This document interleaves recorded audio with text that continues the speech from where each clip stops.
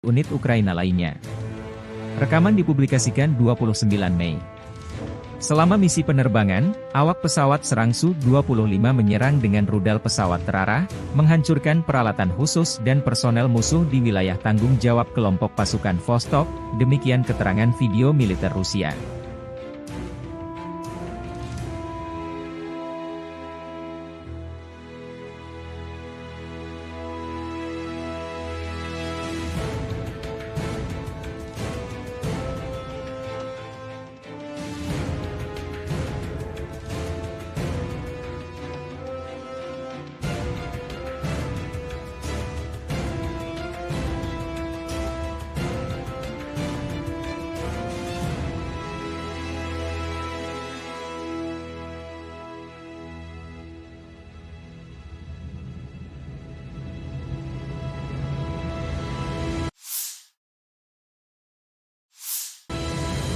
Keluarga dan teman-teman kami bangga, menunggu dan mendoakan kami setiap saat.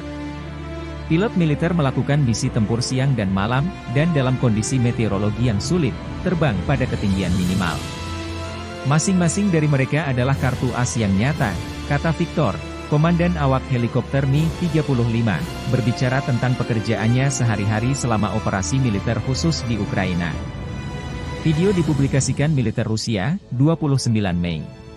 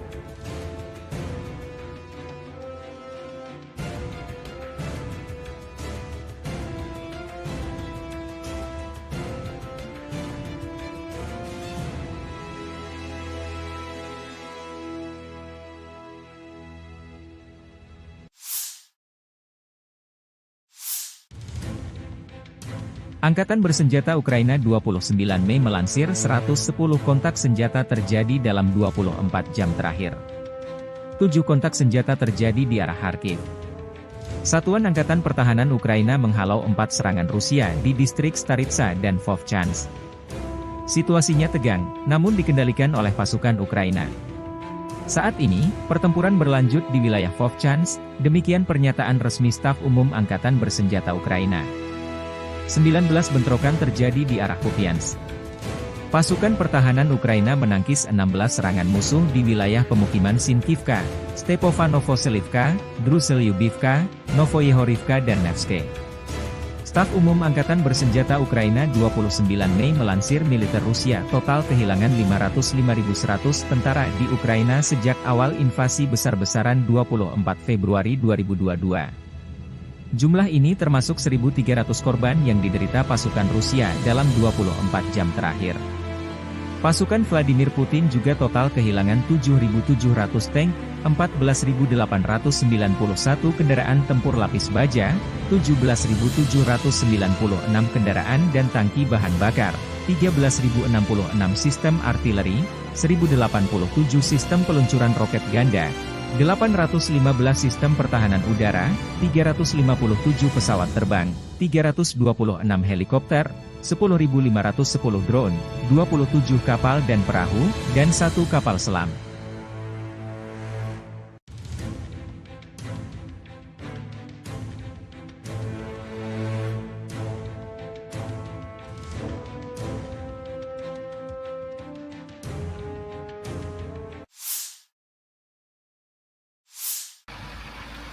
Awak Tosochka menghancurkan titik kuat peleton dan tenaga angkatan bersenjata Ukraina di arah Kharkiv. Drone pengintai menemukan konsentrasi tenaga musuh di posisi benteng yang terletak di jalur pergerakan infanteri kelompok pasukan utara. Para pengintai mengirimkan koordinat tersebut kepada kru TOS-2. Kendaraan tempur segera melaju ke posisi menembak dan melancarkan serangkaian serangan proyektil termobarik terhadap musuh. Rekaman kontrol objektif menunjukkan serangan terhadap benteng angkatan bersenjata Ukraina, demikian keterangan video militer Rusia 29 Mei.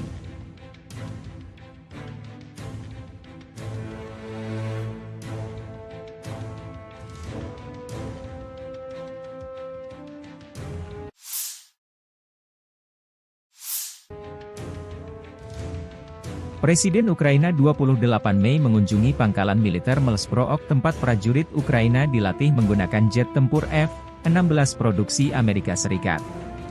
Ukraina sangat menantikan jet tempur F-16 dari mitra baratnya untuk memperkuat pertahanan langit kita. Dan kami juga menunggu di rumah prajurit kami yang sedang berlatih pemeliharaan F-16 dan memiliki motivasi tinggi untuk memulai misi tempur dan mempercepat kemenangan bangsa kami, kata Zelensky. Gelombang pertama jet tempur F-16 akan dikirim ke Ukraina, mudah-mudahan dalam waktu dekat, namun sekitar setengah dari bantuan militer dari mitra barat datang terlambat, kata Menteri Pertahanan Ukraina Rustem Umerov dalam wawancara dengan Reuters yang diterbitkan 28 Mei. Beberapa negara NATO, Denmark, Belanda, Belgia, dan Norwegia berjanji untuk mengirimkan lusinan pesawat tempur F-16 buatan Amerika Serikat dari persediaan mereka. F-16 Denmark diperkirakan akan tiba pada awal musim panas ini, sedangkan jet tempur Belanda akan mulai tiba pada musim gugur. Kami membutuhkan sebanyak mungkin pesawat yang kami dapat, kata Umerov ketika ditanya tentang jumlah pesawat yang diperkirakan akan diterima oleh Ukraina. Seraya menambahkan bahwa negara tersebut saat ini fokus pada pelatihan pilot dan personel. Ukraina juga terus meningkatkan produksi senjata dan drone, serta kemampuan peperangan elektroniknya, menurut menteri tersebut. Rusia memiliki 500.000 tentara di Ukraina dan dekat perbatasannya dan bersiap untuk melibatkan 200.000 hingga 300.000 tentara lainnya, yang bertujuan untuk membuka front baru di utara untuk mulai menggunakan seluruh tenaga kerja dan daya tembak mereka, kata Umerov. Kami bertahan, tapi tentu saja kami membutuhkan lebih banyak senjata, kami membutuhkan lebih banyak daya tembak, kami membutuhkan rudal jarak jauh, jangan sampai mereka memasuki negara kami, tambahnya. Dalam beberapa bulan terakhir, Rusia mempertahankan inisiatif di medan perang, mengambil keuntungan dari penundaan bantuan pertahanan ke Ukraina dari Sekutu Barat dan kekurangan pasukan di Kiev.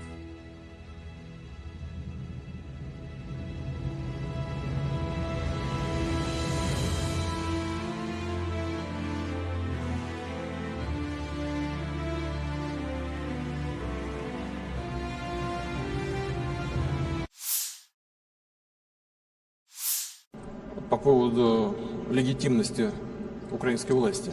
Действительно нужно проводить такой серьезный, глубокий анализ.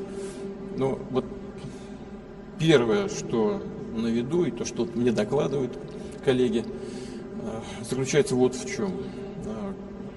Конституция Украины предусматривает продление полномочий, но только Рады. О продлении полномочий президента в Конституции Украины ничего не сказано. Первое. Второе.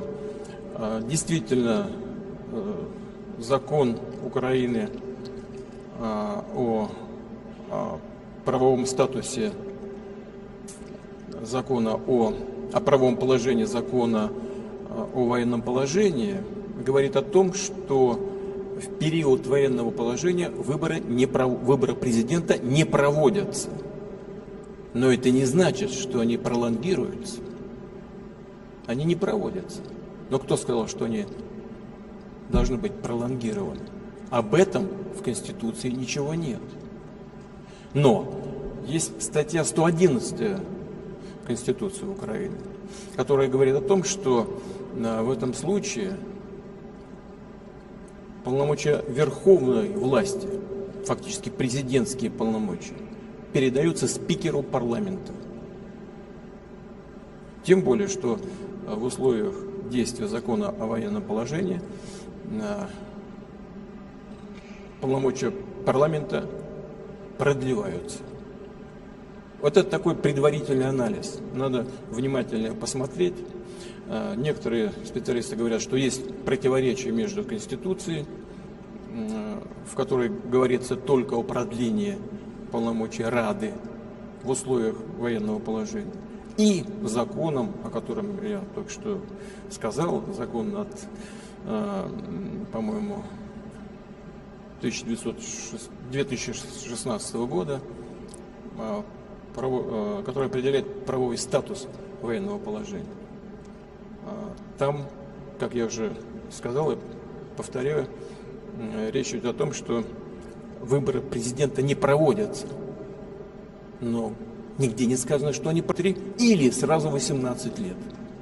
И после принятия этого или и других непопулярных решений, действующих сегодня как бы представители исполнительной власти, их, я думаю, заменят на людей, на плечах которых не будет этой ответственности за принятые непопулярные в народе решения. Их просто поменяют и все. Если задумка в этом, то, в принципе, тогда логика понятна. Логика понятна.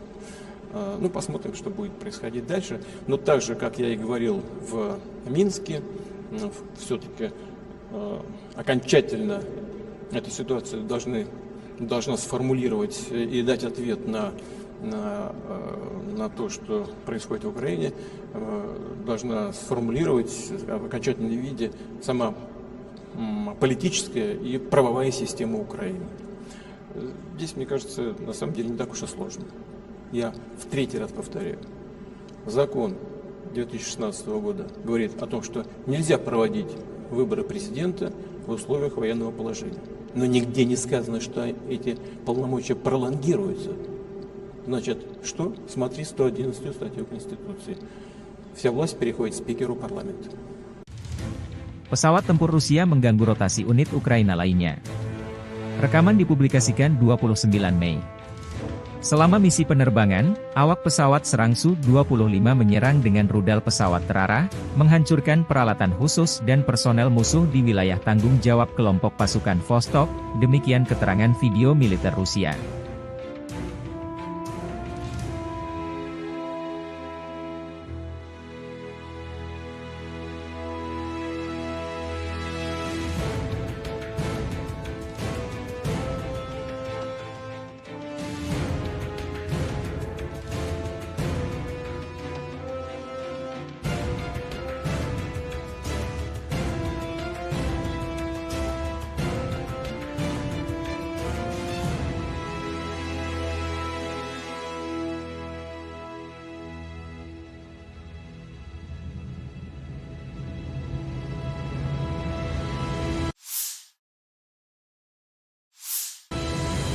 Keluarga dan teman-teman kami bangga, menunggu dan mendoakan kami setiap saat. Pilot militer melakukan misi tempur siang dan malam, dan dalam kondisi meteorologi yang sulit, terbang pada ketinggian minimal. Masing-masing dari mereka adalah kartu as yang nyata, kata Victor, komandan awak helikopter Mi-35, berbicara tentang pekerjaannya sehari-hari selama operasi militer khusus di Ukraina. Video dipublikasikan militer Rusia, 29 Mei.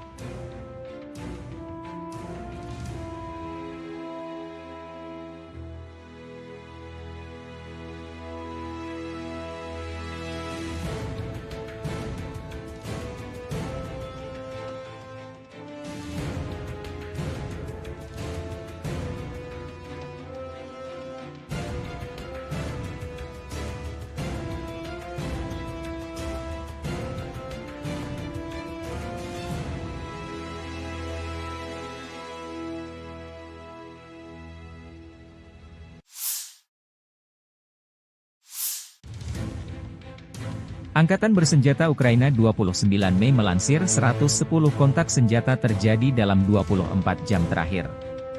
7 kontak senjata terjadi di arah Kharkiv.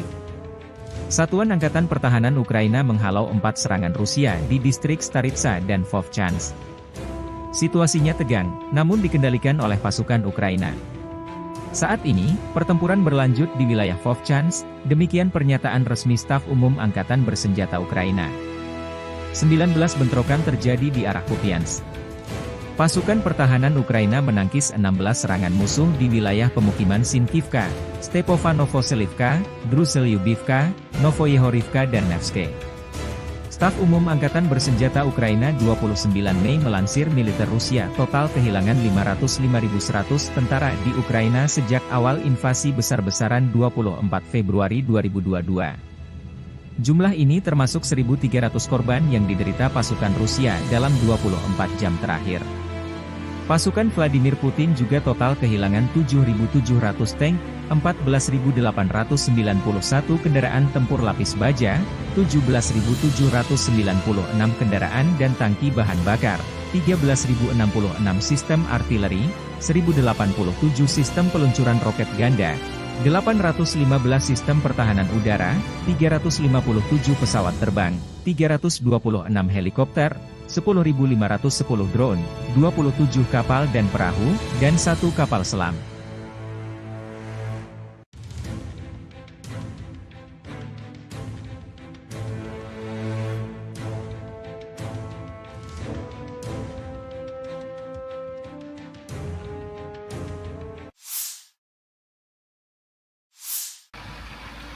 Awak Tosolchka menghancurkan titik kuat peleton dan tenaga angkatan bersenjata Ukraina di arah Kharkiv. Drone pengintai menemukan konsentrasi tenaga musuh di posisi benteng yang terletak di jalur pergerakan infanteri kelompok pasukan utara. Para pengintai mengirimkan koordinat tersebut kepada kru TOS-2.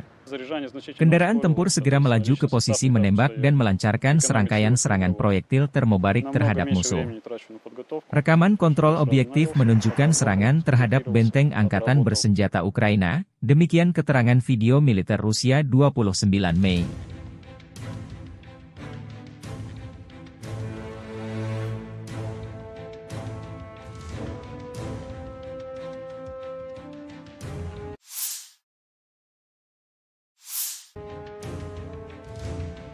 Presiden Ukraina 28 Mei mengunjungi pangkalan militer Melsprook tempat prajurit Ukraina dilatih menggunakan jet tempur F-16 produksi Amerika Serikat.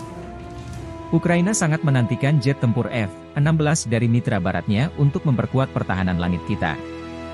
Dan kami juga menunggu di rumah prajurit kami yang sedang berlatih pemeliharaan F-16 dan memiliki motivasi tinggi untuk memulai misi tempur dan mempercepat kemenangan bangsa kami, kata Zelensky.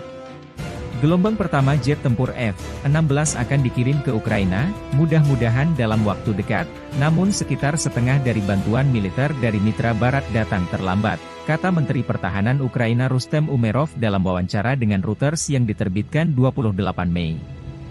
Beberapa negara NATO, Denmark, Belanda, Belgia, dan Norwegia berjanji untuk mengirimkan lusinan pesawat tempur F-16 buatan Amerika Serikat dari persediaan mereka.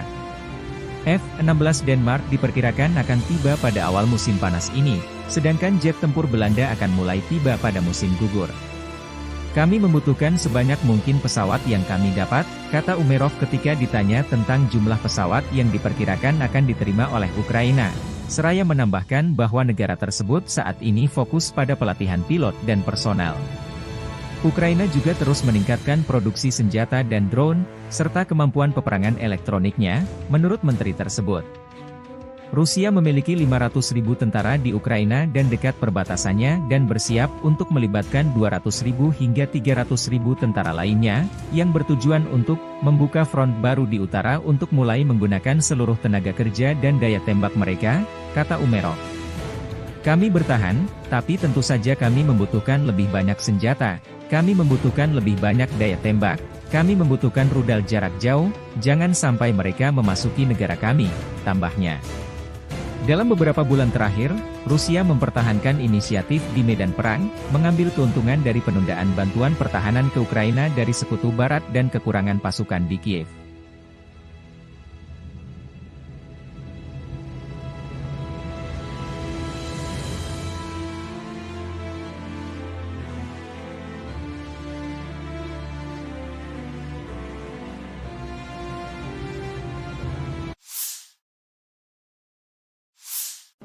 по поводу легитимности украинской власти.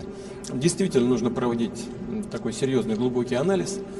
Но вот первое, что на виду, и то, что мне докладывают коллеги, заключается вот в чем. Конституция Украины предусматривает продление полномочий, но только Рады. О продлении полномочий президента в Конституции Украины ничего не сказано. Первое. Второе. Действительно, закон Украины о правовом статусе закона о правовом положении закона о военном положении говорит о том, что в период военного положения выборы президента не проводятся. Но это не значит, что они пролонгируются. Они не проводятся. Но кто сказал, что они должны быть пролонгированы? Об этом в Конституции ничего нет. Но есть статья 111 Конституции Украины, которая говорит о том, что в этом случае полномочия верховной власти, фактически президентские полномочия, передаются спикеру парламента. Тем более, что в условиях действия закона о военном положении полномочия парламента продлеваются. Вот это такой предварительный анализ. Надо внимательно посмотреть. Некоторые специалисты говорят, что есть противоречие между Конституцией, в которой говорится только о продлении полномочий Рады в условиях военного положения, и законом, о котором я только что сказал, закон от, по-моему, 2016 года, который определяет правовой статус военного положения.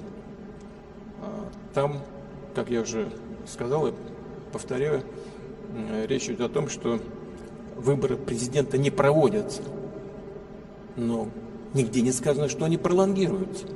И это проблема. Дело ведь в чем? Дело в том, что по своей сути украинская государственность основана на идее не на идее президентской республики, а на идее парламентско-президентской республики.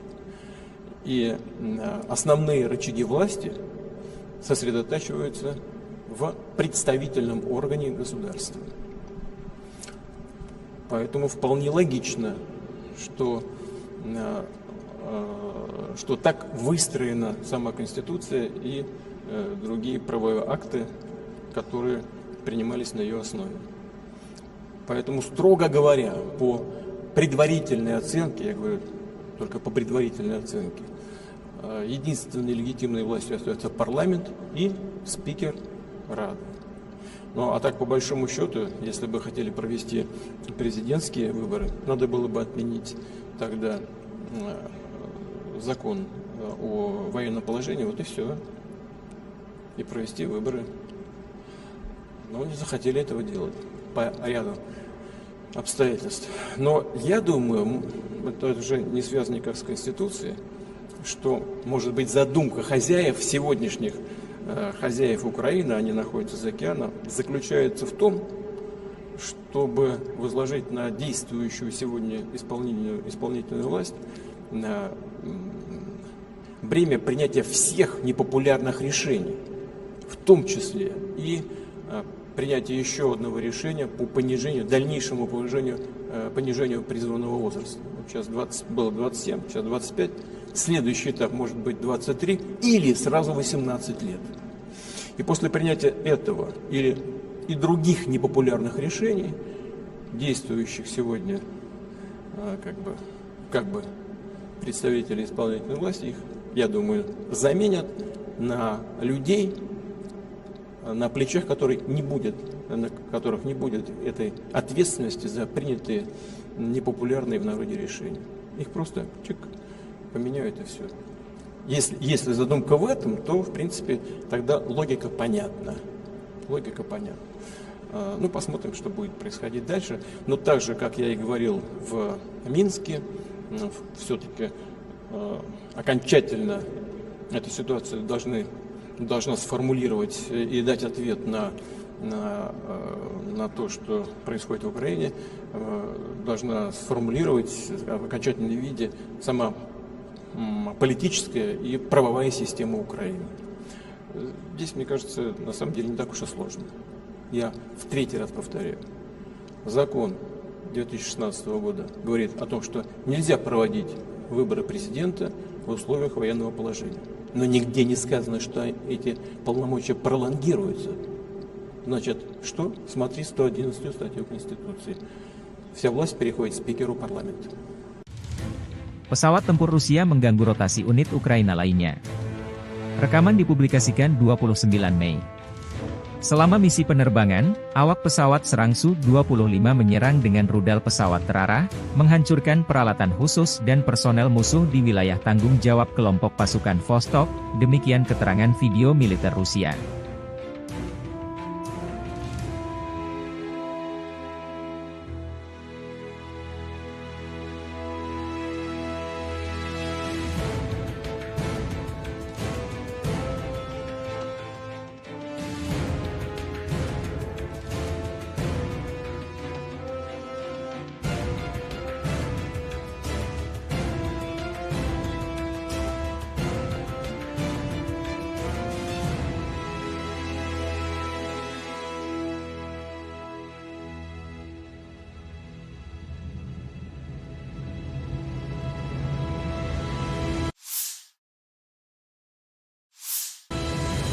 Keluarga dan teman-teman kami bangga, menunggu dan mendoakan kami setiap saat.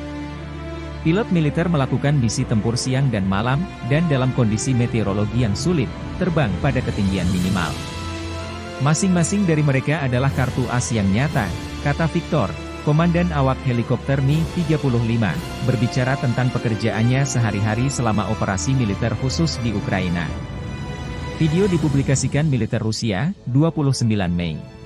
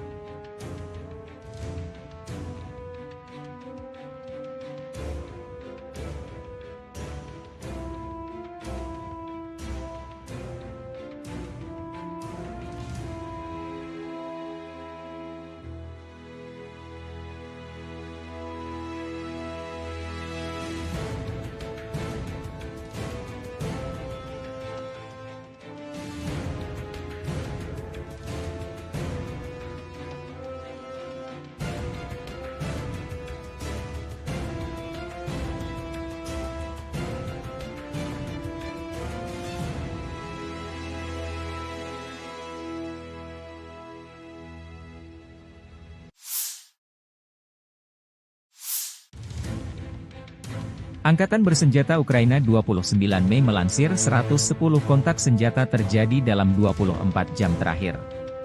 7 kontak senjata terjadi di arah Kharkiv. Satuan Angkatan Pertahanan Ukraina menghalau 4 serangan Rusia di distrik Staritsa dan Vovchansk. Situasinya tegang, namun dikendalikan oleh pasukan Ukraina. Saat ini, pertempuran berlanjut di wilayah Vovchansk, demikian pernyataan resmi Staf Umum Angkatan Bersenjata Ukraina. 19 bentrokan terjadi di arah Kupiansk. Pasukan pertahanan Ukraina menangkis 16 serangan musuh di wilayah pemukiman Sinkivka, Stepanovo-Selivka, Druselyubivka, Novoyehorivka dan Nevske. Staf Umum Angkatan Bersenjata Ukraina 29 Mei melansir militer Rusia total kehilangan 505.100 tentara di Ukraina sejak awal invasi besar-besaran 24 Februari 2022. Jumlah ini termasuk 1.300 korban yang diderita pasukan Rusia dalam 24 jam terakhir. Pasukan Vladimir Putin juga total kehilangan 7.700 tank, 14.891 kendaraan tempur lapis baja, 17.796 kendaraan dan tangki bahan bakar, 13.066 sistem artileri, 1.087 sistem peluncuran roket ganda, 815 sistem pertahanan udara, 357 pesawat terbang, 326 helikopter, 10.510 drone, 27 kapal dan perahu, dan 1 kapal selam.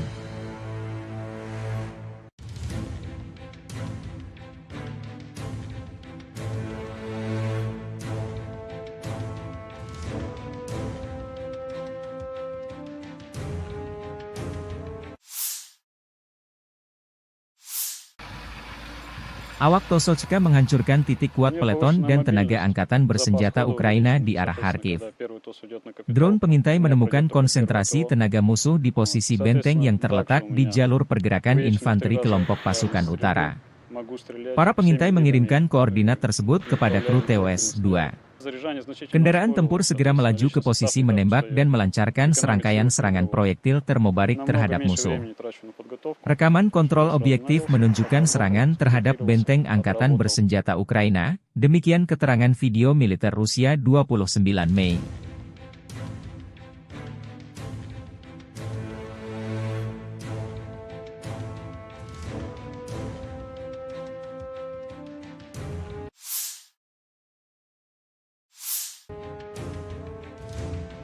Presiden Ukraina 28 Mei mengunjungi pangkalan militer Melsprook tempat prajurit Ukraina dilatih menggunakan jet tempur F-16 produksi Amerika Serikat. Ukraina sangat menantikan jet tempur F-16 dari mitra baratnya untuk memperkuat pertahanan langit kita. Dan kami juga menunggu di rumah prajurit kami yang sedang berlatih pemeliharaan F-16 dan memiliki motivasi tinggi untuk memulai misi tempur dan mempercepat kemenangan bangsa kami, kata Zelensky. Gelombang pertama jet tempur F-16 akan dikirim ke Ukraina, mudah-mudahan dalam waktu dekat, namun sekitar setengah dari bantuan militer dari mitra barat datang terlambat, kata Menteri Pertahanan Ukraina Rustem Umerov dalam wawancara dengan Reuters yang diterbitkan 28 Mei. Beberapa negara NATO, Denmark, Belanda, Belgia, dan Norwegia berjanji untuk mengirimkan lusinan pesawat tempur F-16 buatan Amerika Serikat dari persediaan mereka. F-16 Denmark diperkirakan akan tiba pada awal musim panas ini, sedangkan jet tempur Belanda akan mulai tiba pada musim gugur. Kami membutuhkan sebanyak mungkin pesawat yang kami dapat, kata Umerov ketika ditanya tentang jumlah pesawat yang diperkirakan akan diterima oleh Ukraina. Seraya menambahkan bahwa negara tersebut saat ini fokus pada pelatihan pilot dan personel. Ukraina juga terus meningkatkan produksi senjata dan drone, serta kemampuan peperangan elektroniknya, menurut menteri tersebut. Rusia memiliki 500.000 tentara di Ukraina dan dekat perbatasannya dan bersiap untuk melibatkan 200.000 hingga 300.000 tentara lainnya, yang bertujuan untuk membuka front baru di utara untuk mulai menggunakan seluruh tenaga kerja dan daya tembak mereka, kata Umerov. Kami bertahan, tapi tentu saja kami membutuhkan lebih banyak senjata. Kami membutuhkan lebih banyak daya tembak, kami membutuhkan rudal jarak jauh, jangan sampai mereka memasuki negara kami, tambahnya. Dalam beberapa bulan terakhir, Rusia mempertahankan inisiatif di medan perang, mengambil keuntungan dari penundaan bantuan pertahanan ke Ukraina dari Sekutu Barat dan kekurangan pasukan di Kiev.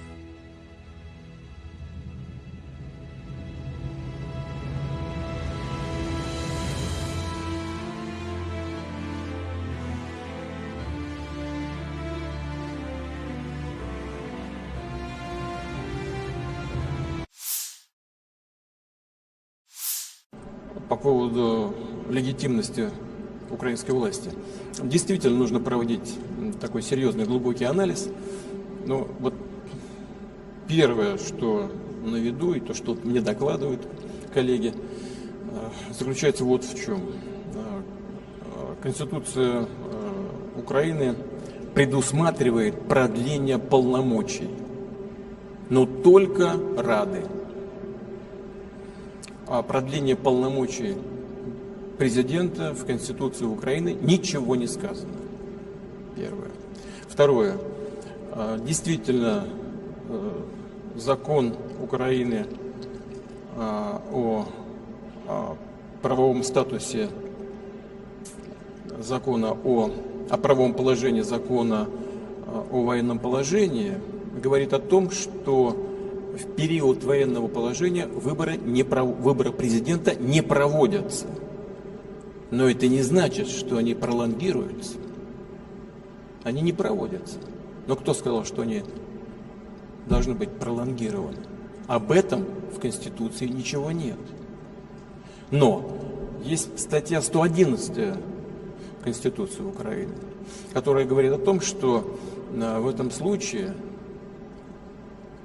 полномочия верховной власти, фактически президентские полномочия, передаются спикеру парламента.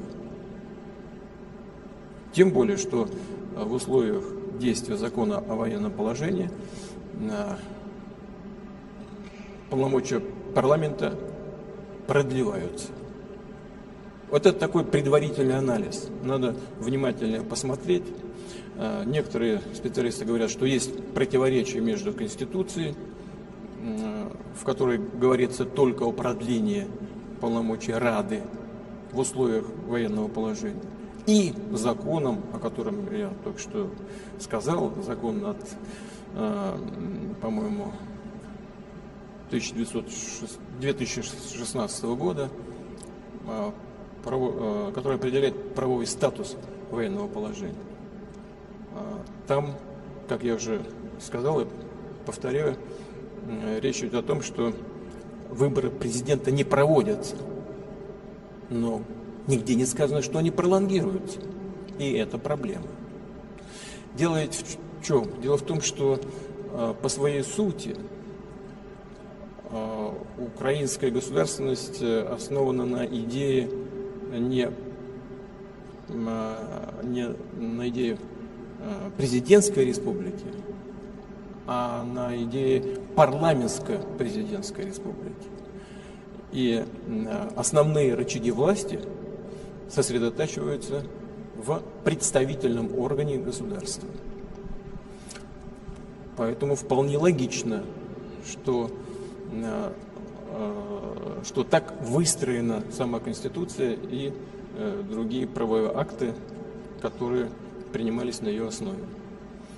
Поэтому, строго говоря, по предварительной оценке, я говорю только по предварительной оценке, единственной легитимной властью остается парламент и спикер Рады. Ну, а так, по большому счету, если бы хотели провести президентские выборы, надо было бы отменить тогда закон о военном положении, вот и все, и провести выборы. Но не захотели этого делать по ряду обстоятельств. Но я думаю, это уже не связано никак с Конституцией, что, может быть, задумка хозяев, сегодняшних хозяев Украины, они находятся за океаном, заключается в том, чтобы возложить на действующую сегодня исполнительную власть бремя принятия всех непопулярных решений, в том числе и принятие еще одного решения по дальнейшему понижению призывного возраста. Сейчас было 27, сейчас 25. Следующий этап может быть 23 или сразу 18 лет. И после принятия этого и других непопулярных решений, действующих сегодня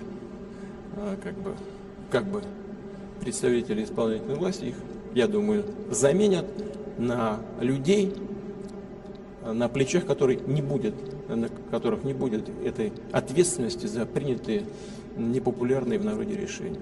Их просто поменяют и все. Если задумка в этом, то, в принципе, тогда логика понятна.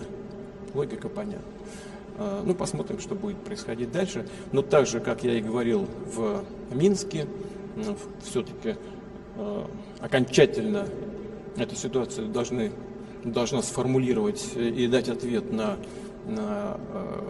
то, что происходит в Украине, должна сформулировать в окончательном виде сама политическая и правовая система Украины.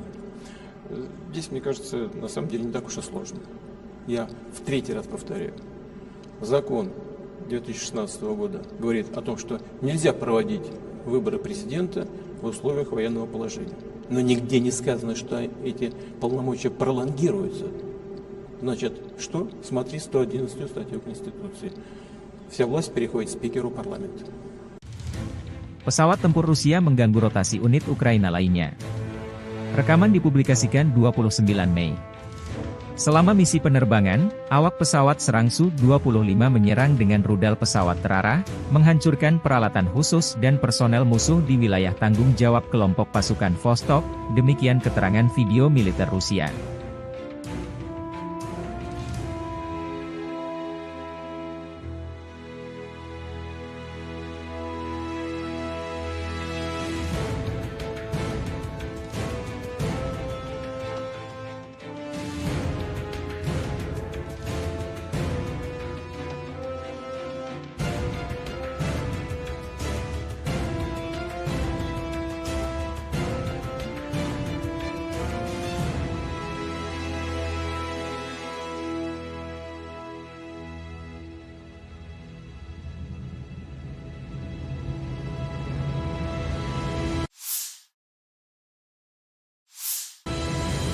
Keluarga dan teman-teman kami bangga, menunggu dan mendoakan kami setiap saat.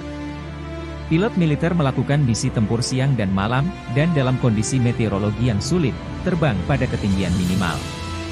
Masing-masing dari mereka adalah kartu as yang nyata, kata Victor, komandan awak helikopter Mi-35, berbicara tentang pekerjaannya sehari-hari selama operasi militer khusus di Ukraina. Video dipublikasikan militer Rusia, 29 Mei.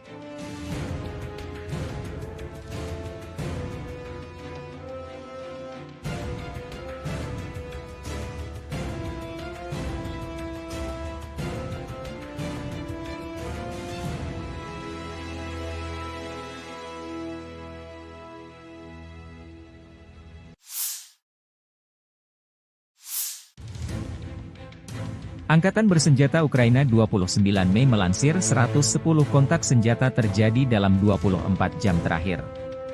7 kontak senjata terjadi di arah Kharkiv. Satuan Angkatan Pertahanan Ukraina menghalau 4 serangan Rusia di distrik Staritsa dan Vovchansk. Situasinya tegang, namun dikendalikan oleh pasukan Ukraina. Saat ini, pertempuran berlanjut di wilayah Vovchansk, demikian pernyataan resmi Staf Umum Angkatan Bersenjata Ukraina. 19 bentrokan terjadi di arah Kupiansk.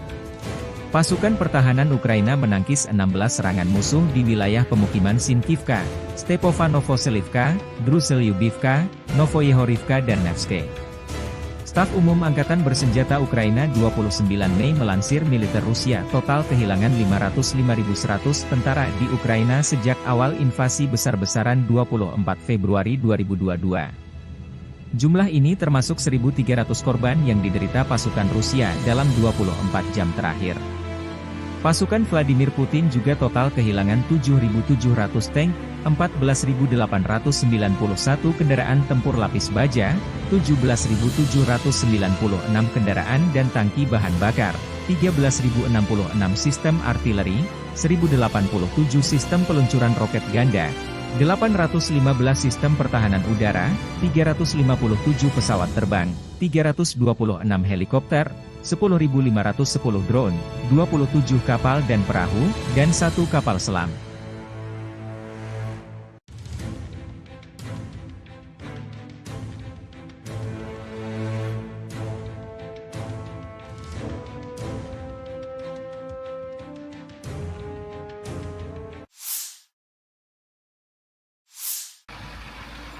Awak Tosochka menghancurkan titik kuat peleton dan tenaga angkatan bersenjata Ukraina di arah Kharkiv. Drone pengintai menemukan konsentrasi tenaga musuh di posisi benteng yang terletak di jalur pergerakan infanteri kelompok pasukan utara. Para pengintai mengirimkan koordinat tersebut kepada kru TOS-2. Kendaraan tempur segera melaju ke posisi menembak dan melancarkan serangkaian serangan proyektil termobarik terhadap musuh. Rekaman kontrol objektif menunjukkan serangan terhadap benteng angkatan bersenjata Ukraina, demikian keterangan video militer Rusia 29 Mei.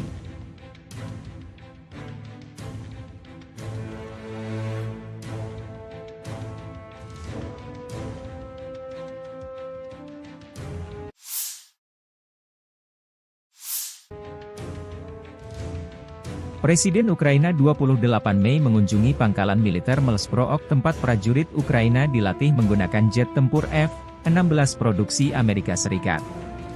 Ukraina sangat menantikan jet tempur F-16 dari mitra baratnya untuk memperkuat pertahanan langit kita. Dan kami juga menunggu di rumah prajurit kami yang sedang berlatih pemeliharaan F-16 dan memiliki motivasi tinggi untuk memulai misi tempur dan mempercepat kemenangan bangsa kami, kata Zelensky. Gelombang pertama jet tempur F-16 akan dikirim ke Ukraina, mudah-mudahan dalam waktu dekat, namun sekitar setengah dari bantuan militer dari mitra barat datang terlambat, kata Menteri Pertahanan Ukraina Rustem Umerov dalam wawancara dengan Reuters yang diterbitkan 28 Mei. Beberapa negara NATO, Denmark, Belanda, Belgia, dan Norwegia berjanji untuk mengirimkan lusinan pesawat tempur F-16 buatan Amerika Serikat dari persediaan mereka. F-16 Denmark diperkirakan akan tiba pada awal musim panas ini, sedangkan jet tempur Belanda akan mulai tiba pada musim gugur. Kami membutuhkan sebanyak mungkin pesawat yang kami dapat, kata Umerov ketika ditanya tentang jumlah pesawat yang diperkirakan akan diterima oleh Ukraina. Seraya menambahkan bahwa negara tersebut saat ini fokus pada pelatihan pilot dan personel. Ukraina juga terus meningkatkan produksi senjata dan drone, serta kemampuan peperangan elektroniknya, menurut menteri tersebut. Rusia memiliki 500.000 tentara di Ukraina dan dekat perbatasannya dan bersiap untuk melibatkan 200.000 hingga 300.000 tentara lainnya, yang bertujuan untuk membuka front baru di utara untuk mulai menggunakan seluruh tenaga kerja dan daya tembak mereka, kata Umerov. Kami bertahan, tapi tentu saja kami membutuhkan lebih banyak senjata, kami membutuhkan lebih banyak daya tembak, kami membutuhkan rudal jarak jauh, jangan sampai mereka memasuki negara kami, tambahnya. Dalam beberapa bulan terakhir, Rusia mempertahankan inisiatif di medan perang, mengambil keuntungan dari penundaan bantuan pertahanan ke Ukraina dari Sekutu Barat dan kekurangan pasukan di Kiev.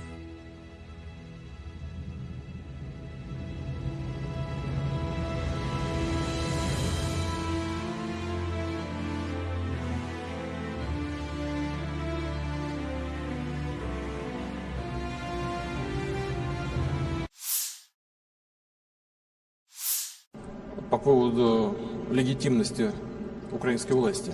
Действительно нужно проводить такой серьезный, глубокий анализ. Но вот первое, что на виду, и то, что мне докладывают коллеги, заключается вот в чем.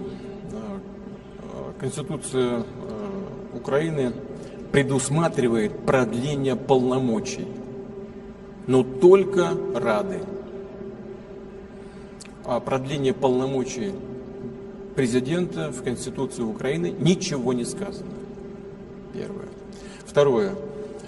Действительно, закон Украины о правовом статусе закона о правовом положении закона о военном положении говорит о том, что в период военного положения выборы президента не проводятся. Но это не значит, что они пролонгируются. Они не проводятся.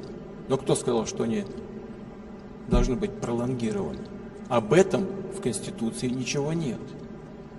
Но есть статья 111 Конституции Украины, которая говорит о том, что в этом случае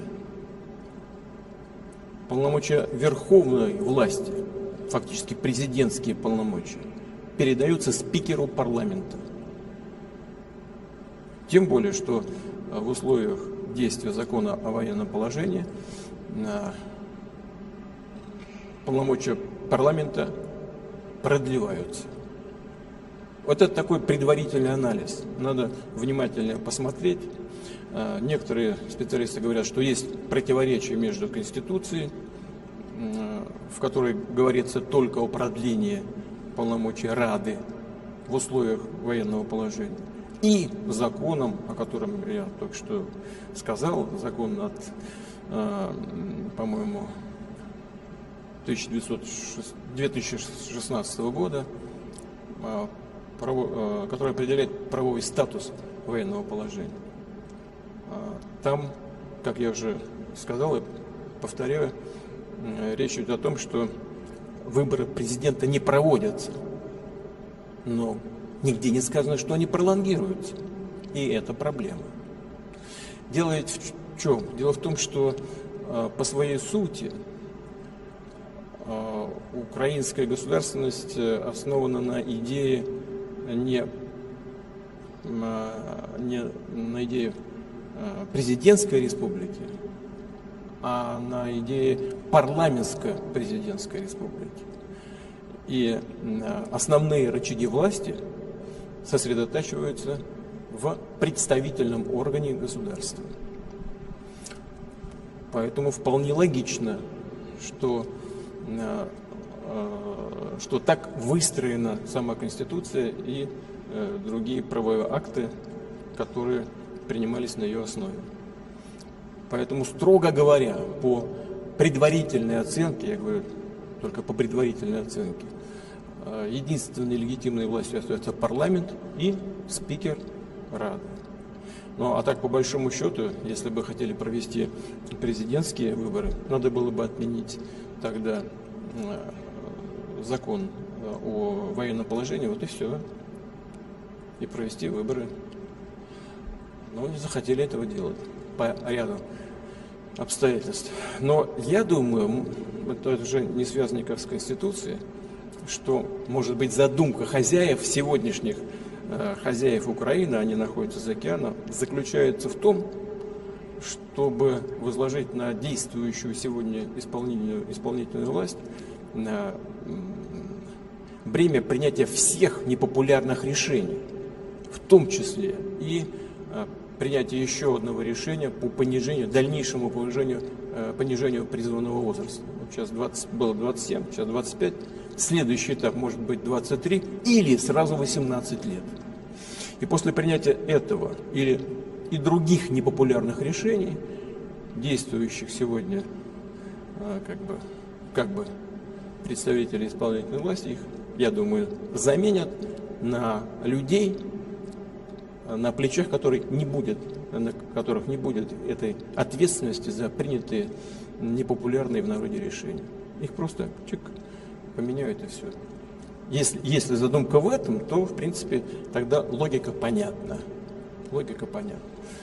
Ну, посмотрим, что будет происходить дальше. Но так же, как я и говорил в Минске, все-таки окончательно эту ситуацию должна сформулировать и дать ответ на то, что происходит в Украине, должна сформулировать в окончательном виде сама политическая и правовая система Украины. Здесь, мне кажется, на самом деле не так уж и сложно. Я в третий раз повторяю. Закон 2016 года говорит о том, что нельзя проводить выборы президента в условиях военного положения. Но нигде не сказано, что эти полномочия пролонгируются. Значит, что? Смотри 111 статью Конституции. Вся власть переходит спикеру парламента. Pesawat tempur Rusia mengganggu rotasi unit Ukraina lainnya. Rekaman dipublikasikan 29 Mei. Selama misi penerbangan, awak pesawat serang Su-25 menyerang dengan rudal pesawat terarah, menghancurkan peralatan khusus dan personel musuh di wilayah tanggung jawab kelompok pasukan Vostok, demikian keterangan video militer Rusia.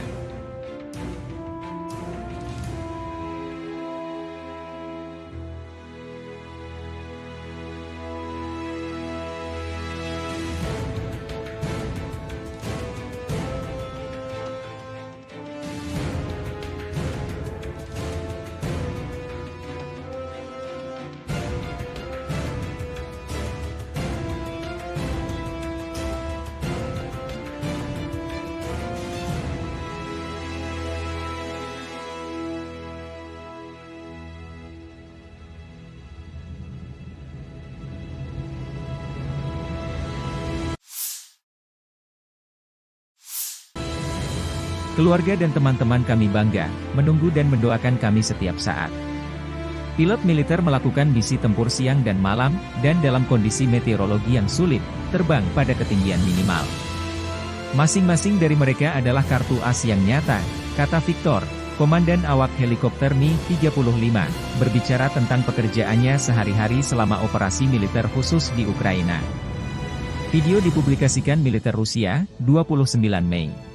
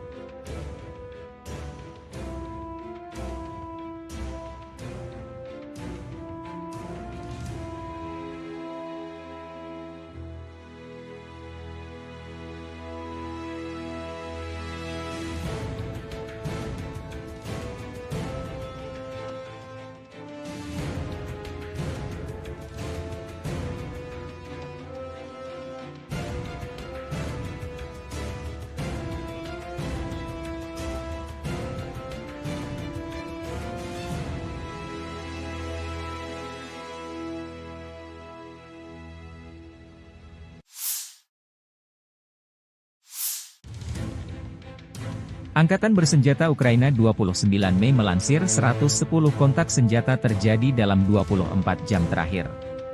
7 kontak senjata terjadi di arah Kharkiv. Satuan Angkatan Pertahanan Ukraina menghalau 4 serangan Rusia di distrik Staritsa dan Vovchansk.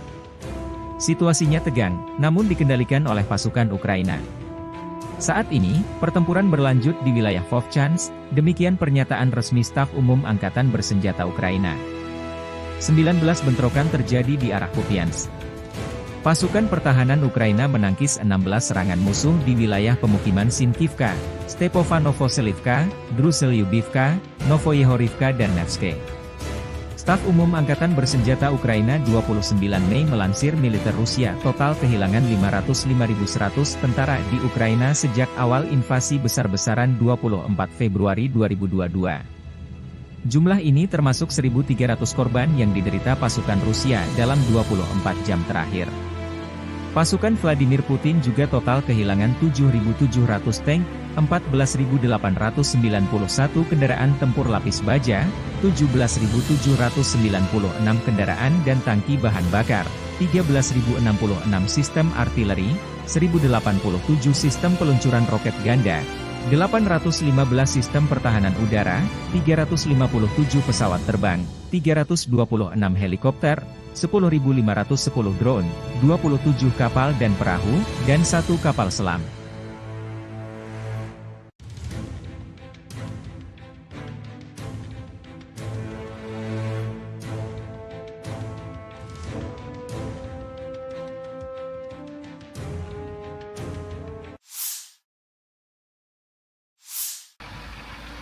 Awak Tosochka menghancurkan titik kuat peleton dan tenaga angkatan bersenjata Ukraina di arah Kharkiv.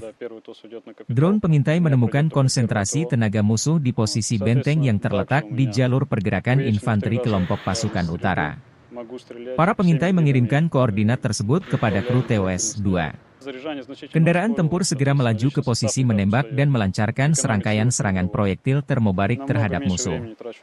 Rekaman kontrol objektif menunjukkan serangan terhadap benteng angkatan bersenjata Ukraina, demikian keterangan video militer Rusia 29 Mei.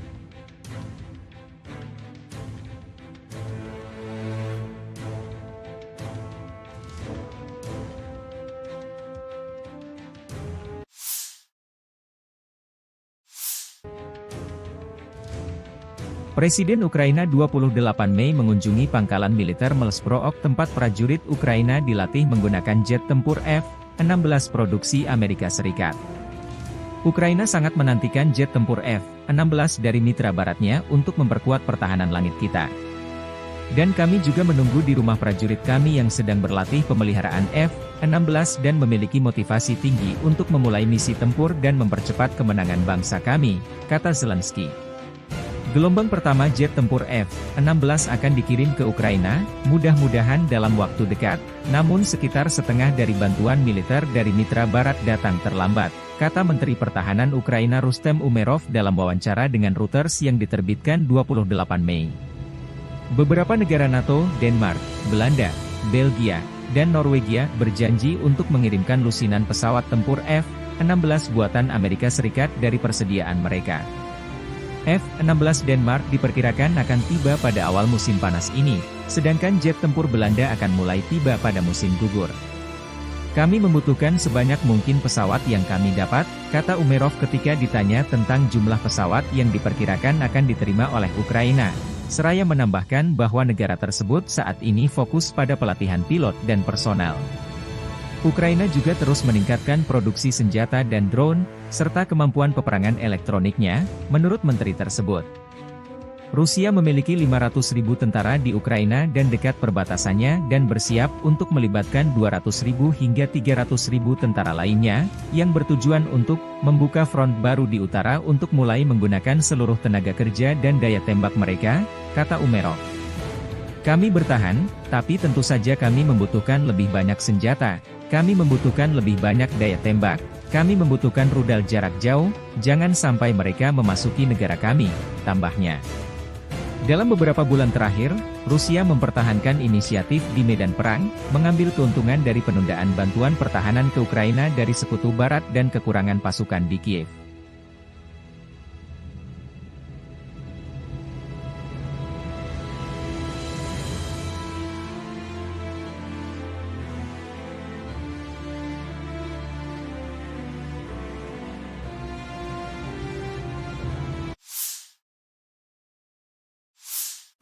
По поводу легитимности украинской власти.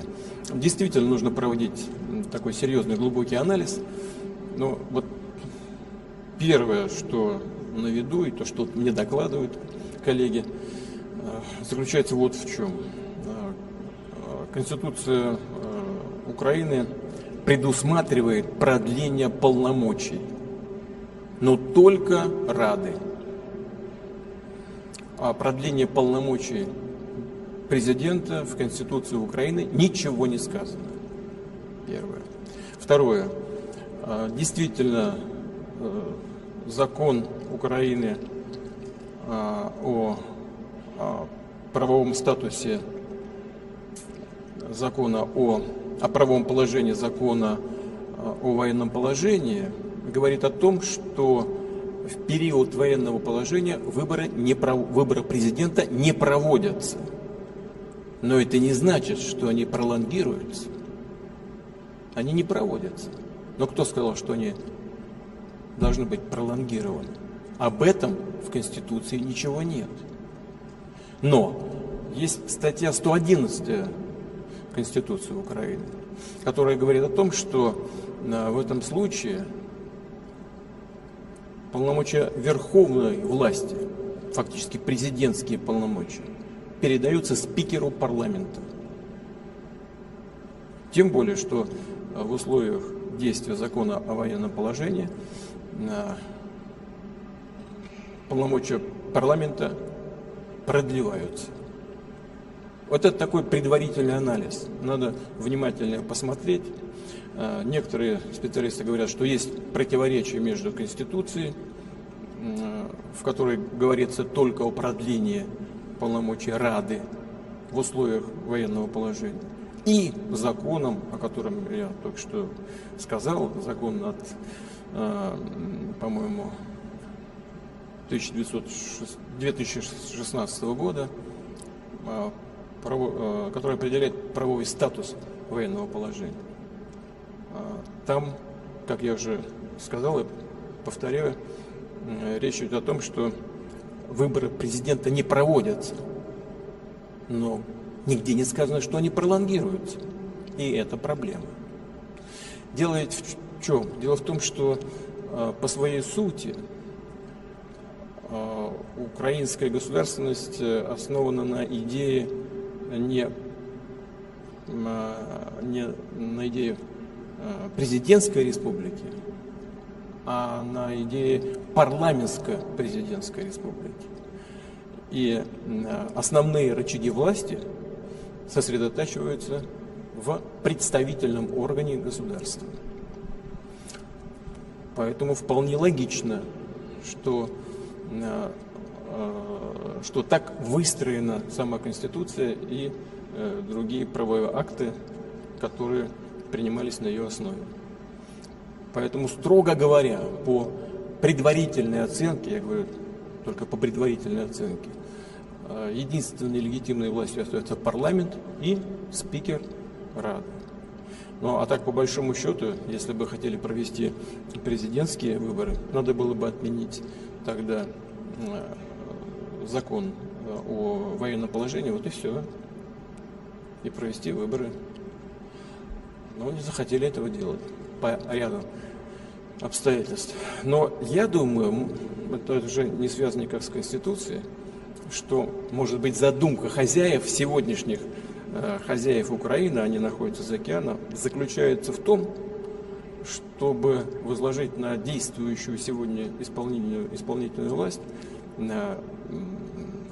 бремя принятия всех непопулярных решений, в том числе и принятие еще одного решения по дальнейшему понижению призывного возраста. Вот сейчас было 27, сейчас 25. Следующий этап может быть 23 или сразу 18 лет. И после принятия этого или и других непопулярных решений, действующих сегодня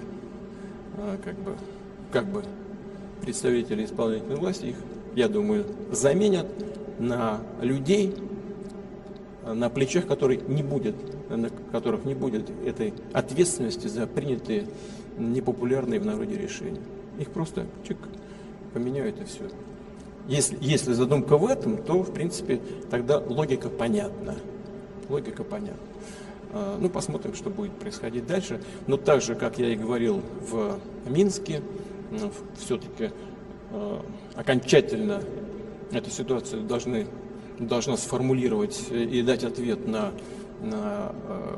то, что происходит в Украине, должна сформулировать в окончательном виде сама политическая и правовая система Украины. Здесь, мне кажется, на самом деле не так уж и сложно. Я в третий раз повторяю. Закон 2016 года говорит о том, что нельзя проводить выборы президента в условиях военного положения. Но нигде не сказано, что эти полномочия пролонгируются. Значит, что? Смотри 111 статью Конституции. Вся власть переходит спикеру парламента. Pesawat tempur Rusia mengganggu rotasi unit Ukraina lainnya. Rekaman dipublikasikan 29 Mei. Selama misi penerbangan, awak pesawat serang Su-25 menyerang dengan rudal pesawat terarah, menghancurkan peralatan khusus dan personel musuh di wilayah tanggung jawab kelompok pasukan Vostok, demikian keterangan video militer Rusia.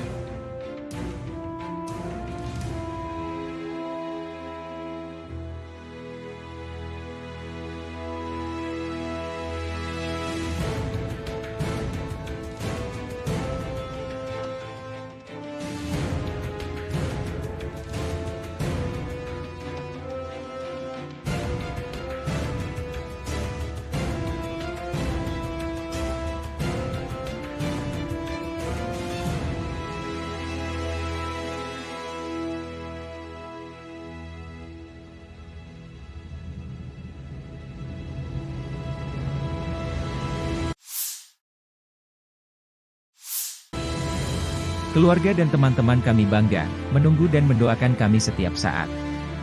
Pilot militer melakukan misi tempur siang dan malam, dan dalam kondisi meteorologi yang sulit, terbang pada ketinggian minimal. Masing-masing dari mereka adalah kartu as yang nyata, kata Victor, komandan awak helikopter Mi-35, berbicara tentang pekerjaannya sehari-hari selama operasi militer khusus di Ukraina. Video dipublikasikan militer Rusia, 29 Mei.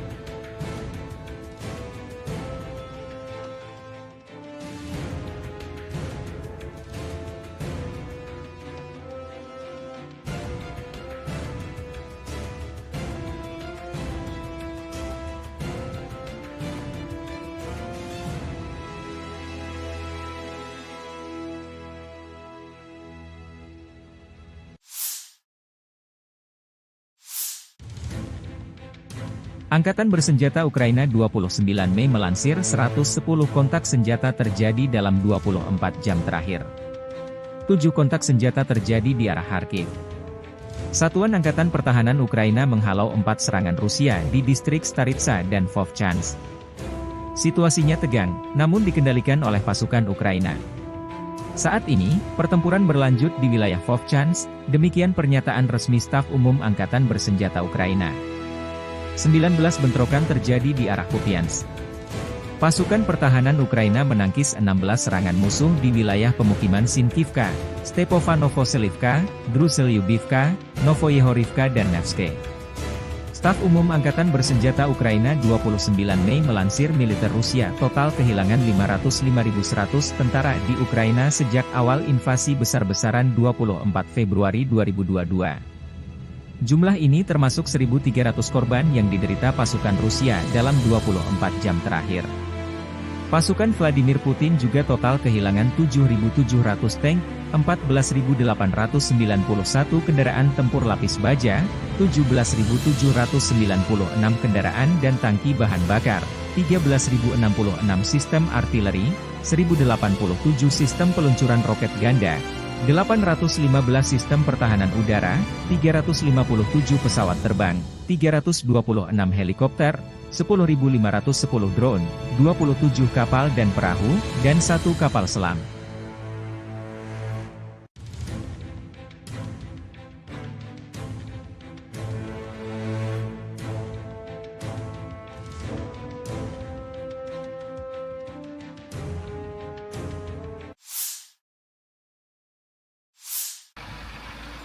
Awak Tosochka menghancurkan titik kuat peleton dan tenaga angkatan bersenjata Ukraina di arah Kharkiv. Drone pengintai menemukan konsentrasi tenaga musuh di posisi benteng yang terletak di jalur pergerakan infanteri kelompok pasukan utara. Para pengintai mengirimkan koordinat tersebut kepada kru TOS-2. Kendaraan tempur segera melaju ke posisi menembak dan melancarkan serangkaian serangan proyektil termobarik terhadap musuh.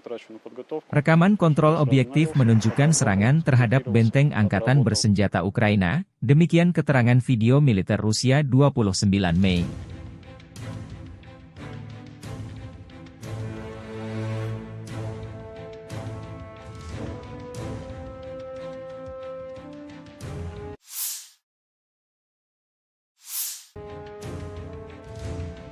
Presiden Ukraina 28 Mei mengunjungi pangkalan militer Melsprook tempat prajurit Ukraina dilatih menggunakan jet tempur F-16 produksi Amerika Serikat. Ukraina sangat menantikan jet tempur F-16 dari mitra baratnya untuk memperkuat pertahanan langit kita. Dan kami juga menunggu di rumah prajurit kami yang sedang berlatih pemeliharaan F-16 dan memiliki motivasi tinggi untuk memulai misi tempur dan mempercepat kemenangan bangsa kami, kata Zelensky. Gelombang pertama jet tempur F-16 akan dikirim ke Ukraina, mudah-mudahan dalam waktu dekat, namun sekitar setengah dari bantuan militer dari mitra barat datang terlambat, kata Menteri Pertahanan Ukraina Rustem Umerov dalam wawancara dengan Reuters yang diterbitkan 28 Mei.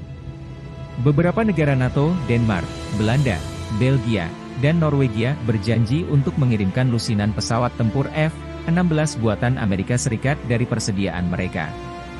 F-16 Denmark diperkirakan akan tiba pada awal musim panas ini, sedangkan jet tempur Belanda akan mulai tiba pada musim gugur. Kami membutuhkan sebanyak mungkin pesawat yang kami dapat, kata Umerov ketika ditanya tentang jumlah pesawat yang diperkirakan akan diterima oleh Ukraina. Seraya menambahkan bahwa negara tersebut saat ini fokus pada pelatihan pilot dan personel. Ukraina juga terus meningkatkan produksi senjata dan drone, serta kemampuan peperangan elektroniknya, menurut menteri tersebut. Rusia memiliki 500.000 tentara di Ukraina dan dekat perbatasannya dan bersiap untuk melibatkan 200.000 hingga 300.000 tentara lainnya, yang bertujuan untuk membuka front baru di utara untuk mulai menggunakan seluruh tenaga kerja dan daya tembak mereka, kata Umerov. Kami bertahan, tapi tentu saja kami membutuhkan lebih banyak senjata, kami membutuhkan lebih banyak daya tembak, kami membutuhkan rudal jarak jauh, jangan sampai mereka memasuki negara kami, tambahnya. Dalam beberapa bulan terakhir, Rusia mempertahankan inisiatif di medan perang, mengambil keuntungan dari penundaan bantuan pertahanan ke Ukraina dari Sekutu Barat dan kekurangan pasukan di Kiev.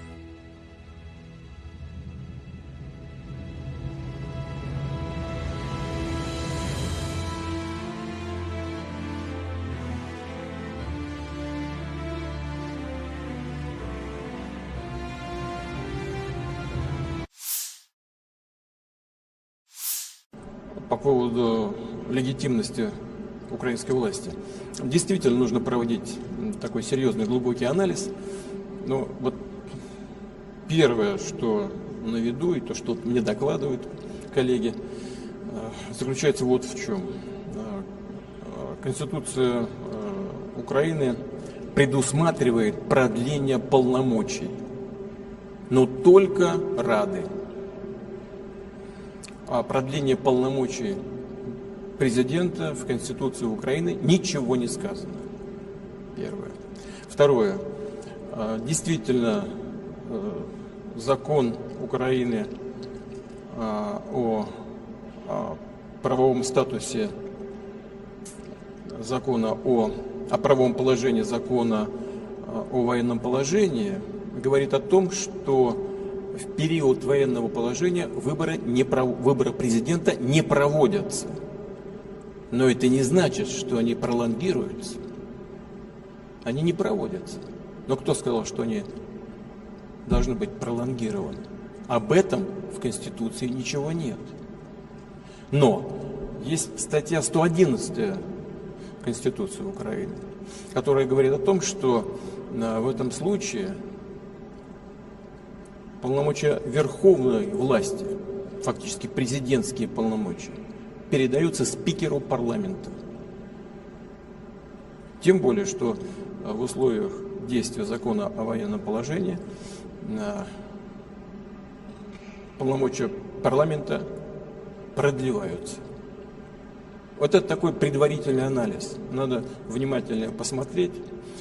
Некоторые специалисты говорят, что есть противоречие между Конституцией, в которой говорится только о продлении полномочий Рады в условиях военного положения, и законом, о котором я только что сказал, закон от, по-моему, 2016 года, который определяет правовой статус военного положения. Там, как я уже сказал и повторяю, речь идет о том, что выборы президента не проводятся, но нигде не сказано, что они пролонгируются. И это проблема. Дело ведь в чем? Дело в том, что по своей сути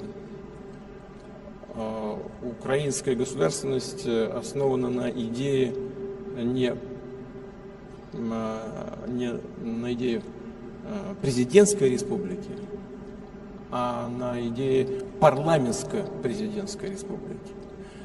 И основные рычаги власти сосредотачиваются в представительном органе государства. Поэтому вполне логично, что так выстроена сама Конституция и другие правовые акты, которые принимались на ее основе. Поэтому, строго говоря, по предварительной оценке, я говорю только по предварительной оценке, единственной легитимной властью остается парламент и спикер Рады. Ну а так, по большому счету, если бы хотели провести президентские выборы, надо было бы отменить тогда закон о военном положении, вот и все, и провести выборы. Но не захотели этого делать по ряду обстоятельств. Но я думаю, это уже не связано никак с Конституцией, что, может быть, задумка хозяев, сегодняшних хозяев Украины, они находятся за океаном, заключается в том, чтобы возложить на действующую сегодня исполнительную власть бремя принятия всех непопулярных решений, в том числе и принятие еще одного решения по дальнейшему понижению призывного возраста. Вот сейчас было 27, сейчас 25. Следующий этап может быть 23 или сразу 18 лет. И после принятия этого или и других непопулярных решений, действующих сегодня как бы представители исполнительной власти, их, я думаю, заменят на людей, на плечах на которых не будет этой ответственности за принятые непопулярные в народе решения. Их просто поменяют и все. Если задумка в этом, то, в принципе, тогда логика понятна. Логика понятна. Ну, посмотрим, что будет происходить дальше. Но так же, как я и говорил в Минске, все-таки окончательно эту ситуацию должна сформулировать и дать ответ на то, что происходит в Украине, должна сформулировать в окончательном виде сама политическая и правовая система Украины. Здесь, мне кажется, на самом деле не так уж и сложно. Я в третий раз повторяю. Закон 2016 года говорит о том, что нельзя проводить выборы президента в условиях военного положения. Но нигде не сказано, что эти полномочия пролонгируются. Значит, что? Смотри 111 статью Конституции. Вся власть переходит спикеру парламента. Pesawat tempur Rusia mengganggu rotasi unit Ukraina lainnya. Rekaman dipublikasikan 29 Mei. Selama misi penerbangan, awak pesawat serang Su-25 menyerang dengan rudal pesawat terarah, menghancurkan peralatan khusus dan personel musuh di wilayah tanggung jawab kelompok pasukan Vostok, demikian keterangan video militer Rusia.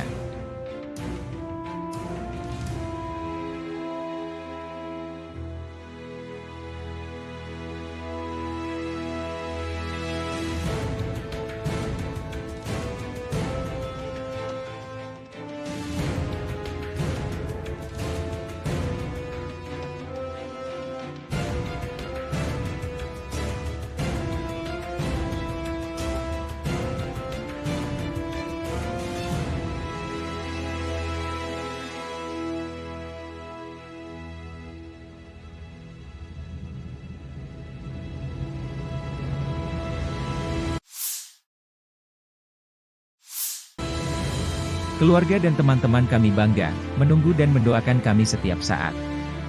Pilot militer melakukan misi tempur siang dan malam, dan dalam kondisi meteorologi yang sulit, terbang pada ketinggian minimal. Masing-masing dari mereka adalah kartu as yang nyata, kata Victor, komandan awak helikopter Mi-35, berbicara tentang pekerjaannya sehari-hari selama operasi militer khusus di Ukraina. Video dipublikasikan militer Rusia, 29 Mei.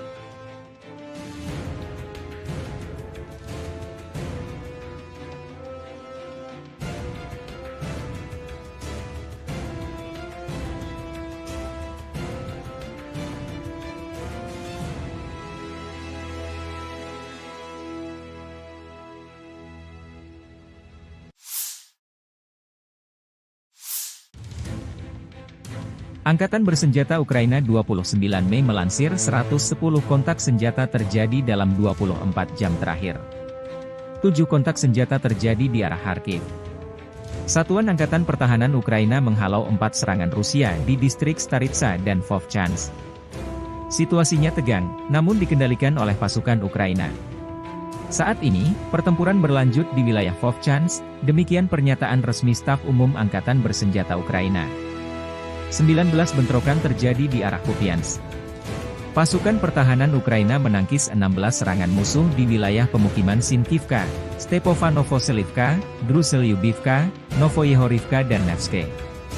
Staf Umum Angkatan Bersenjata Ukraina 29 Mei melansir militer Rusia total kehilangan 505.100 tentara di Ukraina sejak awal invasi besar-besaran 24 Februari 2022.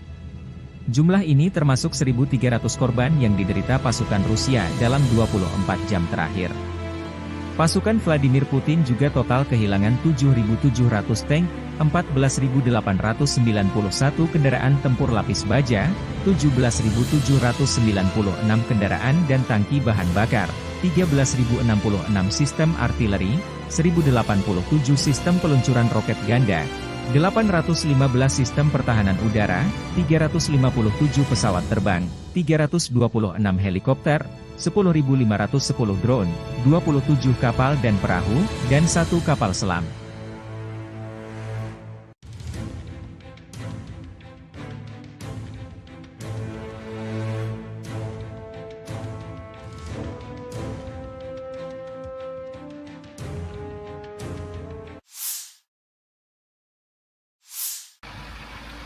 Awak Tosochka menghancurkan titik kuat peleton dan tenaga angkatan bersenjata Ukraina di arah Kharkiv. Drone pengintai menemukan konsentrasi tenaga musuh di posisi benteng yang terletak di jalur pergerakan infanteri kelompok pasukan utara. Para pengintai mengirimkan koordinat tersebut kepada kru TOS-2. Kendaraan tempur segera melaju ke posisi menembak dan melancarkan serangkaian serangan proyektil termobarik terhadap musuh. Rekaman kontrol objektif menunjukkan serangan terhadap benteng angkatan bersenjata Ukraina, demikian keterangan video militer Rusia 29 Mei.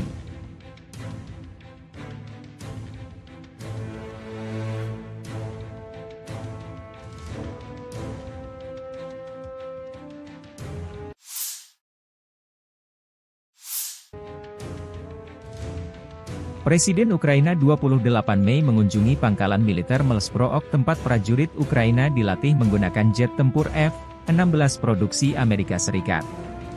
Ukraina sangat menantikan jet tempur F-16 dari mitra baratnya untuk memperkuat pertahanan langit kita. Dan kami juga menunggu di rumah prajurit kami yang sedang berlatih pemeliharaan F-16 dan memiliki motivasi tinggi untuk memulai misi tempur dan mempercepat kemenangan bangsa kami, kata Zelensky. Gelombang pertama jet tempur F-16 akan dikirim ke Ukraina, mudah-mudahan dalam waktu dekat, namun sekitar setengah dari bantuan militer dari mitra barat datang terlambat, kata Menteri Pertahanan Ukraina Rustem Umerov dalam wawancara dengan Reuters yang diterbitkan 28 Mei. Beberapa negara NATO, Denmark, Belanda, Belgia, dan Norwegia berjanji untuk mengirimkan lusinan pesawat tempur F-16 buatan Amerika Serikat dari persediaan mereka. F-16 Denmark diperkirakan akan tiba pada awal musim panas ini, sedangkan jet tempur Belanda akan mulai tiba pada musim gugur. Kami membutuhkan sebanyak mungkin pesawat yang kami dapat, kata Umerov ketika ditanya tentang jumlah pesawat yang diperkirakan akan diterima oleh Ukraina. Seraya menambahkan bahwa negara tersebut saat ini fokus pada pelatihan pilot dan personel. Ukraina juga terus meningkatkan produksi senjata dan drone, serta kemampuan peperangan elektroniknya, menurut menteri tersebut.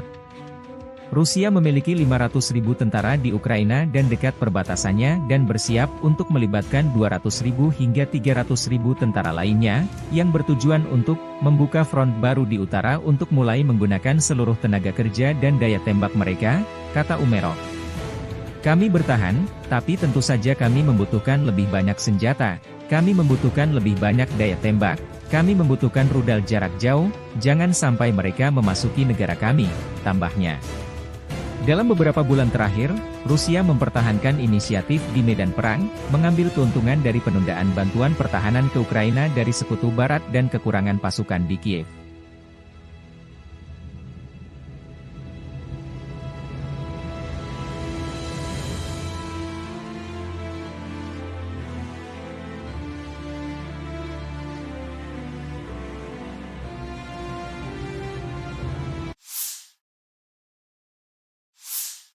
По поводу легитимности украинской власти. Действительно нужно проводить такой серьезный глубокий анализ. Но вот первое, что на виду, и то, что мне докладывают коллеги, заключается вот в чем. Конституция Украины предусматривает продление полномочий, но только Рады. О продлении полномочий президента в Конституции Украины ничего не сказано. Первое. Второе. Действительно, закон Украины о правовом статусе закона о правовом положении закона о военном положении говорит о том, что в период военного положения выборы президента не проводятся. Но это не значит, что они пролонгируются. Они не проводятся. Но кто сказал, что они должны быть пролонгированы? Об этом в Конституции ничего нет. Но есть статья 111 Конституции Украины, которая говорит о том, что в этом случае полномочия верховной власти, фактически президентские полномочия, передаются спикеру парламента. Тем более, что в условиях действия закона о военном положении полномочия парламента продлеваются. Вот это такой предварительный анализ. Надо внимательно посмотреть. Некоторые специалисты говорят, что есть противоречие между Конституцией, в которой говорится только о продлении полномочий Рады в условиях военного положения, и законом, о котором я только что сказал, закон от, по-моему, 2016 года, который определяет правовой статус военного положения. Там, как я уже сказал и повторяю, речь идет о том, что выборы президента не проводятся, но нигде не сказано, что они пролонгируются. И это проблема. Дело в чем? Дело в том, что по своей сути украинская государственность основана на идее не на идее президентской республики, а на идее парламентско-президентской республики. И основные рычаги власти сосредотачиваются в представительном органе государства. Поэтому вполне логично, что так выстроена сама Конституция и другие правовые акты, которые принимались на ее основе. Поэтому, строго говоря, по предварительной оценке, я говорю только по предварительной оценке, единственной легитимной властью остается парламент и спикер Рады. Ну а так, по большому счету, если бы хотели провести президентские выборы, надо было бы отменить тогда закон о военном положении, вот и все, и провести выборы.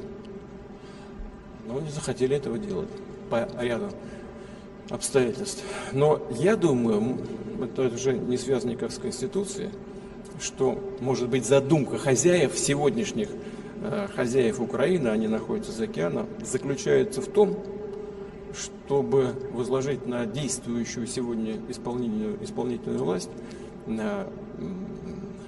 бремя принятия всех непопулярных решений, в том числе и принятие еще одного решения по дальнейшему понижению призывного возраста. Сейчас было 27, сейчас 25. Следующий этап может быть 23 или сразу 18 лет.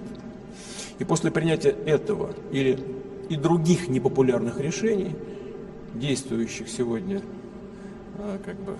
как бы представители исполнительной власти, их, я думаю, заменят на людей, на плечах которых не будет этой ответственности за принятые непопулярные в народе решения.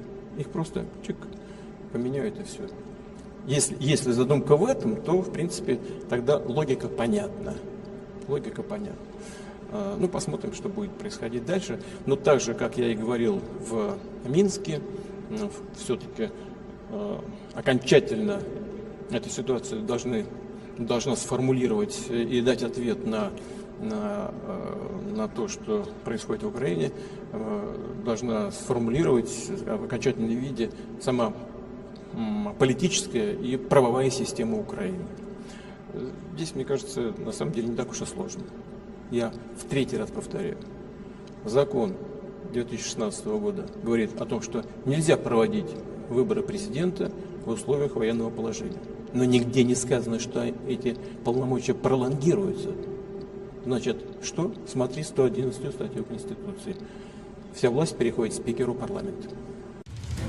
Pesawat tempur Rusia mengganggu rotasi unit Ukraina lainnya. Rekaman dipublikasikan 29 Mei.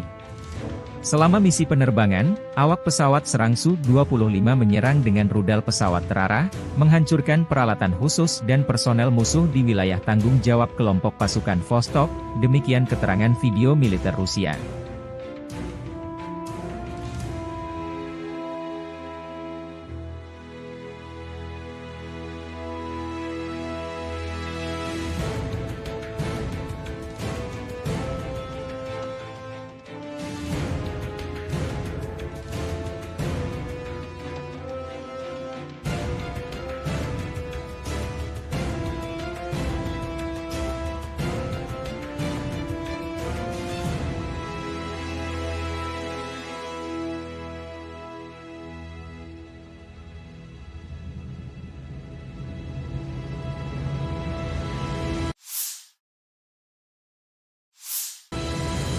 Keluarga dan teman-teman kami bangga, menunggu dan mendoakan kami setiap saat.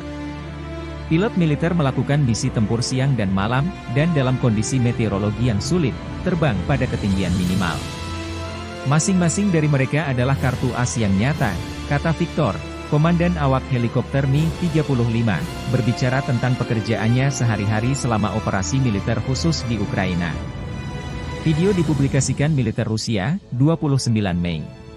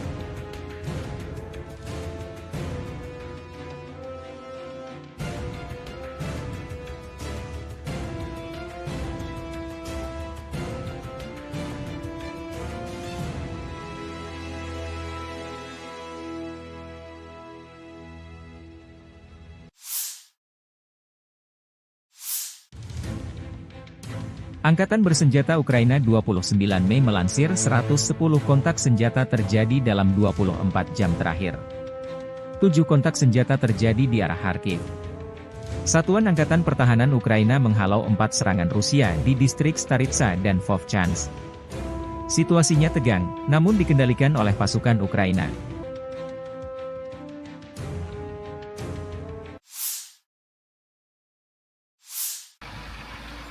Awak Tosochka menghancurkan titik kuat peleton dan tenaga angkatan bersenjata Ukraina di arah Kharkiv. Drone pengintai menemukan konsentrasi tenaga musuh di posisi benteng yang terletak di jalur pergerakan infanteri kelompok pasukan utara. Para pengintai mengirimkan koordinat tersebut kepada kru TOS-2. Kendaraan tempur segera melaju ke posisi menembak dan melancarkan serangkaian serangan proyektil termobarik terhadap musuh. Rekaman kontrol objektif menunjukkan serangan terhadap benteng angkatan bersenjata Ukraina, demikian keterangan video militer Rusia 29 Mei.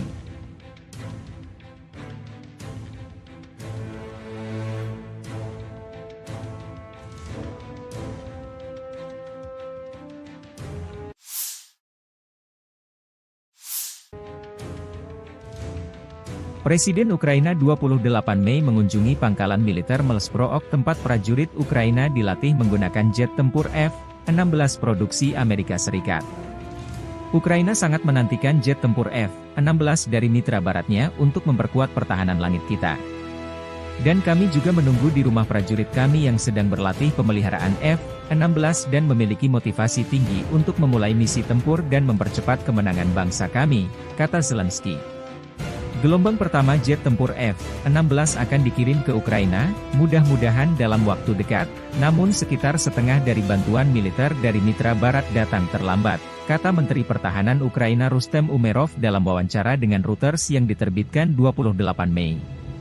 Beberapa negara NATO, Denmark, Belanda, Belgia, dan Norwegia berjanji untuk mengirimkan lusinan pesawat tempur F-16 buatan Amerika Serikat dari persediaan mereka. F-16 Denmark diperkirakan akan tiba pada awal musim panas ini, sedangkan jet tempur Belanda akan mulai tiba pada musim gugur. Kami membutuhkan sebanyak mungkin pesawat yang kami dapat, kata Umerov ketika ditanya tentang jumlah pesawat yang diperkirakan akan diterima oleh Ukraina. Seraya menambahkan bahwa negara tersebut saat ini fokus pada pelatihan pilot dan personel. Ukraina juga terus meningkatkan produksi senjata dan drone, serta kemampuan peperangan elektroniknya, menurut menteri tersebut. Rusia memiliki 500.000 tentara di Ukraina dan dekat perbatasannya dan bersiap untuk melibatkan 200.000 hingga 300.000 tentara lainnya, yang bertujuan untuk membuka front baru di utara untuk mulai menggunakan seluruh tenaga kerja dan daya tembak mereka, kata Umerov. Kami bertahan, tapi tentu saja kami membutuhkan lebih banyak senjata, kami membutuhkan lebih banyak daya tembak, kami membutuhkan rudal jarak jauh, jangan sampai mereka memasuki negara kami, tambahnya. Dalam beberapa bulan terakhir, Rusia mempertahankan inisiatif di medan perang, mengambil keuntungan dari penundaan bantuan pertahanan ke Ukraina dari Sekutu Barat dan kekurangan pasukan di Kiev.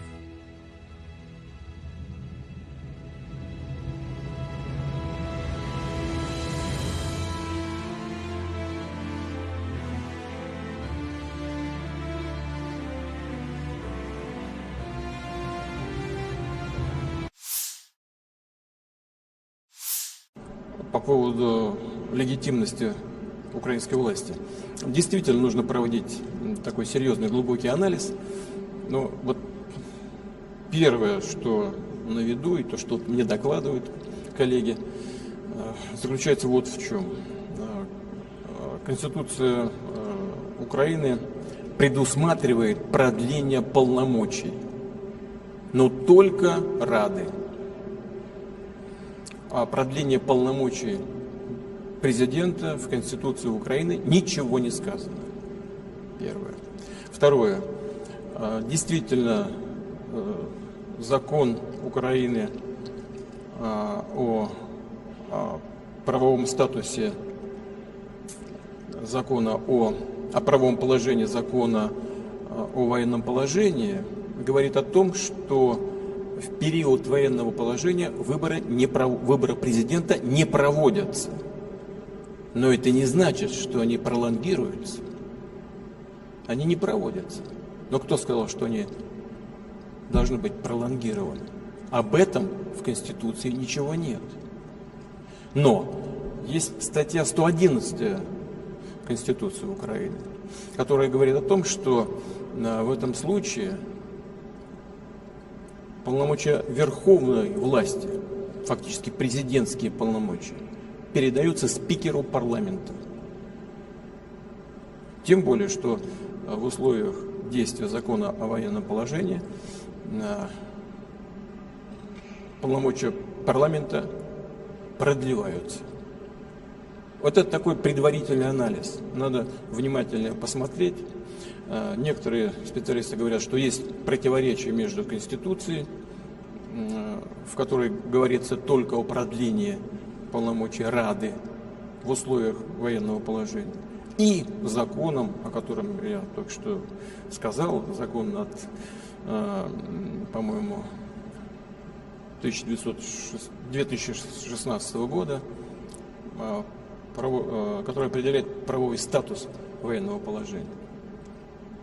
Там, как я уже сказал и повторяю, речь идет о том, что выборы президента не проводятся, но нигде не сказано, что они пролонгируются, и это проблема. Дело ведь в чем? Дело в том, что по своей сути украинская государственность основана на идее не на идее президентской республики, а на идее парламентско-президентской республики. И основные рычаги власти сосредотачиваются в представительном органе государства. Поэтому вполне логично, что так выстроена сама Конституция и другие правовые акты, которые принимались на ее основе.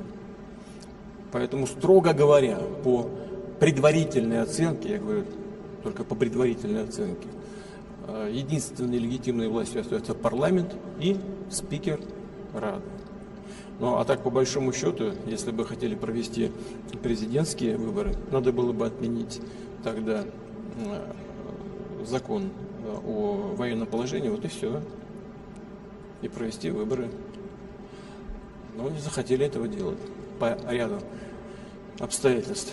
Но я думаю, это уже не связано никак с Конституцией, что, может быть, задумка хозяев сегодняшних, хозяев Украины, они находятся за океаном, заключается в том, чтобы возложить на действующую сегодня исполнительную власть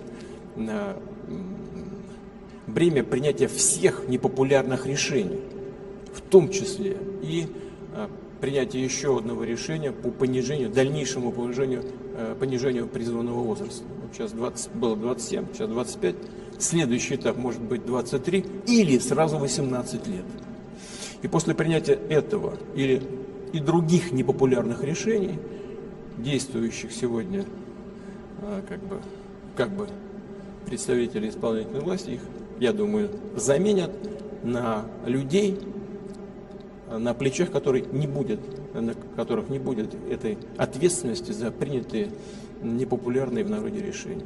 Их просто поменяют и все.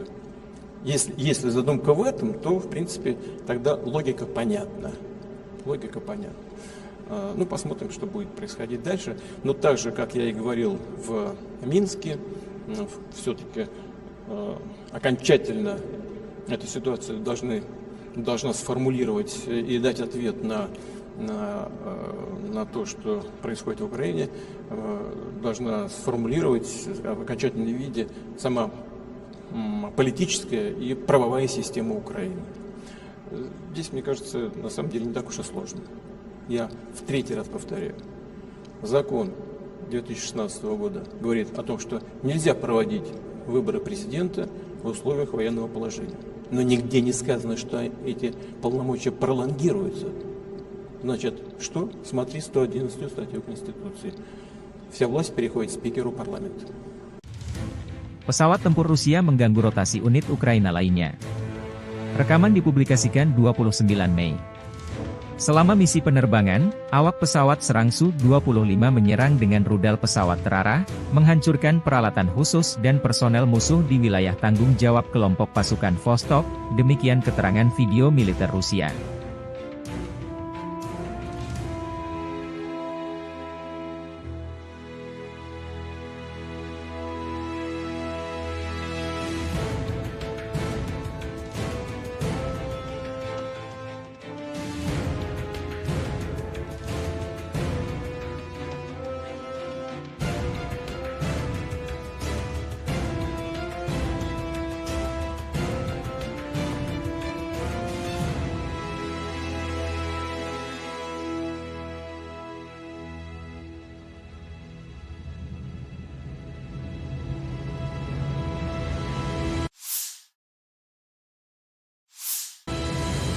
Keluarga dan teman-teman kami bangga, menunggu dan mendoakan kami setiap saat. Pilot militer melakukan misi tempur siang dan malam, dan dalam kondisi meteorologi yang sulit, terbang pada ketinggian minimal. Masing-masing dari mereka adalah kartu as yang nyata, kata Victor, komandan awak helikopter Mi-35, berbicara tentang pekerjaannya sehari-hari selama operasi militer khusus di Ukraina. Video dipublikasikan militer Rusia, 29 Mei.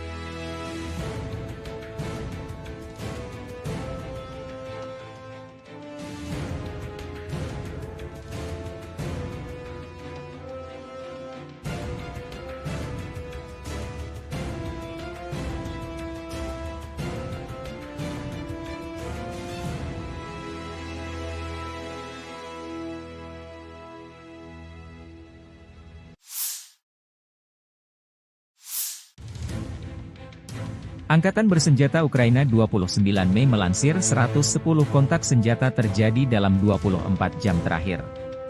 7 kontak senjata terjadi di arah Kharkiv. Satuan Angkatan Pertahanan Ukraina menghalau 4 serangan Rusia di distrik Staritsa dan Vovchansk. Situasinya tegang, namun dikendalikan oleh pasukan Ukraina. Saat ini, pertempuran berlanjut di wilayah Vovchansk, demikian pernyataan resmi Staf Umum Angkatan Bersenjata Ukraina. 19 bentrokan terjadi di arah Kupiansk. Pasukan pertahanan Ukraina menangkis 16 serangan musuh di wilayah pemukiman Sinkivka, Stepanovo-Selivka, Druselyubivka, Novoyehorivka dan Nevske. Staf Umum Angkatan Bersenjata Ukraina 29 Mei melansir militer Rusia total kehilangan 505.100 tentara di Ukraina sejak awal invasi besar-besaran 24 Februari 2022. Jumlah ini termasuk 1.300 korban yang diderita pasukan Rusia dalam 24 jam terakhir. Pasukan Vladimir Putin juga total kehilangan 7.700 tank, 14.891 kendaraan tempur lapis baja, 17.796 kendaraan dan tangki bahan bakar, 13.066 sistem artileri, 1.087 sistem peluncuran roket ganda, 815 sistem pertahanan udara, 357 pesawat terbang, 326 helikopter, 10.510 drone, 27 kapal dan perahu, dan 1 kapal selam.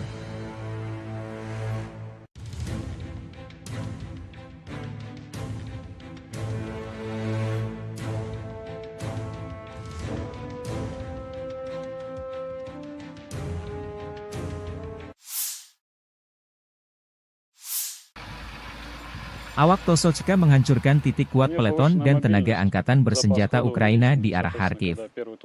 Drone pengintai menemukan konsentrasi tenaga musuh di posisi benteng yang terletak di jalur pergerakan infanteri kelompok pasukan utara. Para pengintai mengirimkan koordinat tersebut kepada kru TOS-2. Kendaraan tempur segera melaju ke posisi menembak dan melancarkan serangkaian serangan proyektil termobarik terhadap musuh. Rekaman kontrol objektif menunjukkan serangan terhadap benteng angkatan bersenjata Ukraina, demikian keterangan video militer Rusia 29 Mei.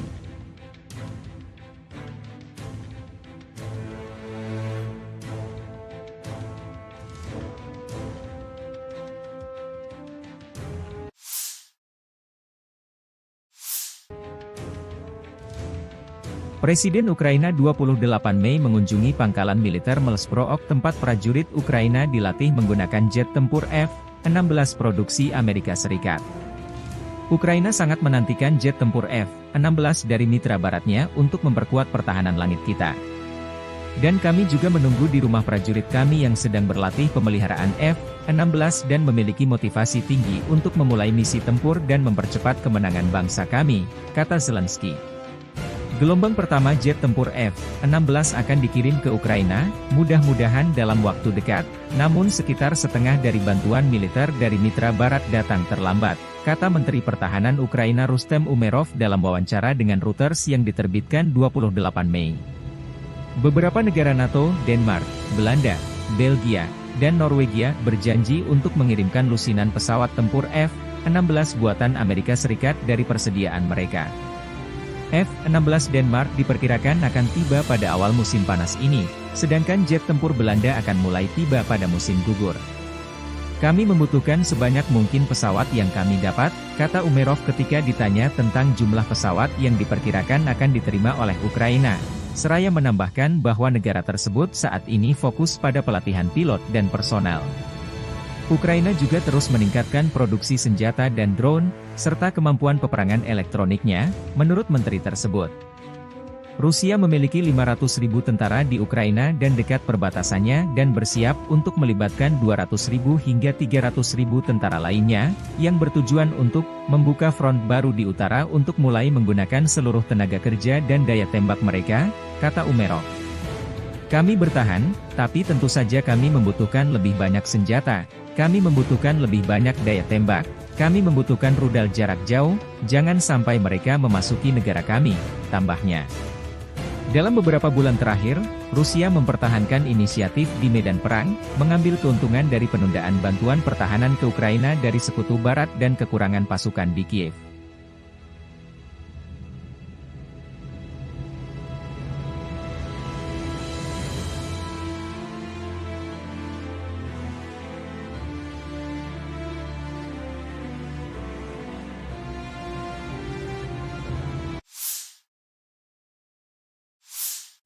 по поводу легитимности украинской власти. Действительно нужно проводить такой серьезный глубокий анализ. Но вот первое, что на виду, и то, что мне докладывают коллеги, заключается вот в чем. Конституция Украины предусматривает продление полномочий, но только Рады. О продлении полномочий президента в Конституции Украины ничего не сказано. Первое. Второе. Действительно, закон Украины о правовом статусе закона о правовом положении закона о военном положении говорит о том, что в период военного положения выборы президента не проводятся. Но это не значит, что они пролонгируются. Они не проводятся. Но кто сказал, что они должны быть пролонгированы? Об этом в Конституции ничего нет. Но есть статья 111 Конституции Украины, которая говорит о том, что в этом случае полномочия верховной власти, фактически президентские полномочия, передаются спикеру парламента. Тем более, что в условиях действия закона о военном положении полномочия парламента продлеваются. Вот это такой предварительный анализ. Надо внимательно посмотреть. Некоторые специалисты говорят, что есть противоречие между Конституцией, в которой говорится только о продлении полномочий Рады в условиях военного положения, и законом, о котором я только что сказал, закон от, по-моему, 2016 года, который определяет правовой статус военного положения. Там, как я уже сказал и повторяю, речь идет о том, что выборы президента не проводятся, но нигде не сказано, что они пролонгируются, и это проблема. Дело ведь в чем? Дело в том, что по своей сути украинская государственность основана на идее не на идее президентской республики, а на идее парламентско-президентской республики. И основные рычаги власти сосредотачиваются в представительном органе государства. Поэтому вполне логично, что так выстроена сама Конституция и другие правовые акты, которые принимались на ее основе. Поэтому, строго говоря, по предварительной оценке, я говорю только по предварительной оценке, единственной легитимной властью остается парламент и спикер Рады. Ну а так, по большому счету, если бы хотели провести президентские выборы, надо было бы отменить тогда закон о военном положении, вот и все, и провести выборы. Но не захотели этого делать по ряду обстоятельств. Но я думаю, это уже не связано никак с Конституцией, что, может быть, задумка хозяев, сегодняшних хозяев Украины, они находятся за океаном, заключается в том, чтобы возложить на действующую сегодня исполнительную власть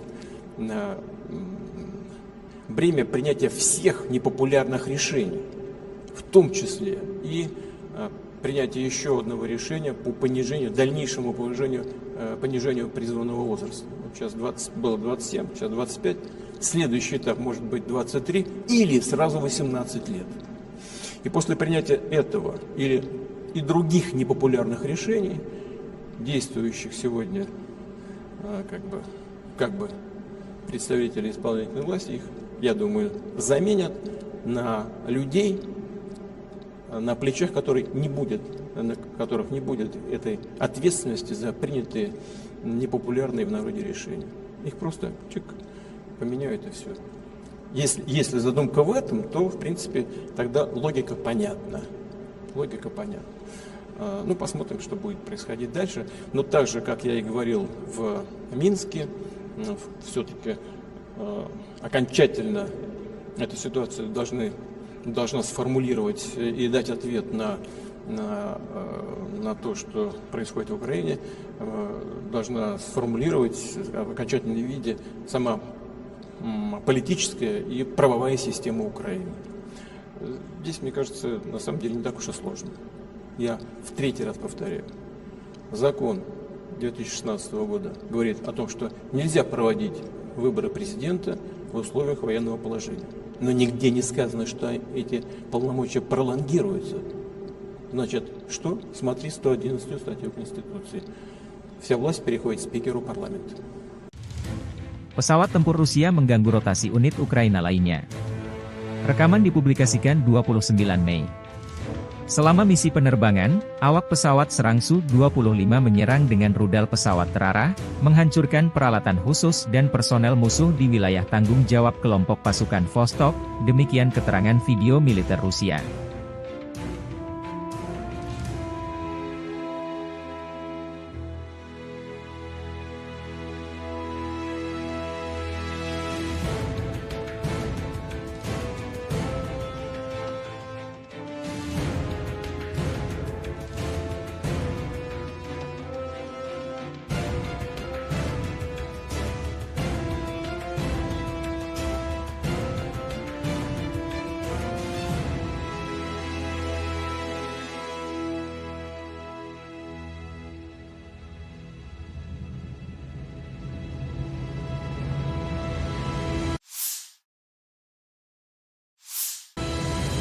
Keluarga dan teman-teman kami bangga, menunggu dan mendoakan kami setiap saat.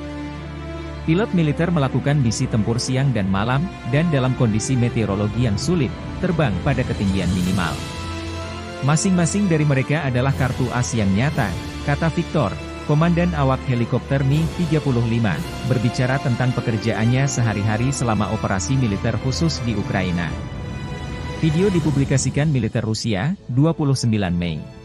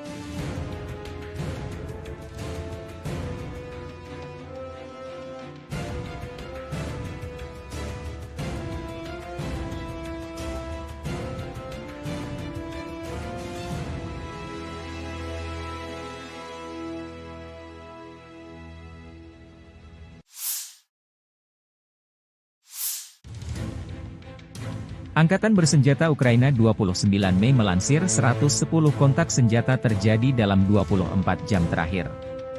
7 kontak senjata terjadi di arah Kharkiv. Satuan Angkatan Pertahanan Ukraina menghalau 4 serangan Rusia di distrik Staritsa dan Vovchansk.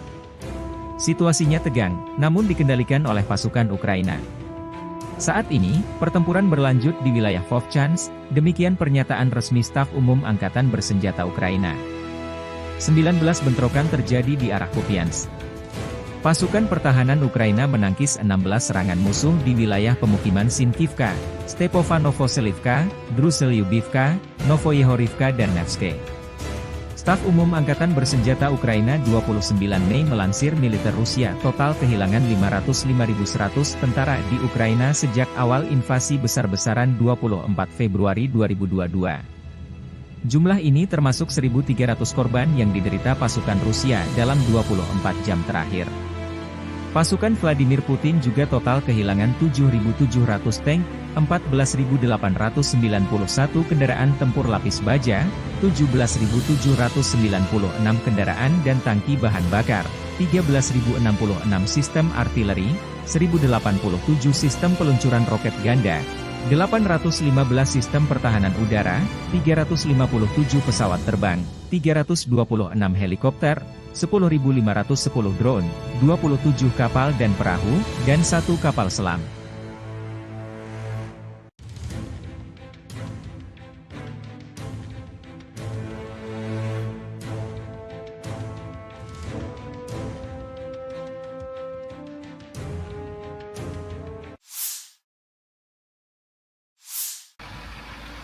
Awak Tosochka menghancurkan titik kuat peleton dan tenaga angkatan bersenjata Ukraina di arah Kharkiv.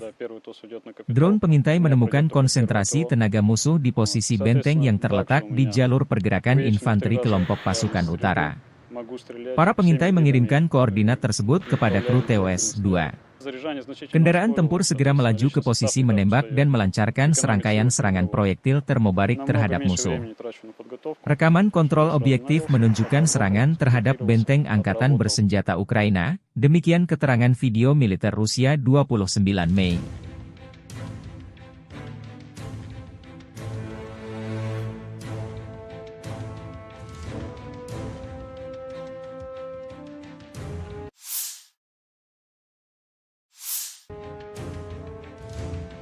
Presiden Ukraina 28 Mei mengunjungi pangkalan militer Melsprook tempat prajurit Ukraina dilatih menggunakan jet tempur F-16 produksi Amerika Serikat.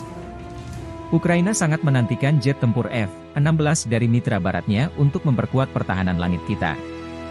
Dan kami juga menunggu di rumah prajurit kami yang sedang berlatih pemeliharaan F-16 dan memiliki motivasi tinggi untuk memulai misi tempur dan mempercepat kemenangan bangsa kami, kata Zelensky. Gelombang pertama jet tempur F-16 akan dikirim ke Ukraina, mudah-mudahan dalam waktu dekat, namun sekitar setengah dari bantuan militer dari mitra barat datang terlambat, kata Menteri Pertahanan Ukraina Rustem Umerov dalam wawancara dengan Reuters yang diterbitkan 28 Mei. Beberapa negara NATO, Denmark, Belanda, Belgia, dan Norwegia berjanji untuk mengirimkan lusinan pesawat tempur F-16 buatan Amerika Serikat dari persediaan mereka. F-16 Denmark diperkirakan akan tiba pada awal musim panas ini, sedangkan jet tempur Belanda akan mulai tiba pada musim gugur. Kami membutuhkan sebanyak mungkin pesawat yang kami dapat, kata Umerov ketika ditanya tentang jumlah pesawat yang diperkirakan akan diterima oleh Ukraina. Seraya menambahkan bahwa negara tersebut saat ini fokus pada pelatihan pilot dan personel. Ukraina juga terus meningkatkan produksi senjata dan drone, serta kemampuan peperangan elektroniknya, menurut menteri tersebut. Rusia memiliki 500.000 tentara di Ukraina dan dekat perbatasannya dan bersiap untuk melibatkan 200.000 hingga 300.000 tentara lainnya, yang bertujuan untuk membuka front baru di utara untuk mulai menggunakan seluruh tenaga kerja dan daya tembak mereka, kata Umerov. Kami bertahan, tapi tentu saja kami membutuhkan lebih banyak senjata, kami membutuhkan lebih banyak daya tembak, kami membutuhkan rudal jarak jauh, jangan sampai mereka memasuki negara kami, tambahnya. Dalam beberapa bulan terakhir, Rusia mempertahankan inisiatif di medan perang, mengambil keuntungan dari penundaan bantuan pertahanan ke Ukraina dari Sekutu Barat dan kekurangan pasukan di Kiev.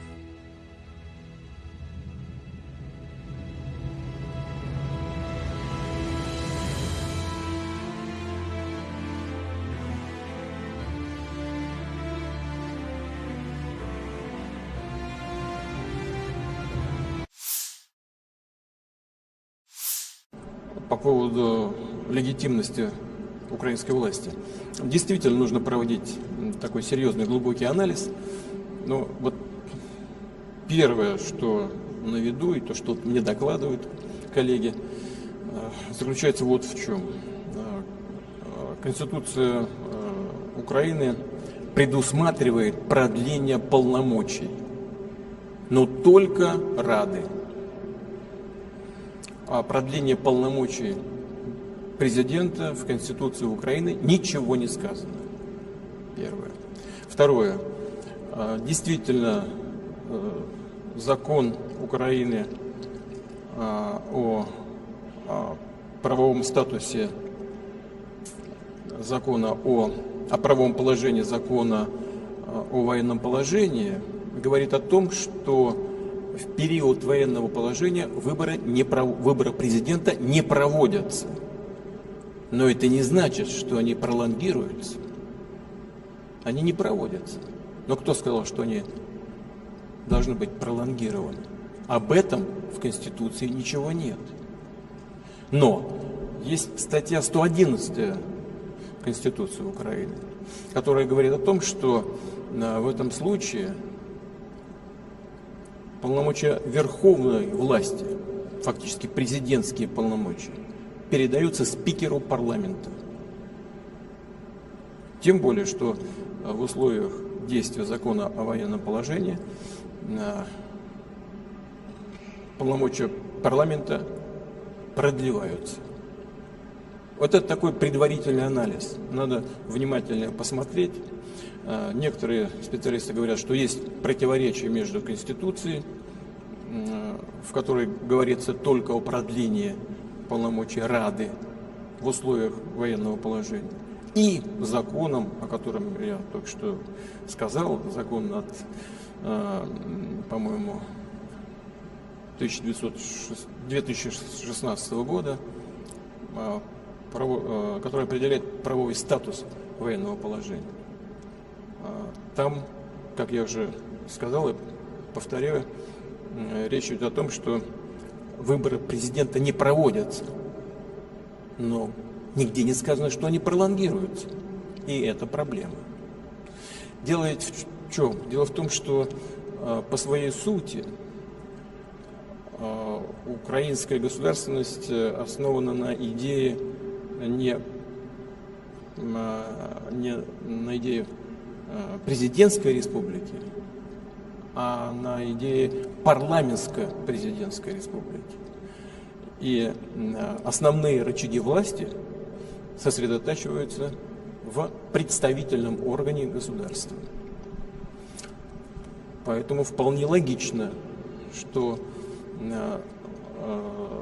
так выстроена сама Конституция и другие правовые акты, которые принимались на ее основе.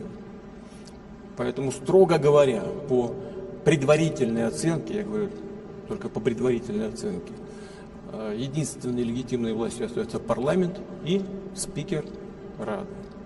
Ну а так, по большому счету, если бы хотели провести президентские выборы, надо было бы отменить тогда закон о военном положении, вот и все, и провести выборы. Но не захотели этого делать по ряду обстоятельств. Но я думаю, это уже не связано никак с Конституцией, что, может быть, задумка хозяев, сегодняшних хозяев Украины, они находятся за океаном, заключается в том, чтобы возложить на действующую сегодня исполнительную власть бремя принятия всех непопулярных решений, в том числе и принятие еще одного решения по дальнейшему понижению призывного возраста. Вот сейчас было 27, сейчас 25. Следующий этап может быть 23 или сразу 18 лет. И после принятия этого или и других непопулярных решений, действующих сегодня как бы представители исполнительной власти, их, я думаю, заменят на людей, на плечах на которых не будет этой ответственности за принятые непопулярные в народе решения. Их просто поменяют и все. Если задумка в этом, то, в принципе, тогда логика понятна. Логика понятна. Ну, посмотрим, что будет происходить дальше. Но так же, как я и говорил в Минске, все-таки окончательно эту ситуацию должна сформулировать и дать ответ на то, что происходит в Украине, должна сформулировать в окончательном виде сама политическая и правовая система Украины. Здесь, мне кажется, на самом деле не так уж и сложно. Я в третий раз повторяю. Закон 2016 года говорит о том, что нельзя проводить выборы президента в условиях военного положения. Но нигде не сказано, что эти полномочия пролонгируются. Значит, что? Смотри 111 статью Конституции. Вся власть переходит спикеру парламента. Pesawat tempur Rusia mengganggu rotasi unit Ukraina lainnya. Rekaman dipublikasikan 29 Mei. Selama misi penerbangan, awak pesawat serang Su-25 menyerang dengan rudal pesawat terarah, menghancurkan peralatan khusus dan personel musuh di wilayah tanggung jawab kelompok pasukan Vostok, demikian keterangan video militer Rusia.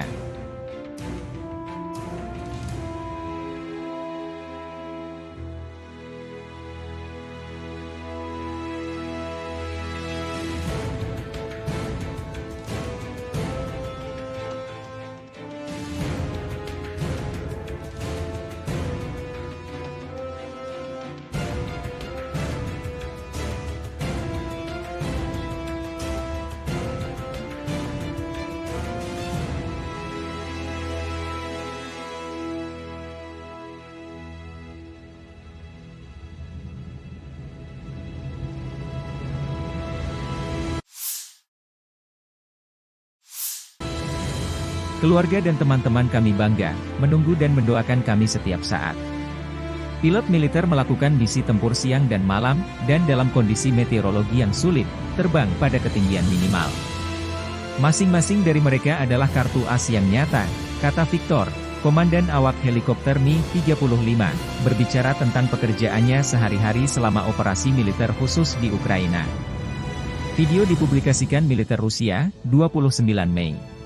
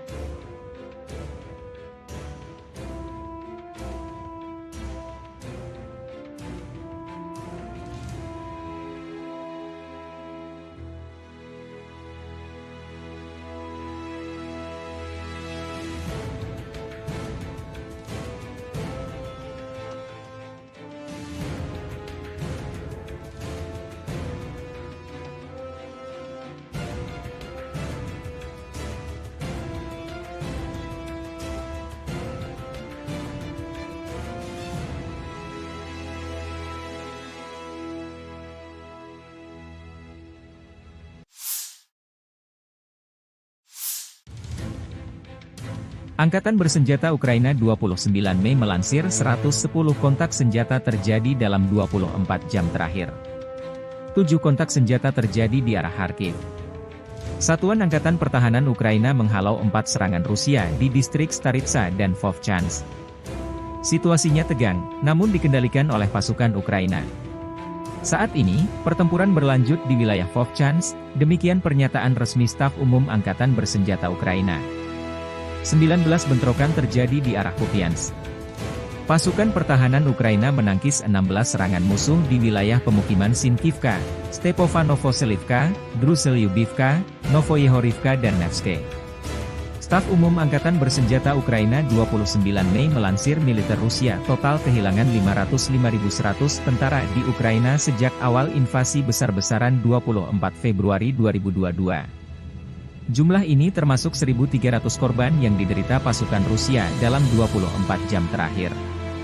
Pasukan Vladimir Putin juga total kehilangan 7.700 tank, 14.891 kendaraan tempur lapis baja, 17.796 kendaraan dan tangki bahan bakar, 13.066 sistem artileri, 1.087 sistem peluncuran roket ganda, 815 sistem pertahanan udara, 357 pesawat terbang, 326 helikopter, 10.510 drone, 27 kapal dan perahu, dan 1 kapal selam.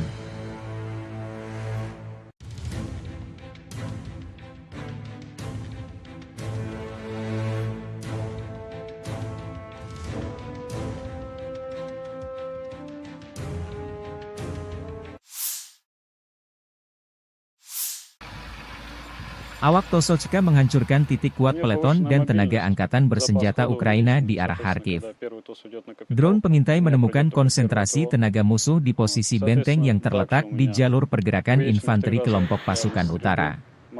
Para pengintai mengirimkan koordinat tersebut kepada kru TOS-2. Kendaraan tempur segera melaju ke posisi menembak dan melancarkan serangkaian serangan proyektil termobarik terhadap musuh. Rekaman kontrol objektif menunjukkan serangan terhadap benteng angkatan bersenjata Ukraina, demikian keterangan video militer Rusia 29 Mei.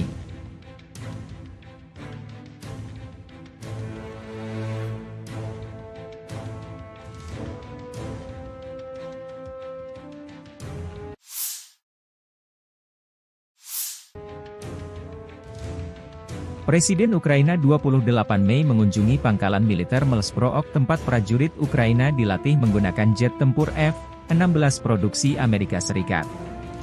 Ukraina sangat menantikan jet tempur F-16 dari mitra baratnya untuk memperkuat pertahanan langit kita. Dan kami juga menunggu di rumah prajurit kami yang sedang berlatih pemeliharaan F-16 dan memiliki motivasi tinggi untuk memulai misi tempur dan mempercepat kemenangan bangsa kami, kata Zelensky. Gelombang pertama jet tempur F-16 akan dikirim ke Ukraina, mudah-mudahan dalam waktu dekat, namun sekitar setengah dari bantuan militer dari mitra barat datang terlambat, kata Menteri Pertahanan Ukraina Rustem Umerov dalam wawancara dengan Reuters yang diterbitkan 28 Mei. Beberapa negara NATO, Denmark, Belanda, Belgia, dan Norwegia berjanji untuk mengirimkan lusinan pesawat tempur F-16 buatan Amerika Serikat dari persediaan mereka. F-16 Denmark diperkirakan akan tiba pada awal musim panas ini, sedangkan jet tempur Belanda akan mulai tiba pada musim gugur. Kami membutuhkan sebanyak mungkin pesawat yang kami dapat, kata Umerov ketika ditanya tentang jumlah pesawat yang diperkirakan akan diterima oleh Ukraina.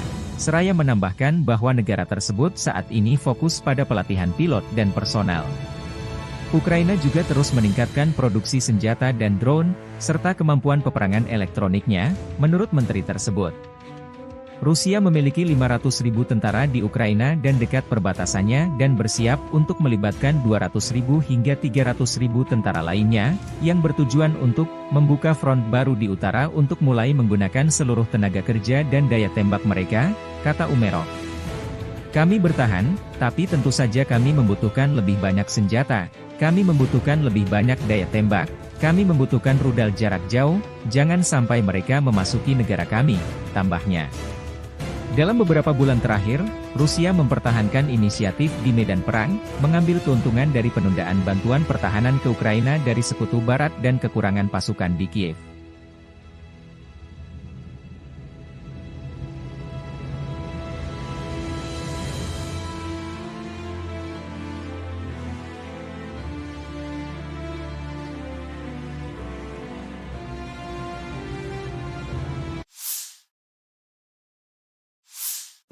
По поводу легитимности украинской власти.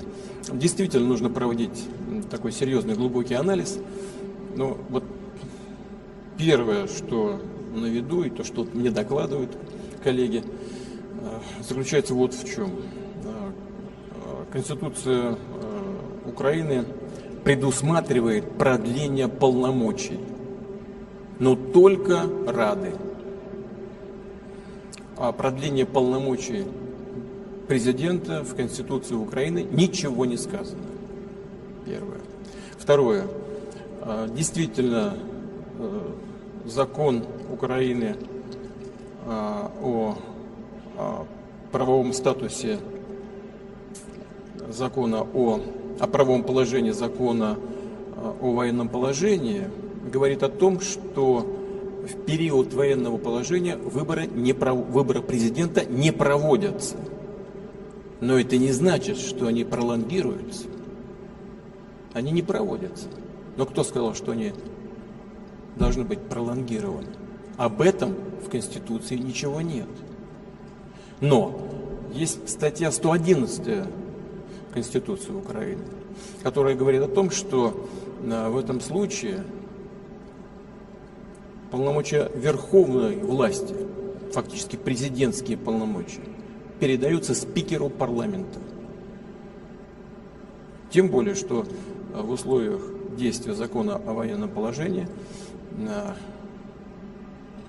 полномочия парламента продлеваются. Вот это такой предварительный анализ. Надо внимательно посмотреть. Некоторые специалисты говорят, что есть противоречие между Конституцией, в которой говорится только о продлении полномочий Рады в условиях военного положения, и законом, о котором я только что сказал, закон от, по-моему, 2016 года, который определяет правовой статус военного положения. Там, как я уже сказал и повторяю, речь идет о том, что выборы президента не проводятся, но нигде не сказано, что они пролонгируются. И это проблема. Дело ведь в чем? Дело в том, что по своей сути украинская государственность основана на идее не на идее президентской республики, а на идее парламентско-президентской республики. И основные рычаги власти сосредотачиваются в представительном органе государства. Поэтому вполне логично, что так выстроена сама Конституция и другие правовые акты, которые принимались на ее основе. Поэтому, строго говоря, по предварительной оценке, я говорю только по предварительной оценке, единственной легитимной властью остается парламент и спикер Рады.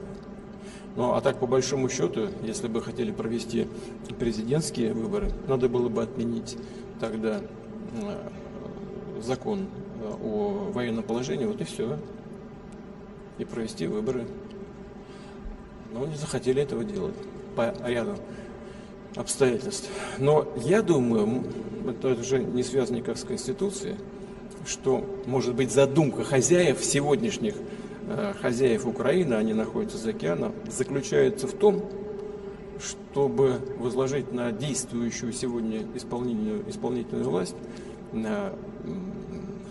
бремя принятия всех непопулярных решений, в том числе и принятие еще одного решения по дальнейшему понижению призывного возраста. Вот сейчас было 27, сейчас 25.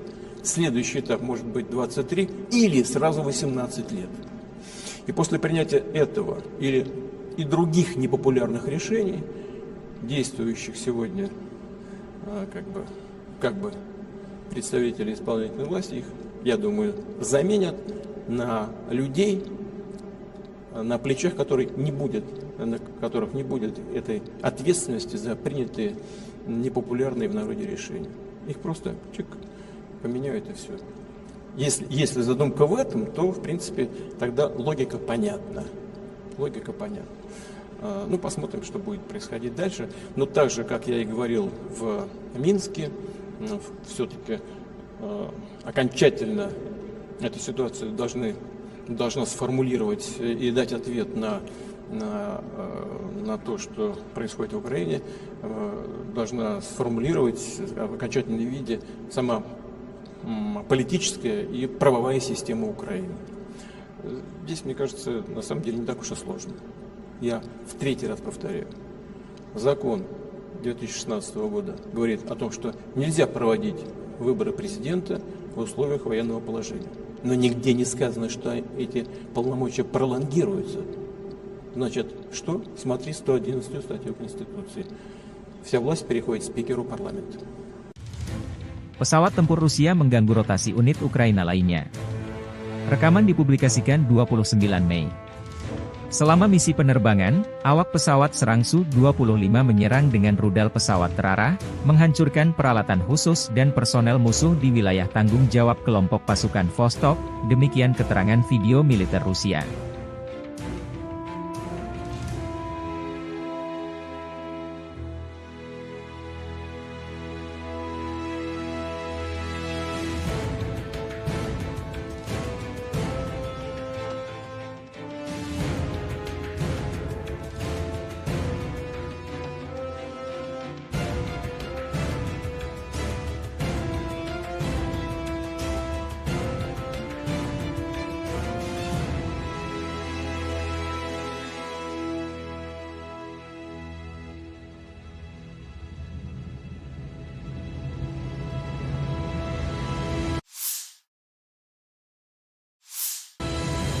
Keluarga dan teman-teman kami bangga, menunggu dan mendoakan kami setiap saat. Pilot militer melakukan misi tempur siang dan malam, dan dalam kondisi meteorologi yang sulit, terbang pada ketinggian minimal. Masing-masing dari mereka adalah kartu as yang nyata, kata Victor, komandan awak helikopter Mi-35, berbicara tentang pekerjaannya sehari-hari selama operasi militer khusus di Ukraina. Video dipublikasikan militer Rusia, 29 Mei.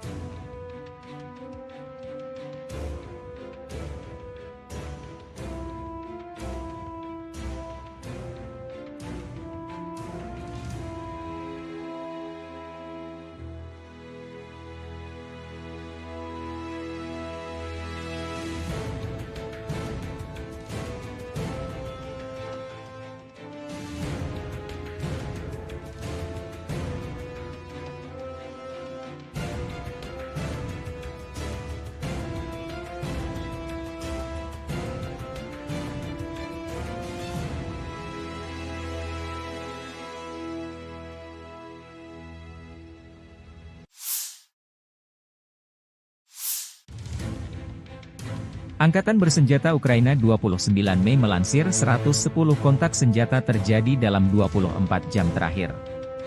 7 kontak senjata terjadi di arah Kharkiv.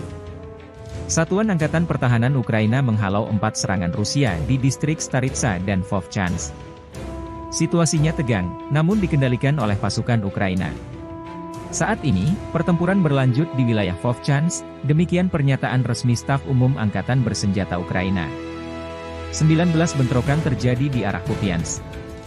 Pasukan pertahanan Ukraina menangkis 16 serangan musuh di wilayah pemukiman Sinkivka, Stepanovo-Selivka, Druselyubivka, Novoyehorivka dan Nevske. Staf Umum Angkatan Bersenjata Ukraina 29 Mei melansir militer Rusia total kehilangan 505.100 tentara di Ukraina sejak awal invasi besar-besaran 24 Februari 2022. Jumlah ini termasuk 1.300 korban yang diderita pasukan Rusia dalam 24 jam terakhir. Pasukan Vladimir Putin juga total kehilangan 7.700 tank, 14.891 kendaraan tempur lapis baja, 17.796 kendaraan dan tangki bahan bakar, 13.066 sistem artileri, 1.087 sistem peluncuran roket ganda, 815 sistem pertahanan udara, 357 pesawat terbang, 326 helikopter, 10.510 drone, 27 kapal dan perahu, dan 1 kapal selam.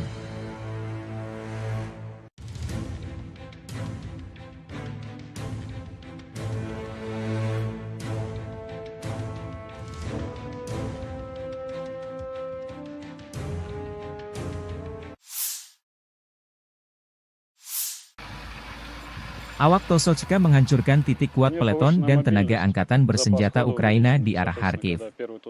Drone pengintai menemukan konsentrasi tenaga musuh di posisi benteng yang terletak di jalur pergerakan infanteri kelompok pasukan utara. Para pengintai mengirimkan koordinat tersebut kepada kru TOS-2. Kendaraan tempur segera melaju ke posisi menembak dan melancarkan serangkaian serangan proyektil termobarik terhadap musuh. Rekaman kontrol objektif menunjukkan serangan terhadap benteng angkatan bersenjata Ukraina, demikian keterangan video militer Rusia 29 Mei.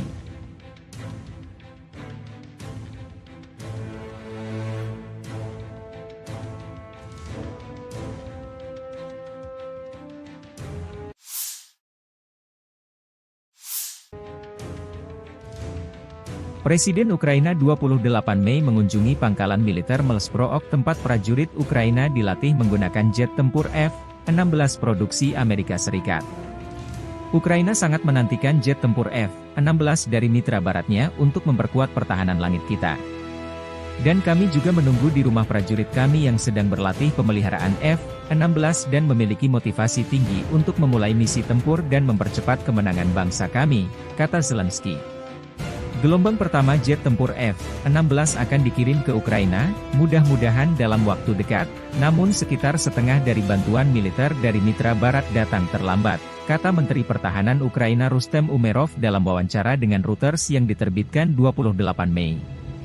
Beberapa negara NATO, Denmark, Belanda, Belgia, dan Norwegia berjanji untuk mengirimkan lusinan pesawat tempur F-16 buatan Amerika Serikat dari persediaan mereka. F-16 Denmark diperkirakan akan tiba pada awal musim panas ini, sedangkan jet tempur Belanda akan mulai tiba pada musim gugur. Kami membutuhkan sebanyak mungkin pesawat yang kami dapat, kata Umerov ketika ditanya tentang jumlah pesawat yang diperkirakan akan diterima oleh Ukraina. Seraya menambahkan bahwa negara tersebut saat ini fokus pada pelatihan pilot dan personel. Ukraina juga terus meningkatkan produksi senjata dan drone, serta kemampuan peperangan elektroniknya, menurut menteri tersebut.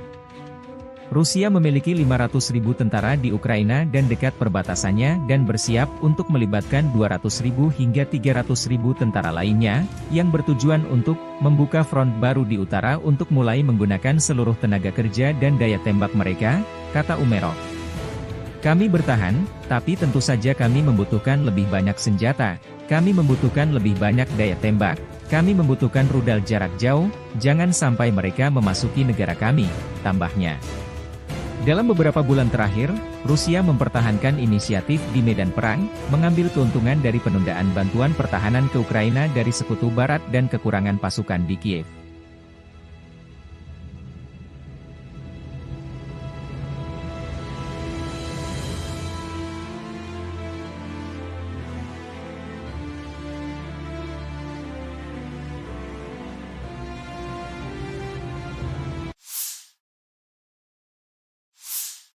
По поводу легитимности украинской власти. Действительно нужно проводить такой серьезный глубокий анализ.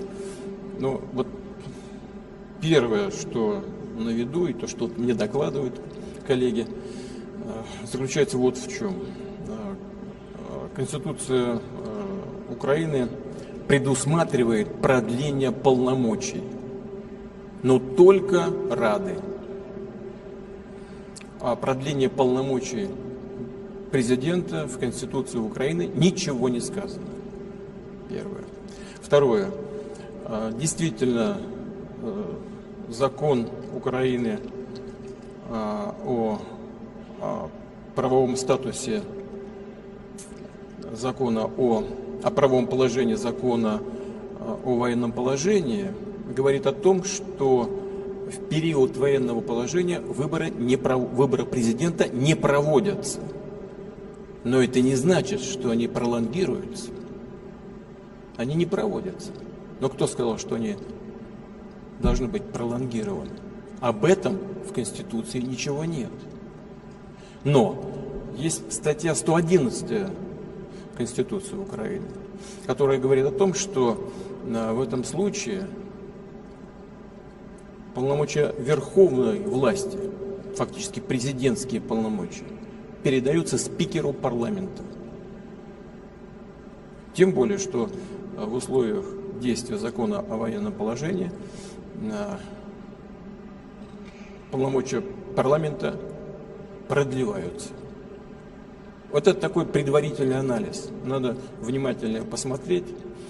Некоторые специалисты говорят, что есть противоречие между Конституцией, в которой говорится только о продлении полномочий Рады в условиях военного положения, и законом, о котором я только что сказал, закон от, по-моему, 2016 года, который определяет правовой статус военного положения. Там, как я уже сказал и повторяю, речь идет о том, что выборы президента не проводятся, но нигде не сказано, что они пролонгируются, и это проблема. Дело ведь в чем? Дело в том, что по своей сути украинская государственность основана на идее не на идее президентской республики, а на идее парламентско-президентской республики. И основные рычаги власти сосредотачиваются в представительном органе государства. Поэтому вполне логично, что так выстроена сама Конституция и другие правовые акты, которые принимались на ее основе. Поэтому, строго говоря, по предварительной оценке, я говорю только по предварительной оценке, единственной легитимной властью остается парламент и спикер Рады. Ну а так, по большому счету, если бы хотели провести президентские выборы, надо было бы отменить тогда закон о военном положении, вот и все, и провести выборы. Но не захотели этого делать по ряду обстоятельств. Но я думаю, это уже не связано никак с Конституцией, что, может быть, задумка хозяев сегодняшних, хозяев Украины, они находятся за океаном, заключается в том, чтобы возложить на действующую сегодня исполнительную власть бремя принятия всех непопулярных решений, в том числе и принятие еще одного решения по дальнейшему понижению призывного возраста. Сейчас было 27, сейчас 25. Следующий этап может быть 23 или сразу 18 лет. И после принятия этого и других непопулярных решений, действующих сегодня как бы представители исполнительной власти, их, я думаю, заменят на людей, на плечах которых не будет этой ответственности за принятые непопулярные в народе решения. Их просто поменяют и все. Если задумка в этом, то, в принципе, тогда логика понятна. Ну, посмотрим, что будет происходить дальше. Но так же, как я и говорил в Минске, все-таки окончательно эту ситуацию должна сформулировать и дать ответ на то, что происходит в Украине, должна сформулировать в окончательном виде сама политическая и правовая система Украины. Здесь, мне кажется, на самом деле не так уж и сложно. Я в третий раз повторяю. Закон 2016 года говорит о том, что нельзя проводить выборы президента в условиях военного положения. Но нигде не сказано, что эти полномочия пролонгируются. Значит, что? Смотри 111 статью Конституции. Вся власть переходит к спикеру парламента. Pesawat tempur Rusia mengganggu rotasi unit Ukraina lainnya. Rekaman dipublikasikan 29 Mei. Selama misi penerbangan, awak pesawat serang Su-25 menyerang dengan rudal pesawat terarah, menghancurkan peralatan khusus dan personel musuh di wilayah tanggung jawab kelompok pasukan Vostok, demikian keterangan video militer Rusia.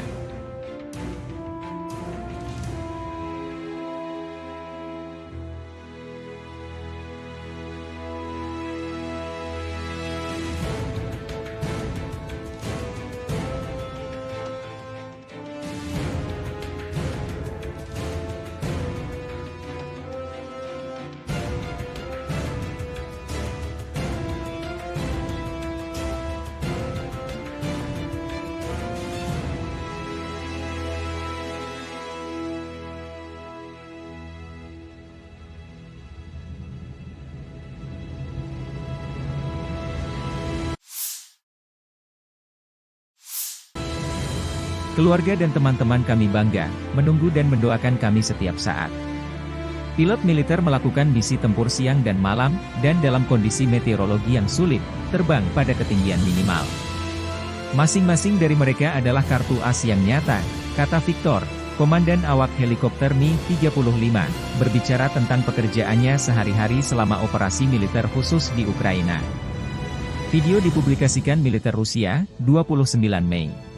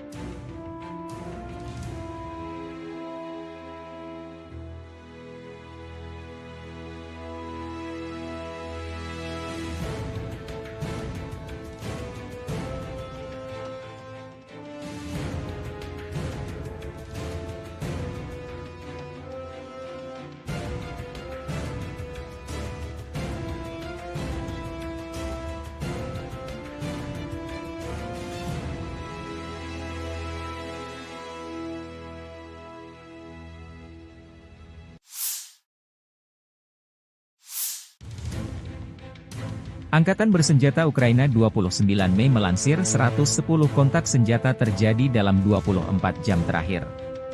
7 kontak senjata terjadi di arah Kharkiv. Satuan Angkatan Pertahanan Ukraina menghalau 4 serangan Rusia di distrik Staritsa dan Vovchansk.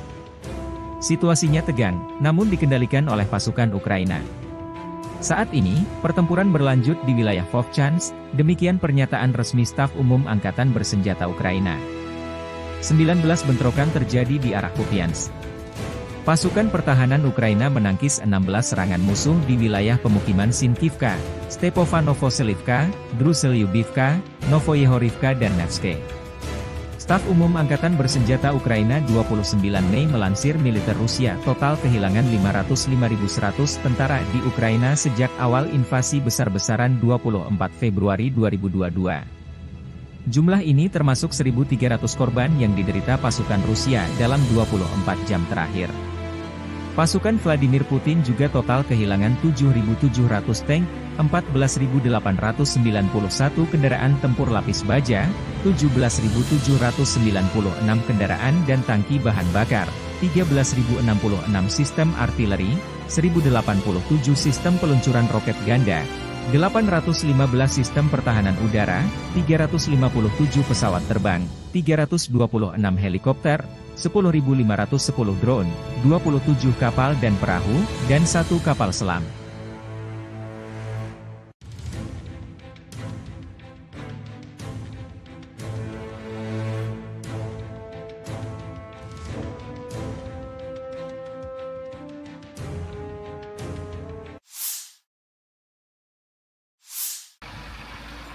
Awak Tosolchka menghancurkan titik kuat peleton dan tenaga angkatan bersenjata Ukraina di arah Kharkiv. Drone pengintai menemukan konsentrasi tenaga musuh di posisi benteng yang terletak di jalur pergerakan infanteri kelompok pasukan utara. Para pengintai mengirimkan koordinat tersebut kepada kru TOS-2. Kendaraan tempur segera melaju ke posisi menembak dan melancarkan serangkaian serangan proyektil termobarik terhadap musuh. Rekaman kontrol objektif menunjukkan serangan terhadap benteng angkatan bersenjata Ukraina, demikian keterangan video militer Rusia 29 Mei.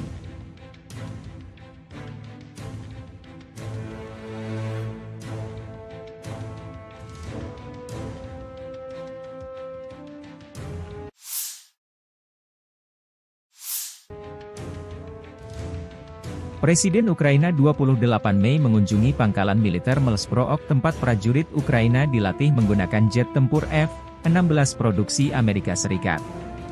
Ukraina sangat menantikan jet tempur F-16 dari mitra baratnya untuk memperkuat pertahanan langit kita. Dan kami juga menunggu di rumah prajurit kami yang sedang berlatih pemeliharaan F-16 dan memiliki motivasi tinggi untuk memulai misi tempur dan mempercepat kemenangan bangsa kami, kata Zelensky. Gelombang pertama jet tempur F-16 akan dikirim ke Ukraina, mudah-mudahan dalam waktu dekat, namun sekitar setengah dari bantuan militer dari mitra barat datang terlambat, kata Menteri Pertahanan Ukraina Rustem Umerov dalam wawancara dengan Reuters yang diterbitkan 28 Mei. Beberapa negara NATO, Denmark, Belanda, Belgia, dan Norwegia berjanji untuk mengirimkan lusinan pesawat tempur F-16 buatan Amerika Serikat dari persediaan mereka. F-16 Denmark diperkirakan akan tiba pada awal musim panas ini, sedangkan jet tempur Belanda akan mulai tiba pada musim gugur. Kami membutuhkan sebanyak mungkin pesawat yang kami dapat, kata Umerov ketika ditanya tentang jumlah pesawat yang diperkirakan akan diterima oleh Ukraina. Seraya menambahkan bahwa negara tersebut saat ini fokus pada pelatihan pilot dan personel. Ukraina juga terus meningkatkan produksi senjata dan drone, serta kemampuan peperangan elektroniknya, menurut menteri tersebut. Rusia memiliki 500.000 tentara di Ukraina dan dekat perbatasannya dan bersiap untuk melibatkan 200.000 hingga 300.000 tentara lainnya, yang bertujuan untuk membuka front baru di utara untuk mulai menggunakan seluruh tenaga kerja dan daya tembak mereka, kata Umerov. Kami bertahan, tapi tentu saja kami membutuhkan lebih banyak senjata, kami membutuhkan lebih banyak daya tembak, kami membutuhkan rudal jarak jauh, jangan sampai mereka memasuki negara kami, tambahnya. Dalam beberapa bulan terakhir, Rusia mempertahankan inisiatif di medan perang, mengambil keuntungan dari penundaan bantuan pertahanan ke Ukraina dari Sekutu Barat dan kekurangan pasukan di Kiev.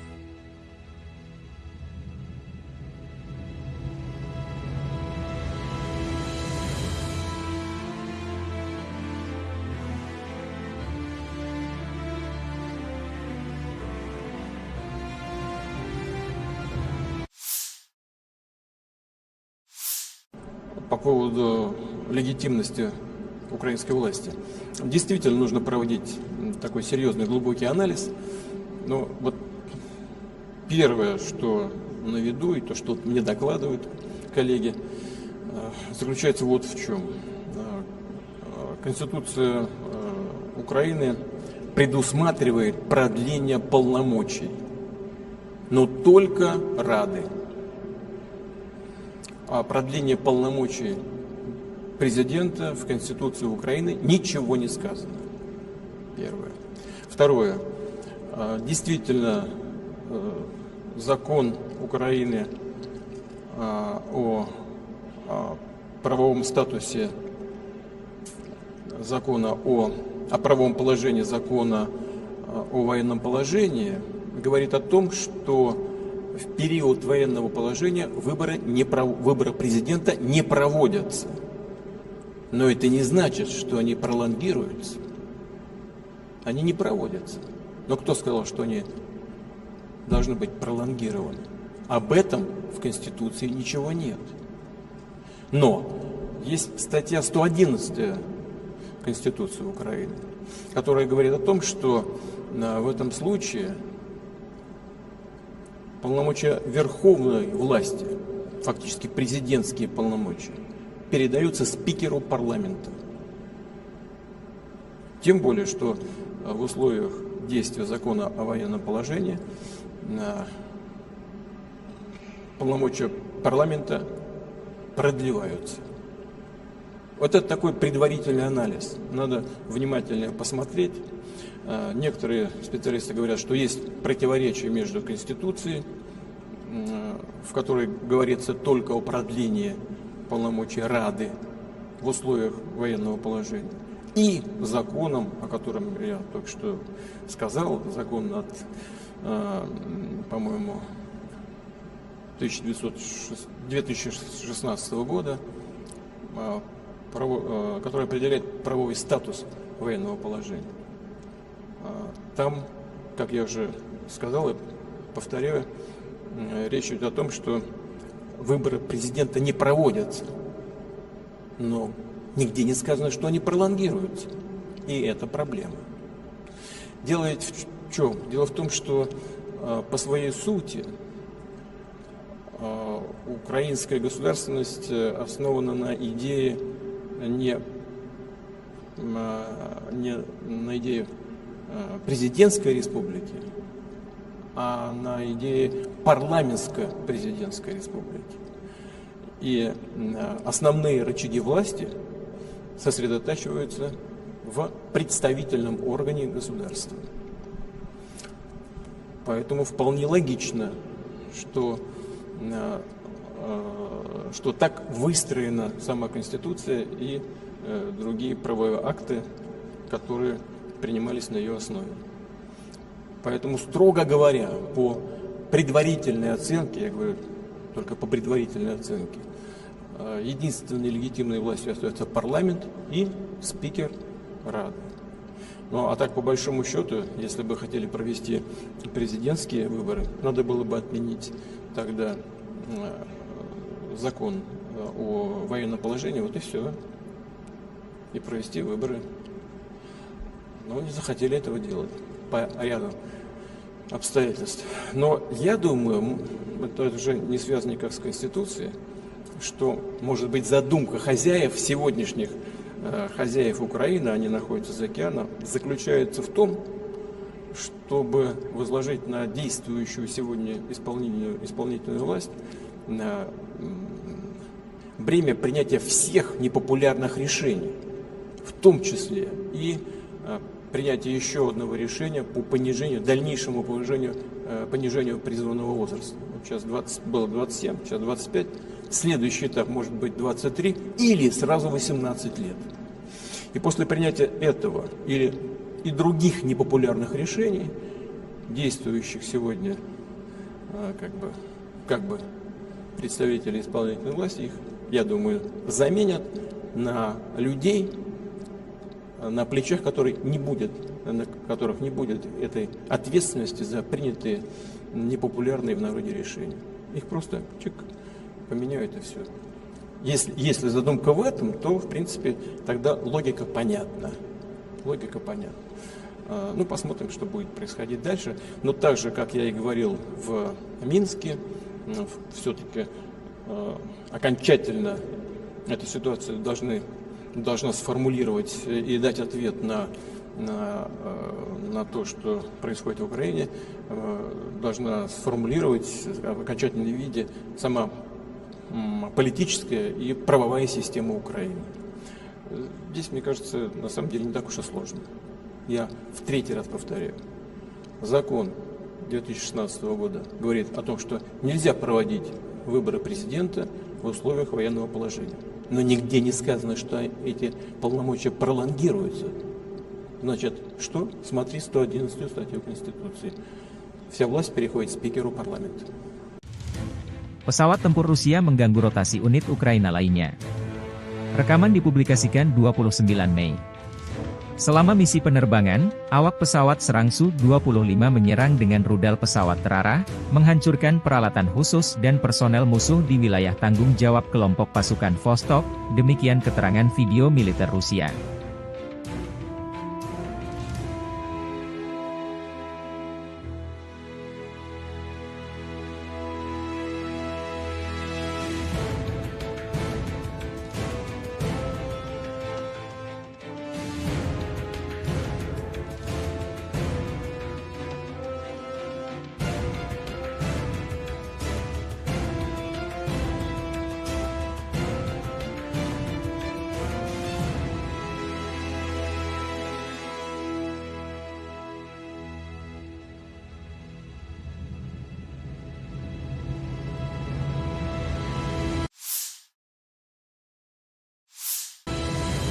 Keluarga dan teman-teman kami bangga, menunggu dan mendoakan kami setiap saat.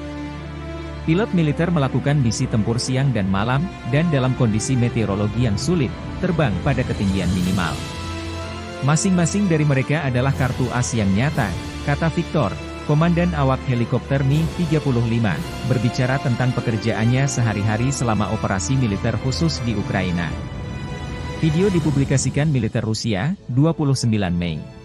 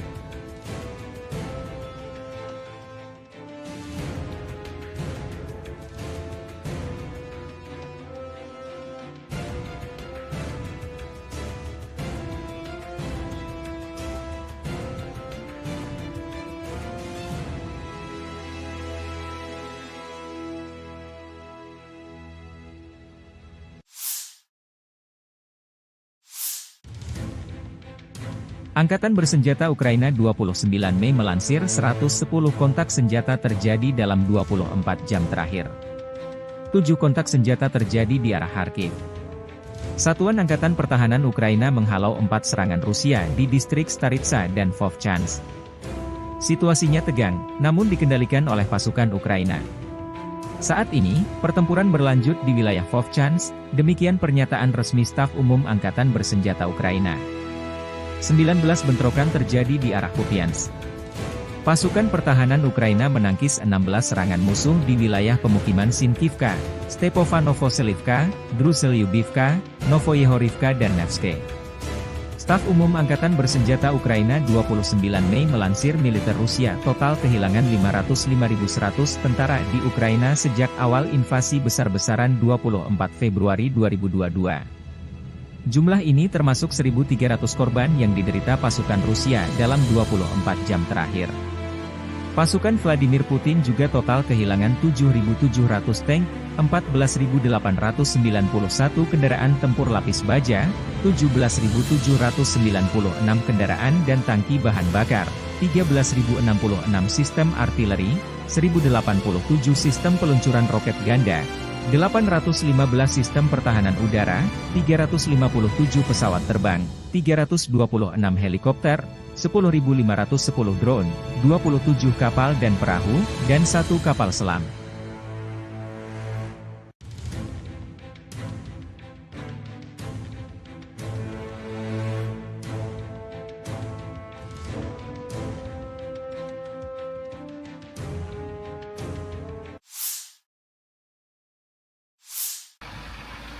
Awak Tosochka menghancurkan titik kuat peleton dan tenaga angkatan bersenjata Ukraina di arah Kharkiv.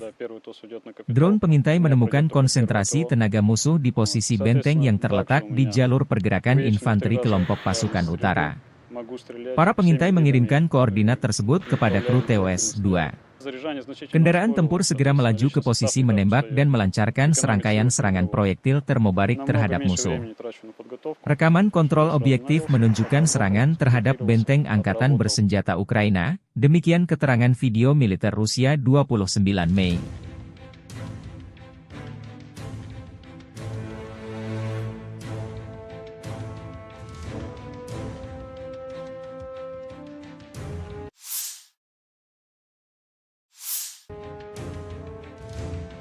Presiden Ukraina 28 Mei mengunjungi pangkalan militer Melsprook tempat prajurit Ukraina dilatih menggunakan jet tempur F-16 produksi Amerika Serikat. Ukraina sangat menantikan jet tempur F-16 dari mitra baratnya untuk memperkuat pertahanan langit kita. Dan kami juga menunggu di rumah prajurit kami yang sedang berlatih pemeliharaan F-16 dan memiliki motivasi tinggi untuk memulai misi tempur dan mempercepat kemenangan bangsa kami, kata Zelensky. Gelombang pertama jet tempur F-16 akan dikirim ke Ukraina, mudah-mudahan dalam waktu dekat, namun sekitar setengah dari bantuan militer dari mitra barat datang terlambat, kata Menteri Pertahanan Ukraina Rustem Umerov dalam wawancara dengan Reuters yang diterbitkan 28 Mei. Beberapa negara NATO, Denmark, Belanda, Belgia, dan Norwegia berjanji untuk mengirimkan lusinan pesawat tempur F-16 buatan Amerika Serikat dari persediaan mereka. F-16 Denmark diperkirakan akan tiba pada awal musim panas ini, sedangkan jet tempur Belanda akan mulai tiba pada musim gugur. Kami membutuhkan sebanyak mungkin pesawat yang kami dapat, kata Umerov ketika ditanya tentang jumlah pesawat yang diperkirakan akan diterima oleh Ukraina. Seraya menambahkan bahwa negara tersebut saat ini fokus pada pelatihan pilot dan personel. Ukraina juga terus meningkatkan produksi senjata dan drone, serta kemampuan peperangan elektroniknya, menurut menteri tersebut. Rusia memiliki 500.000 tentara di Ukraina dan dekat perbatasannya dan bersiap untuk melibatkan 200.000 hingga 300.000 tentara lainnya, yang bertujuan untuk membuka front baru di utara untuk mulai menggunakan seluruh tenaga kerja dan daya tembak mereka, kata Umerov. Kami bertahan, tapi tentu saja kami membutuhkan lebih banyak senjata, kami membutuhkan lebih banyak daya tembak, kami membutuhkan rudal jarak jauh, jangan sampai mereka memasuki negara kami, tambahnya. Dalam beberapa bulan terakhir, Rusia mempertahankan inisiatif di medan perang, mengambil keuntungan dari penundaan bantuan pertahanan ke Ukraina dari Sekutu Barat dan kekurangan pasukan di Kiev.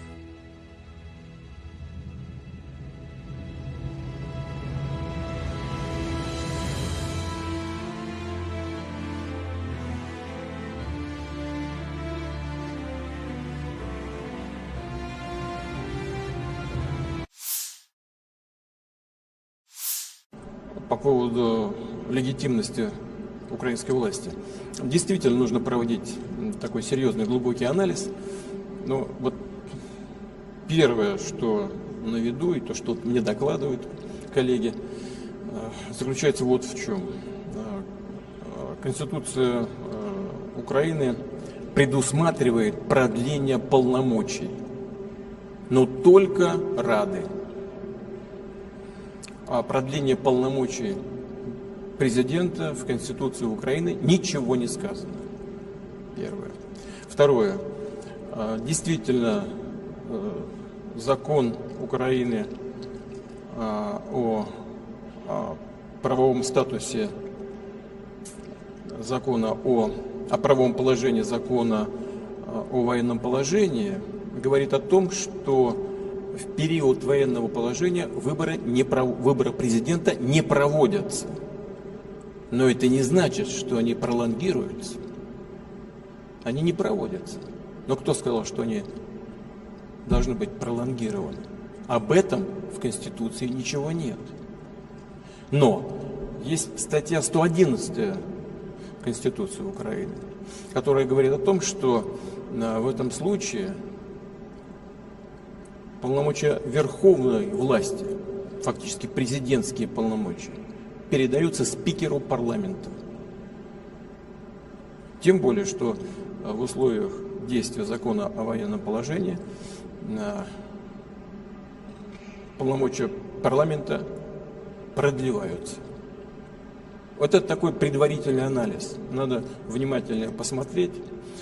Некоторые специалисты говорят, что есть противоречие между Конституцией, в которой говорится только о продлении полномочий Рады в условиях военного положения, и законом, о котором я только что сказал, закон от, по-моему, 2016 года, который определяет правовой статус военного положения.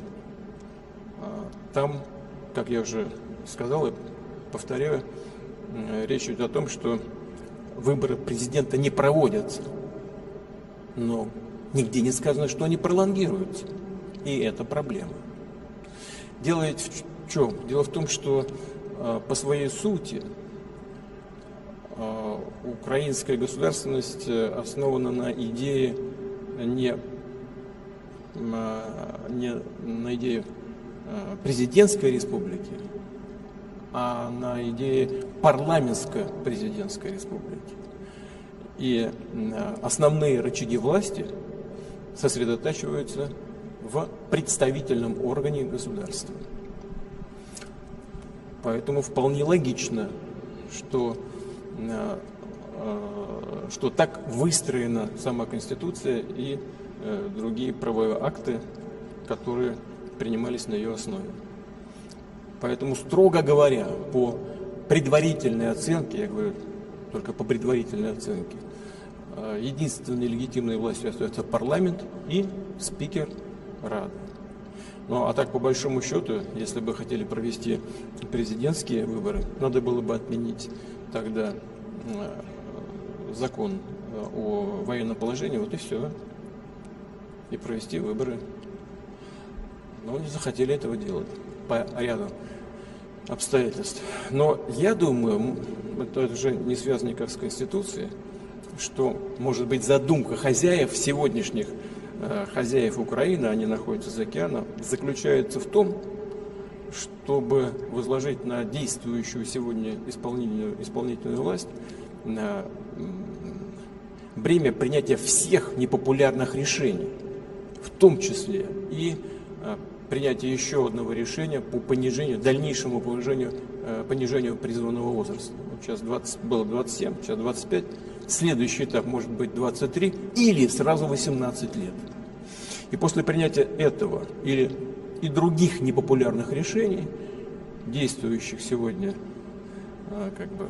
как бы представители исполнительной власти, их, я думаю, заменят на людей, на плечах на которых не будет этой ответственности за принятые непопулярные в народе решения. Их просто поменяют и все. Если задумка в этом, то, в принципе, тогда логика понятна. Ну, посмотрим, что будет происходить дальше. Но так же, как я и говорил в Минске, все-таки окончательно эту ситуацию должна сформулировать и дать ответ на то, что происходит в Украине, должна сформулировать в окончательном виде сама политическая и правовая система Украины. Здесь, мне кажется, на самом деле не так уж и сложно. Я в третий раз повторяю. Закон 2016 года говорит о том, что нельзя проводить выборы президента в условиях военного положения. Но нигде не сказано, что эти полномочия пролонгируются. Значит, что? Смотри 111 статью Конституции. Вся власть переходит спикеру парламента. Pesawat tempur Rusia mengganggu rotasi unit Ukraina lainnya. Rekaman dipublikasikan 29 Mei. Selama misi penerbangan, awak pesawat serang Su-25 menyerang dengan rudal pesawat terarah, menghancurkan peralatan khusus dan personel musuh di wilayah tanggung jawab kelompok pasukan Vostok, demikian keterangan video militer Rusia.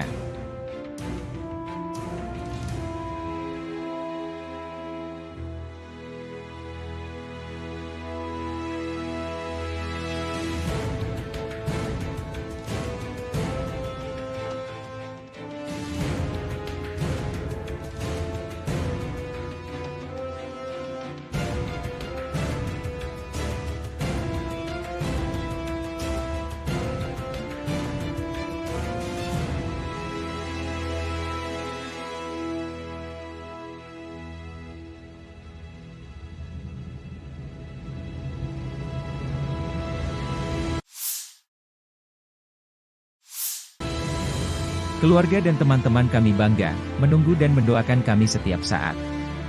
Pilot militer melakukan misi tempur siang dan malam, dan dalam kondisi meteorologi yang sulit, terbang pada ketinggian minimal.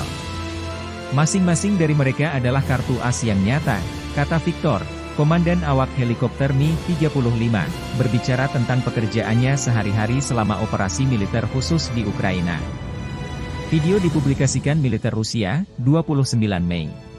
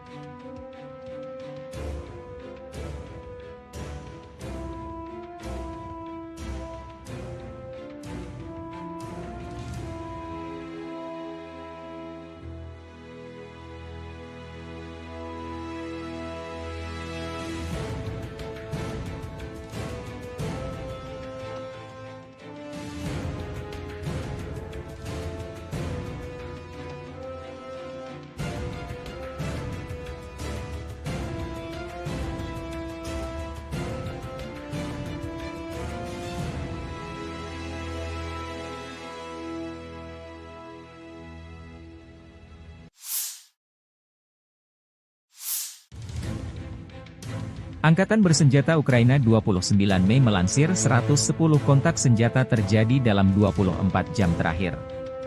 7 kontak senjata terjadi di arah Kharkiv. Satuan Angkatan Pertahanan Ukraina menghalau 4 serangan Rusia di distrik Staritsa dan Vovchansk. Situasinya tegang, namun dikendalikan oleh pasukan Ukraina.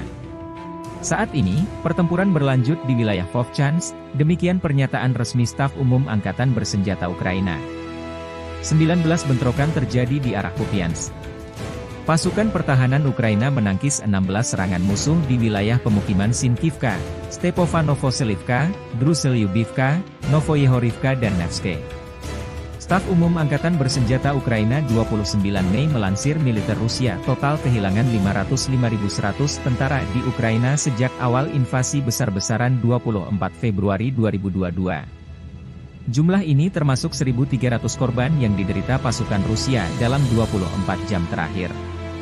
Pasukan Vladimir Putin juga total kehilangan 7.700 tank, 14.891 kendaraan tempur lapis baja, 17.796 kendaraan dan tangki bahan bakar, 13.066 sistem artileri, 1.087 sistem peluncuran roket ganda, 815 sistem pertahanan udara, 357 pesawat terbang, 326 helikopter, 10.510 drone, 27 kapal dan perahu, dan 1 kapal selam.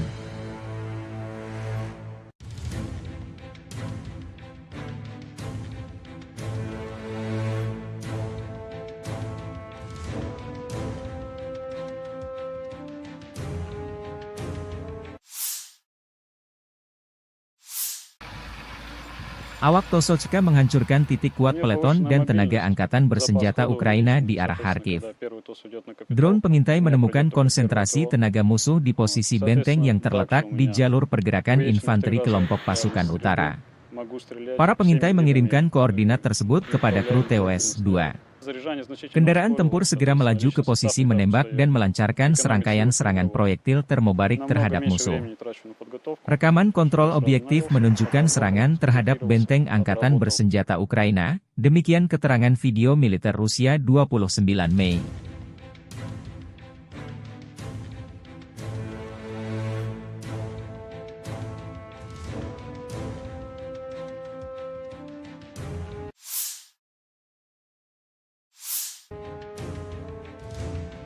Presiden Ukraina 28 Mei mengunjungi pangkalan militer Melsprook tempat prajurit Ukraina dilatih menggunakan jet tempur F-16 produksi Amerika Serikat. Ukraina sangat menantikan jet tempur F-16 dari mitra baratnya untuk memperkuat pertahanan langit kita. Dan kami juga menunggu di rumah prajurit kami yang sedang berlatih pemeliharaan F-16 dan memiliki motivasi tinggi untuk memulai misi tempur dan mempercepat kemenangan bangsa kami, kata Zelensky.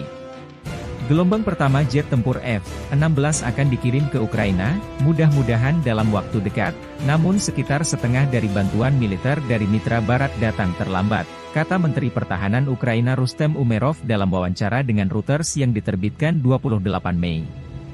Beberapa negara NATO, Denmark, Belanda, Belgia, dan Norwegia berjanji untuk mengirimkan lusinan pesawat tempur F-16 buatan Amerika Serikat dari persediaan mereka. F-16 Denmark diperkirakan akan tiba pada awal musim panas ini, sedangkan jet tempur Belanda akan mulai tiba pada musim gugur. Kami membutuhkan sebanyak mungkin pesawat yang kami dapat, kata Umerov ketika ditanya tentang jumlah pesawat yang diperkirakan akan diterima oleh Ukraina. Seraya menambahkan bahwa negara tersebut saat ini fokus pada pelatihan pilot dan personel. Ukraina juga terus meningkatkan produksi senjata dan drone, serta kemampuan peperangan elektroniknya, menurut menteri tersebut.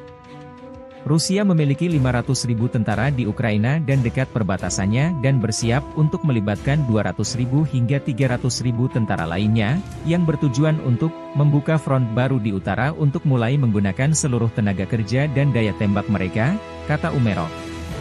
Kami bertahan, tapi tentu saja kami membutuhkan lebih banyak senjata, kami membutuhkan lebih banyak daya tembak, kami membutuhkan rudal jarak jauh, jangan sampai mereka memasuki negara kami, tambahnya.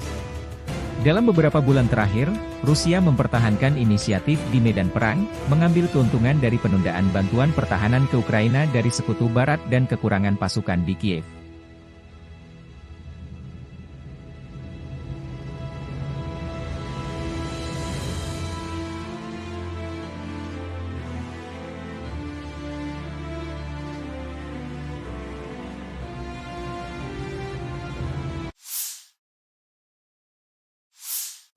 По поводу легитимности украинской власти. Действительно нужно проводить такой серьезный, глубокий анализ. Но вот первое, что на виду, и то, что мне докладывают коллеги, заключается вот в чем. Конституция Украины предусматривает продление полномочий, но только Рады. О продлении полномочий президента в Конституции Украины ничего не сказано. Первое. Второе. Действительно, закон Украины о правовом статусе закона о правовом положении закона о военном положении говорит о том, что в период военного положения выборы президента не проводятся. Но это не значит, что они пролонгируются. Они не проводятся. Но кто сказал, что они должны быть пролонгированы? Об этом в Конституции ничего нет. Но есть статья 111 Конституции Украины, которая говорит о том, что в этом случае полномочия верховной власти, фактически президентские полномочия, передаются спикеру парламента. Тем более, что в условиях действия закона о военном положении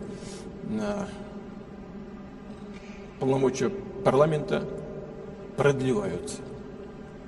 Вот это такой предварительный анализ. Надо внимательно посмотреть. Некоторые специалисты говорят, что есть противоречие между Конституцией, в которой говорится только о продлении полномочий Рады в условиях военного положения, и законом, о котором я только что сказал, закон от, по-моему, 2016 года, который определяет правовой статус военного положения. Там, как я уже сказал и повторяю, речь идет о том, что выборы президента не проводятся, но нигде не сказано, что они пролонгируются. И это проблема. Дело ведь в чем? Дело в том, что по своей сути украинская государственность основана на идее не на идее президентской республики, а на идее парламентско-президентской республики. И основные рычаги власти сосредотачиваются в представительном органе государства. Поэтому вполне логично, что так выстроена сама Конституция и другие правовые акты, которые принимались на ее основе. Поэтому, строго говоря, по предварительной оценке, я говорю только по предварительной оценке, единственной легитимной властью остается парламент и спикер Рады. Ну а так, по большому счету, если бы хотели провести президентские выборы, надо было бы отменить тогда закон о военном положении, вот и все, и провести выборы. Но не захотели этого делать по ряду обстоятельств. Но я думаю, это уже не связано никак с Конституцией, что, может быть, задумка хозяев, сегодняшних хозяев Украины, они находятся за океаном, заключается в том, чтобы возложить на действующую сегодня исполнительную власть бремя принятия всех непопулярных решений, в том числе и принятие еще одного решения по дальнейшему понижению призывного возраста. Вот сейчас было 27, сейчас 25. Следующий этап может быть 23 или сразу 18 лет. И после принятия этого и других непопулярных решений, действующих сегодня как бы представители исполнительной власти, их, я думаю, заменят на людей, на плечах которых не будет этой ответственности за принятые непопулярные в народе решения. Их просто поменяют и все. Если задумка в этом, то, в принципе, тогда логика понятна. Ну, посмотрим, что будет происходить дальше. Но так же, как я и говорил в Минске, все-таки окончательно эту ситуацию должна сформулировать и дать ответ на то, что происходит в Украине, должна сформулировать в окончательном виде сама политическая и правовая система Украины. Здесь, мне кажется, на самом деле не так уж и сложно. Я в третий раз повторяю. Закон 2016 года говорит о том, что нельзя проводить выборы президента в условиях военного положения. Но нигде не сказано, что эти полномочия пролонгируются. Значит, что? Смотри 111 статью Конституции. Вся власть переходит спикеру парламента. Pesawat tempur Rusia mengganggu rotasi unit Ukraina lainnya. Rekaman dipublikasikan 29 Mei. Selama misi penerbangan, awak pesawat serang Su-25 menyerang dengan rudal pesawat terarah, menghancurkan peralatan khusus dan personel musuh di wilayah tanggung jawab kelompok pasukan Vostok, demikian keterangan video militer Rusia.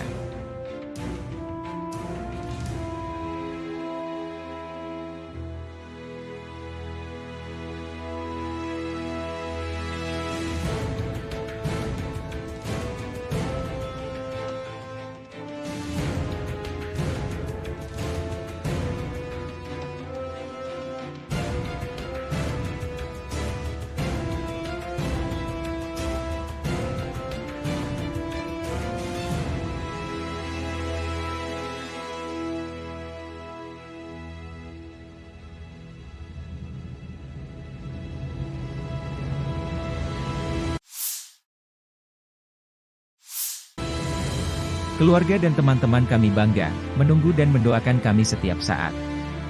Pilot militer melakukan misi tempur siang dan malam, dan dalam kondisi meteorologi yang sulit, terbang pada ketinggian minimal.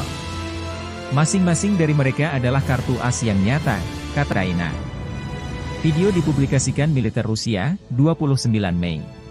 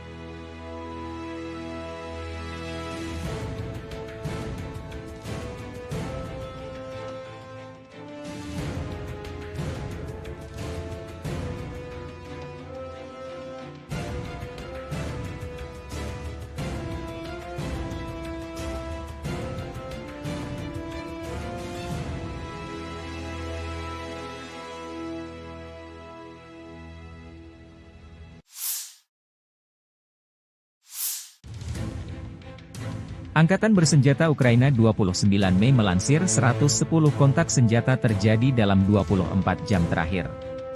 7 kontak senjata terjadi di arah Kharkiv. Satuan Angkatan Pertahanan Ukraina menghalau 4 serangan Rusia di distrik Staritsa dan Vovchansk. Situasinya tegang, namun dikendalikan oleh pasukan Ukraina. Saat ini, pertempuran berlanjut di wilayah Vovchansk, demikian pernyataan resmi Staf Umum Angkatan Bersenjata Ukraina. 19 bentrokan terjadi di arah Kupiansk. Pasukan pertahanan Ukraina menangkis 16 serangan musuh di wilayah pemukiman Sinkivka, Stepovanovselivka, Druselyubivka, Novoyehorivka dan Nevske.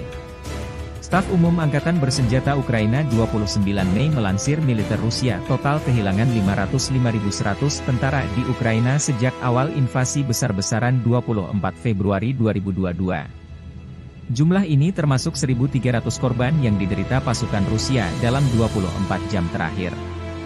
Pasukan Vladimir Putin juga total kehilangan 7.700 tank, 14.891 kendaraan tempur lapis baja, 17.796 kendaraan dan tangki bahan bakar, 13.066 sistem artileri, 1.087 sistem peluncuran roket ganda, 815 sistem pertahanan udara, 357 pesawat terbang, 326 helikopter, 10.510 drone, 27 kapal dan perahu, dan 1 kapal bersenjata Ukraina di arah Kharkiv.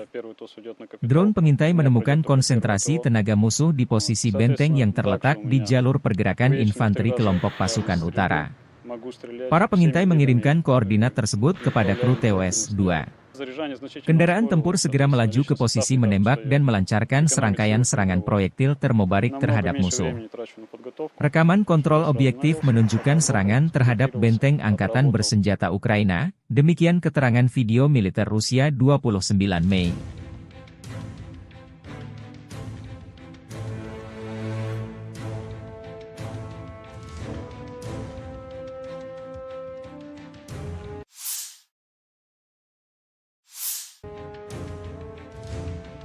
Presiden Ukraina 28 Mei mengunjungi pangkalan militer Melsprook tempat prajurit Ukraina dilatih menggunakan jet tempur F-16 produksi Amerika Serikat. Ukraina sangat menantikan jet tempur F-16 dari mitra baratnya untuk memperkuat pertahanan langit kita. Dan kami juga menunggu di rumah prajurit kami yang sedang berlatih pemeliharaan F-16 dan memiliki motivasi tinggi untuk memulai misi tempur dan mempercepat kemenangan bangsa kami, kata Zelensky. Gelombang pertama jet tempur F-16 akan dikirim ke Ukraina, mudah-mudahan dalam waktu dekat, namun sekitar setengah dari bantuan militer dari mitra barat datang terlambat, kata Menteri Pertahanan Ukraina Rustem Umerov dalam wawancara dengan Reuters yang diterbitkan 28 Mei. Beberapa negara NATO, Denmark, Belanda, Belgia, dan Norwegia berjanji untuk mengirimkan lusinan pesawat tempur F-16 buatan Amerika Serikat dari persediaan mereka. F-16 Denmark diperkirakan akan tiba pada awal musim panas ini, Sedangkan jet tempur Belanda akan mulai tiba pada musim gugur.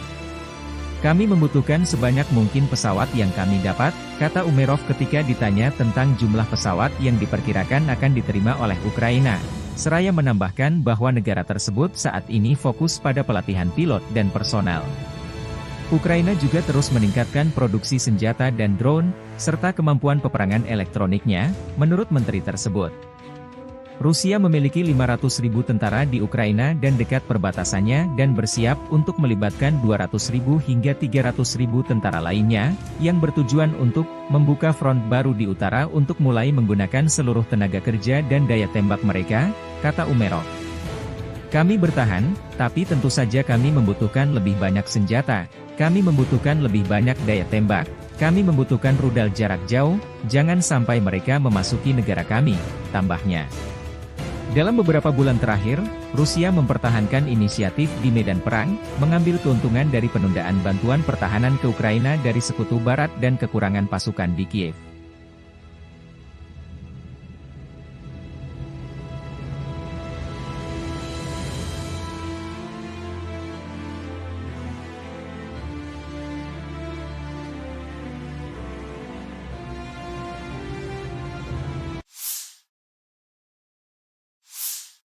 По поводу легитимности украинской власти. Действительно нужно проводить такой серьезный, глубокий анализ. Но вот первое, что на виду, и то, что мне докладывают коллеги, заключается вот в чем. Конституция Украины предусматривает продление полномочий, но только Рады. О продлении полномочий президента в Конституции Украины ничего не сказано. Первое. Второе. Действительно, закон Украины о правовом статусе закона о правовом положении закона о военном положении говорит о том, что в период военного положения выборы президента не проводятся. Но это не значит, что они пролонгируются. Они не проводятся. Но кто сказал, что они должны быть пролонгированы? Об этом в Конституции ничего нет. Но есть статья 111 Конституции Украины, которая говорит о том, что в этом случае полномочия верховной власти, фактически президентские полномочия, передаются спикеру парламента. Тем более, что в условиях действия закона о военном положении полномочия парламента продлеваются. Вот это такой предварительный анализ. Надо внимательно посмотреть.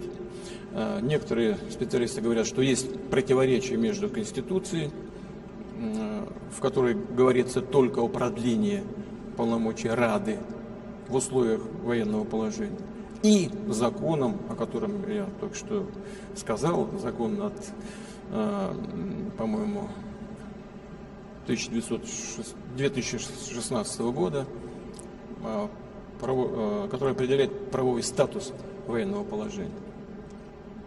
Там, как я уже сказал и повторяю, речь идет о том, что выборы президента не проводятся, но нигде не сказано, что они пролонгируются, и это проблема. Дело ведь в чем? Дело в том, что по своей сути украинская государственность основана на идее не на идее президентской республики, а на идее парламентско-президентской республики. И основные рычаги власти сосредотачиваются в представительном органе государства. Поэтому вполне логично, что так выстроена сама Конституция и другие правовые акты, которые принимались на ее основе. Поэтому, строго говоря, по предварительной оценке, я говорю только по предварительной оценке, единственной легитимной властью остается парламент и спикер Рады. Ну, а так, по большому счету, если бы хотели провести президентские выборы, надо было бы отменить тогда закон о военном положении, вот и все, и провести выборы. Но не захотели этого делать по ряду обстоятельств. Но я думаю, это уже не связано никак с Конституцией, что, может быть, задумка хозяев сегодняшних, хозяев Украины, они находятся за океаном, заключается в том, чтобы возложить на действующую сегодня исполнительную власть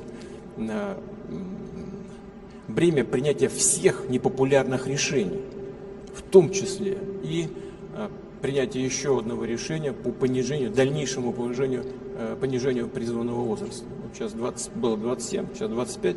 Следующий этап может быть 23 или сразу 18 лет. И после принятия этого или и других непопулярных решений, действующих сегодня как бы представители исполнительной власти, их, я думаю, заменят на людей, на плечах которых не будет этой ответственности за принятые непопулярные в народе решения. Их просто поменяют и все.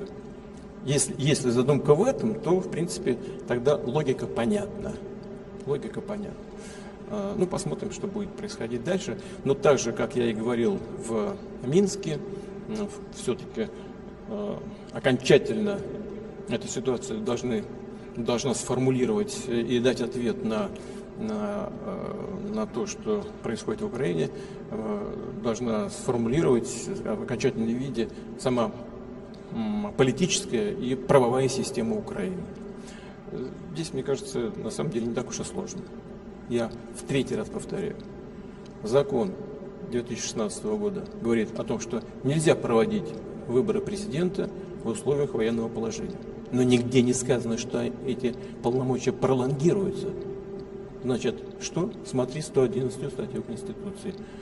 Вся власть переходит спикеру парламента. Pesawat tempur Rusia mengganggu rotasi unit Ukraina lainnya. Rekaman dipublikasikan 29 Mei. Selama misi penerbangan, awak pesawat serang Su-25 menyerang dengan rudal pesawat terarah, menghancurkan peralatan khusus dan personel musuh di wilayah tanggung jawab kelompok pasukan Vostok, demikian keterangan video militer Rusia.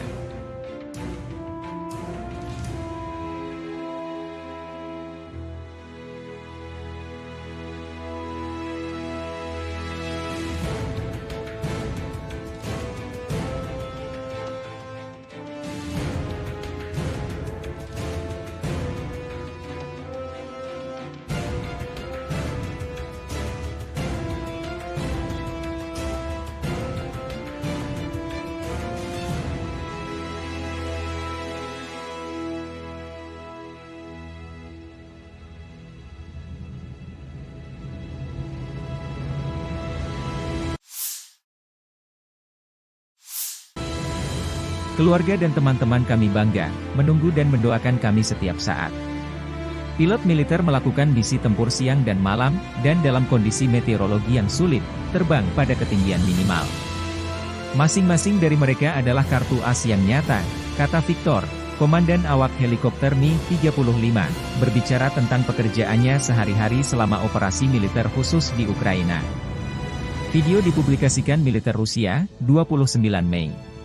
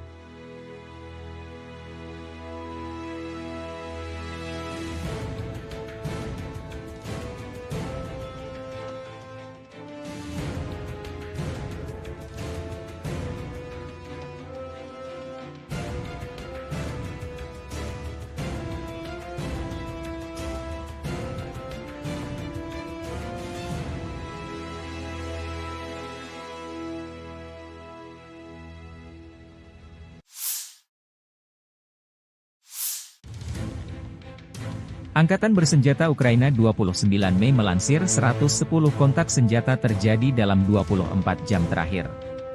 7 kontak senjata terjadi di arah Kharkiv.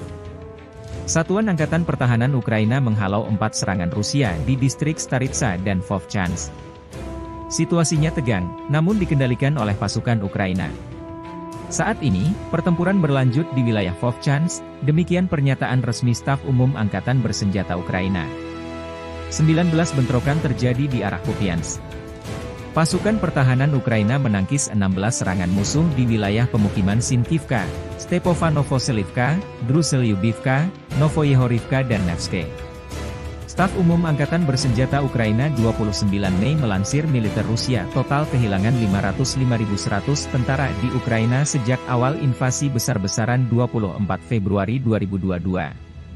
Jumlah ini termasuk 1.300 korban yang diderita pasukan Rusia dalam 24 jam terakhir. Pasukan Vladimir Putin juga total kehilangan 7.700 tank, 14.891 kendaraan tempur lapis baja, 17.796 kendaraan dan tangki bahan bakar, 13.066 sistem artileri, 1.087 sistem peluncuran roket ganda, 815 sistem pertahanan udara, 357 pesawat terbang, 326 helikopter, 10.510 drone, 27 kapal dan perahu, dan 1 kapal selam.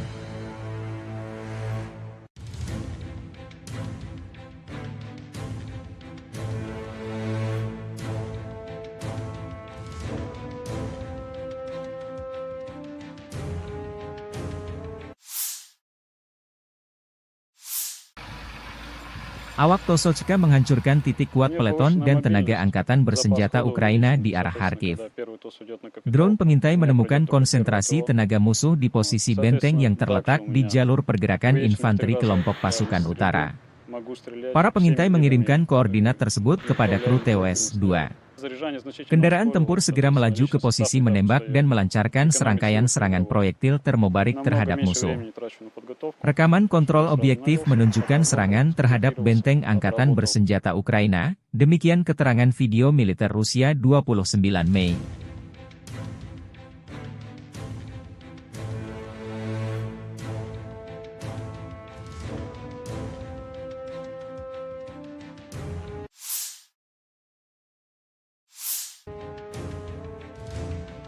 Presiden Ukraina 28 Mei mengunjungi pangkalan militer Melsprook tempat prajurit Ukraina dilatih menggunakan jet tempur F-16 produksi Amerika Serikat. Ukraina sangat menantikan jet tempur F-16 dari mitra baratnya untuk memperkuat pertahanan langit kita. Dan kami juga menunggu di rumah prajurit kami yang sedang berlatih pemeliharaan F-16 dan memiliki motivasi tinggi untuk memulai misi tempur dan mempercepat kemenangan bangsa kami, kata Zelensky.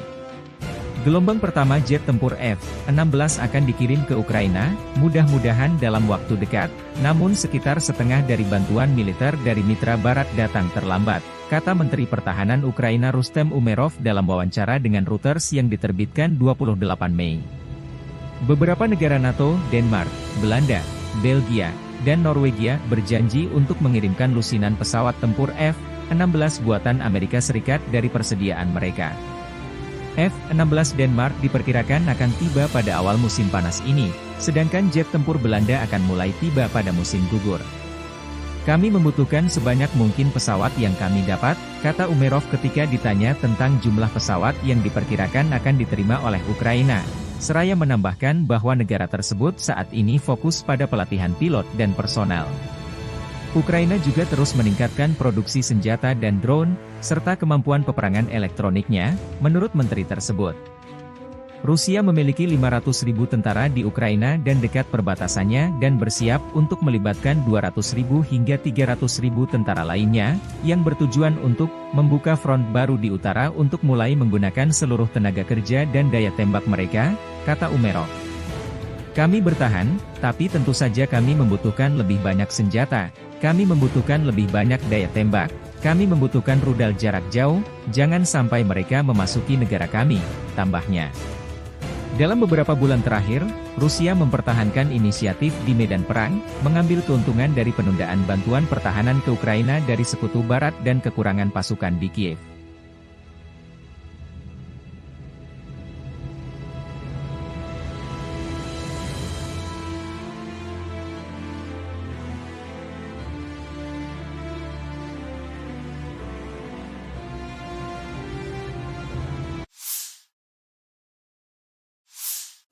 по поводу легитимности украинской власти. Действительно нужно проводить такой серьезный глубокий анализ. Но вот первое, что на виду, и то, что мне докладывают коллеги, заключается вот в чем. Конституция Украины предусматривает продление полномочий, но только Рады. О продлении полномочий президента в Конституции Украины ничего не сказано. Первое. Второе. Действительно, закон Украины о правовом статусе закона о правовом положении закона о военном положении говорит о том, что в период военного положения выборы президента не проводятся. Но это не значит, что они пролонгируются. Они не проводятся. Но кто сказал, что они должны быть пролонгированы? Об этом в Конституции ничего нет. Но есть статья 111 Конституции Украины, которая говорит о том, что в этом случае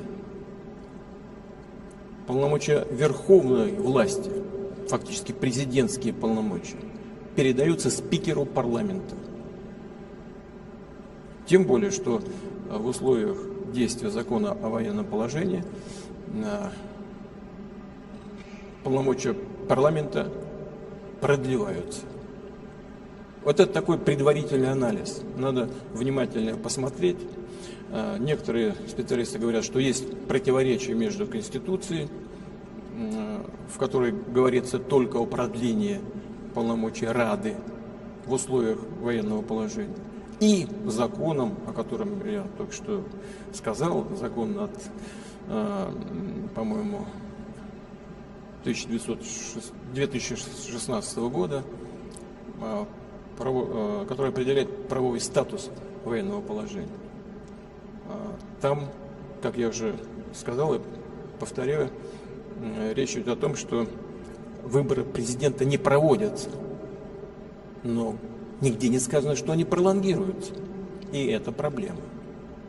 Дело ведь в чем? Дело в том, что по своей сути украинская государственность основана на идее не на идее президентской республики, а на идее парламентско-президентской республики. И основные рычаги власти сосредотачиваются в представительном органе государства. Поэтому вполне логично, что так выстроена сама Конституция и другие правовые акты, которые принимались на ее основе. Поэтому, строго говоря, по предварительной оценке, я говорю только по предварительной оценке, единственной легитимной властью остается парламент и спикер Рады. Ну а так, по большому счету, если бы хотели провести президентские выборы, надо было бы отменить тогда закон о военном положении, вот и все, и провести выборы. Но не захотели этого делать по ряду обстоятельств.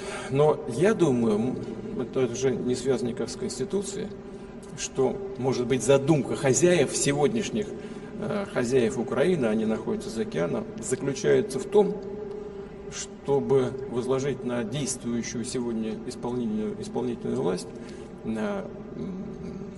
бремя принятия всех непопулярных решений, в том числе и принятие еще одного решения по дальнейшему понижению призывного возраста. Вот сейчас было 27, сейчас 25. Следующий этап может быть 23 или сразу 18 лет.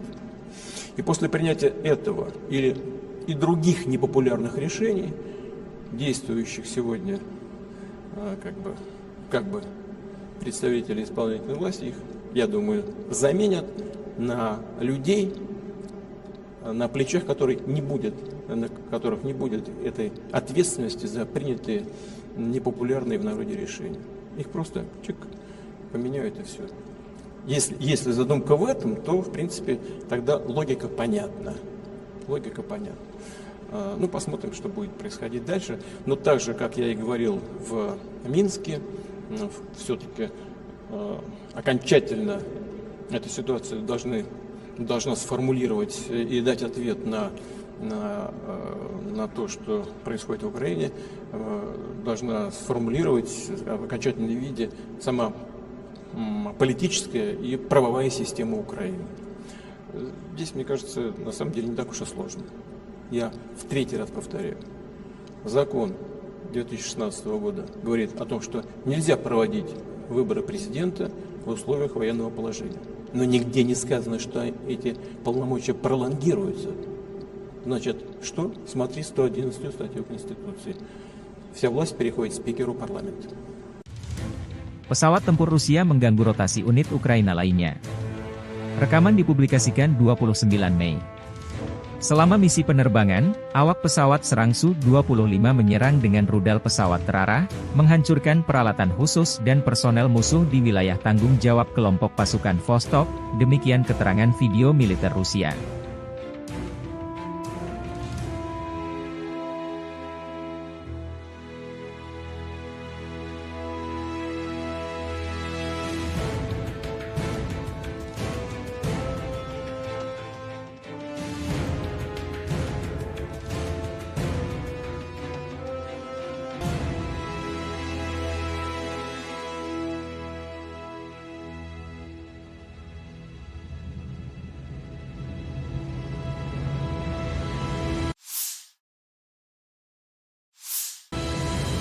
Keluarga dan teman-teman kami bangga, menunggu dan mendoakan kami setiap saat. Pilot militer melakukan misi tempur siang dan malam, dan dalam kondisi meteorologi yang sulit, terbang pada ketinggian minimal. Masing-masing dari mereka adalah kartu as yang nyata, kata Victor, komandan awak helikopter Mi-35, berbicara tentang pekerjaannya sehari-hari selama operasi militer khusus di Ukraina. Video dipublikasikan militer Rusia, 29 Mei.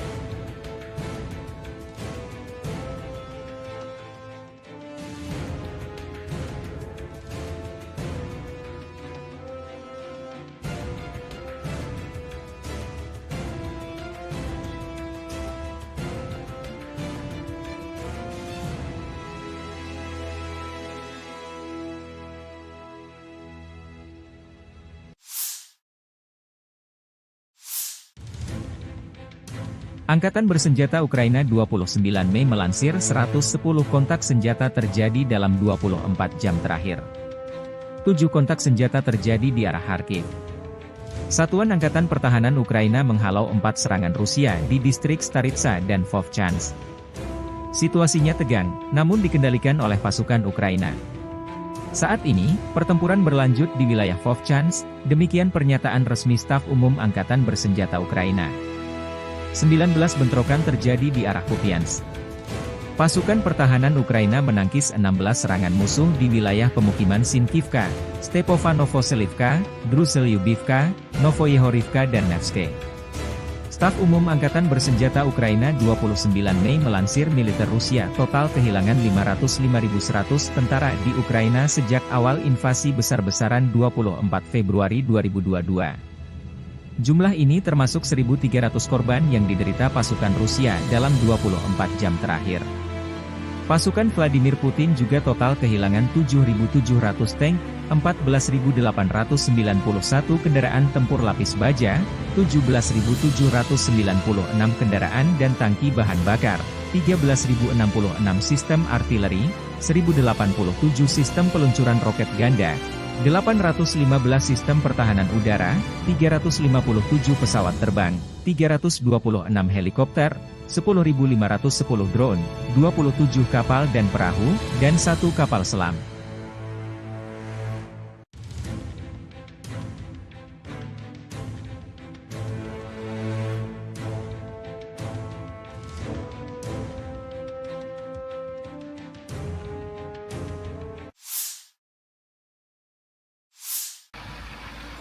Awak Tosochka menghancurkan titik kuat peleton dan tenaga angkatan bersenjata Ukraina di arah Kharkiv. Drone pengintai menemukan konsentrasi tenaga musuh di posisi benteng yang terletak di jalur pergerakan infanteri kelompok pasukan utara. Para pengintai mengirimkan koordinat tersebut kepada kru TOS-2. Kendaraan tempur segera melaju ke posisi menembak dan melancarkan serangkaian serangan proyektil termobarik terhadap musuh. Rekaman kontrol objektif menunjukkan serangan terhadap benteng angkatan bersenjata Ukraina, demikian keterangan video militer Rusia 29 Mei.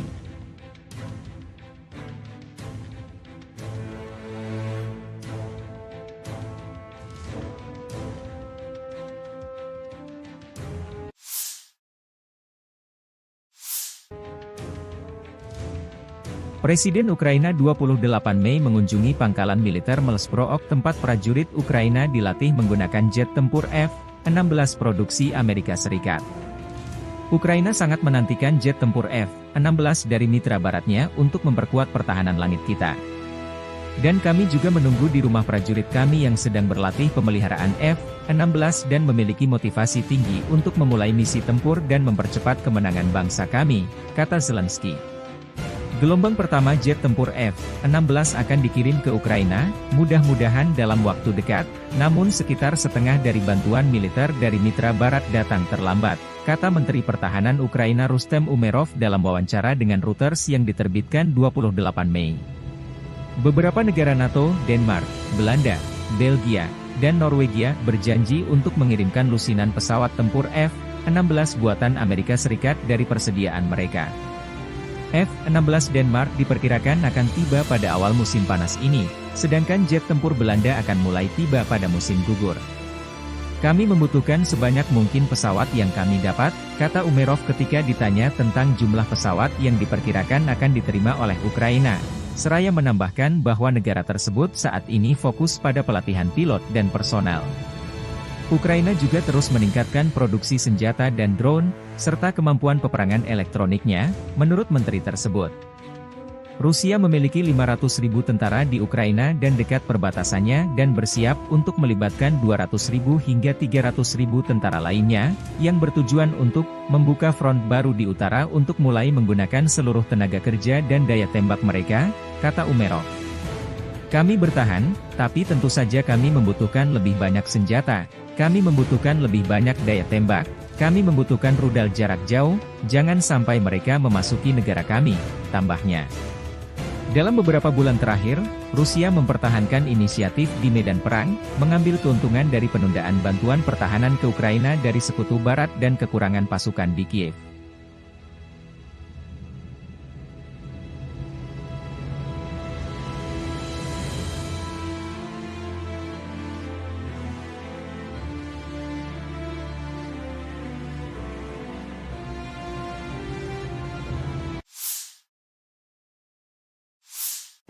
По поводу легитимности украинской власти. Действительно нужно проводить такой серьезный, глубокий анализ. Но вот первое, что на виду, и то, что мне докладывают коллеги, заключается вот в чем. Конституция Украины предусматривает продление полномочий, но только Рады.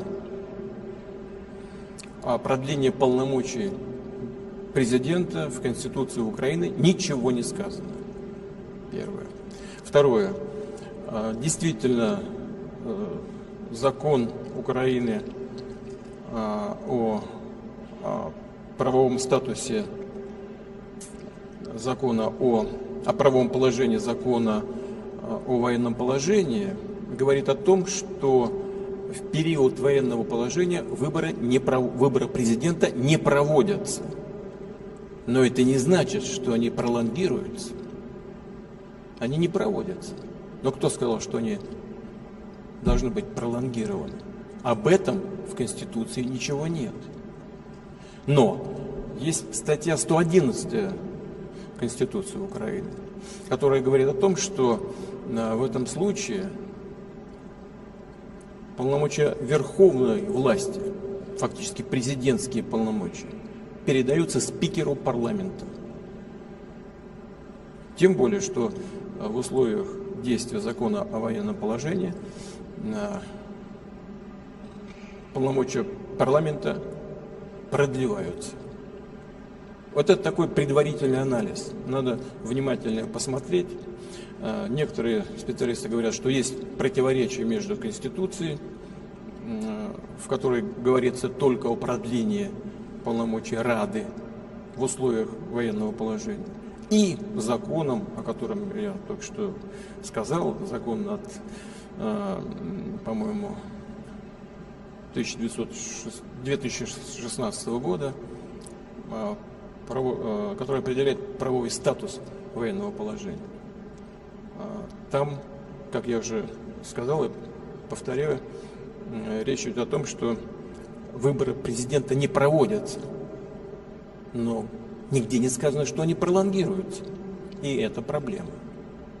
Дело в чем? Дело в том, что по своей сути украинская государственность основана на идее не на идее президентской республики, а на идее парламентско-президентской республики. И основные рычаги власти сосредотачиваются в представительном органе государства. Поэтому вполне логично, что так выстроена сама Конституция и другие правовые акты, которые принимались на ее основе. Поэтому, строго говоря, по предварительной оценке, я говорю только по предварительной оценке, единственной легитимной властью остается парламент и спикер Рады. Ну а так, по большому счету, если бы хотели провести президентские выборы, надо было бы отменить тогда закон о военном положении, вот и все, и провести выборы. Но не захотели этого делать по ряду обстоятельств. Но я думаю, это уже не связано никак с Конституцией, что, может быть, задумка хозяев, сегодняшних хозяев Украины, они находятся за океаном, заключается в том, чтобы возложить на действующую сегодня исполнительную власть бремя принятия всех непопулярных решений, в том числе и принятие еще одного решения по дальнейшему понижению призывного возраста. Вот сейчас было 27, сейчас 25. Следующий этап может быть 23 или сразу 18 лет.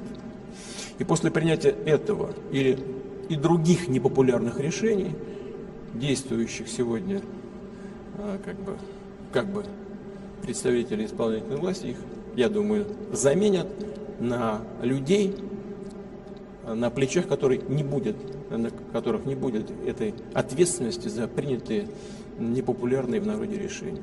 Их просто поменяют и все. Если задумка в этом, то, в принципе, тогда логика понятна. Ну, посмотрим, что будет происходить дальше. Но так же, как я и говорил в Минске, все-таки окончательно эту ситуацию должна сформулировать и дать ответ на то, что происходит в Украине, должна сформулировать в окончательном виде сама политическая и правовая система Украины. Здесь, мне кажется, на самом деле не так уж и сложно. Я в третий раз повторяю. Закон 2016 года говорит о том, что нельзя проводить выборы президента в условиях военного положения. Но нигде не сказано, что эти полномочия пролонгируются. Значит, что? Смотри 111 статью Конституции. Вся власть переходит спикеру парламента. Pesawat tempur Rusia mengganggu rotasi unit Ukraina lainnya. Rekaman dipublikasikan 29 Mei. Selama misi penerbangan, awak pesawat Serang Su-25 menyerang dengan rudal pesawat terarah, menghancurkan peralatan khusus dan personel musuh di wilayah tanggung jawab kelompok pasukan Vostok, demikian keterangan video militer Rusia.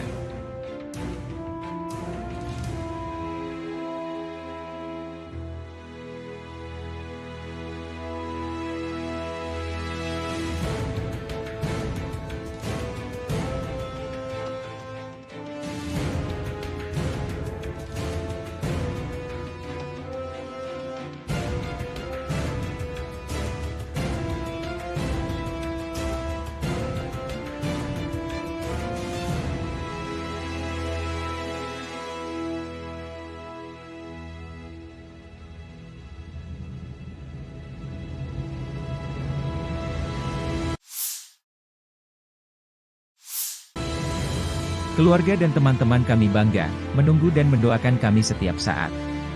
Pilot militer melakukan misi tempur siang dan malam, dan dalam kondisi meteorologi yang sulit, terbang pada ketinggian minimal. Masing-masing dari mereka adalah kartu as yang nyata, kata Victor, komandan awak helikopter Mi-35, berbicara tentang pekerjaannya sehari-hari selama operasi militer khusus di Ukraina. Video dipublikasikan militer Rusia, 29 Mei.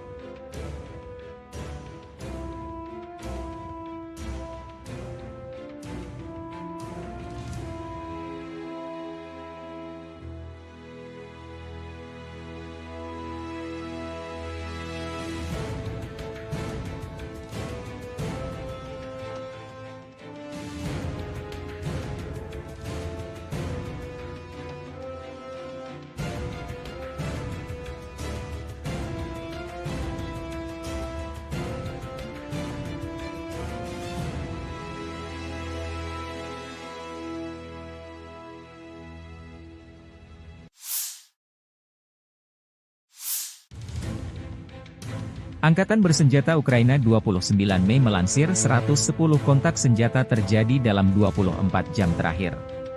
7 kontak senjata terjadi di arah Kharkiv. Satuan Angkatan Pertahanan Ukraina menghalau 4 serangan Rusia di distrik Staritsa dan Vovchansk. Situasinya tegang, namun dikendalikan oleh pasukan Ukraina.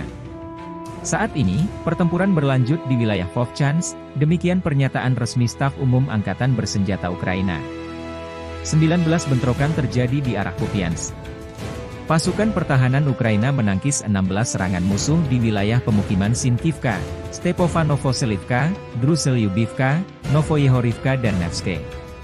Staf Umum Angkatan Bersenjata Ukraina 29 Mei melansir militer Rusia total kehilangan 505.100 tentara di Ukraina sejak awal invasi besar-besaran 24 Februari 2022. Jumlah ini termasuk 1.300 korban yang diderita pasukan Rusia dalam 24 jam terakhir. Pasukan Vladimir Putin juga total kehilangan 7.700 tank, 14.891 kendaraan tempur lapis baja, 17.796 kendaraan dan tangki bahan bakar, 13.066 sistem artileri, 1.087 sistem peluncuran roket ganda, 815 sistem pertahanan udara, 357 pesawat terbang, 326 helikopter, 10.510 drone, 27 kapal dan perahu, dan 1 kapal selam.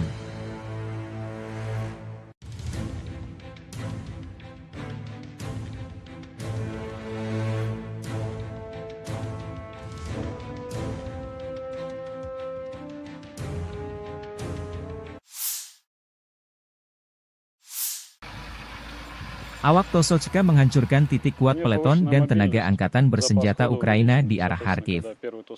Drone pengintai menemukan konsentrasi tenaga musuh di posisi benteng yang terletak di jalur pergerakan infanteri kelompok pasukan utara. Para pengintai mengirimkan koordinat tersebut kepada kru TOS-2. Kendaraan tempur segera melaju ke posisi menembak dan melancarkan serangkaian serangan proyektil termobarik terhadap musuh. Rekaman kontrol objektif menunjukkan serangan terhadap benteng angkatan bersenjata Ukraina, demikian keterangan video militer Rusia 29 Mei.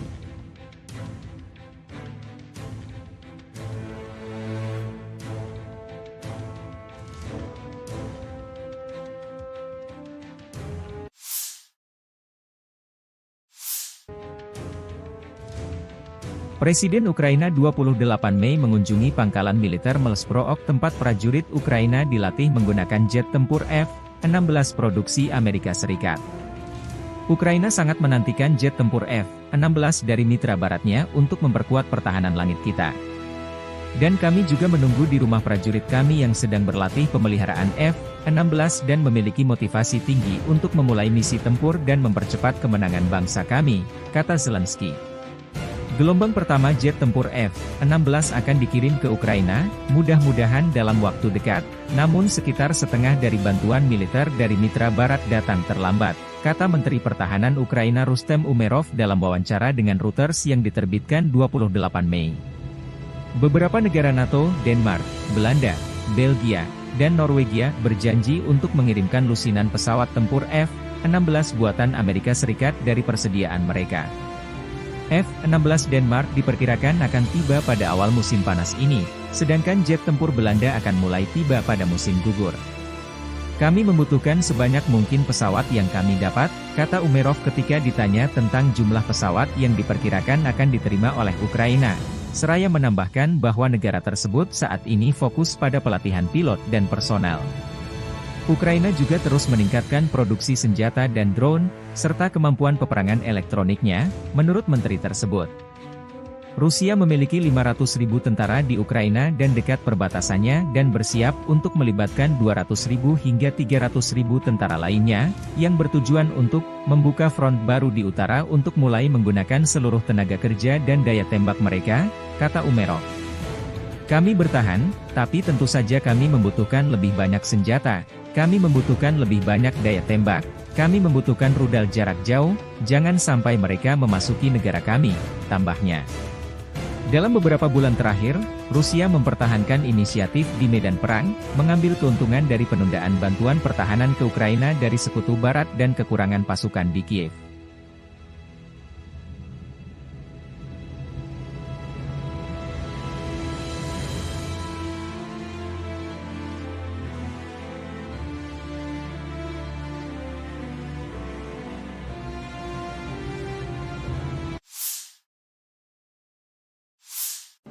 По поводу легитимности украинской власти. Действительно нужно проводить такой серьезный глубокий анализ. Но вот первое, что на виду, и то, что мне докладывают коллеги, заключается вот в чем. Конституция Украины предусматривает продление полномочий, но только Рады. О продлении полномочий президента в Конституции Украины ничего не сказано. Первое. Второе. Действительно, закон Украины о правовом статусе закона о правовом положении закона о военном положении говорит о том, что в период военного положения выборы президента не проводятся. Но это не значит, что они пролонгируются. Они не проводятся. Но кто сказал, что они должны быть пролонгированы? Об этом в Конституции ничего нет. Но есть статья 111 Конституции Украины, которая говорит о том, что в этом случае полномочия верховной власти, фактически президентские полномочия, передаются спикеру парламента. Тем более, что в условиях действия закона о военном положении полномочия парламента продлеваются. Вот это такой предварительный анализ. Надо внимательно посмотреть. Некоторые специалисты говорят, что есть противоречие между Конституцией в которой говорится только о продлении полномочий Рады в условиях военного положения, и законом, о котором я только что сказал, закон от, по-моему, 2016 года, который определяет правовой статус военного положения. Там, как я уже сказал и повторяю, речь идет о том, что выборы президента не проводятся, но нигде не сказано, что они пролонгируются. И это проблема. Дело ведь в чем? Дело в том, что по своей сути украинская государственность основана на идее не на идее президентской республики, а на идее парламентско-президентской республики. И основные рычаги власти сосредотачиваются в представительном органе государства. Поэтому вполне логично, что так выстроена сама Конституция и другие правовые акты, которые принимались на ее основе. Поэтому, строго говоря, по предварительной оценке, я говорю только по предварительной оценке, единственной легитимной властью остается парламент и спикер Рады. Ну а так, по большому счету, если бы хотели провести президентские выборы, надо было бы отменить тогда закон о военном положении, вот и все, и провести выборы. Но не захотели этого делать по ряду обстоятельств. Но я думаю, это уже не связано никак с Конституцией, что, может быть, задумка хозяев, сегодняшних хозяев Украины, они находятся за океаном, заключается в том, чтобы возложить на действующую сегодня исполнительную власть бремя принятия всех непопулярных решений, в том числе и принятие еще одного решения по дальнейшему понижению призывного возраста. Вот сейчас было 27, сейчас 25. Следующий этап может быть 23 или сразу 18 лет. И после принятия этого или и других непопулярных решений, действующих сегодня как бы представители исполнительной власти, их, я думаю, заменят на людей, на плечах которых не будет этой ответственности за принятые непопулярные в народе решения.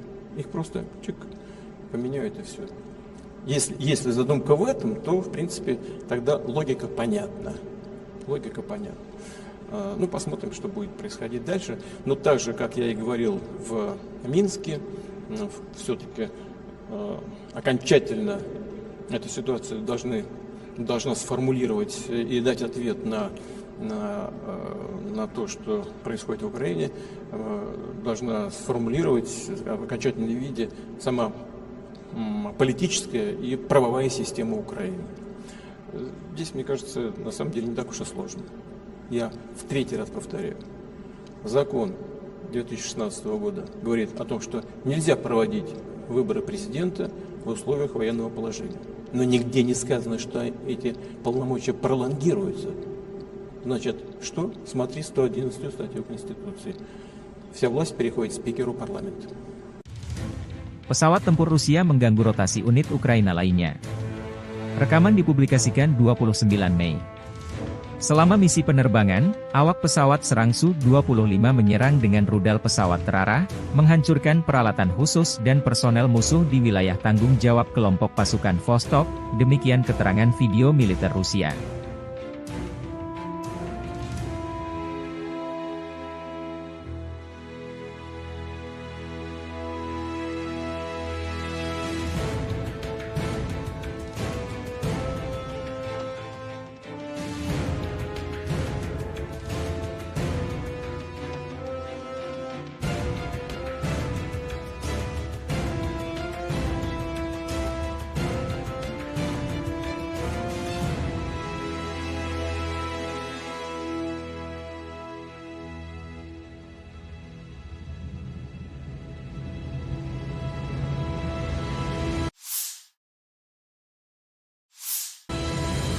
Keluarga dan teman-teman kami bangga, menunggu dan mendoakan kami setiap saat.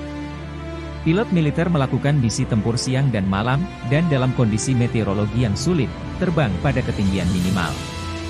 Masing-masing dari mereka adalah kartu as yang nyata, kata Victor, Komandan awak helikopter Mi-35, berbicara tentang pekerjaannya sehari-hari selama operasi militer khusus di Ukraina. Video dipublikasikan militer Rusia, 29 Mei.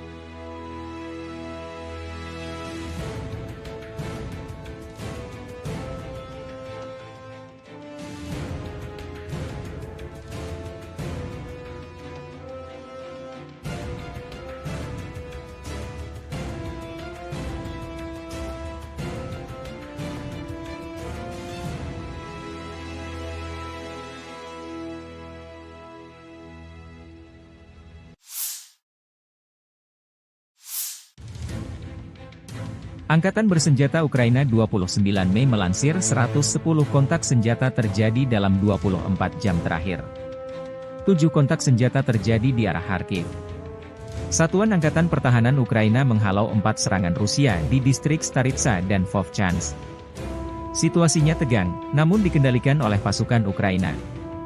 Saat ini, pertempuran berlanjut di wilayah Vovchansk, demikian pernyataan resmi Staf Umum Angkatan Bersenjata Ukraina. 19 bentrokan terjadi di arah Kupiansk. Pasukan pertahanan Ukraina menangkis 16 serangan musuh di wilayah pemukiman Sinkivka, Stepofanovo-Selivka, Druselyubivka, Novoyehorivka dan Nevske. Staf Umum Angkatan Bersenjata Ukraina 29 Mei melansir militer Rusia total kehilangan 505.100 tentara di Ukraina sejak awal invasi besar-besaran 24 Februari 2022. Jumlah ini termasuk 1.300 korban yang diderita pasukan Rusia dalam 24 jam terakhir. Pasukan Vladimir Putin juga total kehilangan 7.700 tank, 14.891 kendaraan tempur lapis baja, 17.796 kendaraan dan tangki bahan bakar, 13.066 sistem artileri, 1.087 sistem peluncuran roket ganda, 815 sistem pertahanan udara, 357 pesawat terbang, 326 helikopter, 10.510 drone, 27 kapal dan perahu, dan 1 kapal selam.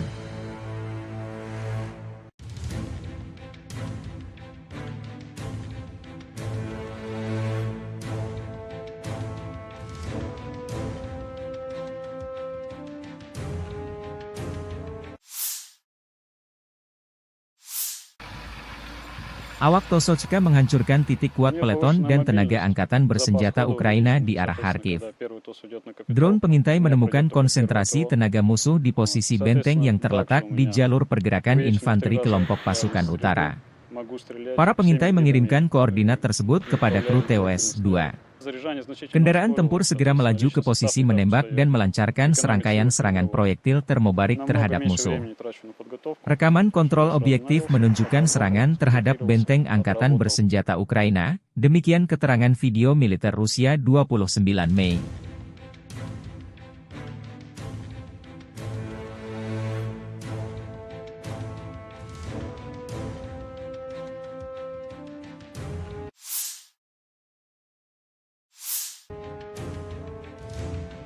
Presiden Ukraina 28 Mei mengunjungi pangkalan militer Melsbrook tempat prajurit Ukraina dilatih menggunakan jet tempur F-16 produksi Amerika Serikat. Ukraina sangat menantikan jet tempur F-16 dari mitra baratnya untuk memperkuat pertahanan langit kita. Dan kami juga menunggu di rumah prajurit kami yang sedang berlatih pemeliharaan F-16 dan memiliki motivasi tinggi untuk memulai misi tempur dan mempercepat kemenangan bangsa kami, kata Zelensky.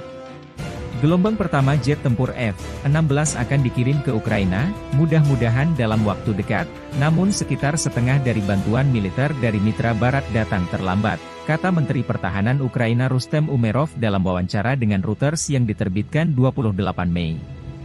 Beberapa negara NATO, Denmark, Belanda, Belgia, dan Norwegia berjanji untuk mengirimkan lusinan pesawat tempur F-16 buatan Amerika Serikat dari persediaan mereka. F-16 Denmark diperkirakan akan tiba pada awal musim panas ini, sedangkan jet tempur Belanda akan mulai tiba pada musim gugur. Kami membutuhkan sebanyak mungkin pesawat yang kami dapat, kata Umerov ketika ditanya tentang jumlah pesawat yang diperkirakan akan diterima oleh Ukraina. Seraya menambahkan bahwa negara tersebut saat ini fokus pada pelatihan pilot dan personel. Ukraina juga terus meningkatkan produksi senjata dan drone, serta kemampuan peperangan elektroniknya, menurut menteri tersebut. Rusia memiliki 500.000 tentara di Ukraina dan dekat perbatasannya dan bersiap untuk melibatkan 200.000 hingga 300.000 tentara lainnya, yang bertujuan untuk membuka front baru di utara untuk mulai menggunakan seluruh tenaga kerja dan daya tembak mereka, kata Umerov. Kami bertahan, tapi tentu saja kami membutuhkan lebih banyak senjata, kami membutuhkan lebih banyak daya tembak, kami membutuhkan rudal jarak jauh, jangan sampai mereka memasuki negara kami, tambahnya. Dalam beberapa bulan terakhir, Rusia mempertahankan inisiatif di medan perang, mengambil keuntungan dari penundaan bantuan pertahanan ke Ukraina dari Sekutu Barat dan kekurangan pasukan di Kiev.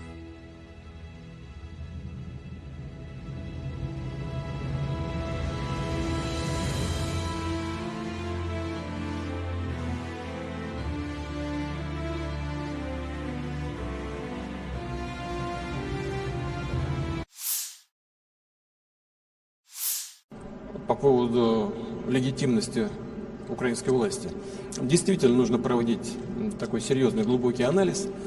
Но вот первое, что на виду, и то, что мне докладывают коллеги, заключается вот в чем. Конституция Украины предусматривает продление полномочий, но только Рады. О продлении полномочий президента в Конституции Украины ничего не сказано. Первое. Второе. Действительно, закон Украины о правовом статусе закона о правовом положении закона о военном положении говорит о том, что в период военного положения выборы президента не проводятся. Но это не значит, что они пролонгируются. Они не проводятся. Но кто сказал, что они должны быть пролонгированы? Об этом в Конституции ничего нет. Но есть статья 111 Конституции Украины, которая говорит о том, что в этом случае полномочия верховной власти, фактически президентские полномочия, передаются спикеру парламента.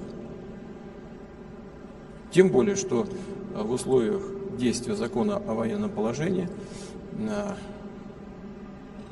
полномочия парламента продлеваются. Вот это такой предварительный анализ. Надо внимательно посмотреть.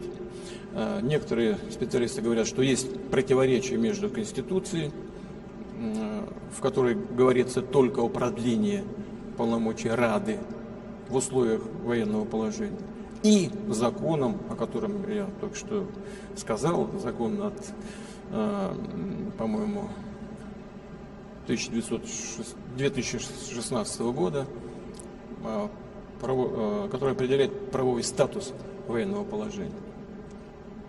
Там, как я уже сказал и повторяю, речь идет о том, что выборы президента не проводятся, но нигде не сказано, что они пролонгируются, и это проблема.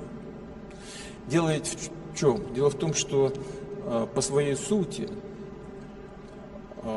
украинская государственность основана на идее не на идее президентской республики, а на идее парламентско-президентской республики.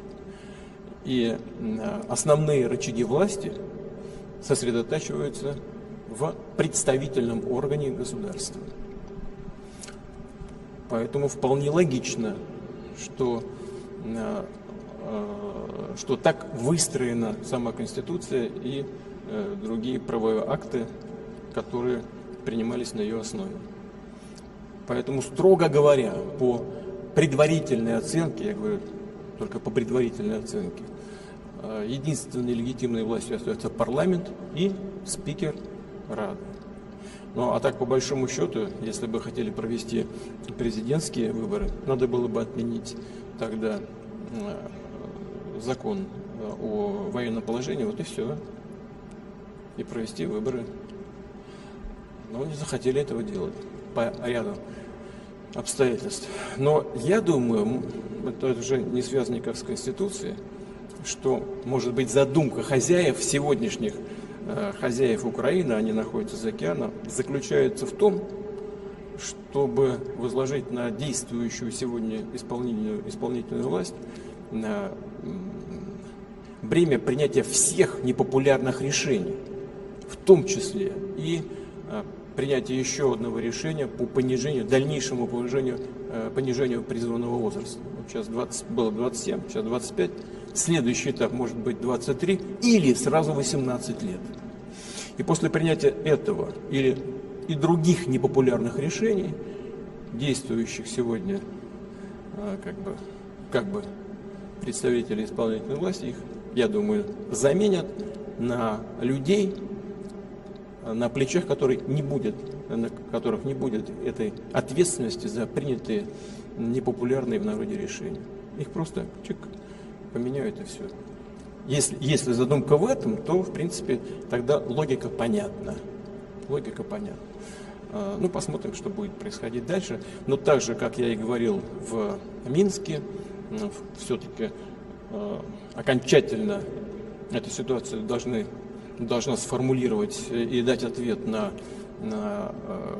то, что происходит в Украине, должна сформулировать в окончательном виде сама политическая и правовая система Украины. Здесь, мне кажется, на самом деле не так уж и сложно. Я в третий раз повторяю. Закон 2016 года говорит о том, что нельзя проводить выборы президента в условиях военного положения. Но нигде не сказано, что эти полномочия пролонгируются. Значит, что? Смотри 111 статью Конституции. Вся власть переходит спикеру парламента.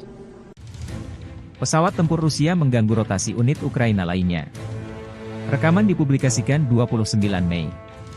Selama misi penerbangan, awak pesawat serang Su-25 menyerang dengan rudal pesawat terarah, menghancurkan peralatan khusus dan personel musuh di wilayah tanggung jawab kelompok pasukan Vostok, demikian keterangan video militer Rusia.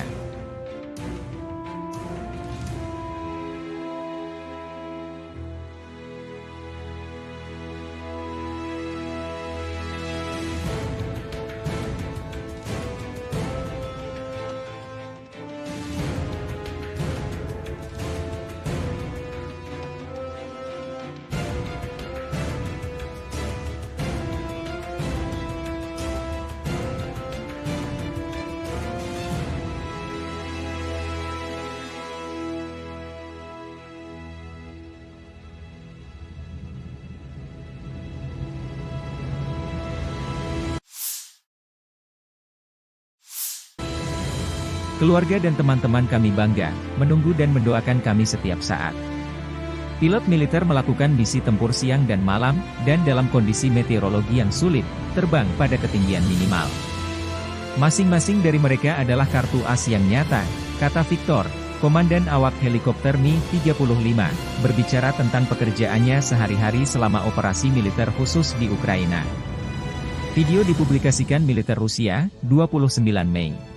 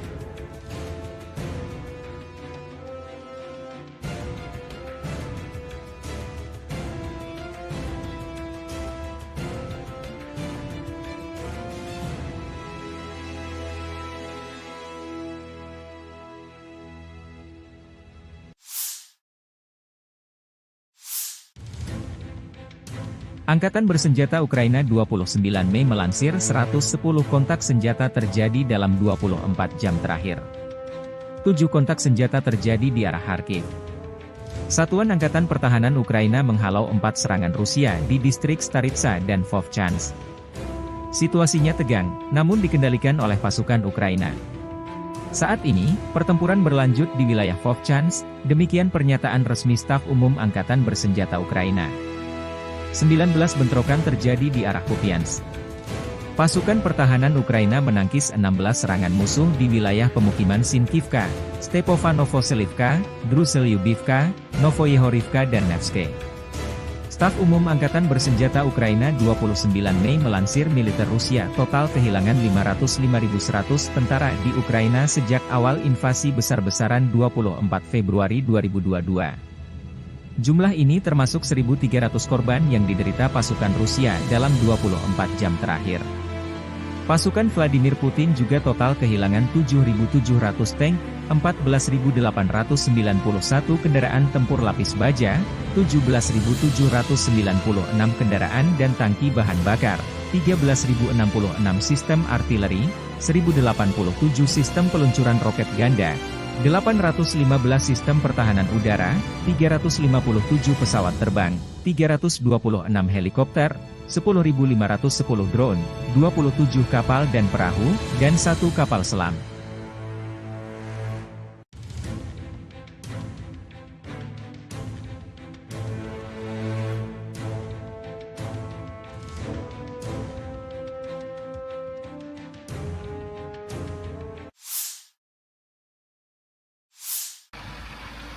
Awak Tosochka menghancurkan titik kuat peleton dan tenaga angkatan bersenjata Ukraina di arah Kharkiv. Drone pengintai menemukan konsentrasi tenaga musuh di posisi benteng yang terletak di jalur pergerakan infanteri kelompok pasukan utara. Para pengintai mengirimkan koordinat tersebut kepada kru TOS-2. Kendaraan tempur segera melaju ke posisi menembak dan melancarkan serangkaian serangan proyektil termobarik terhadap musuh. Rekaman kontrol objektif menunjukkan serangan terhadap benteng angkatan bersenjata Ukraina, demikian keterangan video militer Rusia 29 Mei.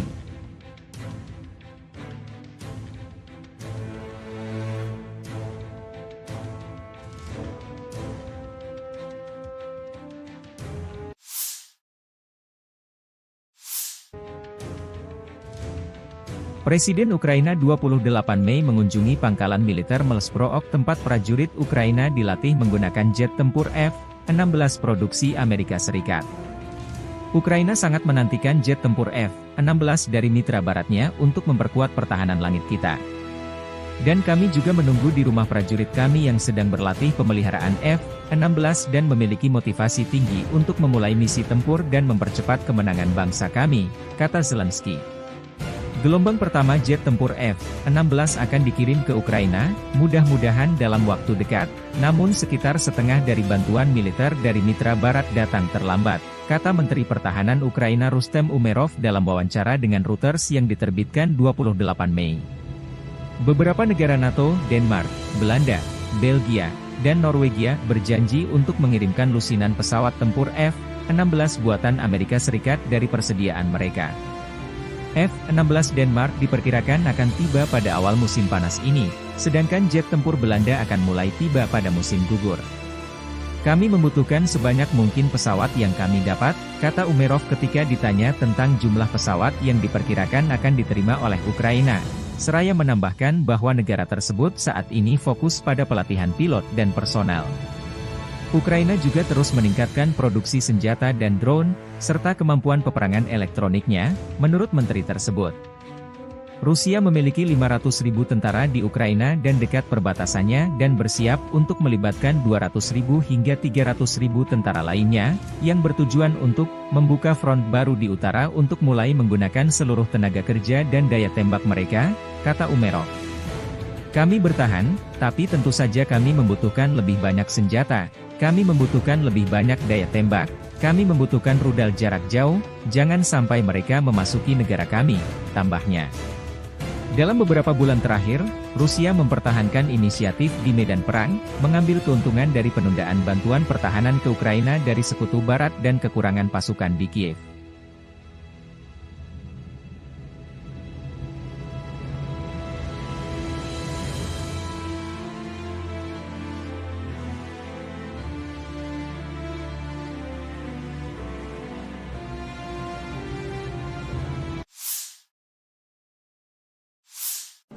по поводу легитимности украинской власти. Действительно нужно проводить такой серьезный, глубокий анализ. Но вот первое, что на виду, и то, что мне докладывают коллеги, заключается вот в чем. Конституция Украины предусматривает продление полномочий, но только Рады. О продлении полномочий президента в Конституции Украины ничего не сказано. Первое. Второе. Действительно, закон Украины о правовом статусе закона о правовом положении закона о военном положении говорит о том, что в период военного положения выборы президента не проводятся. Но это не значит, что они пролонгируются. Они не проводятся. Но кто сказал, что они должны быть пролонгированы? Об этом в Конституции ничего нет. Но есть статья 111 Конституции Украины, которая говорит о том, что в этом случае полномочия верховной власти, фактически президентские полномочия, передаются спикеру парламента. Тем более, что в условиях действия закона о военном положении полномочия парламента продлеваются. Вот это такой предварительный анализ. Надо внимательно посмотреть. Некоторые специалисты говорят, что есть противоречие между Конституцией, в которой говорится только о продлении полномочий Рады в условиях военного положения, и законом, о котором я только что сказал, закон от, по-моему, 2016 года, который определяет правовой статус военного положения. Там, как я уже сказал и повторяю, речь идет о том, что выборы президента не проводятся, но нигде не сказано, что они пролонгируются. И это проблема. Дело ведь в чем? Дело в том, что по своей сути украинская государственность основана на идее не на идее президентской республики, а на идее парламентско-президентской республики. И основные рычаги власти сосредотачиваются в представительном органе государства. Поэтому вполне логично, что так выстроена сама Конституция и другие правовые акты, которые принимались на ее основе. Поэтому, строго говоря, по предварительной оценке, я говорю только по предварительной оценке, единственной легитимной властью остается парламент и спикер Рады. Ну, а так, по большому счету, если бы хотели провести президентские выборы, надо было бы отменить тогда закон о военном положении, вот и все, и провести выборы. Но не захотели этого делать по ряду обстоятельств. Но я думаю, это уже не связано никак с Конституцией, что, может быть, задумка хозяев, сегодняшних хозяев Украины, они находятся за океаном, заключается в том, чтобы возложить на действующую сегодня исполнительную власть бремя принятия всех непопулярных решений, в том числе и принятие еще одного решения по дальнейшему понижению призывного возраста. Вот сейчас было 27, сейчас 25. Следующий этап может быть 23 или сразу 18 лет. И после принятия этого и других непопулярных решений, действующих сегодня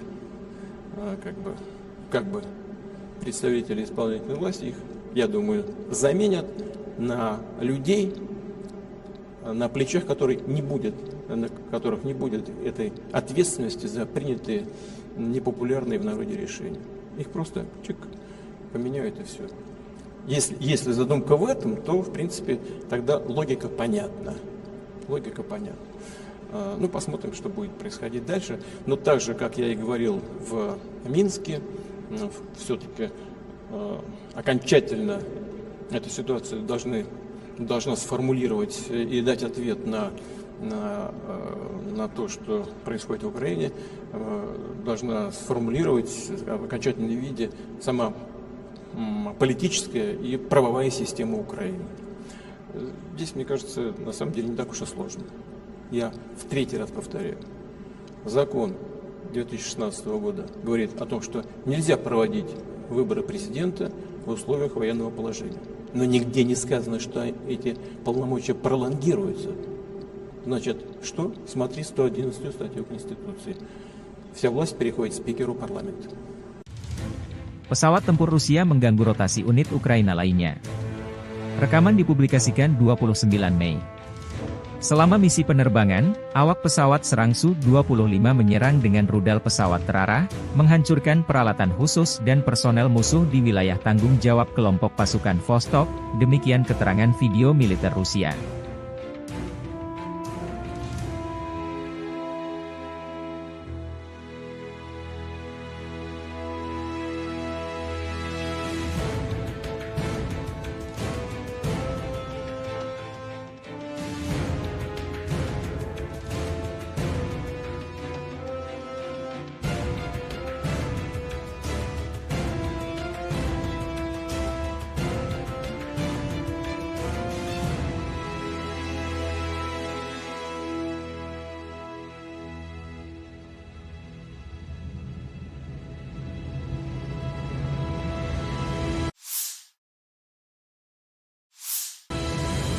Keluarga dan teman-teman kami bangga, menunggu dan mendoakan kami setiap saat.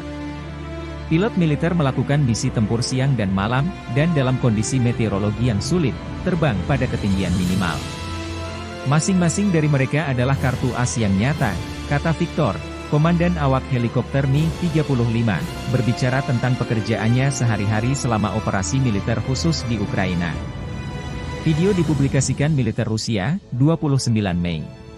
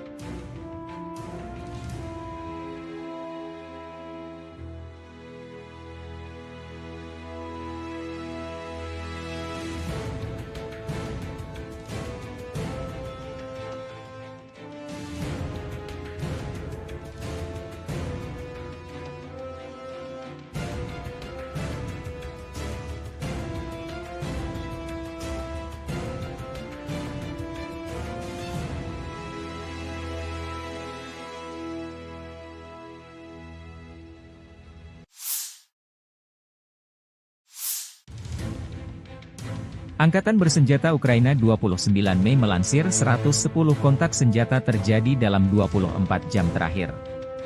7 kontak senjata terjadi di arah Kharkiv. Satuan Angkatan Pertahanan Ukraina menghalau 4 serangan Rusia di distrik Staritsa dan Vovchansk. Situasinya tegang, namun dikendalikan oleh pasukan Ukraina. Saat ini, pertempuran berlanjut di wilayah Vovchansk, demikian pernyataan resmi Staf Umum Angkatan Bersenjata Ukraina. 19 bentrokan terjadi di arah Kupiansk.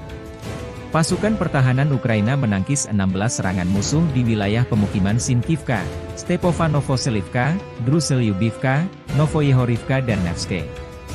Staf Umum Angkatan Bersenjata Ukraina 29 Mei melansir militer Rusia total kehilangan 505.100 tentara di Ukraina sejak awal invasi besar-besaran 24 Februari 2022. Jumlah ini termasuk 1.300 korban yang diderita pasukan Rusia dalam 24 jam terakhir.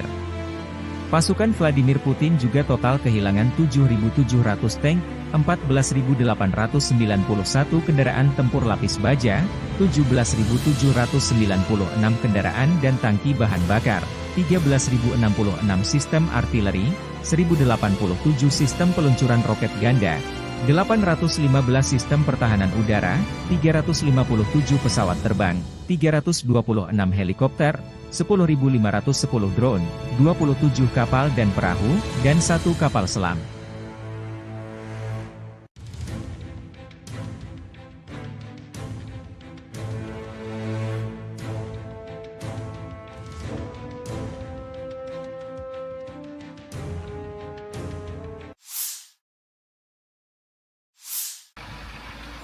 Awak Tosochka menghancurkan titik kuat peleton dan tenaga angkatan bersenjata Ukraina di arah Kharkiv. Drone pengintai menemukan konsentrasi tenaga musuh di posisi benteng yang terletak di jalur pergerakan infanteri kelompok pasukan utara. Para pengintai mengirimkan koordinat tersebut kepada kru TOS-2. Kendaraan tempur segera melaju ke posisi menembak dan melancarkan serangkaian serangan proyektil termobarik terhadap musuh. Rekaman kontrol objektif menunjukkan serangan terhadap benteng angkatan bersenjata Ukraina, demikian keterangan video militer Rusia 29 Mei.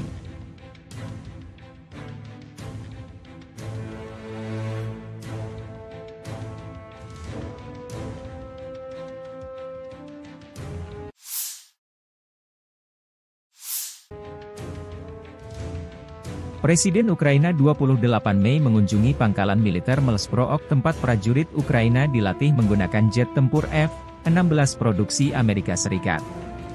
Ukraina sangat menantikan jet tempur F-16 dari mitra baratnya untuk memperkuat pertahanan langit kita.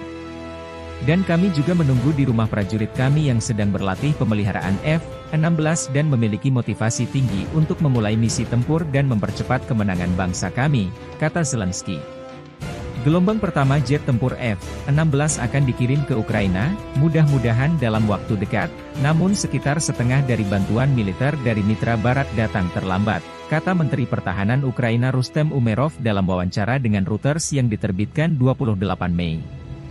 Beberapa negara NATO, Denmark, Belanda, Belgia, dan Norwegia berjanji untuk mengirimkan lusinan pesawat tempur F-16 buatan Amerika Serikat dari persediaan mereka. F-16 Denmark diperkirakan akan tiba pada awal musim panas ini, sedangkan jet tempur Belanda akan mulai tiba pada musim gugur. Kami membutuhkan sebanyak mungkin pesawat yang kami dapat, kata Umerov ketika ditanya tentang jumlah pesawat yang diperkirakan akan diterima oleh Ukraina.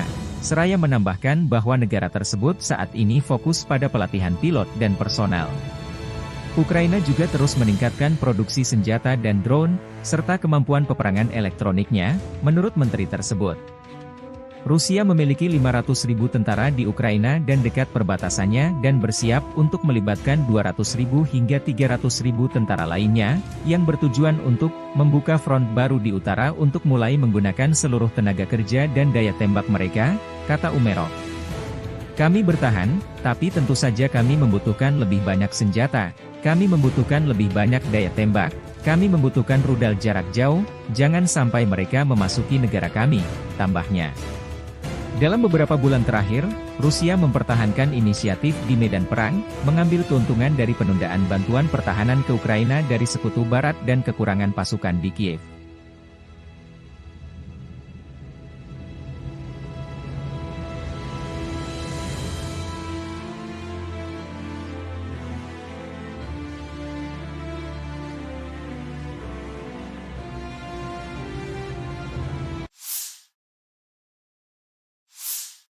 По поводу легитимности украинской власти. Действительно нужно проводить такой серьезный глубокий анализ. Но вот первое, что на виду, и то, что мне докладывают коллеги, заключается вот в чем. Конституция Украины предусматривает продление полномочий, но только Рады. О продлении полномочий президента в Конституции Украины ничего не сказано. Первое. Второе. Действительно, закон Украины о правовом статусе закона о правовом положении закона о военном положении говорит о том, что в период военного положения выборы президента не проводятся. Но это не значит, что они пролонгируются. Они не проводятся. Но кто сказал, что они должны быть пролонгированы? Об этом в Конституции ничего нет. Но есть статья 111 Конституции Украины, которая говорит о том, что в этом случае полномочия верховной власти, фактически президентские полномочия, передаются спикеру парламента. Тем более, что в условиях действия закона о военном положении полномочия парламента продлеваются. Вот это такой предварительный анализ. Надо внимательно посмотреть. Некоторые специалисты говорят, что есть противоречие между Конституцией, в которой говорится только о продлении полномочий Рады в условиях военного положения, и законом, о котором я только что сказал, закон от, по-моему, 2016 года, который определяет правовой статус военного положения. Там, как я уже сказал и повторяю, речь идет о том, что выборы президента не проводятся, но нигде не сказано, что они пролонгируются. И это проблема. Дело ведь в чем? Дело в том, что по своей сути украинская государственность основана на идее не на идее президентской республики, а на идее парламентско-президентской республики. И основные рычаги власти сосредотачиваются в представительном органе государства. Поэтому вполне логично, что так выстроена сама Конституция и другие правовые акты, которые принимались на ее основе. Поэтому, строго говоря, по предварительной оценке, я говорю только по предварительной оценке, единственной легитимной властью остается парламент и спикер Рады. Ну а так, по большому счету, если бы хотели провести президентские выборы, надо было бы отменить тогда закон о военном положении, вот и все, и провести выборы.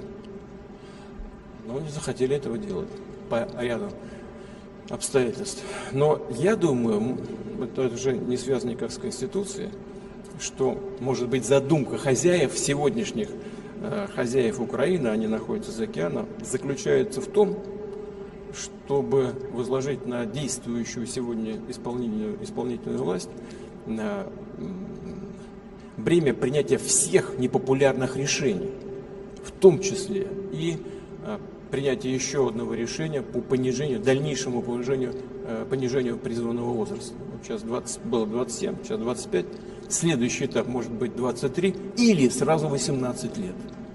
И после принятия этого и других непопулярных решений, действующих сегодня как бы представители исполнительной власти, их, я думаю, заменят на людей, на плечах которых не будет этой ответственности за принятые непопулярные в народе решения.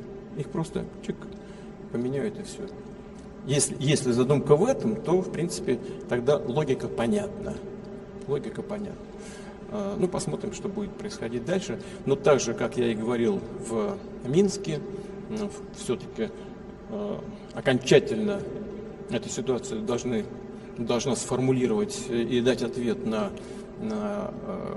то, что происходит в Украине, должна сформулировать в окончательном виде сама политическая и правовая система Украины.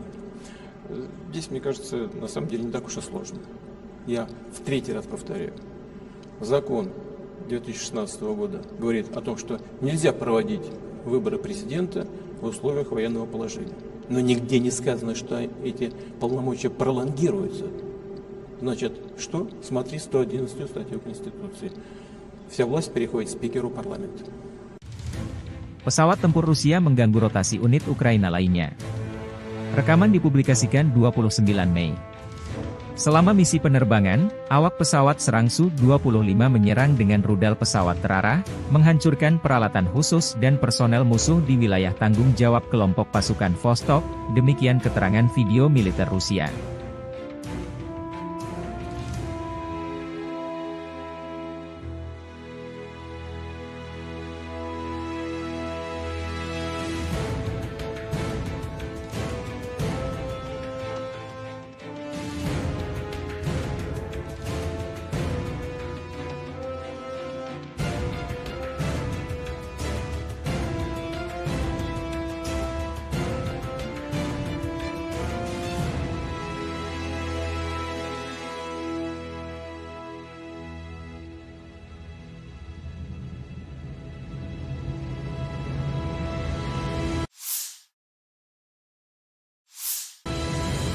Keluarga dan teman-teman kami bangga, menunggu dan mendoakan kami setiap saat. Pilot militer melakukan misi tempur siang dan malam, dan dalam kondisi meteorologi yang sulit, terbang pada ketinggian minimal. Masing-masing dari mereka adalah kartu as yang nyata, kata Victor, komandan awak helikopter Mi-35, berbicara tentang pekerjaannya sehari-hari selama operasi militer khusus di Ukraina. Video dipublikasikan militer Rusia, 29 Mei.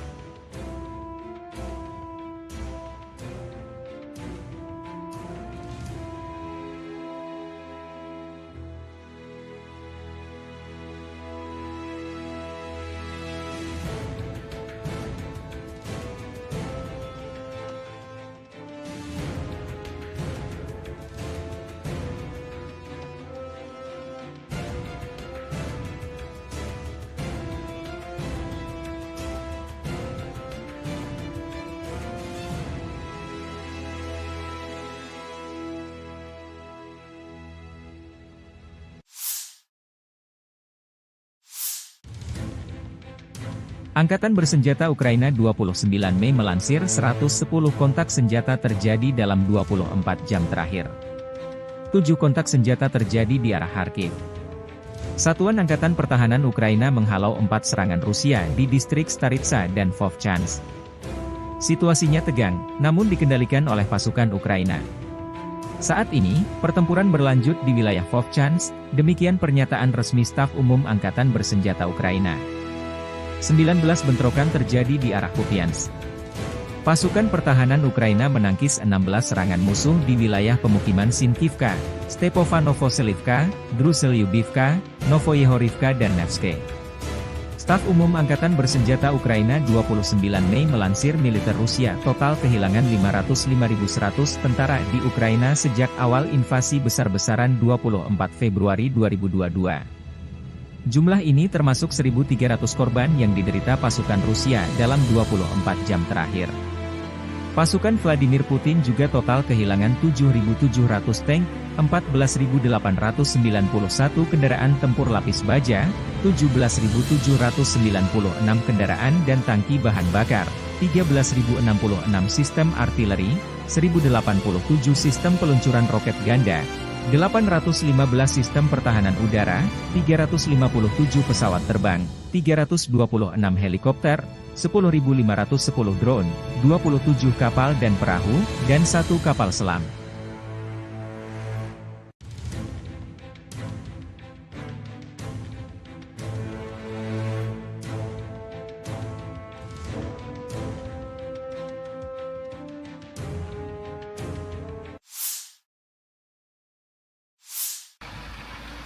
Awak Tosochka menghancurkan titik kuat peleton dan tenaga angkatan bersenjata Ukraina di arah Kharkiv.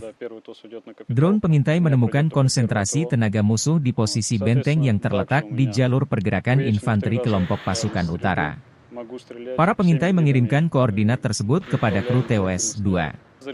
Kendaraan tempur segera melaju ke posisi menembak dan melancarkan serangkaian serangan proyektil termobarik terhadap musuh.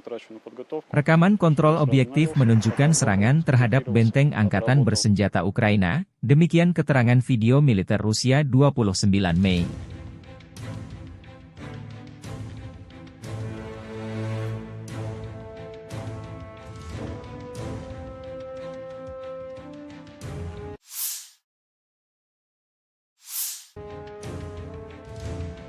Presiden Ukraina 28 Mei mengunjungi pangkalan militer Millsborough tempat prajurit Ukraina dilatih menggunakan jet tempur F-16 produksi Amerika Serikat. Ukraina sangat menantikan jet tempur F-16 dari mitra baratnya untuk memperkuat pertahanan langit kita. Dan kami juga menunggu di rumah prajurit kami yang sedang berlatih pemeliharaan F-16 dan memiliki motivasi tinggi untuk memulai misi tempur dan mempercepat kemenangan bangsa kami, kata Zelensky. Gelombang pertama jet tempur F-16 akan dikirim ke Ukraina, mudah-mudahan dalam waktu dekat, namun sekitar setengah dari bantuan militer dari mitra barat datang terlambat, kata Menteri Pertahanan Ukraina Rustem Umerov dalam wawancara dengan Reuters yang diterbitkan 28 Mei. Beberapa negara NATO, Denmark, Belanda, Belgia, dan Norwegia berjanji untuk mengirimkan lusinan pesawat tempur F-16 buatan Amerika Serikat dari persediaan mereka. F-16 Denmark diperkirakan akan tiba pada awal musim panas ini, sedangkan jet tempur Belanda akan mulai tiba pada musim gugur. Kami membutuhkan sebanyak mungkin pesawat yang kami dapat, kata Umerov ketika ditanya tentang jumlah pesawat yang diperkirakan akan diterima oleh Ukraina. Seraya menambahkan bahwa negara tersebut saat ini fokus pada pelatihan pilot dan personel. Ukraina juga terus meningkatkan produksi senjata dan drone, serta kemampuan peperangan elektroniknya, menurut menteri tersebut. Rusia memiliki 500.000 tentara di Ukraina dan dekat perbatasannya dan bersiap untuk melibatkan 200.000 hingga 300.000 tentara lainnya, yang bertujuan untuk membuka front baru di utara untuk mulai menggunakan seluruh tenaga kerja dan daya tembak mereka, kata Umerov. Kami bertahan, tapi tentu saja kami membutuhkan lebih banyak senjata, kami membutuhkan lebih banyak daya tembak, kami membutuhkan rudal jarak jauh, jangan sampai mereka memasuki negara kami, tambahnya. Dalam beberapa bulan terakhir, Rusia mempertahankan inisiatif di medan perang, mengambil keuntungan dari penundaan bantuan pertahanan ke Ukraina dari Sekutu Barat dan kekurangan pasukan di Kiev.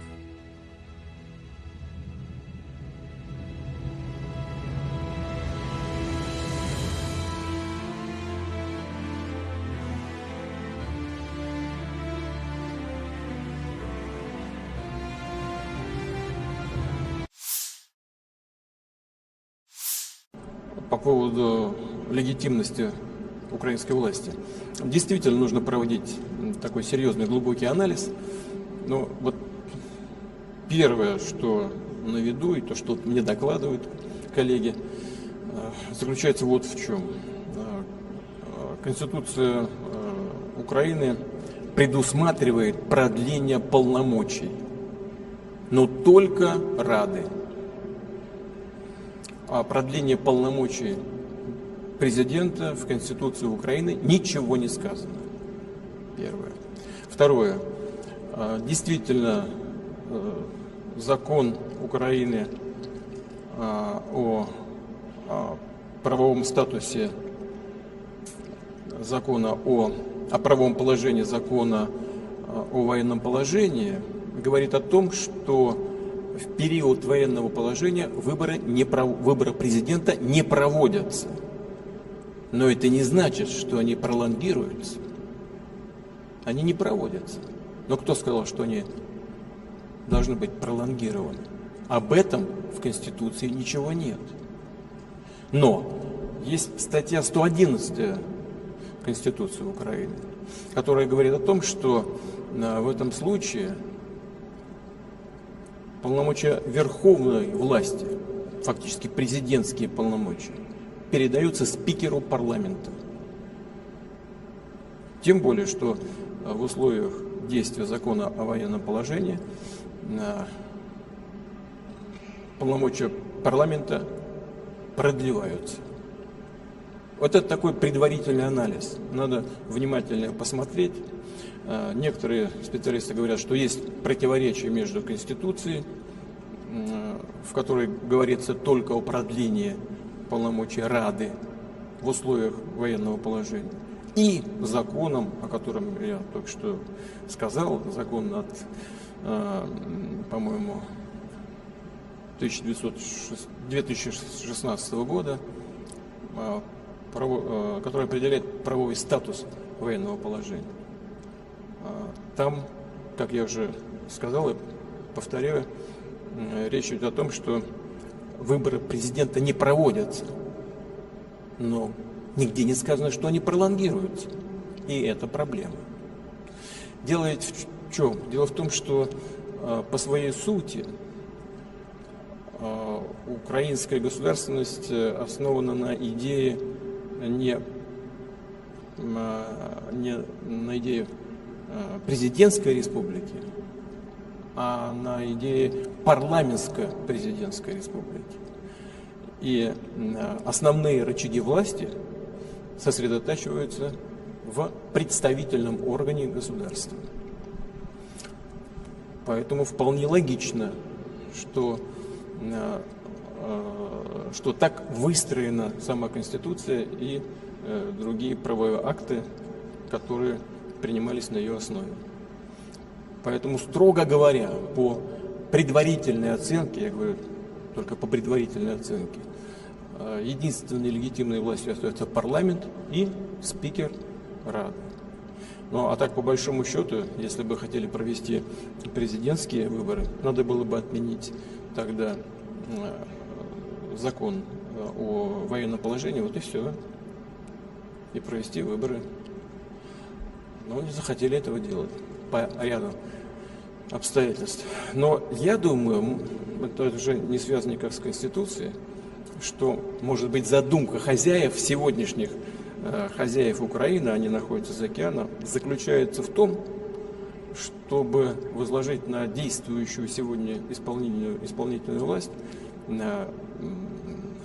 бремя принятия всех непопулярных решений, в том числе и принятие еще одного решения по дальнейшему понижению призывного возраста. Вот сейчас было 27, сейчас 25. Следующий этап может быть 23 или сразу 18 лет. И после принятия этого или и других непопулярных решений, действующих сегодня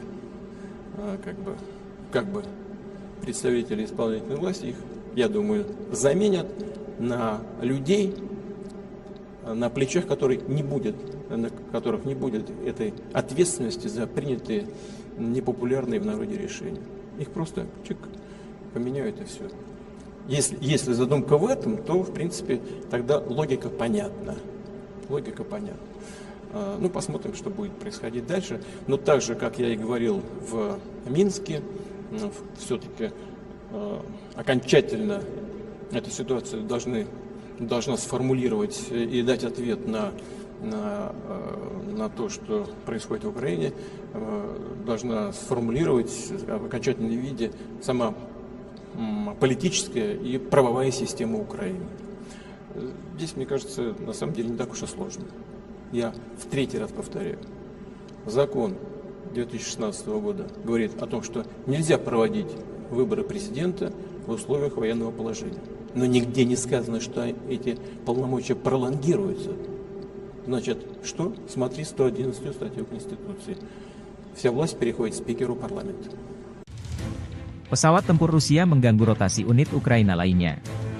Rekaman dipublikasikan 29 Mei. Selama misi penerbangan, awak pesawat serang Su-25 menyerang dengan rudal pesawat terarah, menghancurkan peralatan khusus dan personel musuh di wilayah tanggung jawab kelompok pasukan Vostok, demikian keterangan video militer Rusia.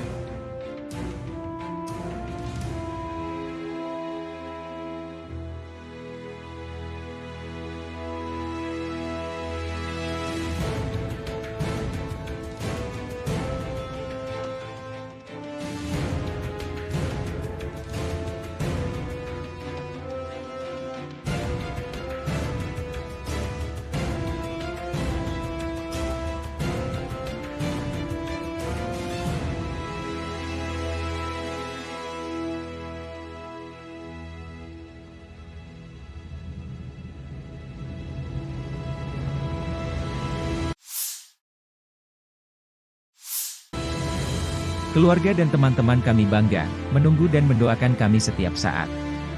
Pilot militer melakukan misi tempur siang dan malam, dan dalam kondisi meteorologi yang sulit, terbang pada ketinggian minimal. Masing-masing dari mereka adalah kartu as yang nyata, kata Victor, Komandan awak helikopter Mi-35, berbicara tentang pekerjaannya sehari-hari selama operasi militer khusus di Ukraina. Video dipublikasikan militer Rusia, 29 Mei.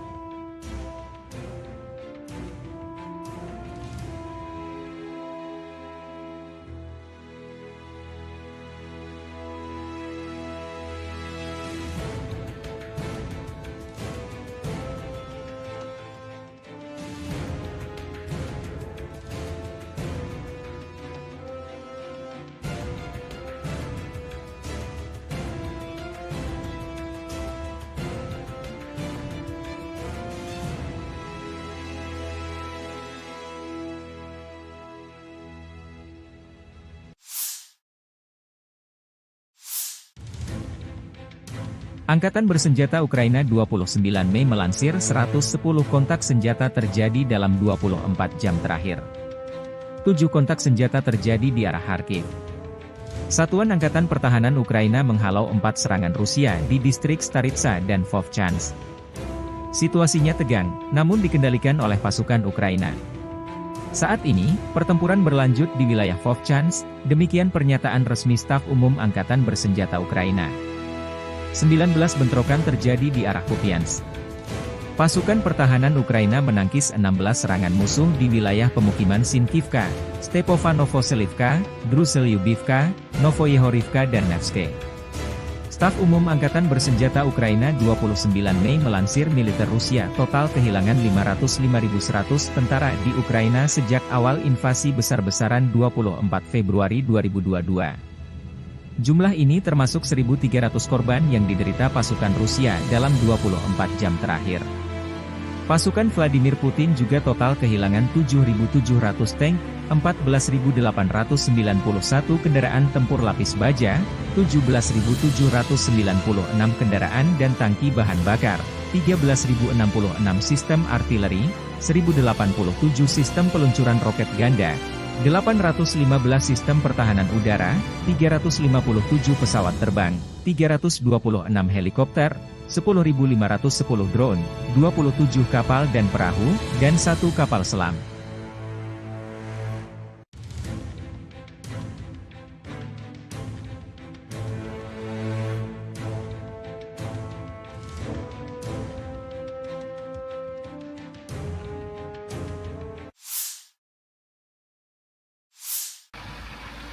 Awak Tosochka menghancurkan titik kuat peleton dan tenaga angkatan bersenjata Ukraina di arah Kharkiv.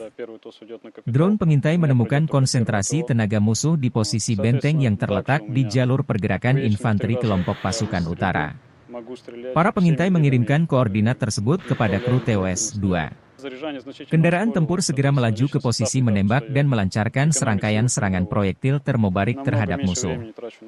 Rekaman kontrol objektif menunjukkan serangan terhadap benteng angkatan bersenjata Ukraina, demikian keterangan video militer Rusia 29 Mei.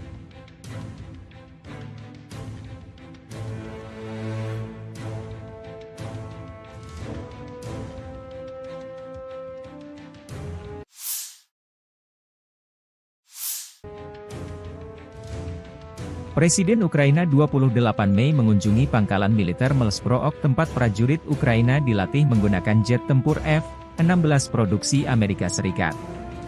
Ukraina sangat menantikan jet tempur F-16 dari mitra baratnya untuk memperkuat pertahanan langit kita.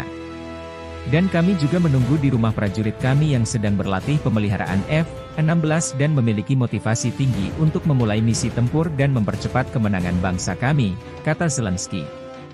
Gelombang pertama jet tempur F-16 akan dikirim ke Ukraina, mudah-mudahan dalam waktu dekat, namun sekitar setengah dari bantuan militer dari mitra barat datang terlambat, kata Menteri Pertahanan Ukraina Rustem Umerov dalam wawancara dengan Reuters yang diterbitkan 28 Mei. Beberapa negara NATO, Denmark, Belanda, Belgia, dan Norwegia berjanji untuk mengirimkan lusinan pesawat tempur F-16 buatan Amerika Serikat dari persediaan mereka. F-16 Denmark diperkirakan akan tiba pada awal musim panas ini, sedangkan jet tempur Belanda akan mulai tiba pada musim gugur. Kami membutuhkan sebanyak mungkin pesawat yang kami dapat, kata Umerov ketika ditanya tentang jumlah pesawat yang diperkirakan akan diterima oleh Ukraina. Seraya menambahkan bahwa negara tersebut saat ini fokus pada pelatihan pilot dan personel. Ukraina juga terus meningkatkan produksi senjata dan drone, serta kemampuan peperangan elektroniknya, menurut menteri tersebut. Rusia memiliki 500.000 tentara di Ukraina dan dekat perbatasannya dan bersiap untuk melibatkan 200.000 hingga 300.000 tentara lainnya, yang bertujuan untuk membuka front baru di utara untuk mulai menggunakan seluruh tenaga kerja dan daya tembak mereka, kata Umerov. Kami bertahan, tapi tentu saja kami membutuhkan lebih banyak senjata, kami membutuhkan lebih banyak daya tembak, kami membutuhkan rudal jarak jauh, jangan sampai mereka memasuki negara kami, tambahnya. Dalam beberapa bulan terakhir, Rusia mempertahankan inisiatif di medan perang, mengambil keuntungan dari penundaan bantuan pertahanan ke Ukraina dari Sekutu Barat dan kekurangan pasukan di Kiev.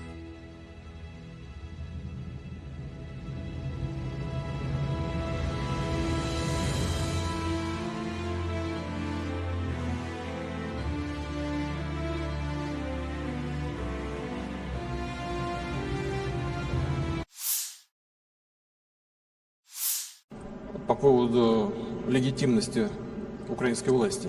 Действительно нужно проводить такой серьезный, глубокий анализ. Но вот первое, что на виду, и то, что мне докладывают коллеги, заключается вот в чем. Конституция Украины предусматривает продление полномочий, но только Рады. О продлении полномочий президента в Конституции Украины ничего не сказано. Первое. Второе.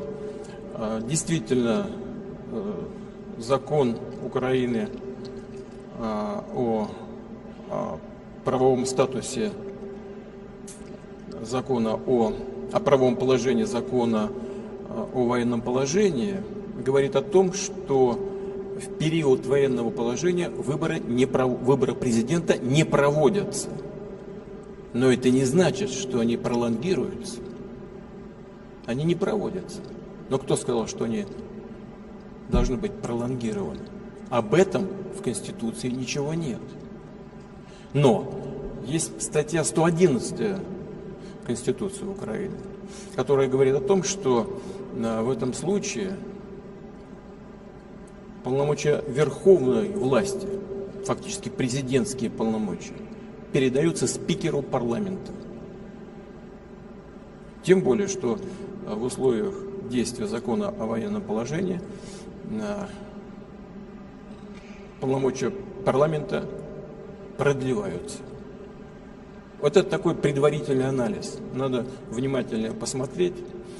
Некоторые специалисты говорят, что есть противоречие между Конституцией, в которой говорится только о продлении полномочий Рады в условиях военного положения, и законом, о котором я только что сказал, закон от, по-моему, 2016 года, который определяет правовой статус военного положения. Там, как я уже сказал и повторяю, речь идет о том, что выборы президента не проводятся, но нигде не сказано, что они пролонгируются, и это проблема. Дело ведь в чем? Дело в том, что по своей сути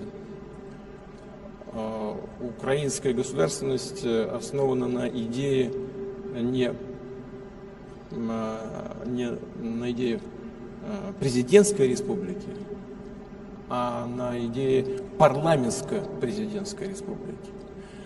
и основные рычаги власти сосредотачиваются в представительном органе государства. Поэтому вполне логично, что так выстроена сама Конституция и другие правовые акты, которые принимались на ее основе. Поэтому, строго говоря, по предварительной оценке, я говорю только по предварительной оценке, единственной легитимной властью остается парламент и спикер Рады. Ну а так, по большому счету, если бы хотели провести президентские выборы, надо было бы отменить тогда закон о военном положении, вот и все, и провести выборы. Но не захотели этого делать по ряду обстоятельств. Но я думаю, это уже не связано никак с Конституцией, что, может быть, задумка хозяев сегодняшних, хозяев Украины, они находятся за океаном, заключается в том, чтобы возложить на действующую сегодня исполнительную власть бремя принятия всех непопулярных решений, в том числе и принятие еще одного решения по дальнейшему понижению призывного возраста. Вот сейчас было 27, сейчас 25. Следующий этап может быть 23 или сразу 18 лет. И после принятия этого или и других непопулярных решений, действующих сегодня как бы представители исполнительной власти, их, я думаю, заменят на людей, на плечах которых не будет этой ответственности за принятые непопулярные в народе решения. Их просто поменяют и все. Если задумка в этом, то, в принципе, тогда логика понятна. Ну, посмотрим, что будет происходить дальше. Но так же, как я и говорил в Минске, все-таки окончательно эту ситуацию должна сформулировать и дать ответ на то, что происходит в Украине, должна сформулировать в окончательном виде сама политическая и правовая система Украины. Здесь, мне кажется, на самом деле не так уж и сложно. Я в третий раз повторяю. Закон 2016 года говорит о том, что нельзя проводить выборы президента в условиях военного положения. Но нигде не сказано, что эти полномочия пролонгируются. Значит, что? Смотри 111 статью Конституции. Вся власть переходит спикеру парламента. Pesawat tempur Rusia mengganggu rotasi unit Ukraina lainnya. Rekaman dipublikasikan 29 Mei. Selama misi penerbangan, awak pesawat serang Su-25 menyerang dengan rudal pesawat terarah, menghancurkan peralatan khusus dan personel musuh di wilayah tanggung jawab kelompok pasukan Vostok, demikian keterangan video militer Rusia.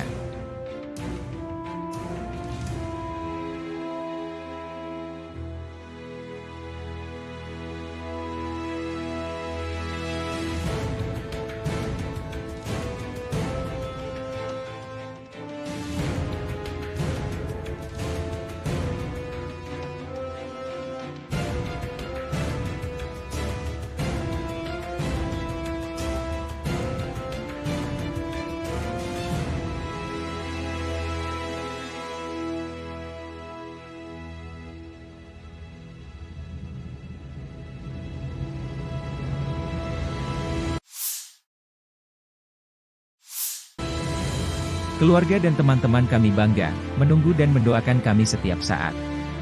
Pilot militer melakukan misi tempur siang dan malam, dan dalam kondisi meteorologi yang sulit, terbang pada ketinggian minimal. Masing-masing dari mereka adalah kartu as yang nyata, kata Victor, komandan awak helikopter Mi-35, berbicara tentang pekerjaannya sehari-hari selama operasi militer khusus di Ukraina. Video dipublikasikan militer Rusia, 29 Mei.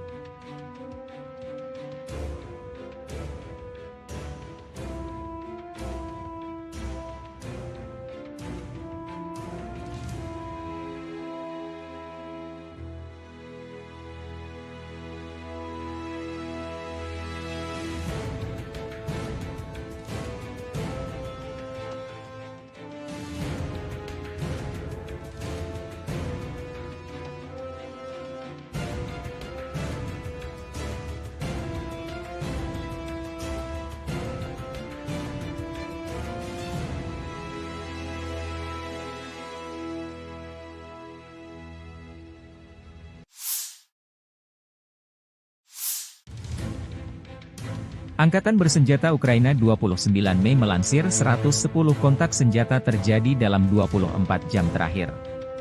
7 kontak senjata terjadi di arah Kharkiv. Satuan Angkatan Pertahanan Ukraina menghalau 4 serangan Rusia di distrik Staritsa dan Vovchansk. Situasinya tegang, namun dikendalikan oleh pasukan Ukraina. Saat ini, pertempuran berlanjut di wilayah Vovchansk, demikian pernyataan resmi Staf Umum Angkatan Bersenjata Ukraina. 19 bentrokan terjadi di arah Kupiansk. Pasukan pertahanan Ukraina menangkis 16 serangan musuh di wilayah pemukiman Sinkivka, Stepovanovselivka, Druselyubivka, Novoyehorivka dan Nevske. Staf Umum Angkatan Bersenjata Ukraina 29 Mei melansir militer Rusia total kehilangan 505.100 tentara di Ukraina sejak awal invasi besar-besaran 24 Februari 2022. Jumlah ini termasuk 1.300 korban yang diderita pasukan Rusia dalam 24 jam terakhir. Pasukan Vladimir Putin juga total kehilangan 7.700 tank, 14.891 kendaraan tempur lapis baja, 17.796 kendaraan dan tangki bahan bakar, 13.066 sistem artileri, 1.087 sistem peluncuran roket ganda, 815 sistem pertahanan udara, 357 pesawat terbang, 326 helikopter, 10.510 drone, 27 kapal dan perahu, dan 1 kapal selam.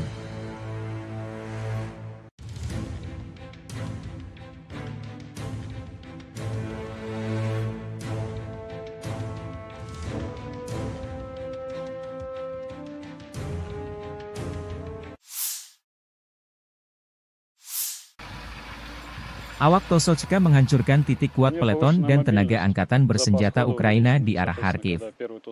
Drone pengintai menemukan konsentrasi tenaga musuh di posisi benteng yang terletak di jalur pergerakan infanteri kelompok pasukan utara. Para pengintai mengirimkan koordinat tersebut kepada kru TOS-2. Kendaraan tempur segera melaju ke posisi menembak dan melancarkan serangkaian serangan proyektil termobarik terhadap musuh.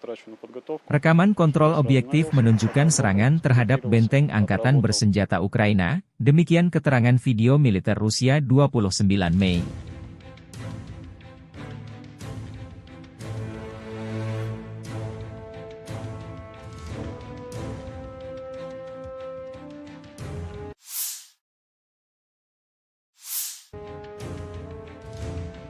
Presiden Ukraina 28 Mei mengunjungi pangkalan militer Melsprook tempat prajurit Ukraina dilatih menggunakan jet tempur F-16 produksi Amerika Serikat. Ukraina sangat menantikan jet tempur F-16 dari mitra baratnya untuk memperkuat pertahanan langit kita. Dan kami juga menunggu di rumah prajurit kami yang sedang berlatih pemeliharaan F-16 dan memiliki motivasi tinggi untuk memulai misi tempur dan mempercepat kemenangan bangsa kami, kata Zelensky. Gelombang pertama jet tempur F-16 akan dikirim ke Ukraina, mudah-mudahan dalam waktu dekat, namun sekitar setengah dari bantuan militer dari mitra barat datang terlambat, kata Menteri Pertahanan Ukraina Rustem Umerov dalam wawancara dengan Reuters yang diterbitkan 28 Mei. Beberapa negara NATO, Denmark, Belanda, Belgia, dan Norwegia berjanji untuk mengirimkan lusinan pesawat tempur F-16 buatan Amerika Serikat dari persediaan mereka. F-16 Denmark diperkirakan akan tiba pada awal musim panas ini, sedangkan jet tempur Belanda akan mulai tiba pada musim gugur. Kami membutuhkan sebanyak mungkin pesawat yang kami dapat, kata Umerov ketika ditanya tentang jumlah pesawat yang diperkirakan akan diterima oleh Ukraina. Seraya menambahkan bahwa negara tersebut saat ini fokus pada pelatihan pilot dan personel. Ukraina juga terus meningkatkan produksi senjata dan drone, serta kemampuan peperangan elektroniknya, menurut menteri tersebut. Rusia memiliki 500.000 tentara di Ukraina dan dekat perbatasannya dan bersiap untuk melibatkan 200.000 hingga 300.000 tentara lainnya, yang bertujuan untuk membuka front baru di utara untuk mulai menggunakan seluruh tenaga kerja dan daya tembak mereka, kata Umerov. Kami bertahan, tapi tentu saja kami membutuhkan lebih banyak senjata. Kami membutuhkan lebih banyak daya tembak, kami membutuhkan rudal jarak jauh, jangan sampai mereka memasuki negara kami, tambahnya. Dalam beberapa bulan terakhir, Rusia mempertahankan inisiatif di medan perang, mengambil keuntungan dari penundaan bantuan pertahanan ke Ukraina dari Sekutu Barat dan kekurangan pasukan di Kiev.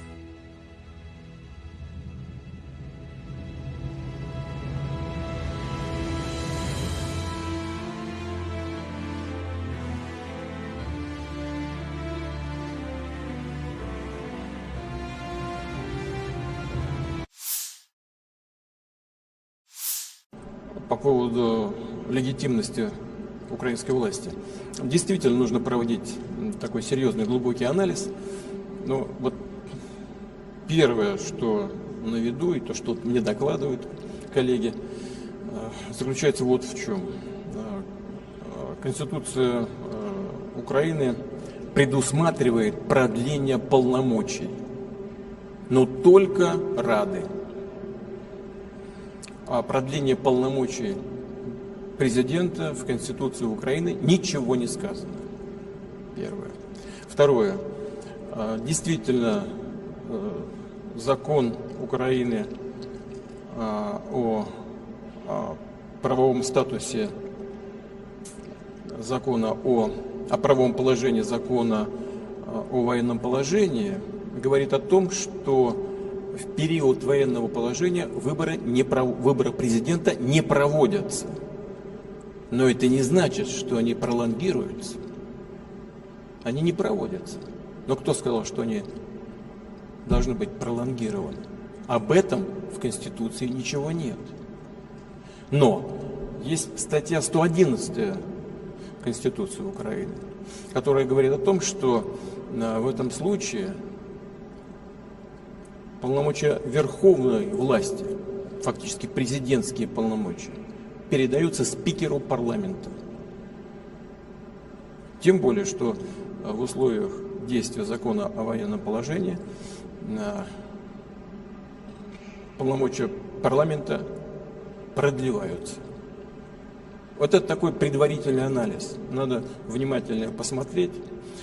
Некоторые специалисты говорят, что есть противоречие между Конституцией, в которой говорится только о продлении полномочий Рады в условиях военного положения, и законом, о котором я только что сказал, закон от, по-моему, 2016 года, который определяет правовой статус военного положения.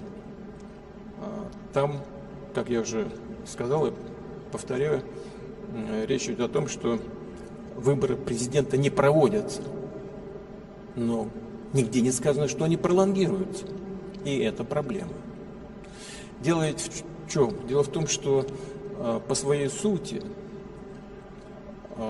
украинская государственность основана на идее не на идее президентской республики, а на идее парламентско-президентской республики. И основные рычаги власти сосредотачиваются в представительном органе государства. Поэтому вполне логично, что так выстроена сама Конституция и другие правовые акты, которые принимались на ее основе. Поэтому, строго говоря, по предварительной оценке, я говорю только по предварительной оценке, единственной легитимной властью остается парламент и спикер Рады. Ну, а так, по большому счету, если бы хотели провести президентские выборы, надо было бы отменить тогда закон о военном положении, вот и все, и провести выборы.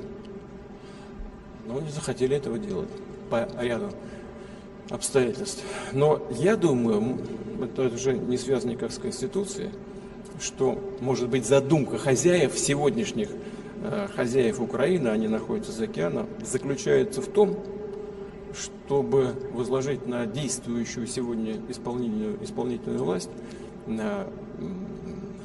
бремя принятия всех непопулярных решений, в том числе и принятие еще одного решения по дальнейшему понижению призывного возраста. Вот сейчас было 27, сейчас 25. Следующий этап может быть 23 или сразу 18 лет. И после принятия этого и других непопулярных решений, действующих сегодня как бы представители исполнительной власти, их, я думаю, заменят на людей, на плечах которых не будет этой ответственности за принятые непопулярные в народе решения. Их просто поменяют и все. Если задумка в этом, то, в принципе, тогда логика понятна. Логика понятна. Ну, посмотрим, что будет происходить дальше. Но так же, как я и говорил в Минске, все-таки окончательно эту ситуацию должна сформулировать и дать ответ на то, что происходит в Украине, должна сформулировать в окончательном виде сама политическая и правовая система Украины. Здесь, мне кажется, на самом деле не так уж и сложно. Я в третий раз повторяю. Закон 2016 года говорит о том, что нельзя проводить выборы президента в условиях военного положения. Но нигде не сказано, что эти полномочия пролонгируются. Значит, что? Смотри 111 статью Конституции. Вся власть переходит спикеру парламента. Pesawat tempur Rusia mengganggu rotasi unit Ukraina lainnya. Rekaman dipublikasikan 29 Mei. Selama misi penerbangan, awak pesawat serang Su-25 menyerang dengan rudal pesawat terarah, menghancurkan peralatan khusus dan personel musuh di wilayah tanggung jawab kelompok pasukan Vostok, demikian keterangan video militer Rusia.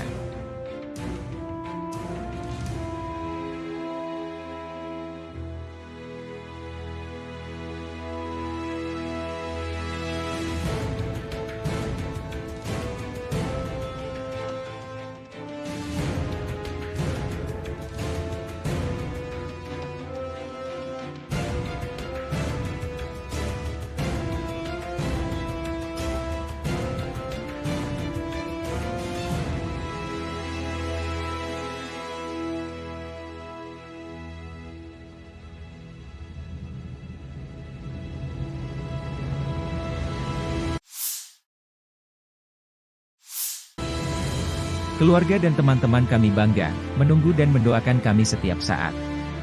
Pilot militer melakukan misi tempur siang dan malam, dan dalam kondisi meteorologi yang sulit, terbang pada ketinggian minimal. Masing-masing dari mereka adalah kartu as yang nyata, kata Victor, komandan awak helikopter Mi-35, berbicara tentang pekerjaannya sehari-hari selama operasi militer khusus di Ukraina. Video dipublikasikan militer Rusia, 29 Mei.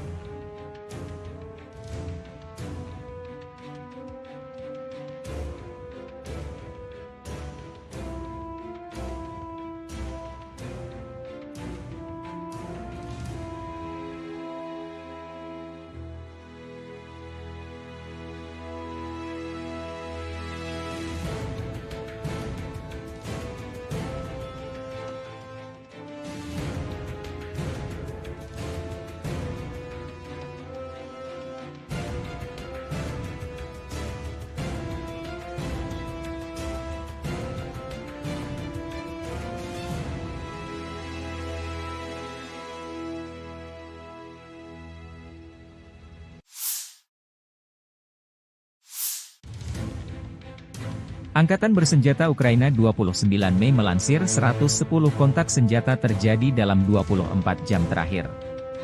7 kontak senjata terjadi di arah Kharkiv. Satuan Angkatan Pertahanan Ukraina menghalau 4 serangan Rusia di distrik Staritsa dan Vovchansk. Situasinya tegang, namun dikendalikan oleh pasukan Ukraina. Saat ini, pertempuran berlanjut di wilayah Vovchansk, demikian pernyataan resmi staf umum Angkatan Bersenjata Ukraina. 19 bentrokan terjadi di arah Kupiansk. Pasukan pertahanan Ukraina menangkis 16 serangan musuh di wilayah pemukiman Sinkivka, Stepanovo-Selivka, Druselyubivka, Novoyehorivka dan Nevske. Staf Umum Angkatan Bersenjata Ukraina 29 Mei melansir militer Rusia total kehilangan 505.100 tentara di Ukraina sejak awal invasi besar-besaran 24 Februari 2022. Jumlah ini termasuk 1.300 korban yang diderita pasukan Rusia dalam 24 jam terakhir. Pasukan Vladimir Putin juga total kehilangan 7.700 tank, 14.891 kendaraan tempur lapis baja, 17.796 kendaraan dan tangki bahan bakar, 13.066 sistem artileri, 1.087 sistem peluncuran roket ganda, 815 sistem pertahanan udara, 357 pesawat terbang, 326 helikopter, 10.510 drone, 27 kapal dan perahu, dan 1 kapal selam.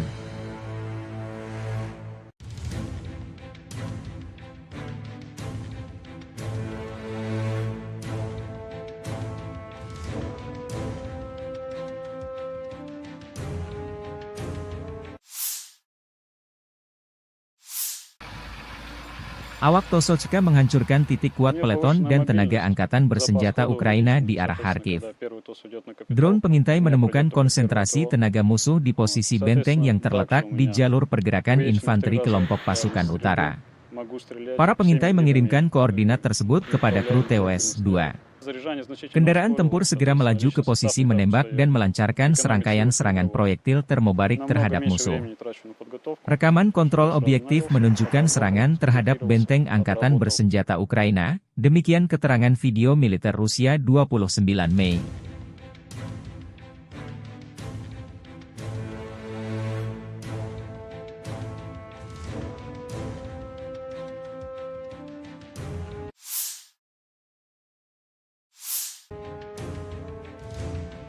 Presiden Ukraina 28 Mei mengunjungi pangkalan militer Melsprook tempat prajurit Ukraina dilatih menggunakan jet tempur F-16 produksi Amerika Serikat.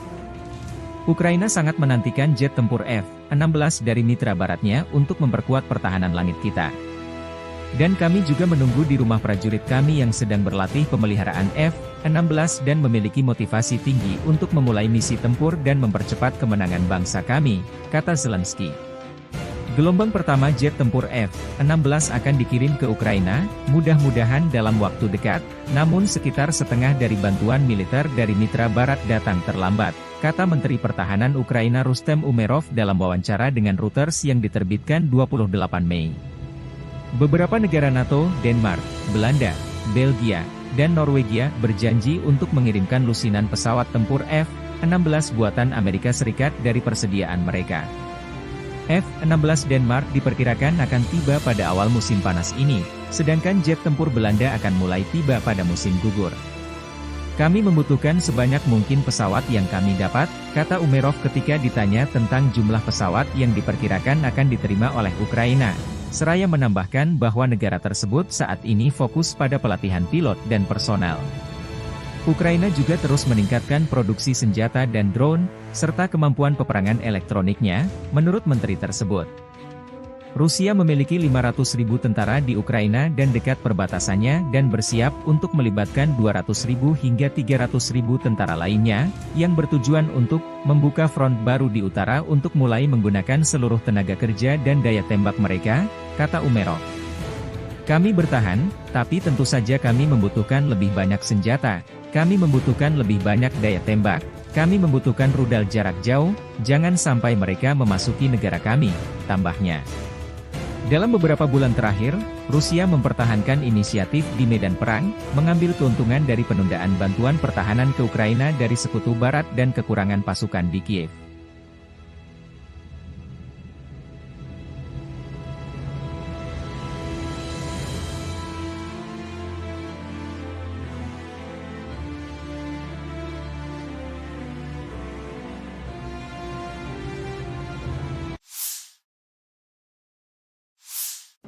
По поводу легитимности украинской власти. Действительно нужно проводить такой серьезный, глубокий анализ. Но вот первое, что на виду, и то, что мне докладывают коллеги, заключается вот в чем. Конституция Украины предусматривает продление полномочий, но только Рады. О продлении полномочий президента в Конституции Украины ничего не сказано. Первое. Второе. Действительно, закон Украины о правовом статусе закона о правовом положении закона о военном положении говорит о том, что в период военного положения выборы президента не проводятся. Но это не значит, что они пролонгируются. Они не проводятся. Но кто сказал, что они должны быть пролонгированы? Об этом в Конституции ничего нет. Но есть статья 111 Конституции Украины, которая говорит о том, что в этом случае полномочия верховной власти, фактически президентские полномочия, передаются спикеру парламента. Тем более, что в условиях действия закона о военном положении полномочия парламента продлеваются. Вот это такой предварительный анализ. Надо внимательно посмотреть.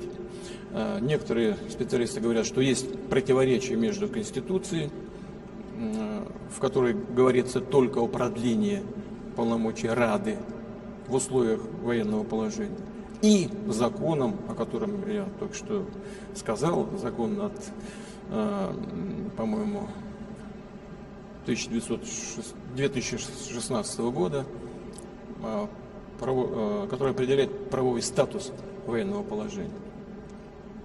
Там, как я уже сказал и повторяю, речь идет о том, что выборы президента не проводятся, но нигде не сказано, что они пролонгируются. И это проблема. Дело в чем? Дело в том, что по своей сути украинская государственность основана на идее не на идее президентской республики, а на идее парламентско-президентской республики. И основные рычаги власти сосредотачиваются в представительном органе государства. Поэтому вполне логично, что так выстроена сама Конституция и другие правовые акты, которые принимались на ее основе. Поэтому, строго говоря, по предварительной оценке, я говорю только по предварительной оценке, единственной легитимной властью остается парламент и спикер Рады. Ну а так, по большому счету, если бы хотели провести президентские выборы, надо было бы отменить тогда закон о военном положении, вот и все, и провести выборы. Но не захотели этого делать по ряду обстоятельств. Но я думаю, это уже не связано никак с Конституцией, что, может быть, задумка хозяев, сегодняшних хозяев Украины, они находятся за океаном, заключается в том, чтобы возложить на действующую сегодня исполнительную власть бремя принятия всех непопулярных решений, в том числе и принятие еще одного решения по дальнейшему понижению призывного возраста. Вот сейчас было 27, сейчас 25. Следующий этап может быть 23 или сразу 18 лет. И после принятия этого и других непопулярных решений, действующих сегодня как бы представители исполнительной власти, их, я думаю, заменят на людей, на плечах которых не будет этой ответственности за принятые непопулярные в народе решения. Их просто поменяют и все. Если задумка в этом, то, в принципе, тогда логика понятна.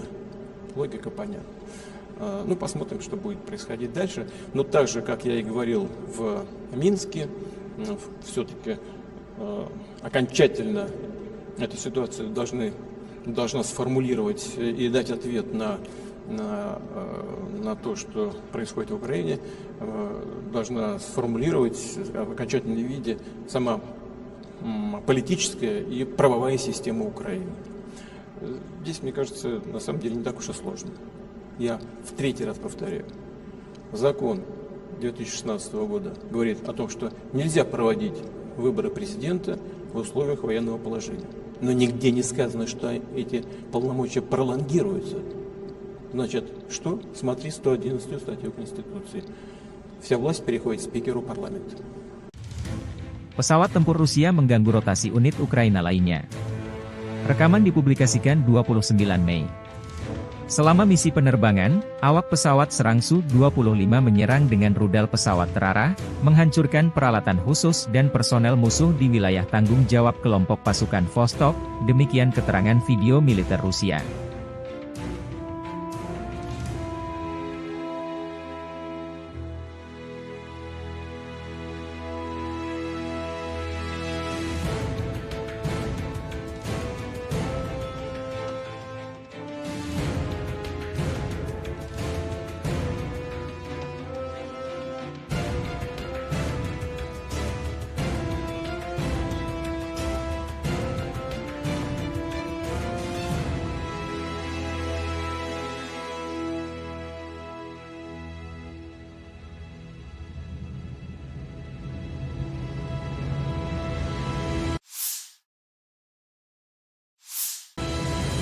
Keluarga dan teman-teman kami bangga, menunggu dan mendoakan kami setiap saat. Pilot militer melakukan misi tempur siang dan malam, dan dalam kondisi meteorologi yang sulit, terbang pada ketinggian minimal.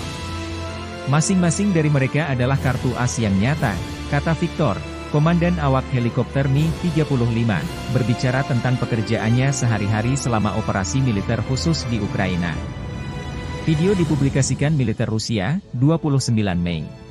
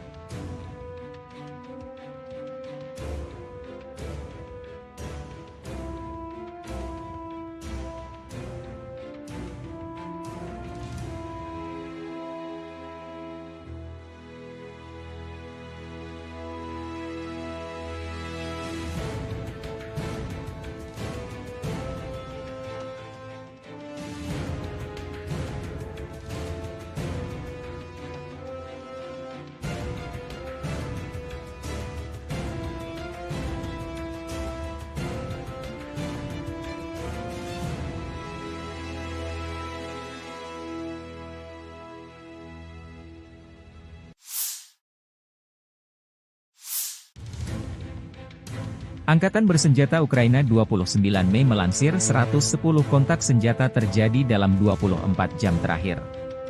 7 kontak senjata terjadi di arah Kharkiv. Satuan Angkatan Pertahanan Ukraina menghalau 4 serangan Rusia di distrik Staritsa dan Vovchansk. Situasinya tegang, namun dikendalikan oleh pasukan Ukraina. Saat ini, pertempuran berlanjut di wilayah Vovchansk, demikian pernyataan resmi Staf Umum Angkatan Bersenjata Ukraina. 19 bentrokan terjadi di arah Kupiansk. Pasukan pertahanan Ukraina menangkis 16 serangan musuh di wilayah pemukiman Sinkivka, Stepovanovselivka, Druselyubivka, Novoyehorivka dan Nevske.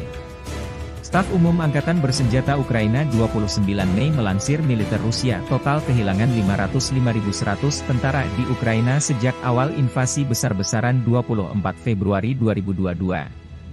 Jumlah ini termasuk 1.300 korban yang diderita pasukan Rusia dalam 24 jam terakhir.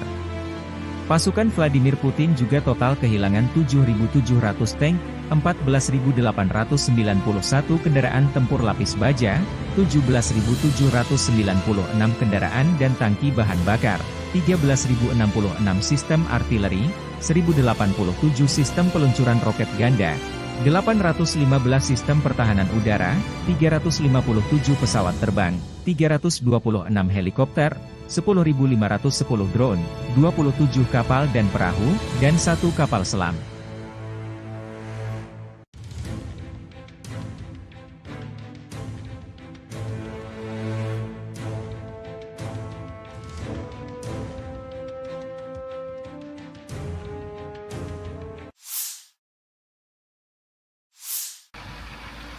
Awak Tosochka menghancurkan titik kuat peleton dan tenaga angkatan bersenjata Ukraina di arah Kharkiv.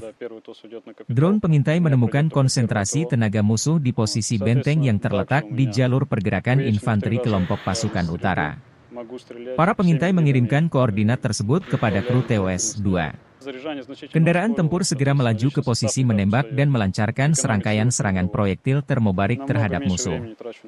Rekaman kontrol objektif menunjukkan serangan terhadap benteng angkatan bersenjata Ukraina, demikian keterangan video militer Rusia 29 Mei.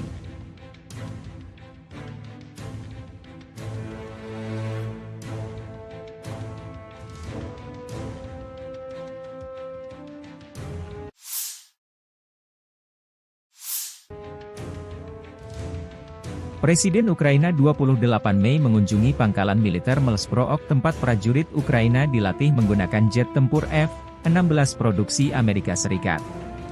Ukraina sangat menantikan jet tempur F-16 dari mitra baratnya untuk memperkuat pertahanan langit kita. Dan kami juga menunggu di rumah prajurit kami yang sedang berlatih pemeliharaan F-16 dan memiliki motivasi tinggi untuk memulai misi tempur dan mempercepat kemenangan bangsa kami, kata Zelensky. Gelombang pertama jet tempur F-16 akan dikirim ke Ukraina, mudah-mudahan dalam waktu dekat, namun sekitar setengah dari bantuan militer dari mitra barat datang terlambat, kata Menteri Pertahanan Ukraina Rustem Umerov dalam wawancara dengan Reuters yang diterbitkan 28 Mei. Beberapa negara NATO, Denmark, Belanda, Belgia, dan Norwegia berjanji untuk mengirimkan lusinan pesawat tempur F-16 buatan Amerika Serikat dari persediaan mereka. F-16 Denmark diperkirakan akan tiba pada awal musim panas ini, sedangkan jet tempur Belanda akan mulai tiba pada musim gugur. Kami membutuhkan sebanyak mungkin pesawat yang kami dapat, kata Umerov ketika ditanya tentang jumlah pesawat yang diperkirakan akan diterima oleh Ukraina. Seraya menambahkan bahwa negara tersebut saat ini fokus pada pelatihan pilot dan personel. Ukraina juga terus meningkatkan produksi senjata dan drone, serta kemampuan peperangan elektroniknya, menurut menteri tersebut. Rusia memiliki 500.000 tentara di Ukraina dan dekat perbatasannya dan bersiap untuk melibatkan 200.000 hingga 300.000 tentara lainnya, yang bertujuan untuk membuka front baru di utara untuk mulai menggunakan seluruh tenaga kerja dan daya tembak mereka, kata Umerov. Kami bertahan, tapi tentu saja kami membutuhkan lebih banyak senjata, kami membutuhkan lebih banyak daya tembak, kami membutuhkan rudal jarak jauh, jangan sampai mereka memasuki negara kami, tambahnya. Dalam beberapa bulan terakhir, Rusia mempertahankan inisiatif di medan perang, mengambil keuntungan dari penundaan bantuan pertahanan ke Ukraina dari Sekutu Barat dan kekurangan pasukan di Kiev.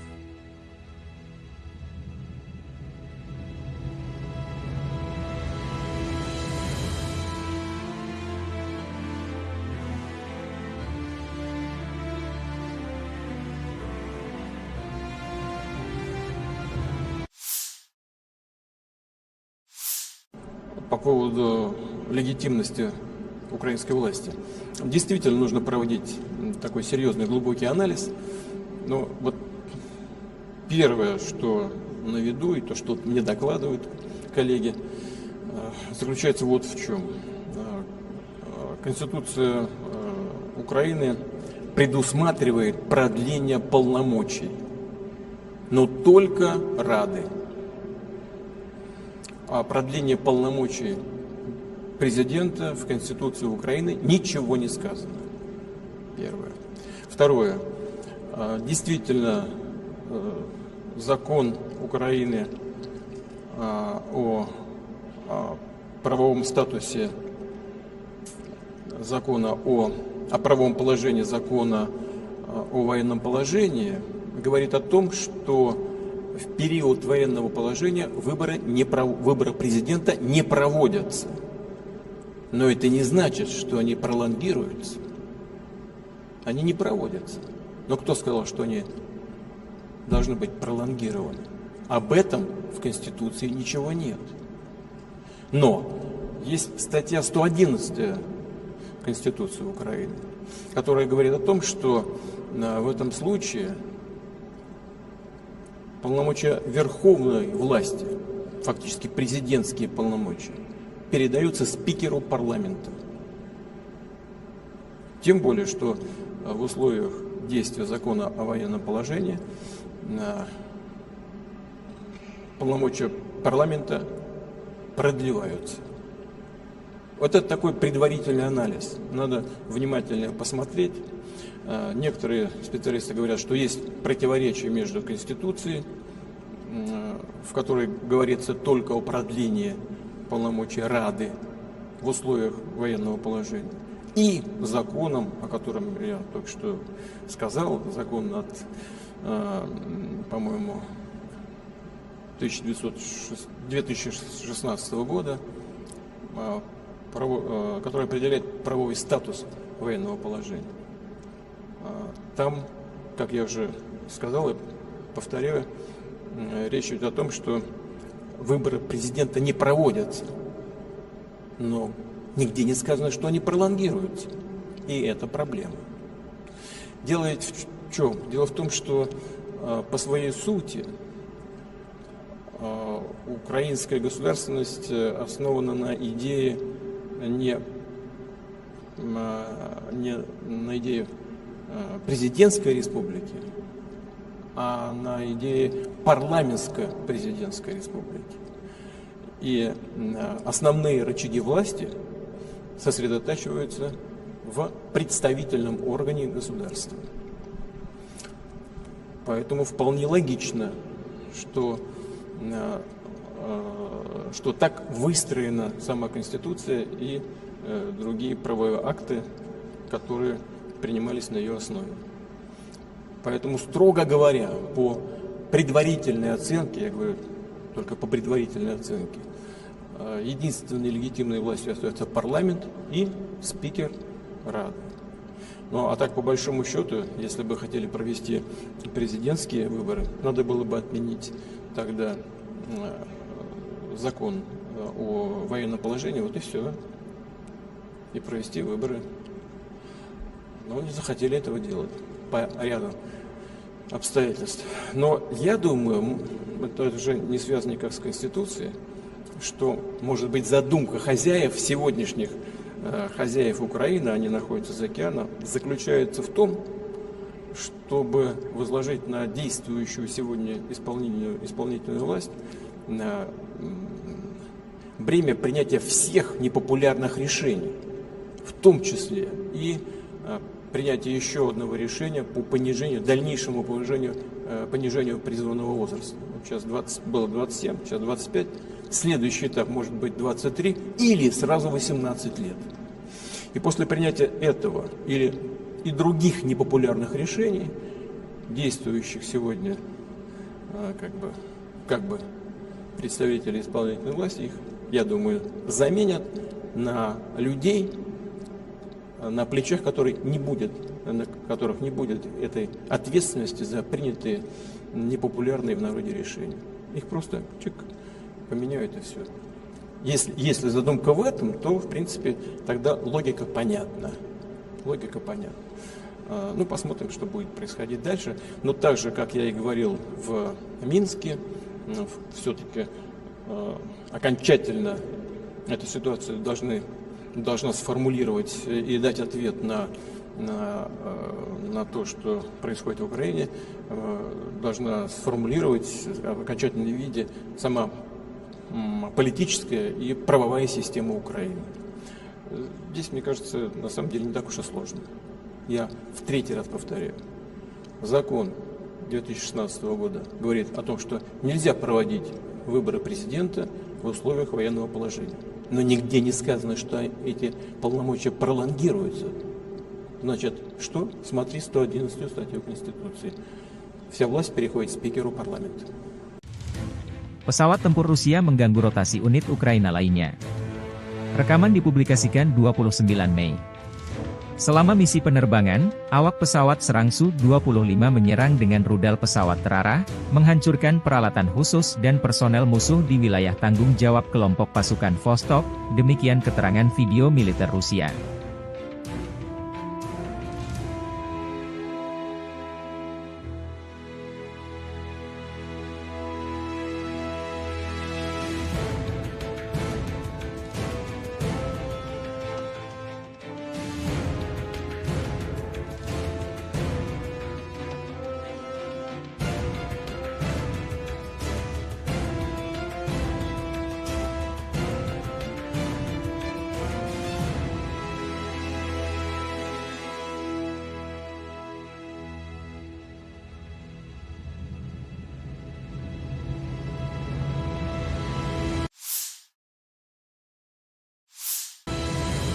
Keluarga dan teman-teman kami bangga, menunggu dan mendoakan kami setiap saat. Pilot militer melakukan misi tempur siang dan malam, dan dalam kondisi meteorologi yang sulit, terbang pada ketinggian minimal. Masing-masing dari mereka adalah kartu as yang nyata, kata Victor, Komandan awak helikopter Mi-35, berbicara tentang pekerjaannya sehari-hari selama operasi militer khusus di Ukraina. Video dipublikasikan militer Rusia, 29 Mei.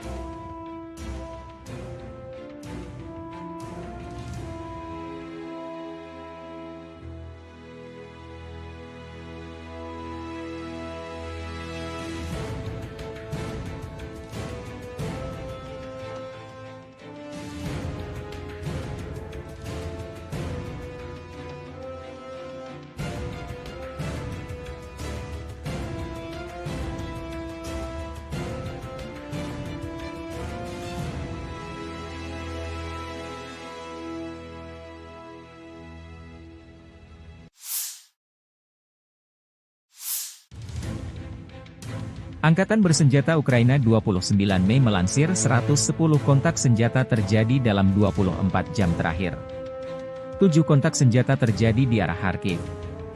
Satuan Angkatan Pertahanan Ukraina menghalau 4 serangan Rusia di distrik Staritsa dan Vovchansk. Situasinya tegang, namun dikendalikan oleh pasukan Ukraina. Saat ini, pertempuran berlanjut di wilayah Vovchansk, demikian pernyataan resmi Staf Umum Angkatan Bersenjata Ukraina. 19 bentrokan terjadi di arah Kupiansk. Pasukan pertahanan Ukraina menangkis 16 serangan musuh di wilayah pemukiman Sinkivka, Stepofanovo-Selivka, Druselyubivka, Novoyehorivka dan Nevske. Staf Umum Angkatan Bersenjata Ukraina 29 Mei melansir militer Rusia total kehilangan 505.100 tentara di Ukraina sejak awal invasi besar-besaran 24 Februari 2022.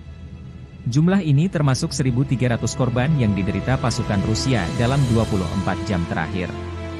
Pasukan Vladimir Putin juga total kehilangan 7.700 tank, 14.891 kendaraan tempur lapis baja, 17.796 kendaraan dan tangki bahan bakar, 13.066 sistem artileri, 1.087 sistem peluncuran roket ganda, 815 sistem pertahanan udara, 357 pesawat terbang, 326 helikopter, 10.510 drone, 27 kapal dan perahu, dan 1 kapal selam.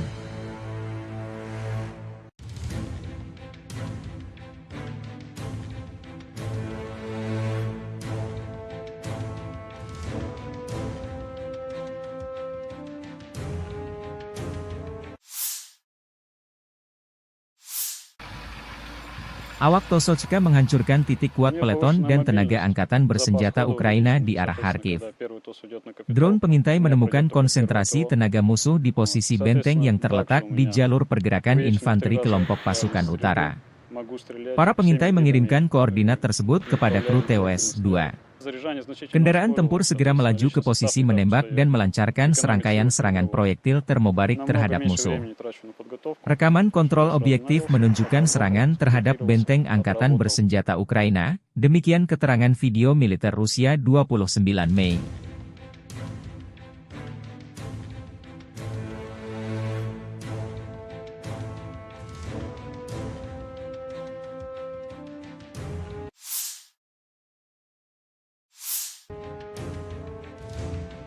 Presiden Ukraina 28 Mei mengunjungi pangkalan militer Melsbrook tempat prajurit Ukraina dilatih menggunakan jet tempur F-16 produksi Amerika Serikat. Ukraina sangat menantikan jet tempur F-16 dari mitra baratnya untuk memperkuat pertahanan langit kita.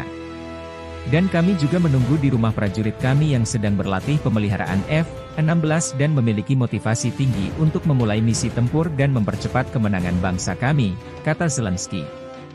Gelombang pertama jet tempur F-16 akan dikirim ke Ukraina, mudah-mudahan dalam waktu dekat, namun sekitar setengah dari bantuan militer dari mitra barat datang terlambat, kata Menteri Pertahanan Ukraina Rustem Umerov dalam wawancara dengan Reuters yang diterbitkan 28 Mei.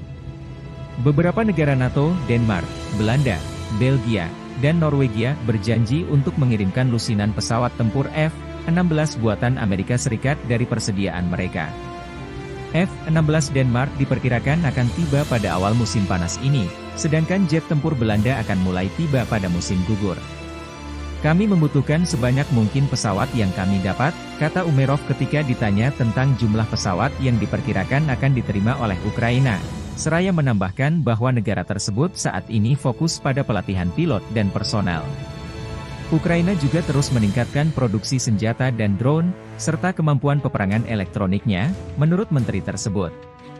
Rusia memiliki 500.000 tentara di Ukraina dan dekat perbatasannya dan bersiap untuk melibatkan 200.000 hingga 300.000 tentara lainnya, yang bertujuan untuk membuka front baru di utara untuk mulai menggunakan seluruh tenaga kerja dan daya tembak mereka, kata Umerov. Kami bertahan, tapi tentu saja kami membutuhkan lebih banyak senjata, kami membutuhkan lebih banyak daya tembak, kami membutuhkan rudal jarak jauh, jangan sampai mereka memasuki negara kami, tambahnya. Dalam beberapa bulan terakhir, Rusia mempertahankan inisiatif di medan perang, mengambil keuntungan dari penundaan bantuan pertahanan ke Ukraina dari Sekutu Barat dan kekurangan pasukan di Kiev.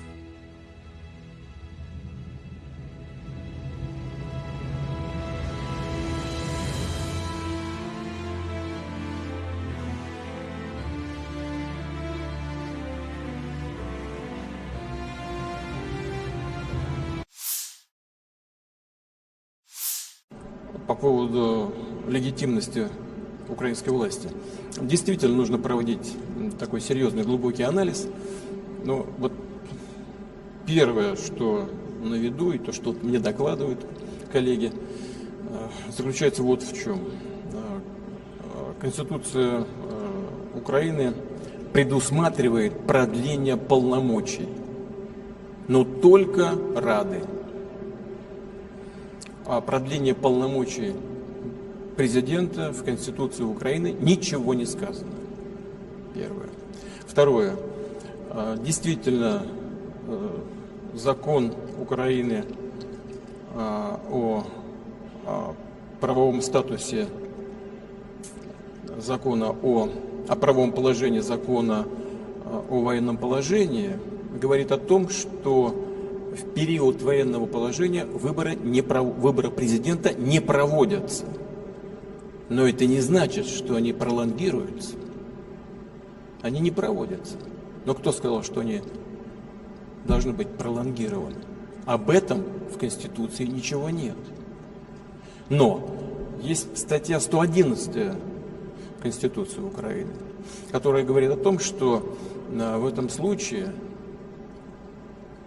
полномочия верховной власти, фактически президентские полномочия, передаются спикеру парламента. Тем более, что в условиях действия закона о военном положении полномочия парламента продлеваются. Вот это такой предварительный анализ. Надо внимательно посмотреть. Некоторые специалисты говорят, что есть противоречие между Конституцией, в которой говорится только о продлении полномочий Рады в условиях военного положения, и законом, о котором я только что сказал, закон от, по-моему, 2016 года, который определяет правовой статус военного положения. Там, как я уже сказал и повторяю, речь идет о том, что выборы президента не проводятся, но нигде не сказано, что они пролонгируются, и это проблема. Дело ведь в чем? Дело в том, что по своей сути украинская государственность основана на идее не на идее президентской республики, а на идее парламентско-президентской республики. И основные рычаги власти сосредотачиваются в представительном органе государства. Поэтому вполне логично, что так выстроена сама Конституция и другие правовые акты, которые принимались на ее основе. Поэтому, строго говоря, по предварительной оценке, я говорю только по предварительной оценке, единственной легитимной властью остается парламент и спикер Рады. Ну а так, по большому счету, если бы хотели провести президентские выборы, надо было бы отменить тогда закон о военном положении, вот и все, и провести выборы. Но не захотели этого делать по ряду обстоятельств. Но я думаю, это уже не связано никак с Конституцией, что, может быть, задумка хозяев сегодняшних, хозяев Украины, они находятся за океаном, заключается в том, чтобы возложить на действующую сегодня исполнительную власть бремя принятия всех непопулярных решений, в том числе и принятие еще одного решения по дальнейшему понижению призывного возраста. Вот сейчас было 27, сейчас 25. Следующий этап может быть 23 или сразу 18 лет. И после принятия этого или и других непопулярных решений, действующих сегодня как бы представители исполнительной власти, их, я думаю, заменят на людей, на плечах которых не будет этой ответственности за принятые непопулярные в народе решения. Их просто поменяют и все. Если задумка в этом, то, в принципе, тогда логика понятна. Ну, посмотрим, что будет происходить дальше. Но так же, как я и говорил в Минске, все-таки окончательно эту ситуацию должна сформулировать и дать ответ на то, что происходит в Украине, должна сформулировать в окончательном виде сама политическая и правовая система Украины. Здесь, мне кажется, на самом деле не так уж и сложно. Я в третий раз повторяю.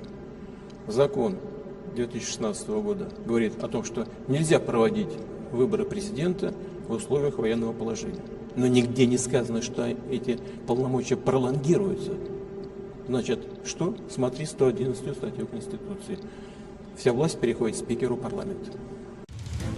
Pesawat tempur Rusia mengganggu rotasi unit Ukraina lainnya. Rekaman dipublikasikan 29 Mei.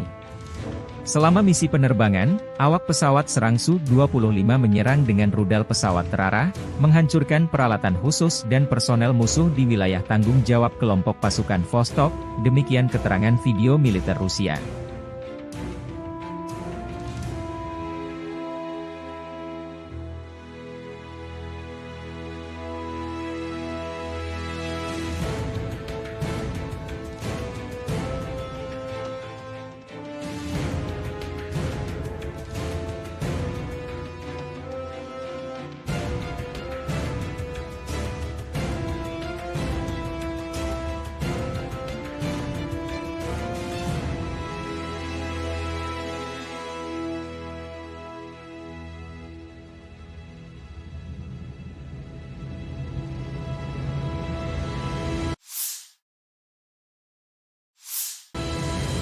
Keluarga dan teman-teman kami bangga, menunggu dan mendoakan kami setiap saat.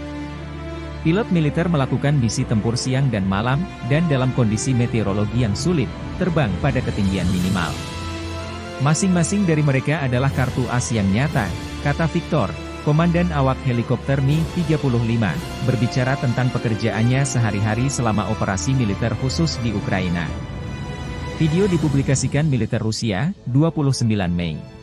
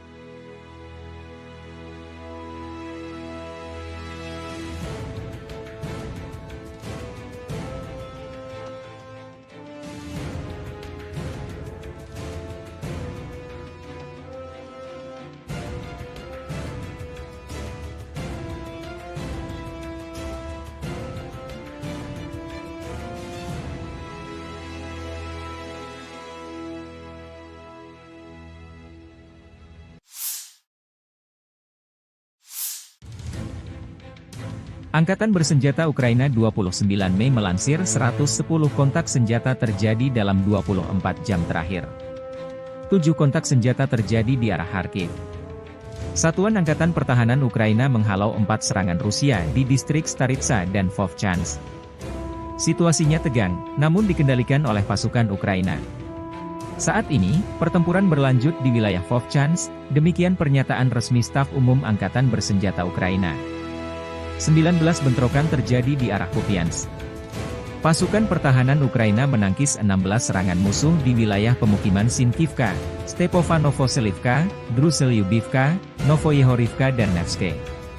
Staf Umum Angkatan Bersenjata Ukraina 29 Mei melansir militer Rusia total kehilangan 505.100 tentara di Ukraina sejak awal invasi besar-besaran 24 Februari 2022. Jumlah ini termasuk 1.300 korban yang diderita pasukan Rusia dalam 24 jam terakhir. Pasukan Vladimir Putin juga total kehilangan 7.700 tank, 14.891 kendaraan tempur lapis baja, 17.796 kendaraan dan tangki bahan bakar, 13.066 sistem artileri, 1.087 sistem peluncuran roket ganda, 815 sistem pertahanan udara, 357 pesawat terbang, 326 helikopter, 10.510 drone, 27 kapal dan perahu, dan 1 kapal selam.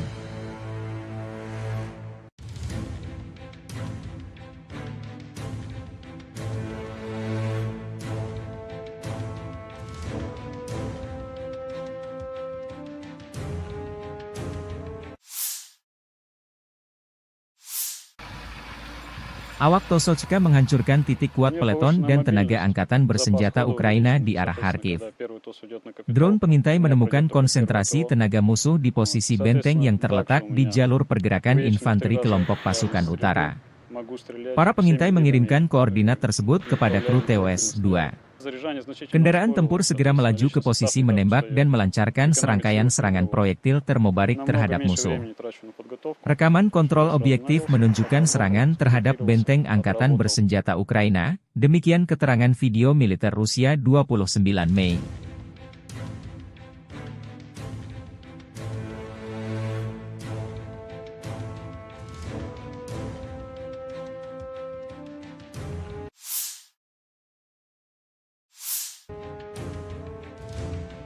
Presiden Ukraina 28 Mei mengunjungi pangkalan militer Melsprook tempat prajurit Ukraina dilatih menggunakan jet tempur F-16 produksi Amerika Serikat.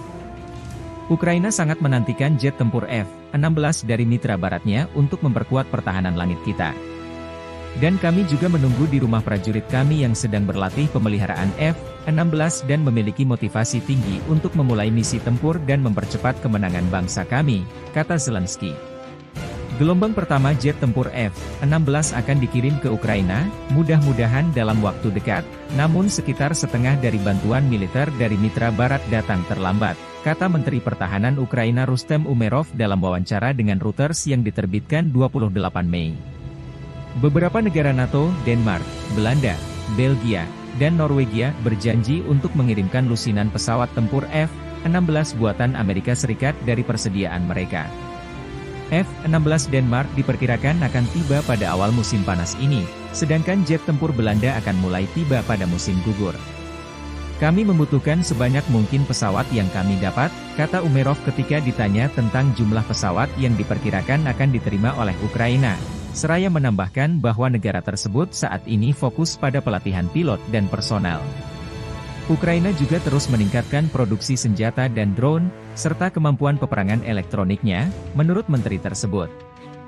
Rusia memiliki 500.000 tentara di Ukraina dan dekat perbatasannya dan bersiap untuk melibatkan 200.000 hingga 300.000 tentara lainnya, yang bertujuan untuk membuka front baru di utara untuk mulai menggunakan seluruh tenaga kerja dan daya tembak mereka, kata Umerov. Kami bertahan, tapi tentu saja kami membutuhkan lebih banyak senjata. Kami membutuhkan lebih banyak daya tembak, kami membutuhkan rudal jarak jauh, jangan sampai mereka memasuki negara kami, tambahnya. Dalam beberapa bulan terakhir, Rusia mempertahankan inisiatif di medan perang, mengambil keuntungan dari penundaan bantuan pertahanan ke Ukraina dari Sekutu Barat dan kekurangan pasukan di Kiev.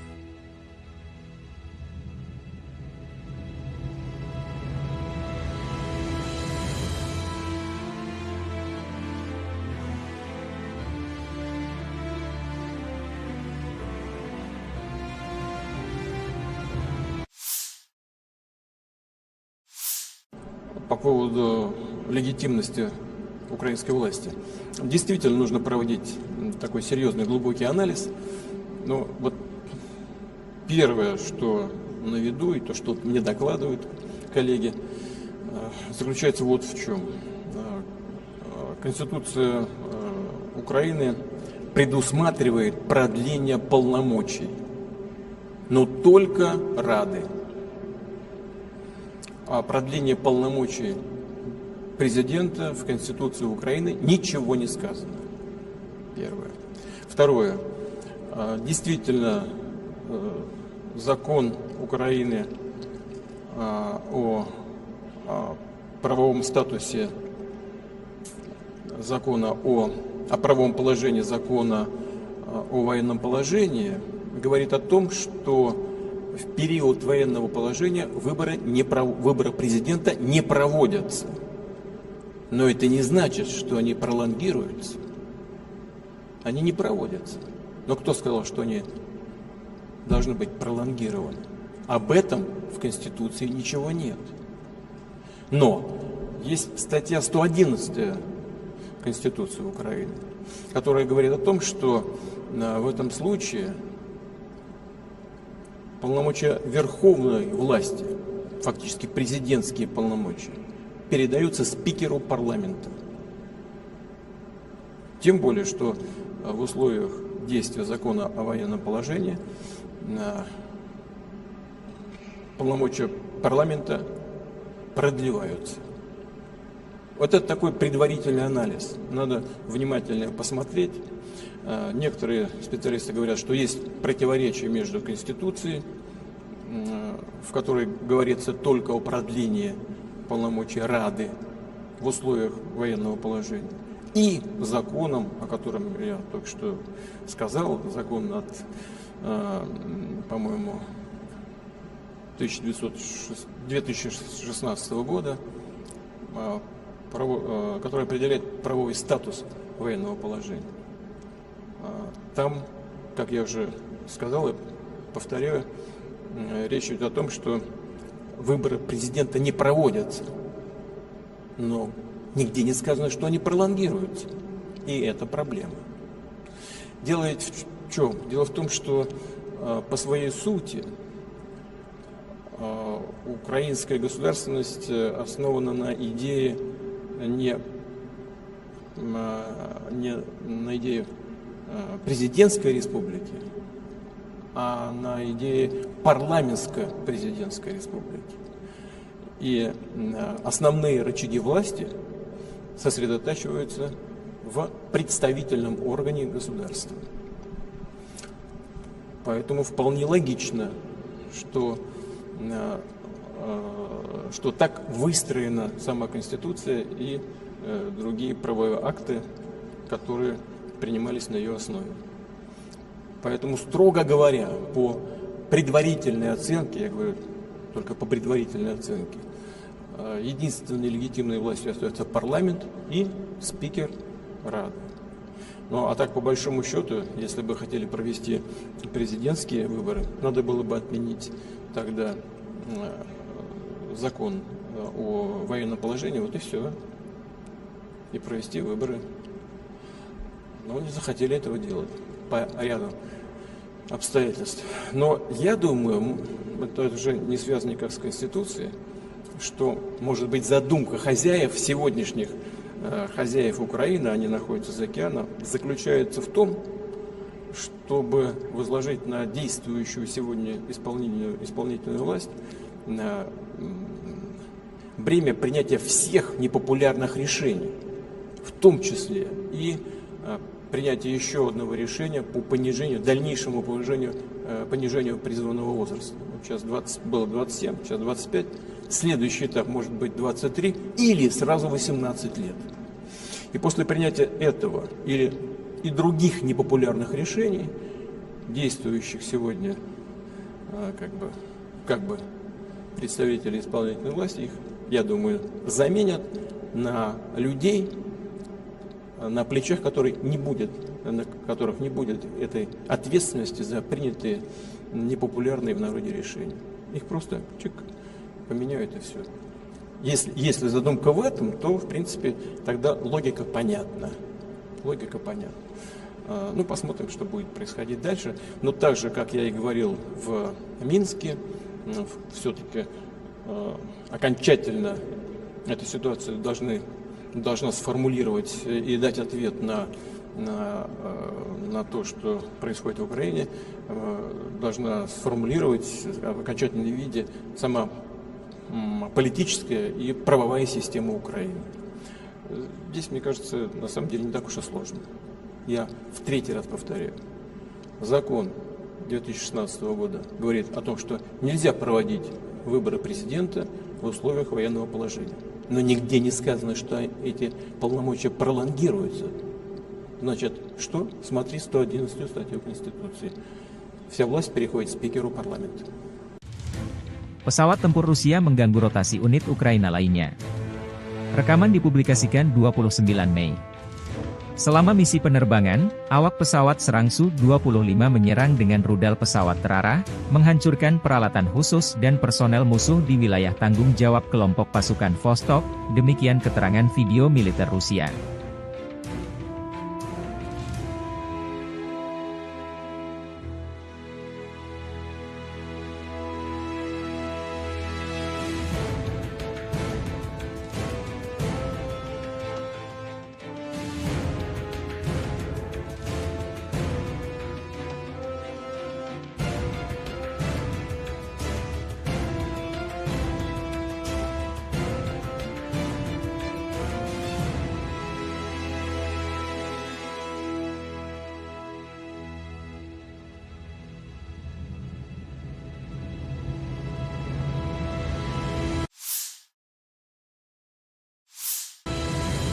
Keluarga dan teman-teman kami bangga, menunggu dan mendoakan kami setiap saat. Pilot militer melakukan misi tempur siang dan malam, dan dalam kondisi meteorologi yang sulit, terbang pada ketinggian minimal. Masing-masing dari mereka adalah kartu as yang nyata, kata Victor, komandan awak helikopter Mi-35, berbicara tentang pekerjaannya sehari-hari selama operasi militer khusus di Ukraina. Video dipublikasikan militer Rusia, 29 Mei.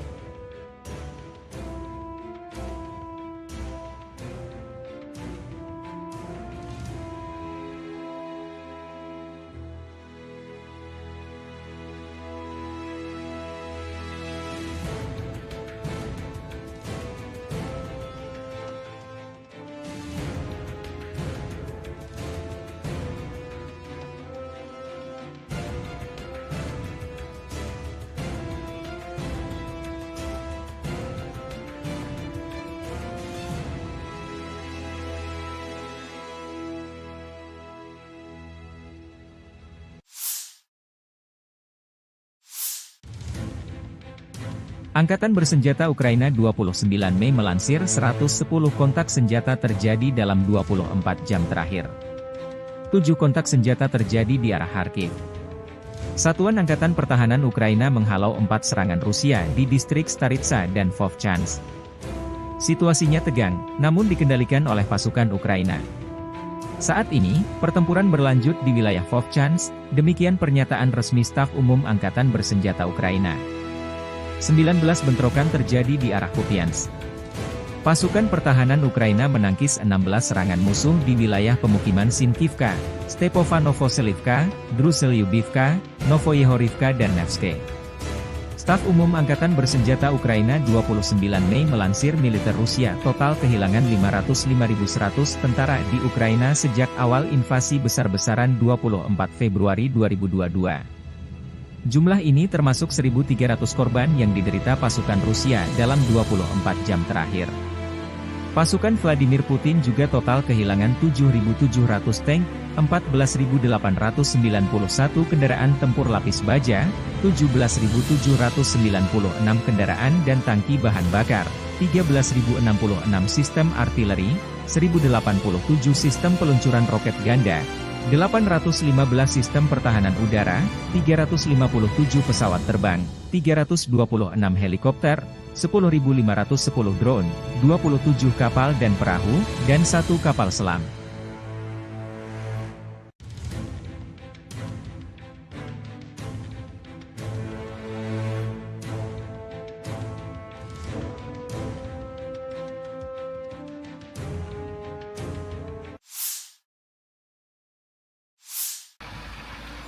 Awak Tosochka menghancurkan titik kuat peleton dan tenaga angkatan bersenjata Ukraina di arah Kharkiv. Drone pengintai menemukan konsentrasi tenaga musuh di posisi benteng yang terletak di jalur pergerakan infanteri kelompok pasukan utara.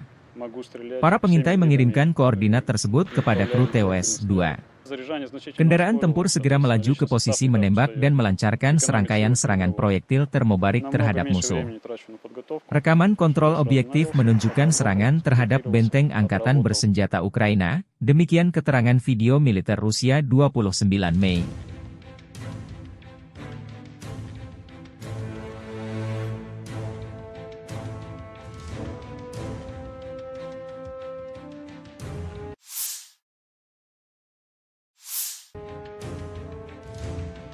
Presiden Ukraina 28 Mei mengunjungi pangkalan militer Melsprook tempat prajurit Ukraina dilatih menggunakan jet tempur F-16 produksi Amerika Serikat.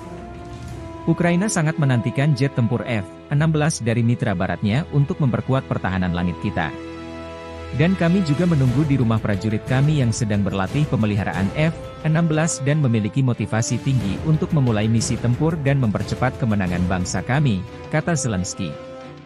Gelombang pertama jet tempur F-16 akan dikirim ke Ukraina, mudah-mudahan dalam waktu dekat, namun sekitar setengah dari bantuan militer dari mitra barat datang terlambat, kata Menteri Pertahanan Ukraina Rustem Umerov dalam wawancara dengan Reuters yang diterbitkan 28 Mei. Beberapa negara NATO, Denmark, Belanda, Belgia, dan Norwegia berjanji untuk mengirimkan lusinan pesawat tempur F-16 buatan Amerika Serikat dari persediaan mereka. F-16 Denmark diperkirakan akan tiba pada awal musim panas ini, sedangkan jet tempur Belanda akan mulai tiba pada musim gugur. Kami membutuhkan sebanyak mungkin pesawat yang kami dapat, kata Umerov ketika ditanya tentang jumlah pesawat yang diperkirakan akan diterima oleh Ukraina. Seraya menambahkan bahwa negara tersebut saat ini fokus pada pelatihan pilot dan personel. Ukraina juga terus meningkatkan produksi senjata dan drone, serta kemampuan peperangan elektroniknya, menurut menteri tersebut. Rusia memiliki 500.000 tentara di Ukraina dan dekat perbatasannya dan bersiap untuk melibatkan 200.000 hingga 300.000 tentara lainnya, yang bertujuan untuk membuka front baru di utara untuk mulai menggunakan seluruh tenaga kerja dan daya tembak mereka, kata Umerov. Kami bertahan, tapi tentu saja kami membutuhkan lebih banyak senjata, kami membutuhkan lebih banyak daya tembak, kami membutuhkan rudal jarak jauh, jangan sampai mereka memasuki negara kami, tambahnya. Dalam beberapa bulan terakhir, Rusia mempertahankan inisiatif di medan perang, mengambil keuntungan dari penundaan bantuan pertahanan ke Ukraina dari Sekutu Barat dan kekurangan pasukan di Kiev.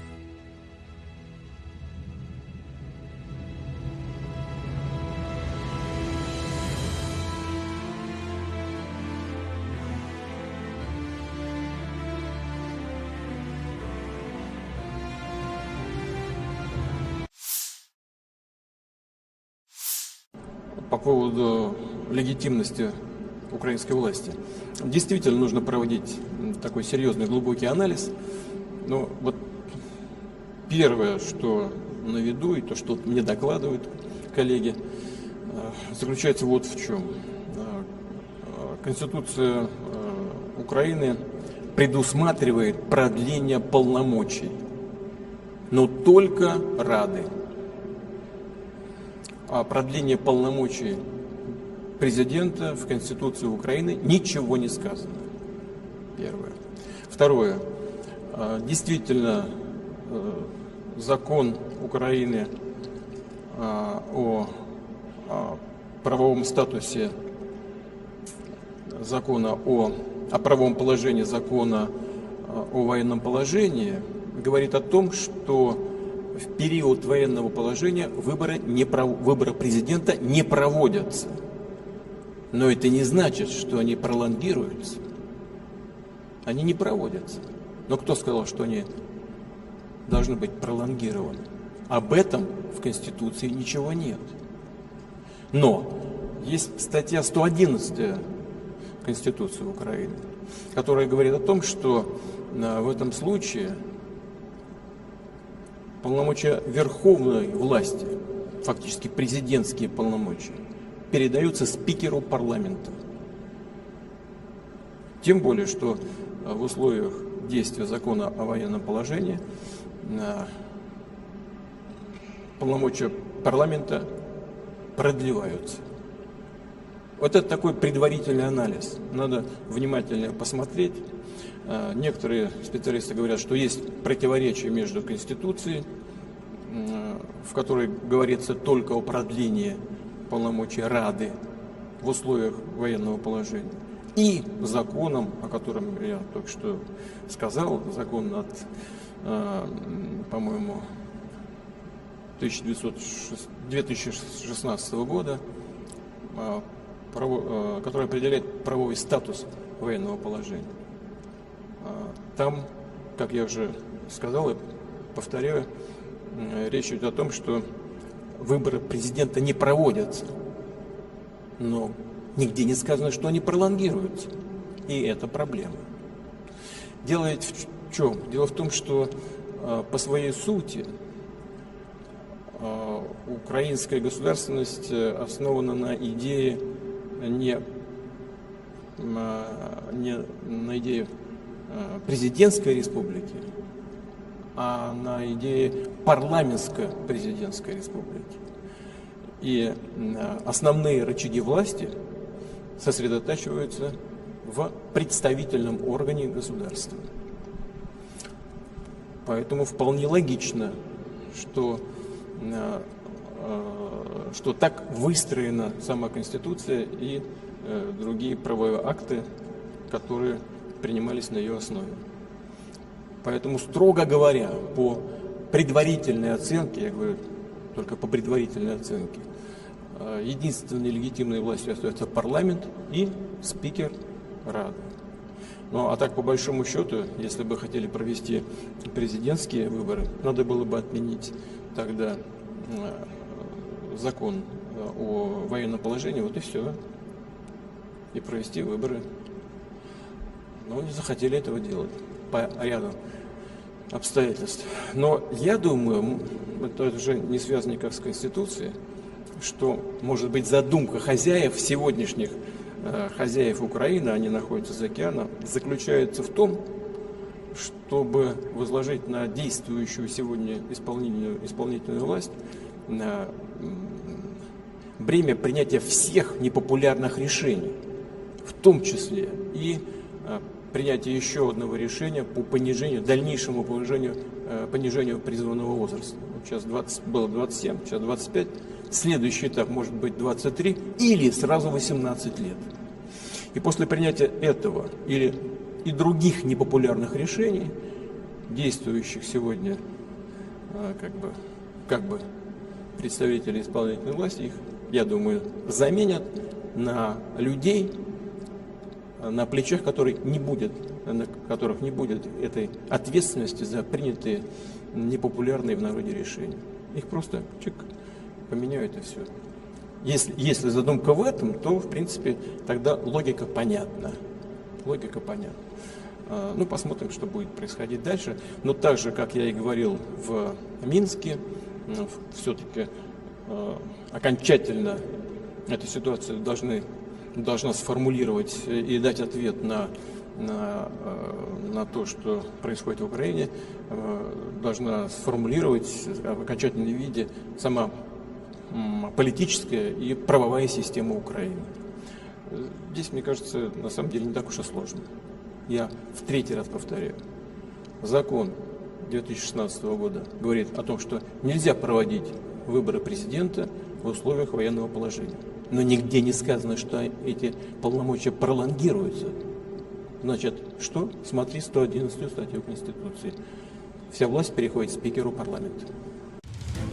Pesawat tempur Rusia mengganggu rotasi unit Ukraina lainnya. Rekaman dipublikasikan 29 Mei.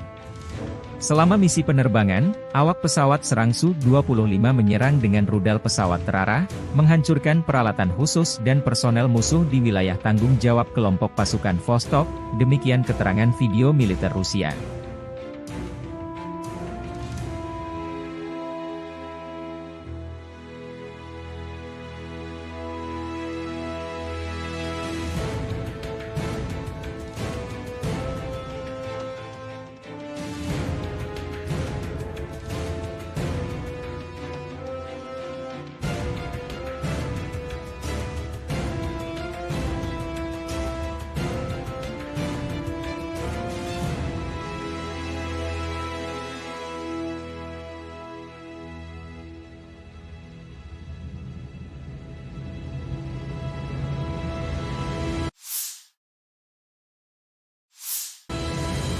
Keluarga dan teman-teman kami bangga, menunggu dan mendoakan kami setiap saat. Pilot militer melakukan misi tempur siang dan malam, dan dalam kondisi meteorologi yang sulit, terbang pada ketinggian minimal. Masing-masing dari mereka adalah kartu as yang nyata, kata Victor, komandan awak helikopter Mi-35, berbicara tentang pekerjaannya sehari-hari selama operasi militer khusus di Ukraina. Video dipublikasikan militer Rusia, 29 Mei.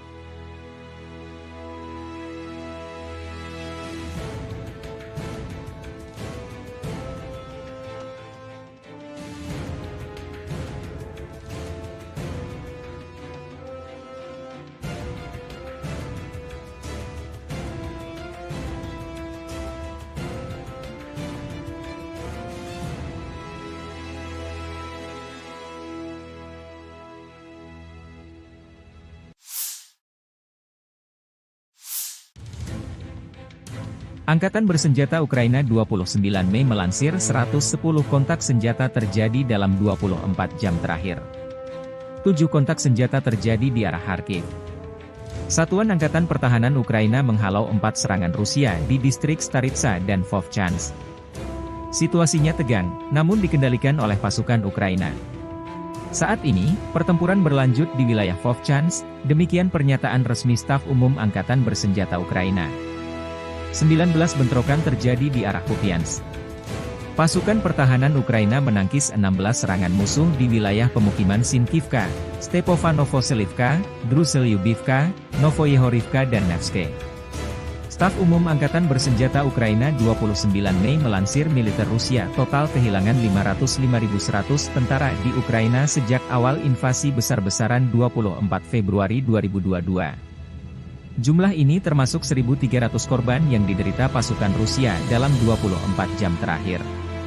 Pasukan Vladimir Putin juga total kehilangan 7.700 tank, 14.891 kendaraan tempur lapis baja, 17.796 kendaraan dan tangki bahan bakar, 13.066 sistem artileri, 1.087 sistem peluncuran roket ganda, 815 sistem pertahanan udara, 357 pesawat terbang, 326 helikopter, 10.510 drone, 27 kapal dan perahu, dan 1 kapal selam.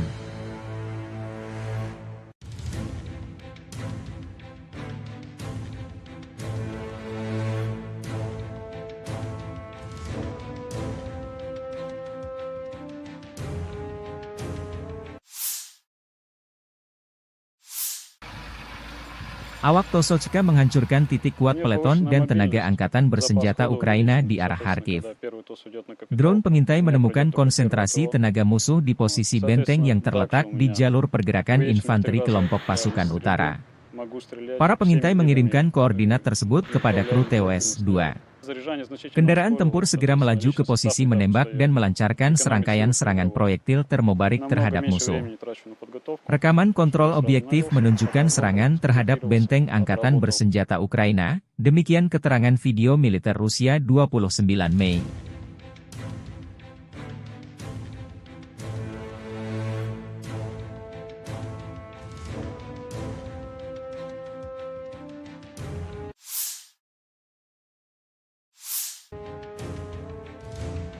Presiden Ukraina 28 Mei mengunjungi pangkalan militer Melsprook tempat prajurit Ukraina dilatih menggunakan jet tempur F-16 produksi Amerika Serikat.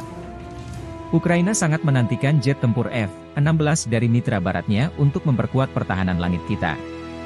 Dan kami juga menunggu di rumah prajurit kami yang sedang berlatih pemeliharaan F-16 dan memiliki motivasi tinggi untuk memulai misi tempur dan mempercepat kemenangan bangsa kami, kata Zelensky.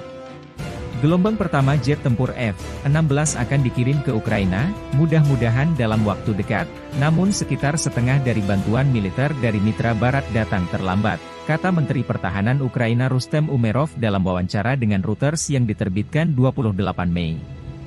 Beberapa negara NATO, Denmark, Belanda, Belgia, dan Norwegia berjanji untuk mengirimkan lusinan pesawat tempur F-16 buatan Amerika Serikat dari persediaan mereka.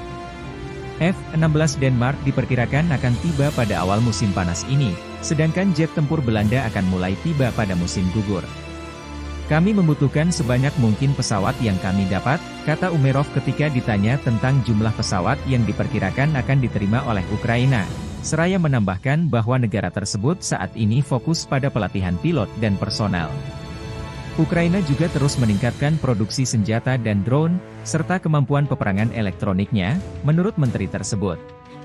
Rusia memiliki 500.000 tentara di Ukraina dan dekat perbatasannya dan bersiap untuk melibatkan 200.000 hingga 300.000 tentara lainnya, yang bertujuan untuk membuka front baru di utara untuk mulai menggunakan seluruh tenaga kerja dan daya tembak mereka, kata Umerov. Kami bertahan, tapi tentu saja kami membutuhkan lebih banyak senjata, kami membutuhkan lebih banyak daya tembak, kami membutuhkan rudal jarak jauh, jangan sampai mereka memasuki negara kami, tambahnya. Dalam beberapa bulan terakhir, Rusia mempertahankan inisiatif di medan perang, mengambil keuntungan dari penundaan bantuan pertahanan ke Ukraina dari Sekutu Barat dan kekurangan pasukan di Kiev.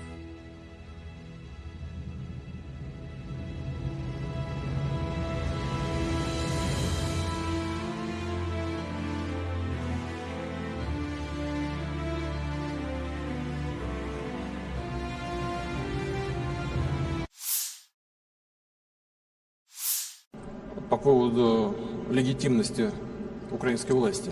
Действительно нужно проводить такой серьезный глубокий анализ.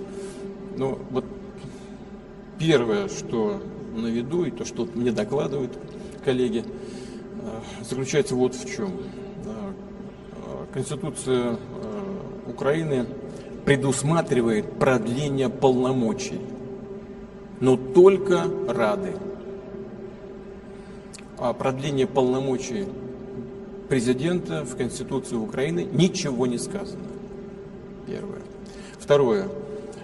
Действительно, закон Украины о правовом статусе закона о правовом положении закона о военном положении говорит о том, что в период военного положения выборы президента не проводятся.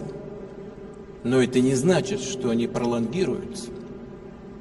Они не проводятся. Но кто сказал, что они должны быть пролонгированы? Об этом в Конституции ничего нет.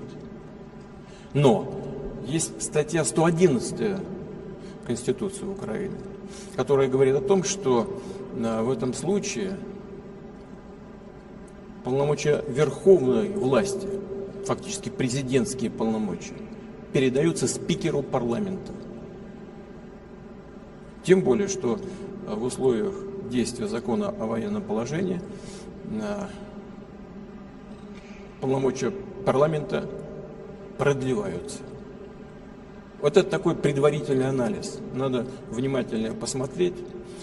Некоторые специалисты говорят, что есть противоречие между Конституцией в которой говорится только о продлении полномочий Рады в условиях военного положения, и законом, о котором я только что сказал, закон от, по-моему, 2016 года, который определяет правовой статус военного положения. Там, как я уже сказал и повторяю, речь идет о том, что выборы президента не проводятся, но нигде не сказано, что они пролонгируются. И это проблема. Дело ведь в чем? Дело в том, что по своей сути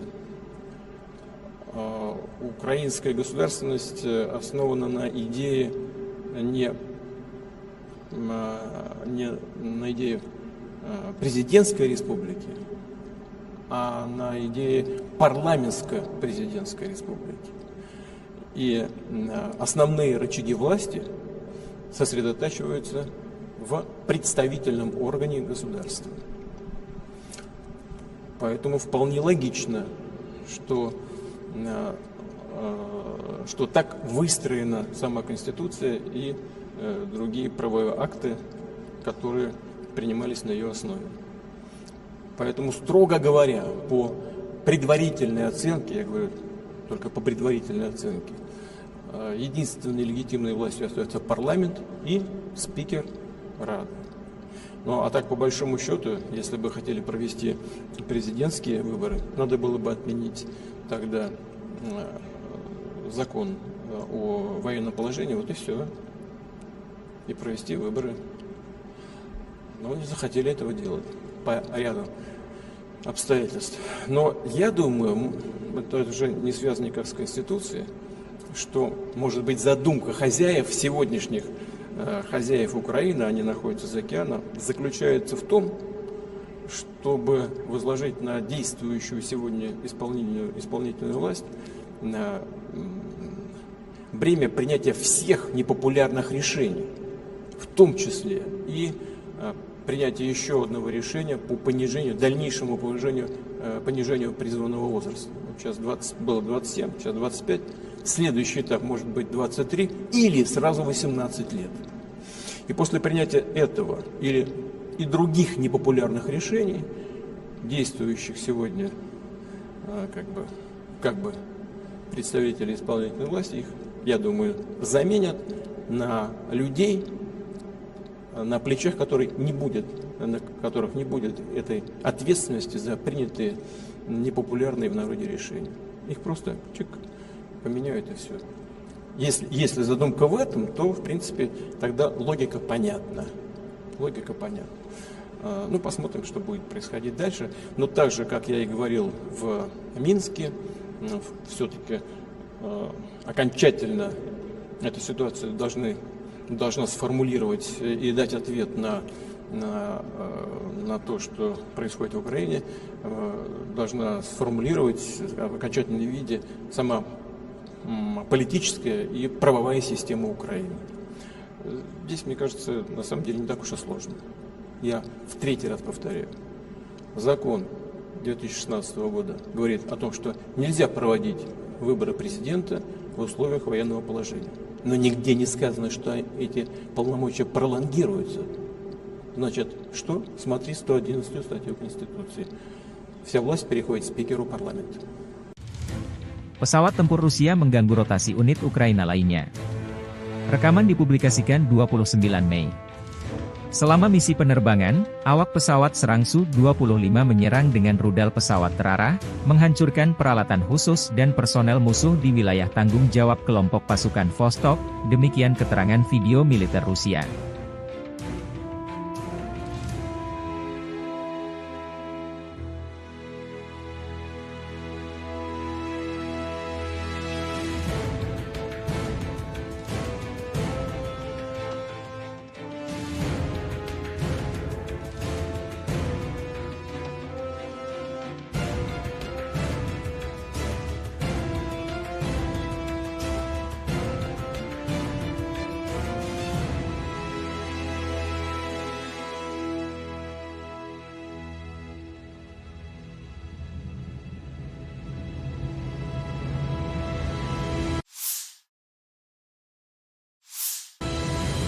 Keluarga dan teman-teman kami bangga, menunggu dan mendoakan kami setiap saat. Pilot militer melakukan misi tempur siang dan malam, dan dalam kondisi meteorologi yang sulit, terbang pada ketinggian minimal. Masing-masing dari mereka adalah kartu as yang nyata, kata Victor, Komandan awak helikopter Mi-35, berbicara tentang pekerjaannya sehari-hari selama operasi militer khusus di Ukraina. Video dipublikasikan militer Rusia, 29 Mei.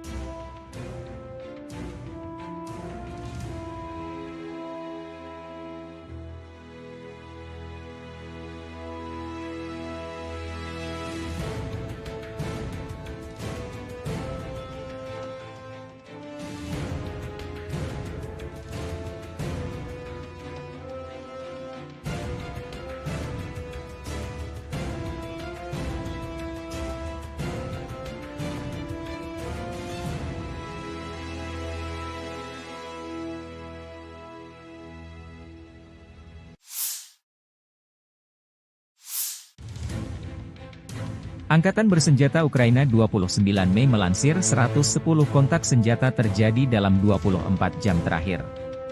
7 kontak senjata terjadi di arah Kharkiv. Satuan Angkatan Pertahanan Ukraina menghalau 4 serangan Rusia di distrik Staritsa dan Vovchansk. Situasinya tegang, namun dikendalikan oleh pasukan Ukraina.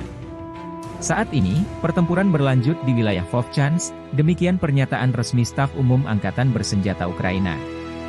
19 bentrokan terjadi di arah Kupiansk.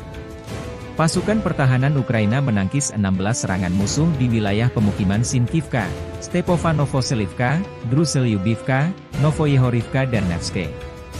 Staf Umum Angkatan Bersenjata Ukraina 29 Mei melansir militer Rusia total kehilangan 505.100 tentara di Ukraina sejak awal invasi besar-besaran 24 Februari 2022.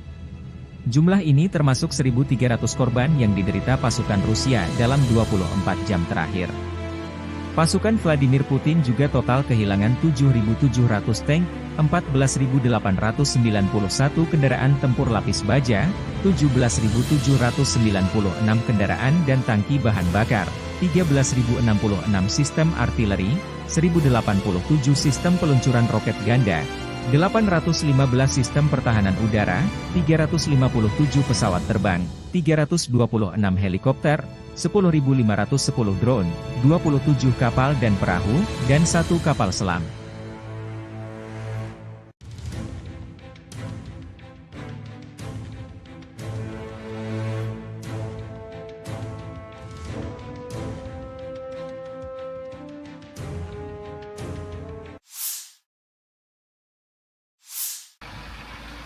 Awak Tosochka menghancurkan titik kuat peleton dan tenaga angkatan bersenjata Ukraina di arah Kharkiv. Drone pengintai menemukan konsentrasi tenaga musuh di posisi benteng yang terletak di jalur pergerakan infanteri kelompok pasukan utara. Para pengintai mengirimkan koordinat tersebut kepada kru TOS-2. Kendaraan tempur segera melaju ke posisi menembak dan melancarkan serangkaian serangan proyektil termobarik terhadap musuh. Rekaman kontrol objektif menunjukkan serangan terhadap benteng angkatan bersenjata Ukraina, demikian keterangan video militer Rusia 29 Mei.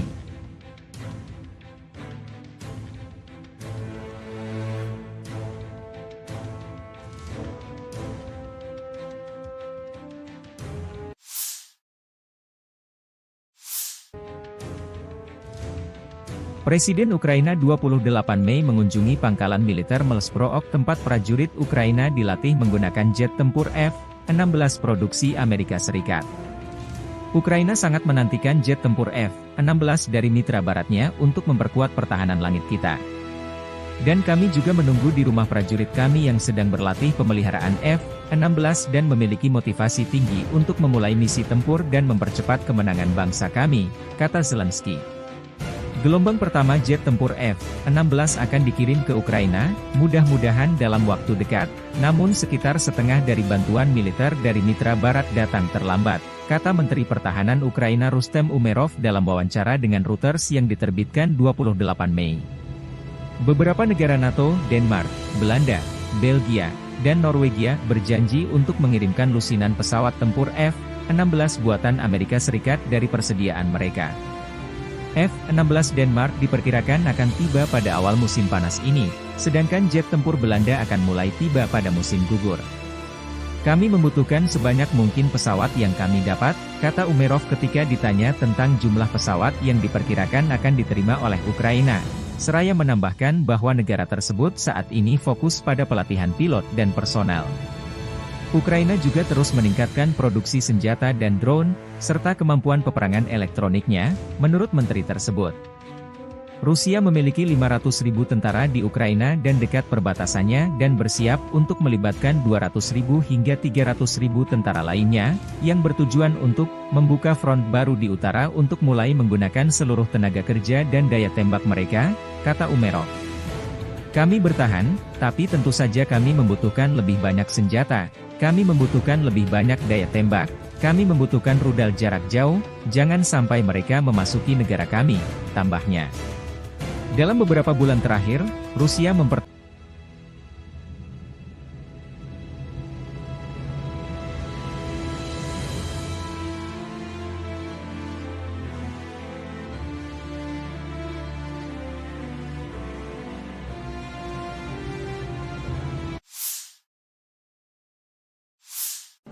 По поводу легитимности украинской власти.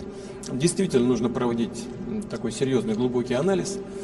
Но вот первое, что на виду, и то, что мне докладывают коллеги, заключается вот в чем.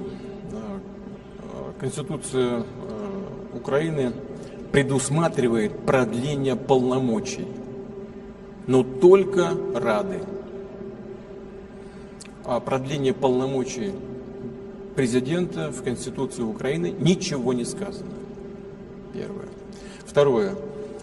Действительно, закон Украины о правовом статусе закона о правовом положении закона о военном положении говорит о том, что в период военного положения выборы президента не проводятся.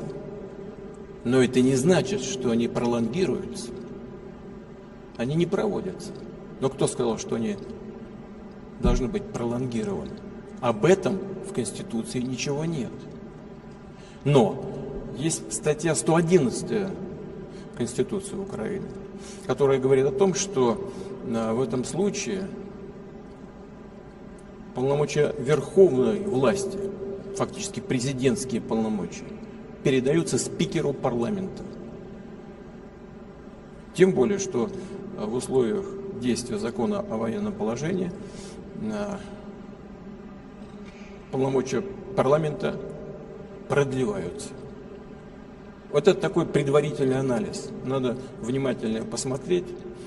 Некоторые специалисты говорят, что есть противоречие между Конституцией, в которой говорится только о продлении полномочий Рады в условиях военного положения, и законом, о котором я только что сказал, закон от, по-моему, 2016 года, который определяет правовой статус военного положения. Там, как я уже сказал и повторяю, речь идет о том, что выборы президента не проводятся, но нигде не сказано, что они пролонгируются, и это проблема. Дело ведь в чем? Дело в том, что по своей сути украинская государственность основана на идее не на идее президентской республики, а на идее парламентско-президентской республики.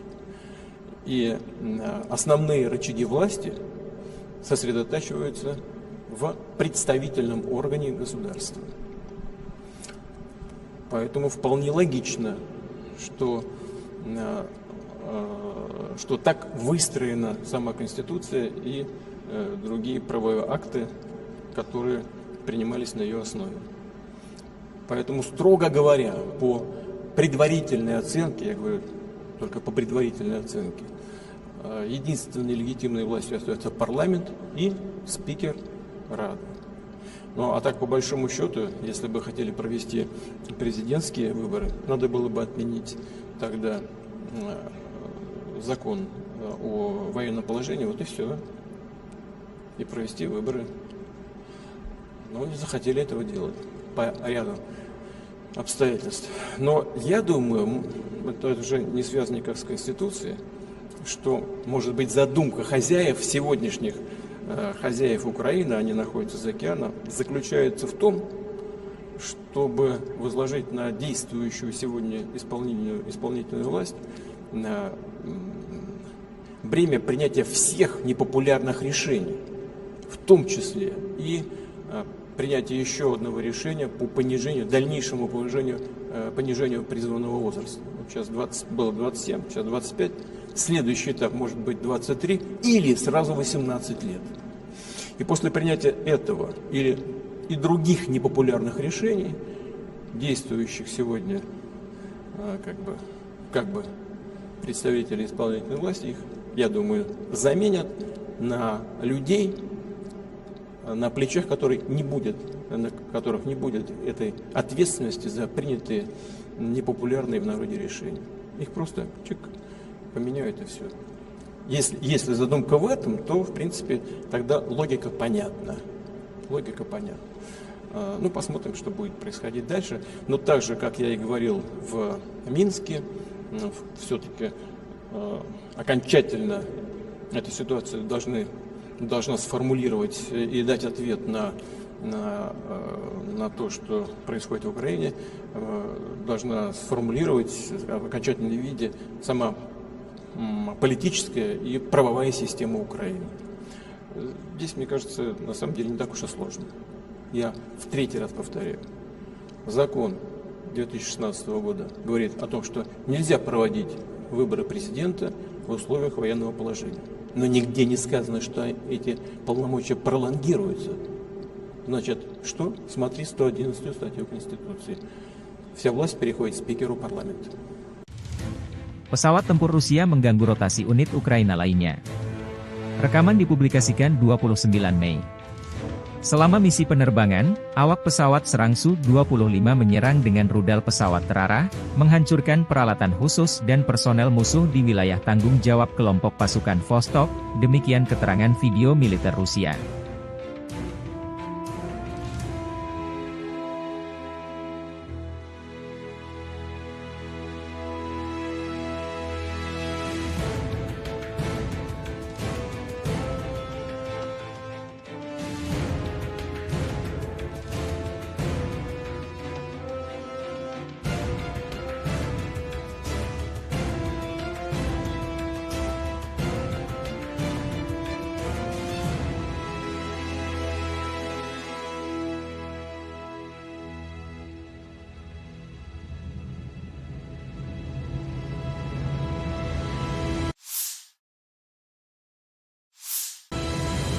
Keluarga dan teman-teman kami bangga, menunggu dan mendoakan kami setiap saat.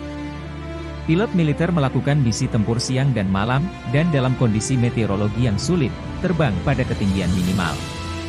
Masing-masing dari mereka adalah kartu as yang nyata, kata Victor, komandan awak helikopter Mi-35, berbicara tentang pekerjaannya sehari-hari selama operasi militer khusus di Ukraina.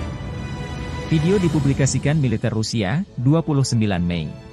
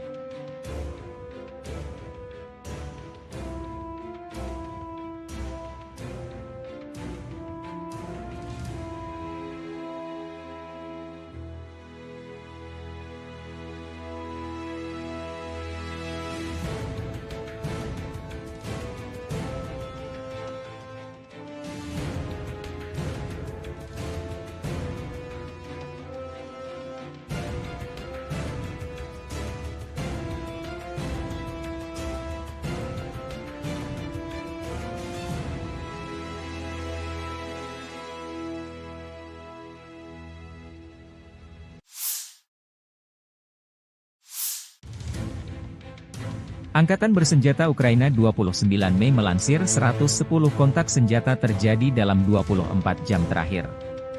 7 kontak senjata terjadi di arah Kharkiv.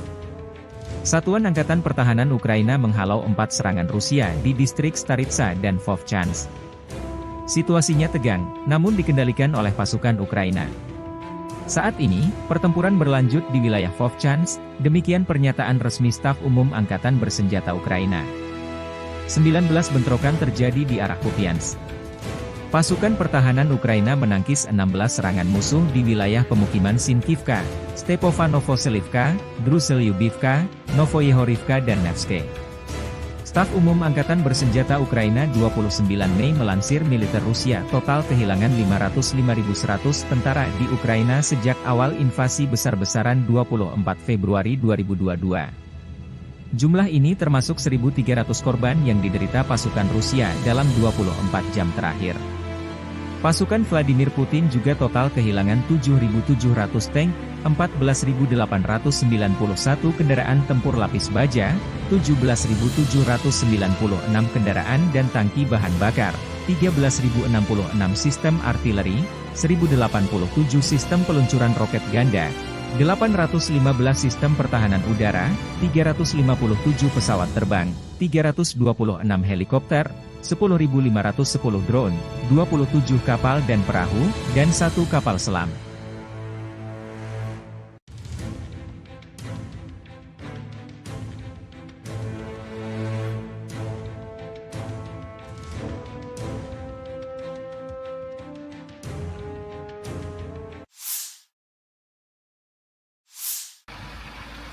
Awak Tosochka menghancurkan titik kuat peleton dan tenaga angkatan bersenjata Ukraina di arah Kharkiv.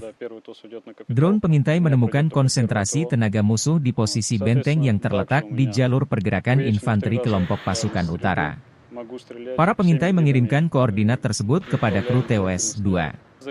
Kendaraan tempur segera melaju ke posisi menembak dan melancarkan serangkaian serangan proyektil termobarik terhadap musuh.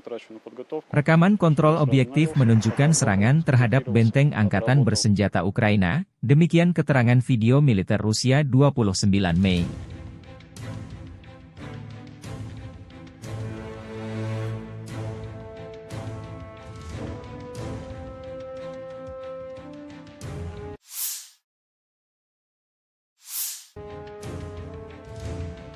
Presiden Ukraina 28 Mei mengunjungi pangkalan militer Melsprook tempat prajurit Ukraina dilatih menggunakan jet tempur F-16 produksi Amerika Serikat.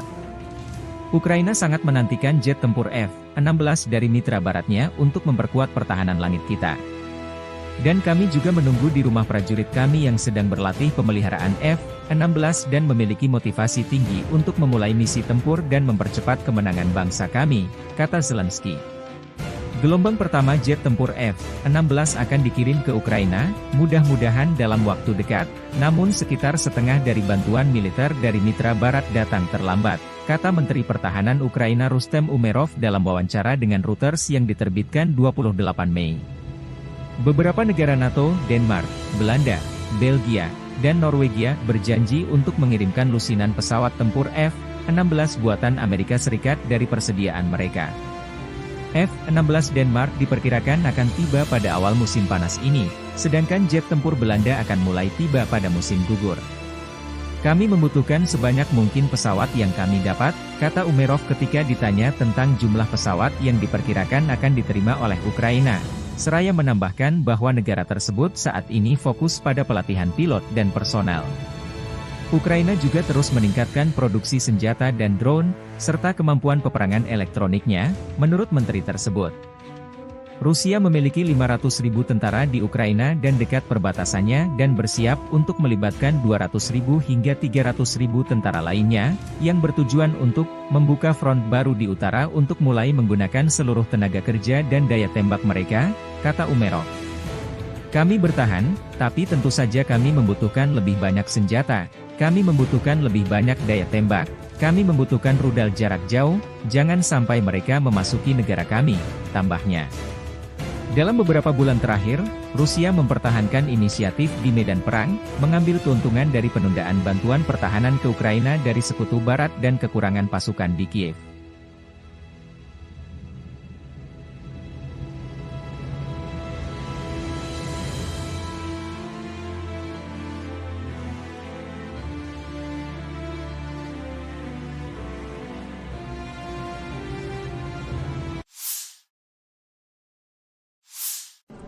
поводу легитимности украинской власти.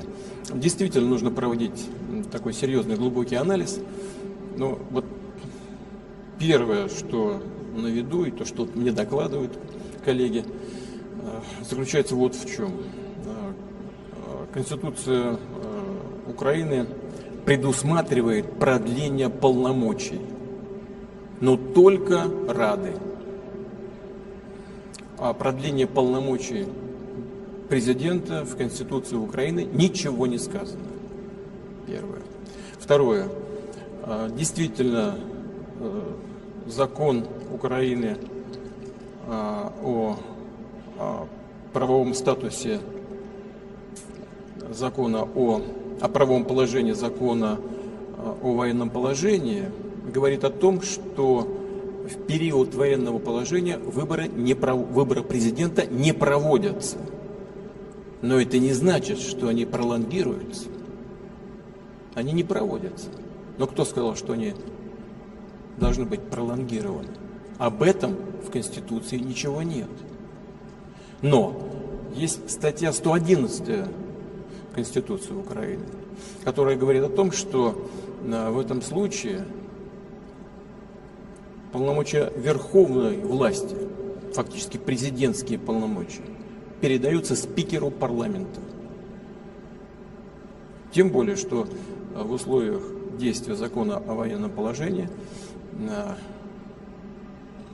полномочия парламента продлеваются. Вот это такой предварительный анализ. Надо внимательно посмотреть.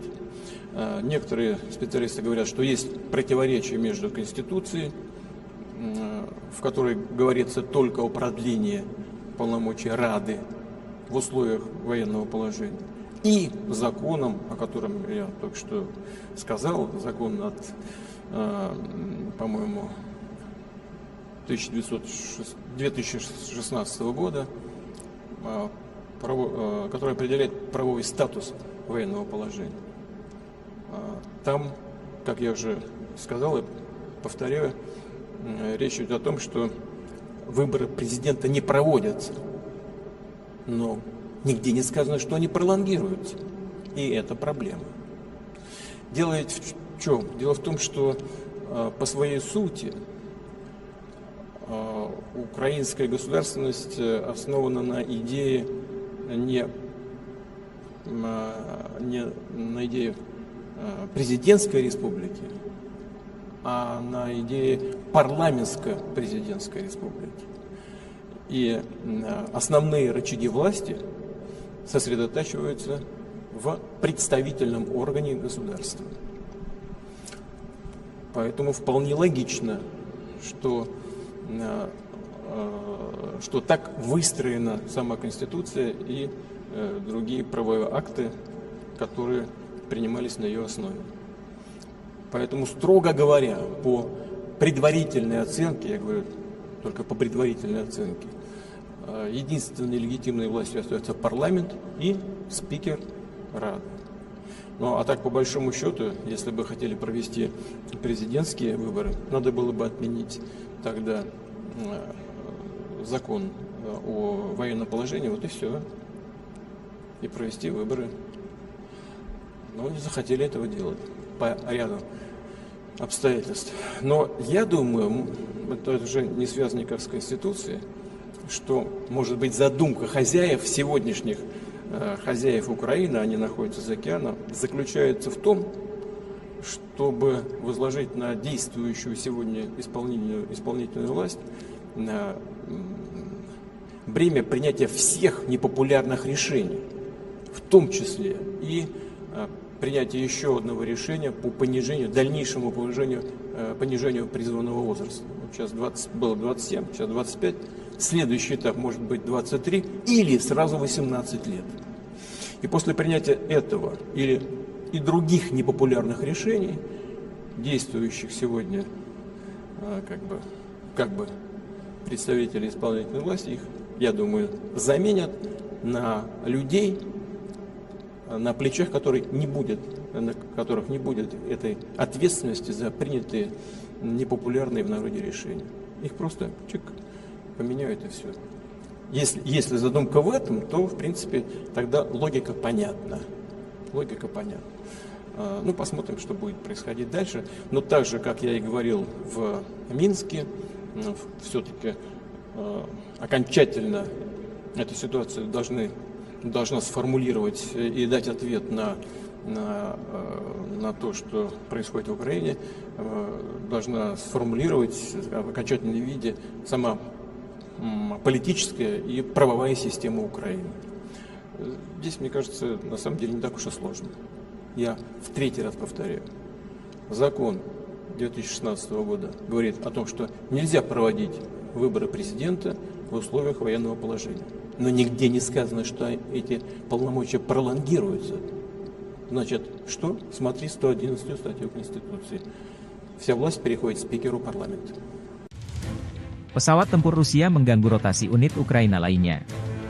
Rekaman dipublikasikan 29 Mei.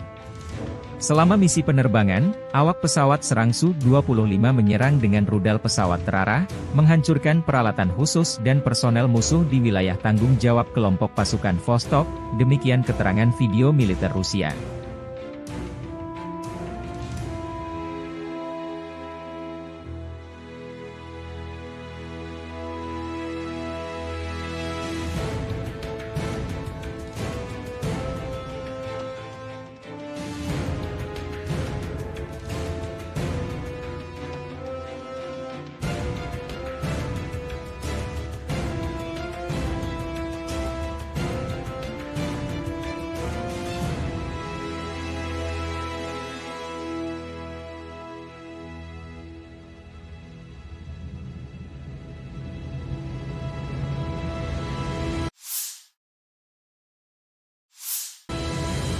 Keluarga dan teman-teman kami bangga, menunggu dan mendoakan kami setiap saat.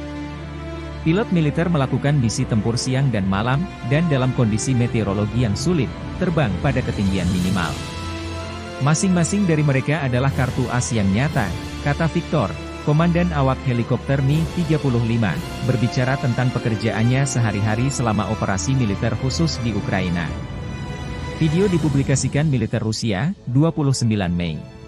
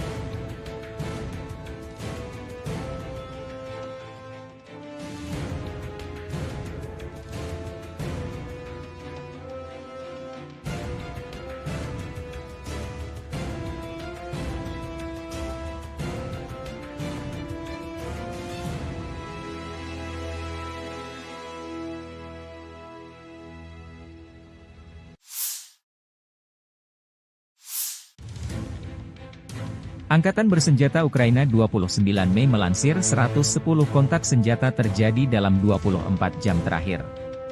7 kontak senjata terjadi di arah Kharkiv. Satuan Angkatan Pertahanan Ukraina menghalau 4 serangan Rusia di distrik Staritsa dan Vovchansk.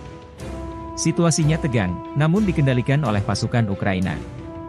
Saat ini, pertempuran berlanjut di wilayah Vovchansk, demikian pernyataan resmi Staf Umum Angkatan Bersenjata Ukraina. 19 bentrokan terjadi di arah Kupiansk. Pasukan pertahanan Ukraina menangkis 16 serangan musuh di wilayah pemukiman Sinkivka, Stepofanovo-Selivka, Druselyubivka, Novoyehorivka dan Nevske. Staf Umum Angkatan Bersenjata Ukraina 29 Mei melansir militer Rusia total kehilangan 505.100 tentara di Ukraina sejak awal invasi besar-besaran 24 Februari 2022. Jumlah ini termasuk 1.300 korban yang diderita pasukan Rusia dalam 24 jam terakhir. Pasukan Vladimir Putin juga total kehilangan 7.700 tank, 14.891 kendaraan tempur lapis baja, 17.796 kendaraan dan tangki bahan bakar, 13.066 sistem artileri, 1.087 sistem peluncuran roket ganda, 815 sistem pertahanan udara, 357 pesawat terbang, 326 helikopter, 10.510 drone, 27 kapal dan perahu, dan 1 kapal selam.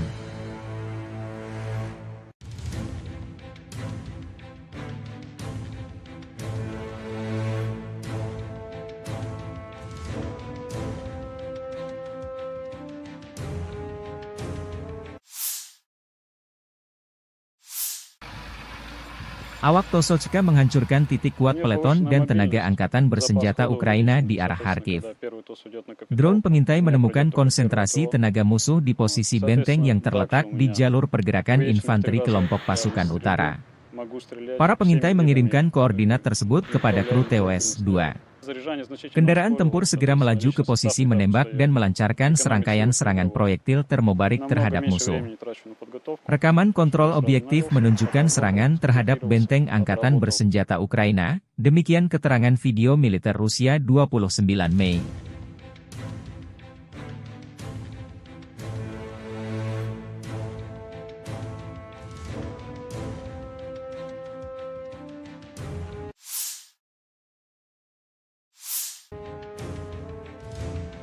Presiden Ukraina 28 Mei mengunjungi pangkalan militer Melsprook tempat prajurit Ukraina dilatih menggunakan jet tempur F-16 produksi Amerika Serikat. Ukraina sangat menantikan jet tempur F-16 dari mitra baratnya untuk memperkuat pertahanan langit kita. Dan kami juga menunggu di rumah prajurit kami yang sedang berlatih pemeliharaan F-16 dan memiliki motivasi tinggi untuk memulai misi tempur dan mempercepat kemenangan bangsa kami, kata Zelensky. Gelombang pertama jet tempur F-16 akan dikirim ke Ukraina, mudah-mudahan dalam waktu dekat, namun sekitar setengah dari bantuan militer dari mitra barat datang terlambat, kata Menteri Pertahanan Ukraina Rustem Umerov dalam wawancara dengan Reuters yang diterbitkan 28 Mei. Beberapa negara NATO, Denmark, Belanda, Belgia, dan Norwegia berjanji untuk mengirimkan lusinan pesawat tempur F-16 buatan Amerika Serikat dari persediaan mereka. F-16 Denmark diperkirakan akan tiba pada awal musim panas ini, sedangkan jet tempur Belanda akan mulai tiba pada musim gugur. Kami membutuhkan sebanyak mungkin pesawat yang kami dapat, kata Umerov ketika ditanya tentang jumlah pesawat yang diperkirakan akan diterima oleh Ukraina. Seraya menambahkan bahwa negara tersebut saat ini fokus pada pelatihan pilot dan personel. Ukraina juga terus meningkatkan produksi senjata dan drone, serta kemampuan peperangan elektroniknya, menurut menteri tersebut. Rusia memiliki 500.000 tentara di Ukraina dan dekat perbatasannya dan bersiap untuk melibatkan 200.000 hingga 300.000 tentara lainnya, yang bertujuan untuk membuka front baru di utara untuk mulai menggunakan seluruh tenaga kerja dan daya tembak mereka, kata Umerov. Kami bertahan, tapi tentu saja kami membutuhkan lebih banyak senjata. Kami membutuhkan lebih banyak daya tembak, kami membutuhkan rudal jarak jauh, jangan sampai mereka memasuki negara kami, tambahnya. Dalam beberapa bulan terakhir, Rusia mempertahankan inisiatif di medan perang, mengambil keuntungan dari penundaan bantuan pertahanan ke Ukraina dari Sekutu Barat dan kekurangan pasukan di Kiev.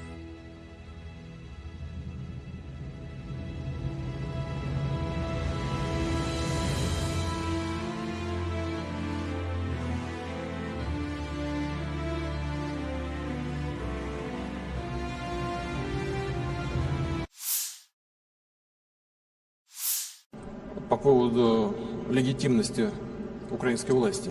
Действительно нужно проводить такой серьезный, глубокий анализ. Но вот первое, что на виду, и то, что мне докладывают коллеги, заключается вот в чем. Конституция Украины предусматривает продление полномочий, но только Рады.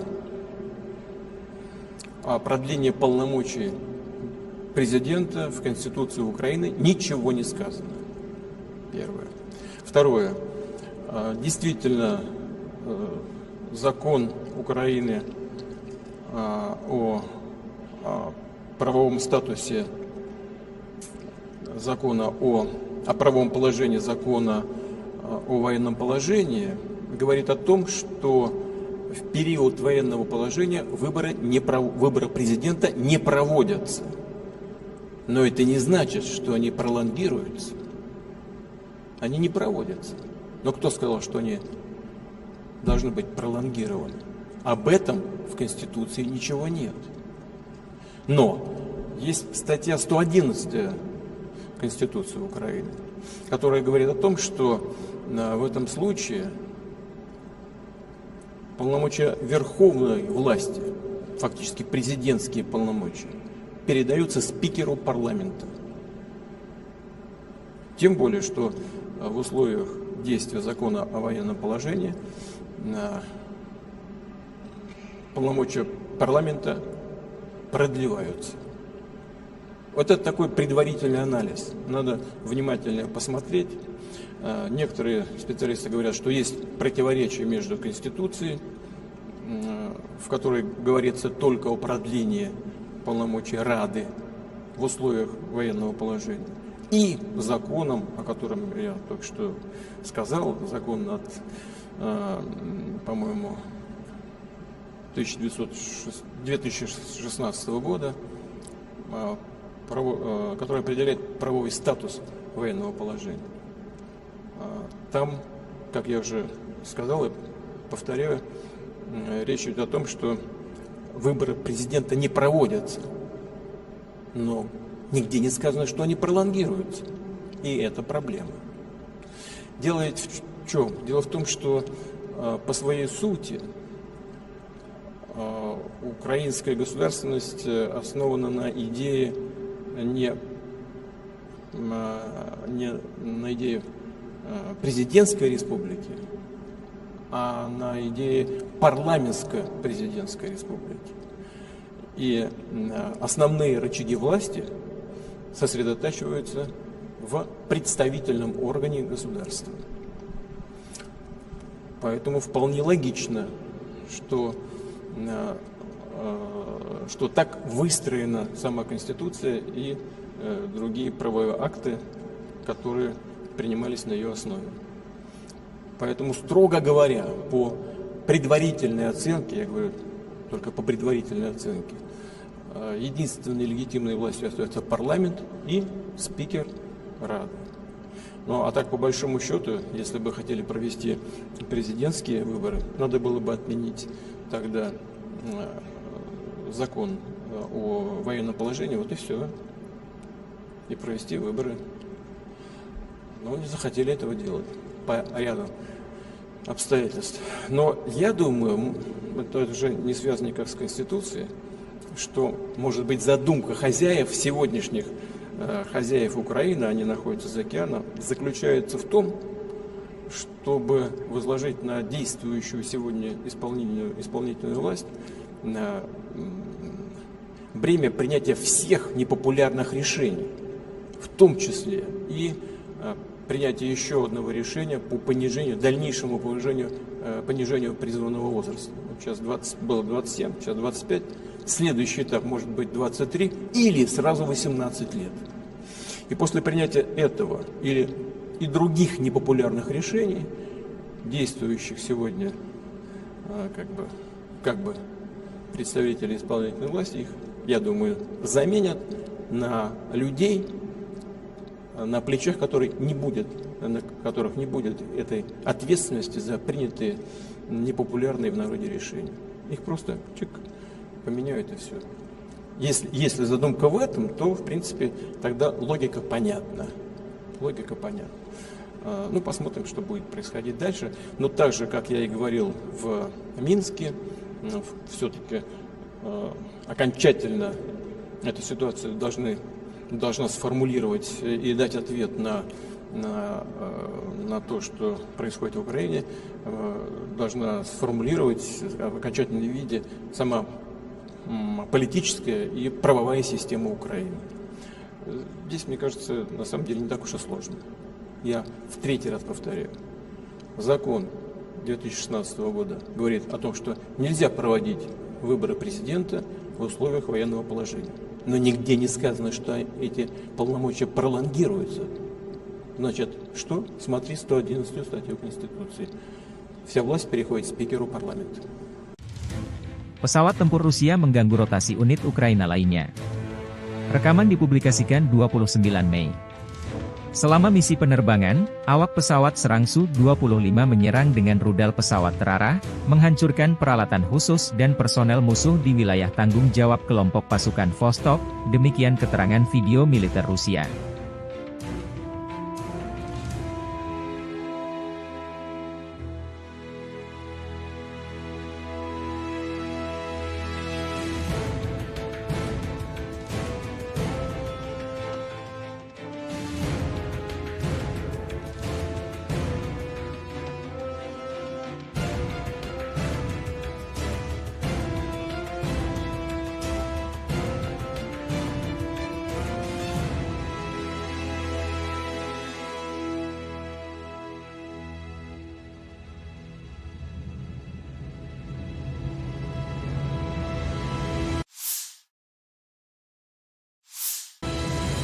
Keluarga dan teman-teman kami bangga, menunggu dan mendoakan kami setiap saat. Pilot militer melakukan misi tempur siang dan malam, dan dalam kondisi meteorologi yang sulit, terbang pada ketinggian minimal. Masing-masing dari mereka adalah kartu as yang nyata, kata Victor, komandan awak helikopter Mi-35, berbicara tentang pekerjaannya sehari-hari selama operasi militer khusus di Ukraina. Video dipublikasikan militer Rusia, 29 Mei.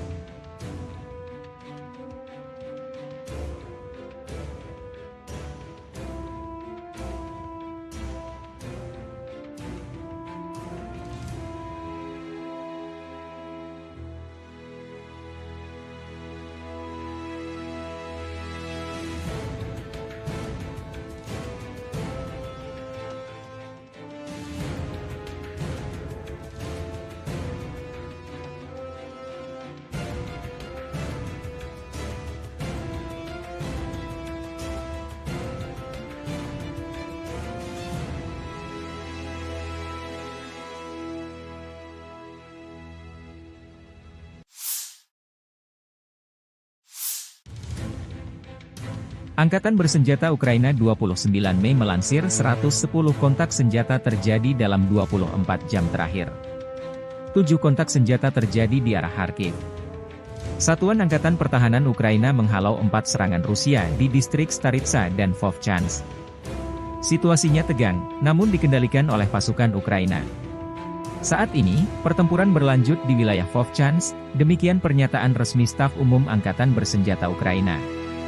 19 bentrokan terjadi di arah Kupiansk. Pasukan pertahanan Ukraina menangkis 16 serangan musuh di wilayah pemukiman Sinkivka, Stepofanovoselivka, Druselyubivka, Novoyehorivka dan Nevske. Staf Umum Angkatan Bersenjata Ukraina 29 Mei melansir militer Rusia total kehilangan 505.100 tentara di Ukraina sejak awal invasi besar-besaran 24 Februari 2022. Jumlah ini termasuk 1.300 korban yang diderita pasukan Rusia dalam 24 jam terakhir. Pasukan Vladimir Putin juga total kehilangan 7.700 tank, 14.891 kendaraan tempur lapis baja, 17.796 kendaraan dan tangki bahan bakar, 13.066 sistem artileri, 1.087 sistem peluncuran roket ganda, 815 sistem pertahanan udara, 357 pesawat terbang, 326 helikopter, 10.510 drone, 27 kapal dan perahu, dan 1 kapal selam.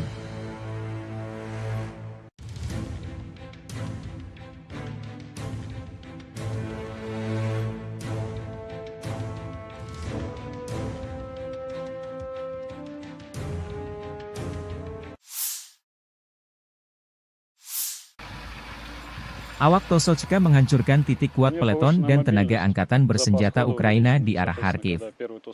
Drone pengintai menemukan konsentrasi tenaga musuh di posisi benteng yang terletak di jalur pergerakan infanteri kelompok pasukan utara.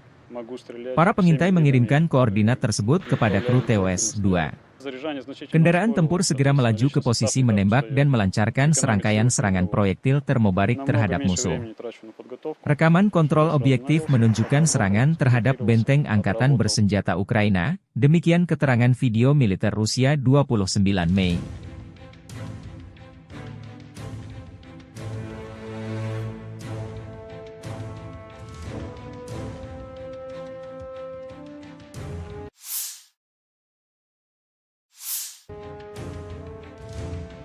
Presiden Ukraina 28 Mei mengunjungi pangkalan militer Melsprook tempat prajurit Ukraina dilatih menggunakan jet tempur F-16 produksi Amerika Serikat. Ukraina sangat menantikan jet tempur F-16 dari mitra baratnya untuk memperkuat pertahanan langit kita. Dan kami juga menunggu di rumah prajurit kami yang sedang berlatih pemeliharaan F-16 dan memiliki motivasi tinggi untuk memulai misi tempur dan mempercepat kemenangan bangsa kami, kata Zelensky. Gelombang pertama jet tempur F-16 akan dikirim ke Ukraina, mudah-mudahan dalam waktu dekat, namun sekitar setengah dari bantuan militer dari mitra barat datang terlambat, kata Menteri Pertahanan Ukraina Rustem Umerov dalam wawancara dengan Reuters yang diterbitkan 28 Mei. Beberapa negara NATO, Denmark, Belanda, Belgia, dan Norwegia berjanji untuk mengirimkan lusinan pesawat tempur F-16 buatan Amerika Serikat dari persediaan mereka. F-16 Denmark diperkirakan akan tiba pada awal musim panas ini, sedangkan jet tempur Belanda akan mulai tiba pada musim gugur. Kami membutuhkan sebanyak mungkin pesawat yang kami dapat, kata Umerov ketika ditanya tentang jumlah pesawat yang diperkirakan akan diterima oleh Ukraina. Seraya menambahkan bahwa negara tersebut saat ini fokus pada pelatihan pilot dan personel. Ukraina juga terus meningkatkan produksi senjata dan drone, serta kemampuan peperangan elektroniknya, menurut menteri tersebut. Rusia memiliki 500.000 tentara di Ukraina dan dekat perbatasannya dan bersiap untuk melibatkan 200.000 hingga 300.000 tentara lainnya, yang bertujuan untuk membuka front baru di utara untuk mulai menggunakan seluruh tenaga kerja dan daya tembak mereka, kata Umerov. Kami bertahan, tapi tentu saja kami membutuhkan lebih banyak senjata. Kami membutuhkan lebih banyak daya tembak, kami membutuhkan rudal jarak jauh, jangan sampai mereka memasuki negara kami, tambahnya.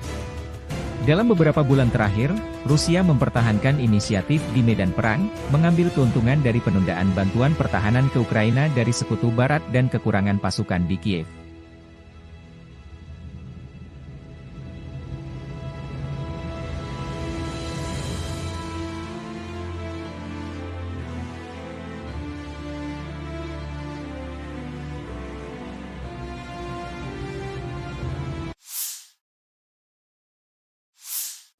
По поводу легитимности украинской власти. Действительно нужно проводить такой серьезный глубокий анализ. Но вот первое, что на виду, и то, что мне докладывают коллеги, заключается вот в чем. Конституция Украины предусматривает продление полномочий, но только Рады. О продлении полномочий президента в Конституции Украины ничего не сказано. Первое. Второе. Действительно, закон Украины о правовом статусе закона о правовом положении закона о военном положении говорит о том, что в период военного положения выборы президента не проводятся. Но это не значит, что они пролонгируются. Они не проводятся. Но кто сказал, что они должны быть пролонгированы? Об этом в Конституции ничего нет. Но есть статья 111 Конституции Украины, которая говорит о том, что в этом случае полномочия верховной власти, фактически президентские полномочия, передаются спикеру парламента. Тем более, что в условиях действия закона о военном положении полномочия парламента продлеваются. Вот это такой предварительный анализ. Надо внимательно посмотреть. Некоторые специалисты говорят, что есть противоречие между Конституцией, в которой говорится только о продлении полномочий Рады в условиях военного положения, и законом, о котором я только что сказал, закон от, по-моему, 2016 года, который определяет правовой статус военного положения. Там, как я уже сказал и повторяю, речь идет о том, что выборы президента не проводятся, но нигде не сказано, что они пролонгируются. И это проблема. Дело ведь в чем? Дело в том, что по своей сути украинская государственность основана на идее не на идее президентской республики, а на идее парламентско-президентской республики. И основные рычаги власти сосредотачиваются в представительном органе государства. Поэтому вполне логично, что так выстроена сама Конституция и другие правовые акты, которые принимались на ее основе. Поэтому, строго говоря, по предварительной оценке, я говорю только по предварительной оценке, единственной легитимной властью остается парламент и спикер Рады. Ну, а так, по большому счету, если бы хотели провести президентские выборы, надо было бы отменить тогда закон о военном положении, вот и все, и провести выборы.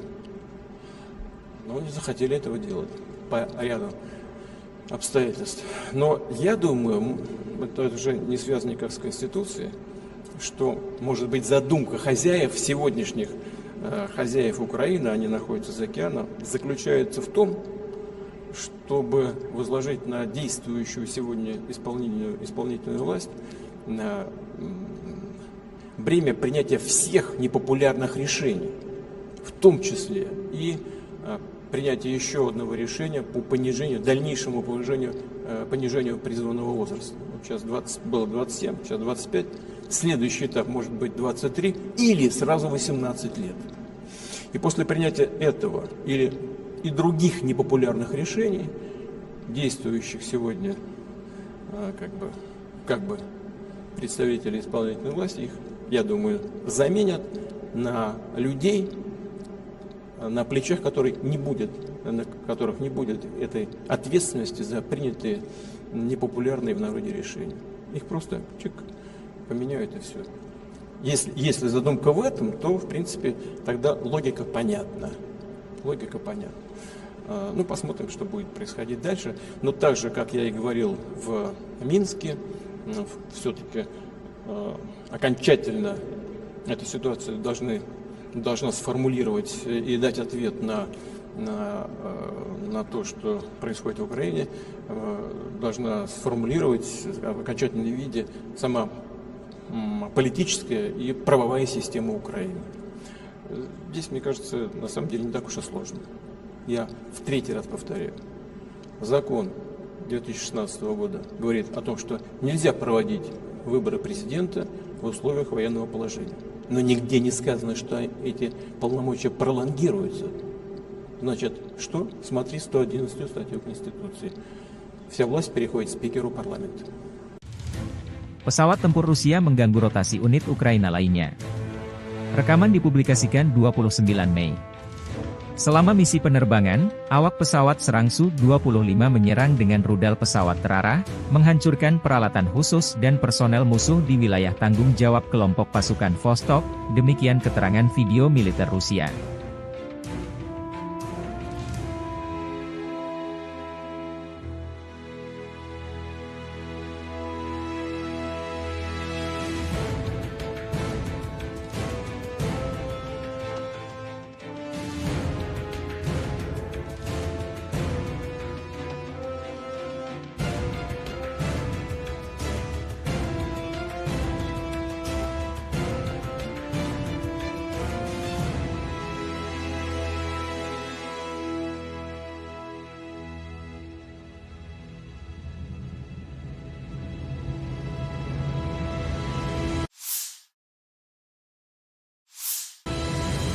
Keluarga dan teman-teman kami bangga, menunggu dan mendoakan kami setiap saat.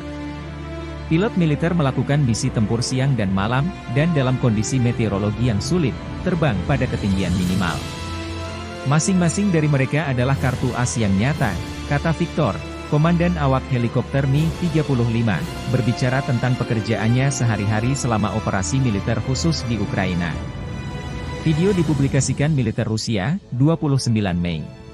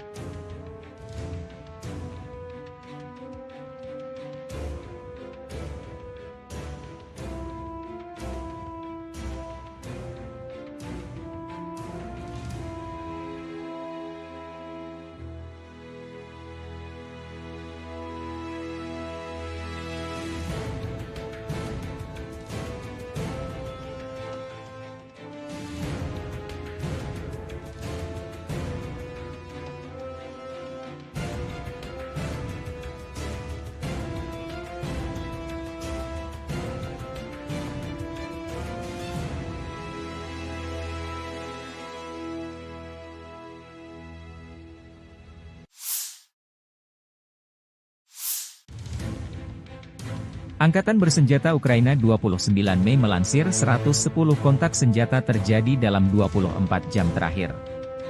7 kontak senjata terjadi di arah Kharkiv. Satuan Angkatan Pertahanan Ukraina menghalau 4 serangan Rusia di distrik Staritsa dan Vovchansk. Situasinya tegang, namun dikendalikan oleh pasukan Ukraina. Saat ini, pertempuran berlanjut di wilayah Vovchansk, demikian pernyataan resmi Staf Umum Angkatan Bersenjata Ukraina. 19 bentrokan terjadi di arah Kupiansk. Pasukan pertahanan Ukraina menangkis 16 serangan musuh di wilayah pemukiman Sinkivka, Stepanovo-Selivka, Druselyubivka, Novoyehorivka dan Nevske. Staf Umum Angkatan Bersenjata Ukraina 29 Mei melansir militer Rusia total kehilangan 505.100 tentara di Ukraina sejak awal invasi besar-besaran 24 Februari 2022. Jumlah ini termasuk 1.300 korban yang diderita pasukan Rusia dalam 24 jam terakhir. Pasukan Vladimir Putin juga total kehilangan 7.700 tank, 14.891 kendaraan tempur lapis baja, 17.796 kendaraan dan tangki bahan bakar, 13.066 sistem artileri, 1.087 sistem peluncuran roket ganda, 815 sistem pertahanan udara, 357 pesawat terbang, 326 helikopter, 10.510 drone, 27 kapal dan perahu, dan 1 kapal selam.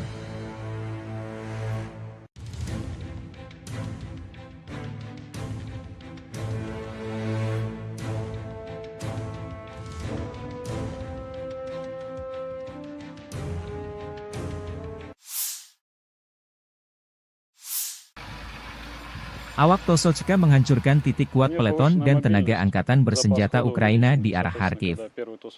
Drone pengintai menemukan konsentrasi tenaga musuh di posisi benteng yang terletak di jalur pergerakan infanteri kelompok pasukan utara. Para pengintai mengirimkan koordinat tersebut kepada kru TOS-2. Kendaraan tempur segera melaju ke posisi menembak dan melancarkan serangkaian serangan proyektil termobarik terhadap musuh.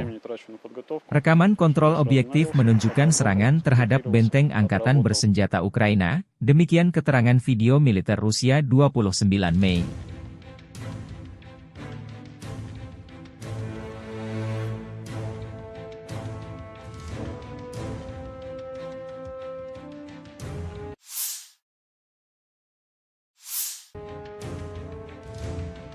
Presiden Ukraina 28 Mei mengunjungi pangkalan militer Melsprook tempat prajurit Ukraina dilatih menggunakan jet tempur F-16 produksi Amerika Serikat.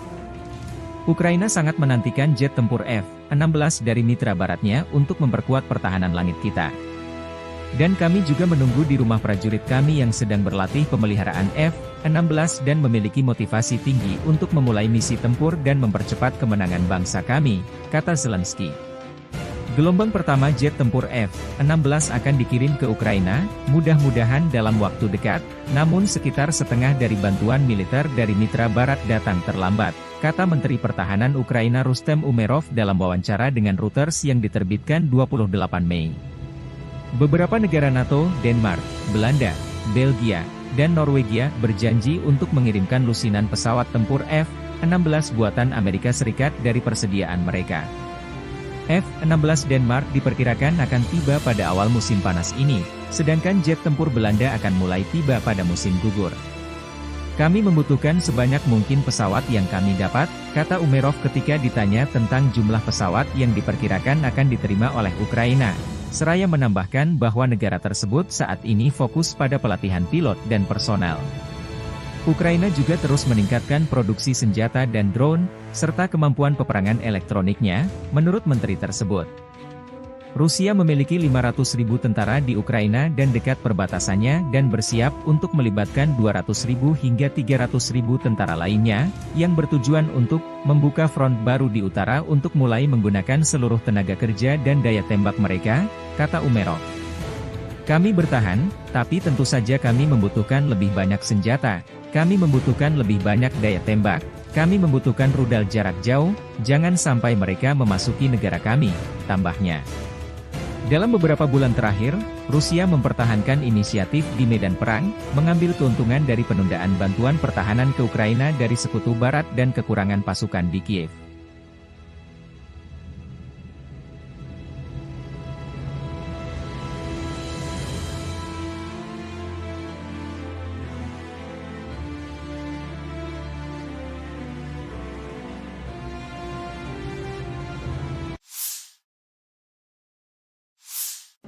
По поводу легитимности украинской власти. Действительно нужно проводить такой серьезный, глубокий анализ. Но вот первое, что на виду, и то, что мне докладывают коллеги, заключается вот в чем. Конституция Украины предусматривает продление полномочий, но только Рады. О продлении полномочий президента в Конституции Украины ничего не сказано. Первое. Второе. Действительно, закон Украины о правовом статусе закона о правовом положении закона о военном положении говорит о том, что в период военного положения выборы президента не проводятся. Но это не значит, что они пролонгируются. Они не проводятся. Но кто сказал, что они должны быть пролонгированы? Об этом в Конституции ничего нет. Но есть статья 111 Конституции Украины, которая говорит о том, что в этом случае полномочия верховной власти, фактически президентские полномочия, передаются спикеру парламента. Тем более, что в условиях действия закона о военном положении полномочия парламента продлеваются. Вот это такой предварительный анализ. Надо внимательно посмотреть. Некоторые специалисты говорят, что есть противоречие между Конституцией, в которой говорится только о продлении полномочий Рады в условиях военного положения, и законом, о котором я только что сказал, закон от, по-моему, 2016 года, который определяет правовой статус военного положения. Там, как я уже сказал и повторяю, речь идет о том, что выборы президента не проводятся, но нигде не сказано, что они пролонгируются, и это проблема. Дело ведь в чем? Дело в том, что по своей сути украинская государственность основана на идее не на идее президентской республики, а на идее парламентско-президентской республики. И основные рычаги власти сосредотачиваются в представительном органе государства. Поэтому вполне логично, что так выстроена сама Конституция и другие правовые акты, которые принимались на ее основе.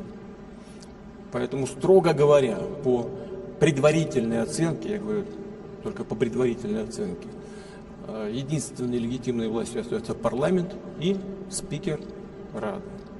Ну а так, по большому счету, если бы хотели провести президентские выборы, надо было бы отменить тогда закон о военном положении, вот и все, и провести выборы. Но не захотели этого делать по ряду обстоятельств. Но я думаю, это уже не связано никак с Конституцией, что, может быть, задумка хозяев сегодняшних, хозяев Украины, они находятся за океаном, заключается в том, чтобы возложить на действующую сегодня исполнительную власть бремя принятия всех непопулярных решений, в том числе и принятие еще одного решения по дальнейшему понижению призывного возраста. Вот сейчас было 27, сейчас 25. Следующий этап может быть 23 или сразу 18 лет. И после принятия этого и других непопулярных решений, действующих сегодня как бы представители исполнительной власти, их, я думаю, заменят на людей, на плечах которых не будет этой ответственности за принятые непопулярные в народе решения. Их просто поменяют и все.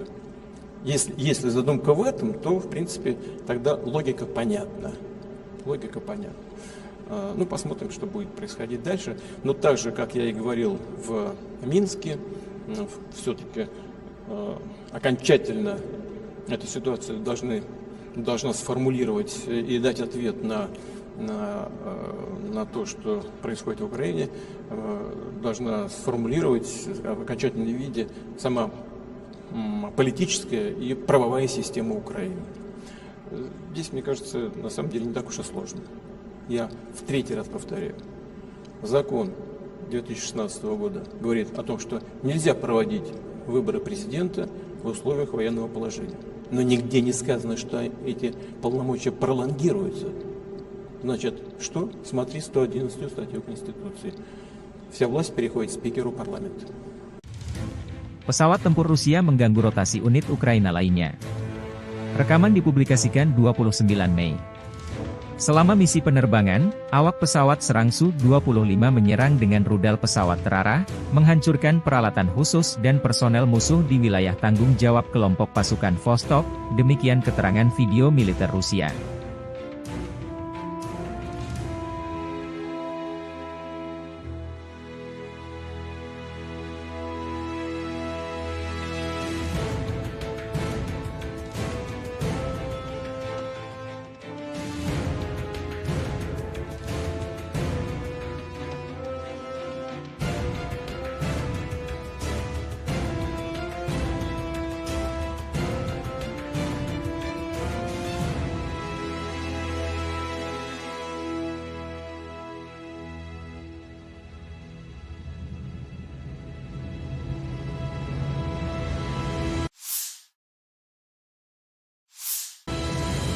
Keluarga dan teman-teman kami bangga, menunggu dan mendoakan kami setiap saat. Pilot militer melakukan misi tempur siang dan malam, dan dalam kondisi meteorologi yang sulit, terbang pada ketinggian minimal. Masing-masing dari mereka adalah kartu as yang nyata, kata Victor, komandan awak helikopter Mi-35, berbicara tentang pekerjaannya sehari-hari selama operasi militer khusus di Ukraina. Video dipublikasikan militer Rusia, 29 Mei.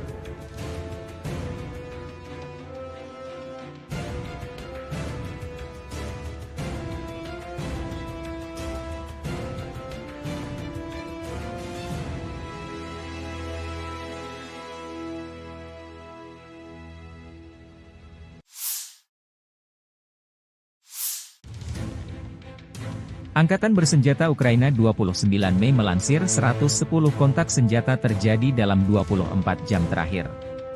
7 kontak senjata terjadi di arah Kharkiv. Satuan Angkatan Pertahanan Ukraina menghalau 4 serangan Rusia di distrik Staritsa dan Vovchansk. Situasinya tegang, namun dikendalikan oleh pasukan Ukraina. Saat ini, pertempuran berlanjut di wilayah Vovchansk, demikian pernyataan resmi Staf Umum Angkatan Bersenjata Ukraina. 19 bentrokan terjadi di arah Kupiansk. Pasukan pertahanan Ukraina menangkis 16 serangan musuh di wilayah pemukiman Sinkivka, Stepovanovselivka, Druselyubivka, Novoyehorivka dan Nevske. Staf Umum Angkatan Bersenjata Ukraina 29 Mei melansir militer Rusia total kehilangan 505.100 tentara di Ukraina sejak awal invasi besar-besaran 24 Februari 2022. Jumlah ini termasuk 1.300 korban yang diderita pasukan Rusia dalam 24 jam terakhir.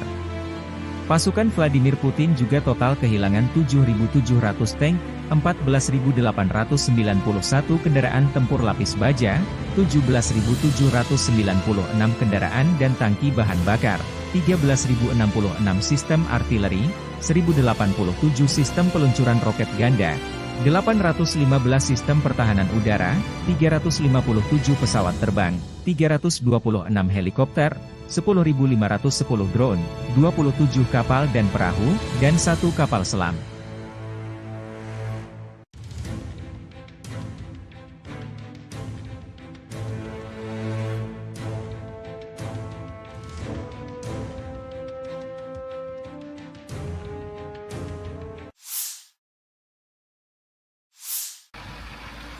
Awak Tosochka menghancurkan titik kuat peleton dan tenaga angkatan bersenjata Ukraina di arah Kharkiv.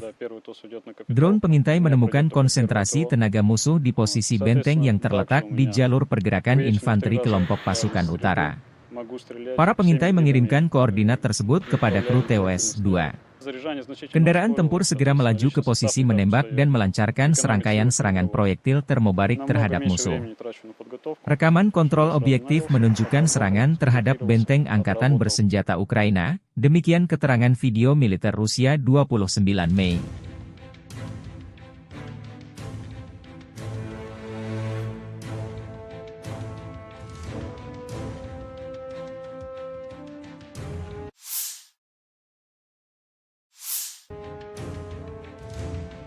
Presiden Ukraina 28 Mei mengunjungi pangkalan militer Melsbrook tempat prajurit Ukraina dilatih menggunakan jet tempur F-16 produksi Amerika Serikat. Ukraina sangat menantikan jet tempur F-16 dari mitra baratnya untuk memperkuat pertahanan langit kita. Dan kami juga menunggu di rumah prajurit kami yang sedang berlatih pemeliharaan F-16 dan memiliki motivasi tinggi untuk memulai misi tempur dan mempercepat kemenangan bangsa kami, kata Zelensky. Gelombang pertama jet tempur F-16 akan dikirim ke Ukraina, mudah-mudahan dalam waktu dekat, namun sekitar setengah dari bantuan militer dari mitra barat datang terlambat, kata Menteri Pertahanan Ukraina Rustem Umerov dalam wawancara dengan Reuters yang diterbitkan 28 Mei. Beberapa negara NATO, Denmark, Belanda, Belgia, dan Norwegia berjanji untuk mengirimkan lusinan pesawat tempur F-16 buatan Amerika Serikat dari persediaan mereka. F-16 Denmark diperkirakan akan tiba pada awal musim panas ini, sedangkan jet tempur Belanda akan mulai tiba pada musim gugur. Kami membutuhkan sebanyak mungkin pesawat yang kami dapat, kata Umerov ketika ditanya tentang jumlah pesawat yang diperkirakan akan diterima oleh Ukraina.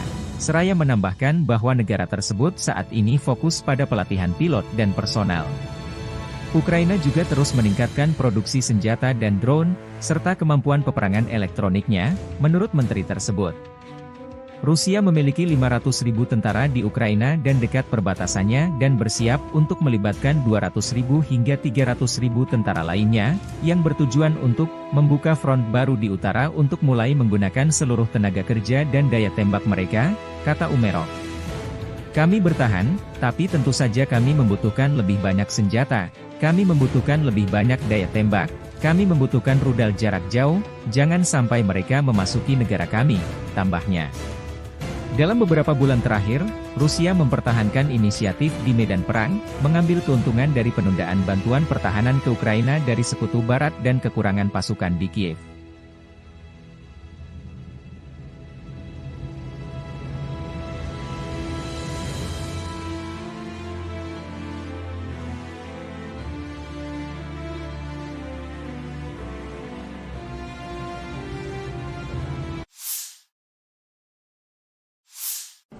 по поводу легитимности украинской власти.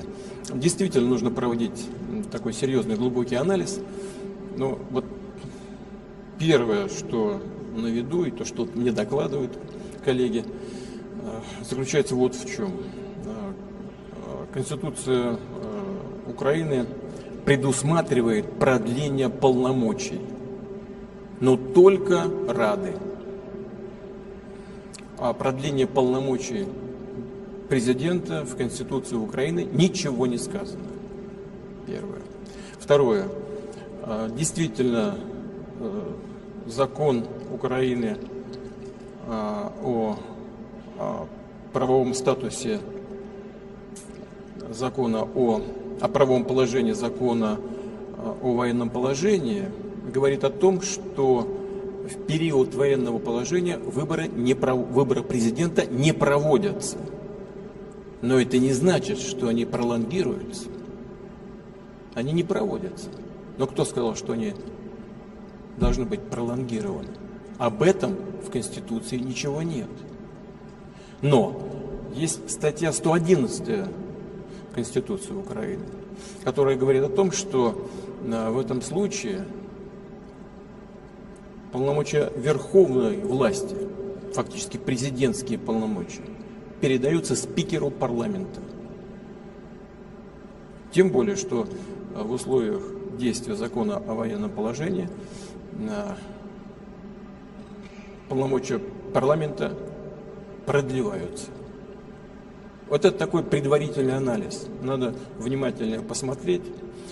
Некоторые специалисты говорят, что есть противоречие между Конституцией, в которой говорится только о продлении полномочий Рады в условиях военного положения, и законом, о котором я только что сказал, закон от, по-моему, 2016 года, который определяет правовой статус военного положения.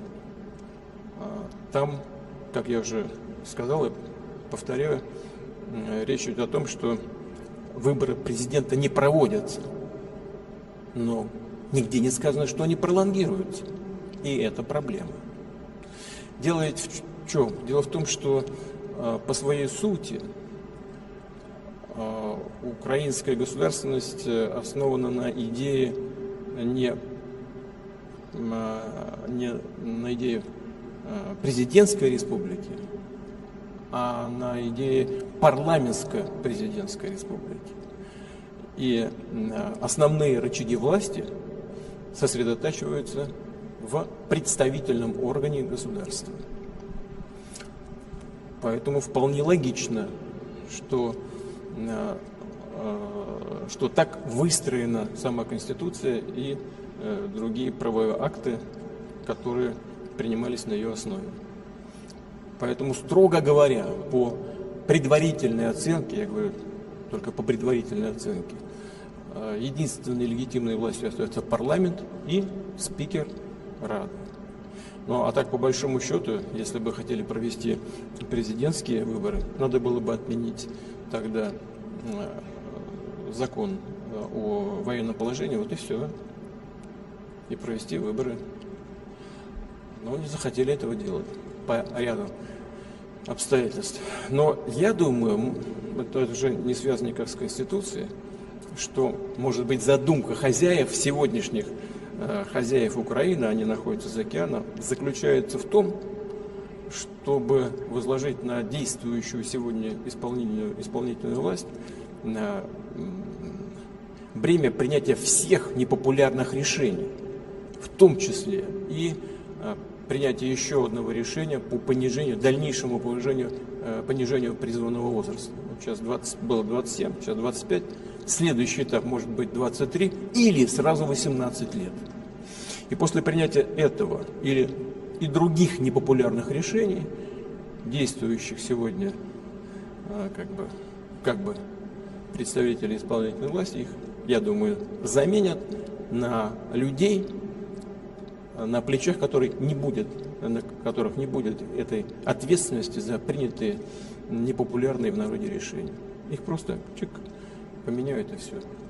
Если задумка в этом, то, в принципе, тогда логика понятна. Логика понятна. Ну, посмотрим, что будет происходить дальше. Но так же, как я и говорил в Минске, все-таки окончательно эту ситуацию должна сформулировать и дать ответ на то, что происходит в Украине, должна сформулировать в окончательном виде сама политическая и правовая система Украины. Здесь, мне кажется, на самом деле не так уж и сложно. Я в третий раз повторяю.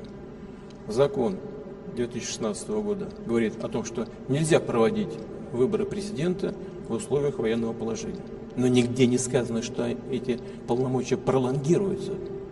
Значит, что? Смотри 111 статью Конституции. Вся власть переходит спикеру парламента. Pesawat tempur Rusia mengganggu rotasi unit Ukraina lainnya. Rekaman dipublikasikan 29 Mei.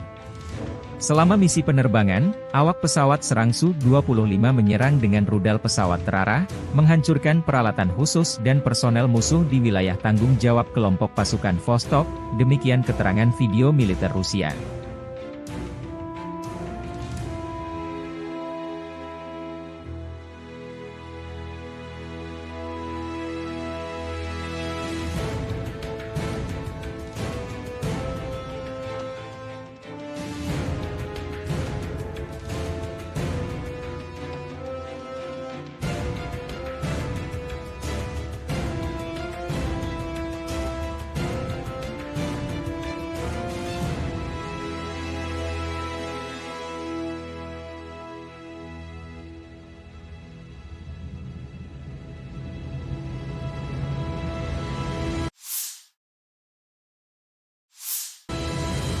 Keluarga dan teman-teman kami bangga, menunggu dan mendoakan kami setiap saat.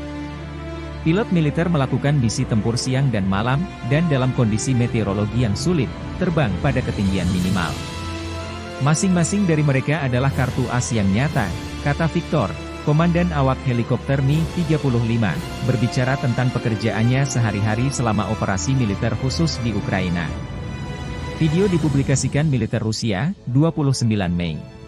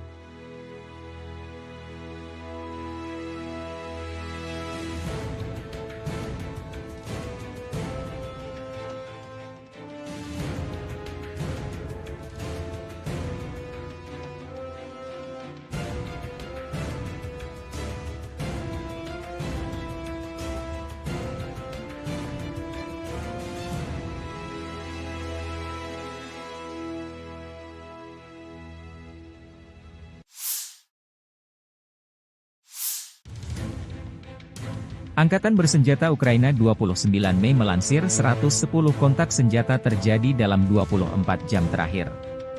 7 kontak senjata terjadi di arah Kharkiv. Satuan Angkatan Pertahanan Ukraina menghalau 4 serangan Rusia di distrik Staritsa dan Vovchansk. Situasinya tegang, namun dikendalikan oleh pasukan Ukraina. Saat ini, pertempuran berlanjut di wilayah Vovchansk, demikian pernyataan resmi Staf Umum Angkatan Bersenjata Ukraina. 19 bentrokan terjadi di arah Kupiansk. Pasukan pertahanan Ukraina menangkis 16 serangan musuh di wilayah pemukiman Sinkivka, Stepovanovselivka, Druselyubivka, Novoyehorivka dan Nevske. Staf Umum Angkatan Bersenjata Ukraina 29 Mei melansir militer Rusia total kehilangan 505.100 tentara di Ukraina sejak awal invasi besar-besaran 24 Februari 2022. Jumlah ini termasuk 1.300 korban yang diderita pasukan Rusia dalam 24 jam terakhir. Pasukan Vladimir Putin juga total kehilangan 7.700 tank, 14.891 kendaraan tempur lapis baja, 17.796 kendaraan dan tangki bahan bakar, 13.066 sistem artileri, 1.087 sistem peluncuran roket ganda, 815 sistem pertahanan udara, 357 pesawat terbang, 326 helikopter, 10.510 drone, 27 kapal dan perahu, dan 1 kapal selam.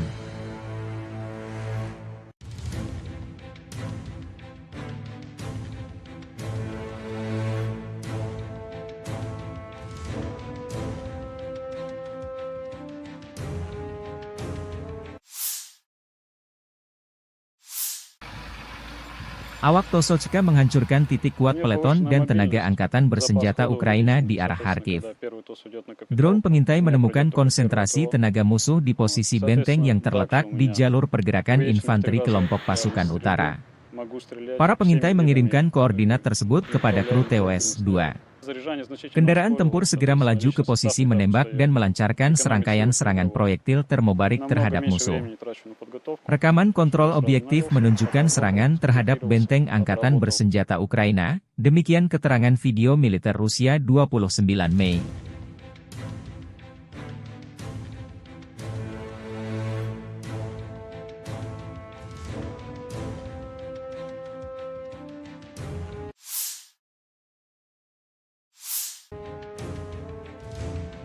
Presiden Ukraina 28 Mei mengunjungi pangkalan militer Melsprook tempat prajurit Ukraina dilatih menggunakan jet tempur F-16 produksi Amerika Serikat.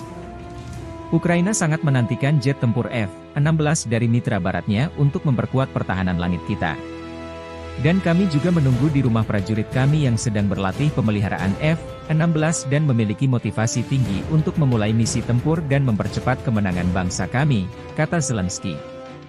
Gelombang pertama jet tempur F-16 akan dikirim ke Ukraina, mudah-mudahan dalam waktu dekat, namun sekitar setengah dari bantuan militer dari mitra barat datang terlambat, kata Menteri Pertahanan Ukraina Rustem Umerov dalam wawancara dengan Reuters yang diterbitkan 28 Mei. Beberapa negara NATO, Denmark, Belanda, Belgia, dan Norwegia berjanji untuk mengirimkan lusinan pesawat tempur F-16 buatan Amerika Serikat dari persediaan mereka.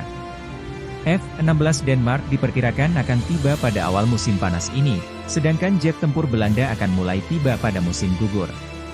Kami membutuhkan sebanyak mungkin pesawat yang kami dapat, kata Umerov ketika ditanya tentang jumlah pesawat yang diperkirakan akan diterima oleh Ukraina. Seraya menambahkan bahwa negara tersebut saat ini fokus pada pelatihan pilot dan personel. Ukraina juga terus meningkatkan produksi senjata dan drone, serta kemampuan peperangan elektroniknya, menurut menteri tersebut. Rusia memiliki 500.000 tentara di Ukraina dan dekat perbatasannya dan bersiap untuk melibatkan 200.000 hingga 300.000 tentara lainnya, yang bertujuan untuk membuka front baru di utara untuk mulai menggunakan seluruh tenaga kerja dan daya tembak mereka, kata Umerov. Kami bertahan, tapi tentu saja kami membutuhkan lebih banyak senjata. Kami membutuhkan lebih banyak daya tembak. Kami membutuhkan rudal jarak jauh, jangan sampai mereka memasuki negara kami, tambahnya. Dalam beberapa bulan terakhir, Rusia mempertahankan inisiatif di medan perang, mengambil keuntungan dari penundaan bantuan pertahanan ke Ukraina dari Sekutu Barat dan kekurangan pasukan di Kiev.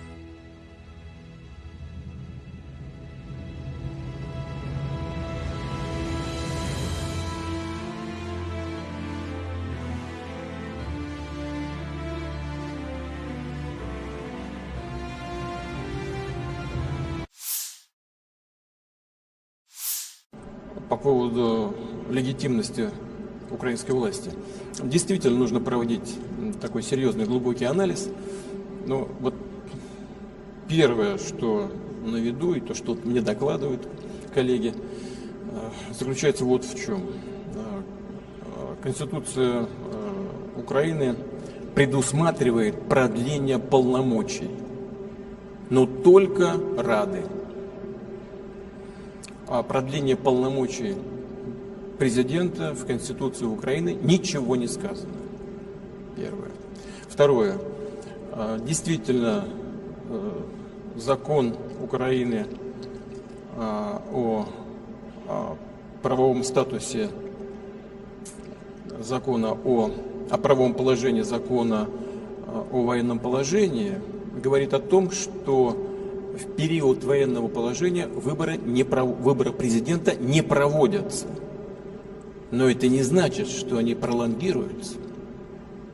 Они не проводятся. Но кто сказал, что они должны быть пролонгированы? Об этом в Конституции ничего нет.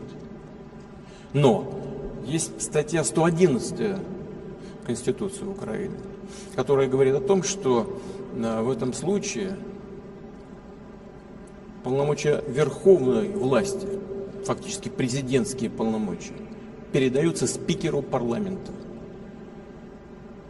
Тем более, что в условиях действия закона о военном положении полномочия парламента продлеваются. Вот это такой предварительный анализ. Надо внимательно посмотреть. Некоторые специалисты говорят, что есть противоречие между Конституцией, в которой говорится только о продлении полномочий Рады в условиях военного положения, и законом, о котором я только что сказал, закон от, по-моему, 2016 года, который определяет правовой статус военного положения. Там, как я уже сказал и повторяю, речь идет о том, что выборы президента не проводятся, но нигде не сказано, что они пролонгируются, и это проблема. Дело ведь в чем? Дело в том, что по своей сути украинская государственность основана на идее не на идее президентской республики, а на идее парламентско-президентской республики. И основные рычаги власти сосредотачиваются в представительном органе государства. Поэтому вполне логично, что так выстроена сама Конституция и другие правовые акты, которые принимались на ее основе. Поэтому, строго говоря, по предварительной оценке, я говорю только по предварительной оценке, единственной легитимной властью остается парламент и спикер Рады. Ну а так, по большому счету, если бы хотели провести президентские выборы, надо было бы отменить тогда закон о военном положении, вот и все, и провести выборы. Но не захотели этого делать по ряду обстоятельств. Но я думаю, это уже не связано никак с Конституцией, что, может быть, задумка хозяев, сегодняшних хозяев Украины, они находятся за океаном, заключается в том, чтобы возложить на действующую сегодня исполнительную власть бремя принятия всех непопулярных решений, в том числе и принятие еще одного решения по дальнейшему понижению призывного возраста. Вот сейчас было 27, сейчас 25. Следующий этап может быть 23 или сразу 18 лет. И после принятия этого и других непопулярных решений, действующих сегодня как бы представители исполнительной власти, их, я думаю, заменят на людей, на плечах которых не будет этой ответственности за принятые непопулярные в народе решения. Их просто поменяют и все. Если задумка в этом, то, в принципе, тогда логика понятна. Ну, посмотрим, что будет происходить дальше. Но так же, как я и говорил в Минске, все-таки окончательно эту ситуацию должна сформулировать и дать ответ на то, что происходит в Украине, должна сформулировать в окончательном виде сама политическая и правовая система Украины. Здесь, мне кажется, на самом деле не так уж и сложно. Я в третий раз повторяю. Закон 2016 года говорит о том, что нельзя проводить выборы президента в условиях военного положения. Но нигде не сказано, что эти полномочия пролонгируются. Значит, что? Смотри 111 статью Конституции. Вся власть переходит спикеру парламента. Pesawat tempur Rusia mengganggu rotasi unit Ukraina lainnya. Rekaman dipublikasikan 29 Mei. Selama misi penerbangan, awak pesawat serang Su-25 menyerang dengan rudal pesawat terarah, menghancurkan peralatan khusus dan personel musuh di wilayah tanggung jawab kelompok pasukan Vostok, demikian keterangan video militer Rusia.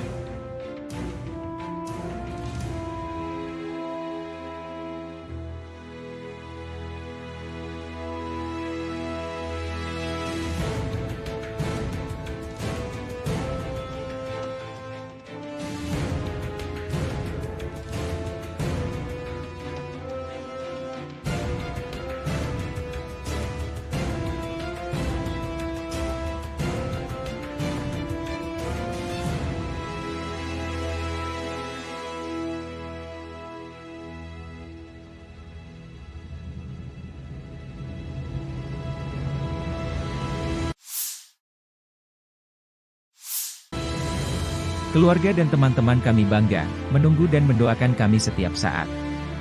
Pilot militer melakukan misi tempur siang dan malam, dan dalam kondisi meteorologi yang sulit, terbang pada ketinggian minimal. Masing-masing dari mereka adalah kartu as yang nyata, kata Victor, komandan awak helikopter Mi-35, berbicara tentang pekerjaannya sehari-hari selama operasi militer khusus di Ukraina. Video dipublikasikan militer Rusia, 29 Mei.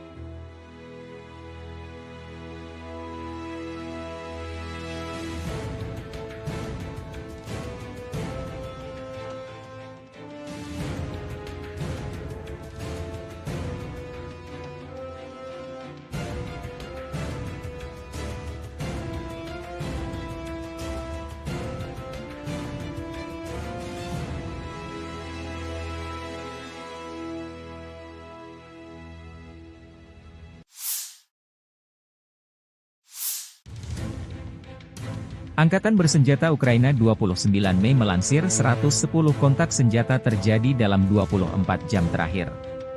7 kontak senjata terjadi di arah Kharkiv. Satuan Angkatan Pertahanan Ukraina menghalau 4 serangan Rusia di distrik Staritsa dan Vovchansk. Situasinya tegang, namun dikendalikan oleh pasukan Ukraina.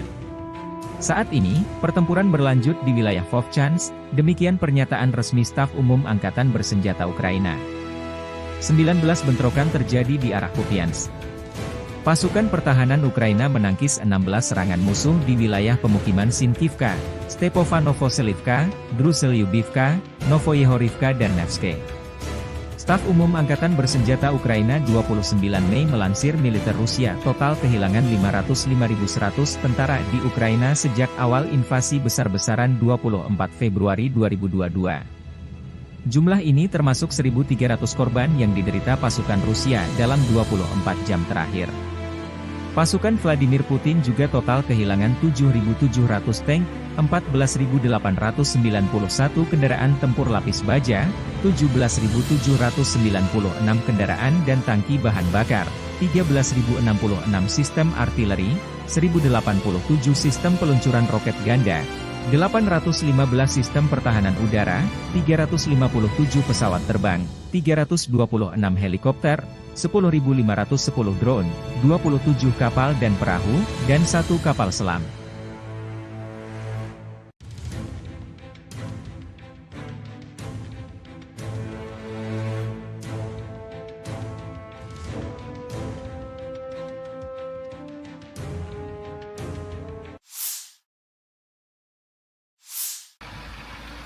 Awak Tosochka menghancurkan titik kuat peleton dan tenaga angkatan bersenjata Ukraina di arah Kharkiv. Drone pengintai menemukan konsentrasi tenaga musuh di posisi benteng yang terletak di jalur pergerakan infanteri kelompok pasukan utara. Para pengintai mengirimkan koordinat tersebut kepada kru TOS-2. Kendaraan tempur segera melaju ke posisi menembak dan melancarkan serangkaian serangan proyektil termobarik terhadap musuh. Rekaman kontrol objektif menunjukkan serangan terhadap benteng angkatan bersenjata Ukraina, demikian keterangan video militer Rusia 29 Mei.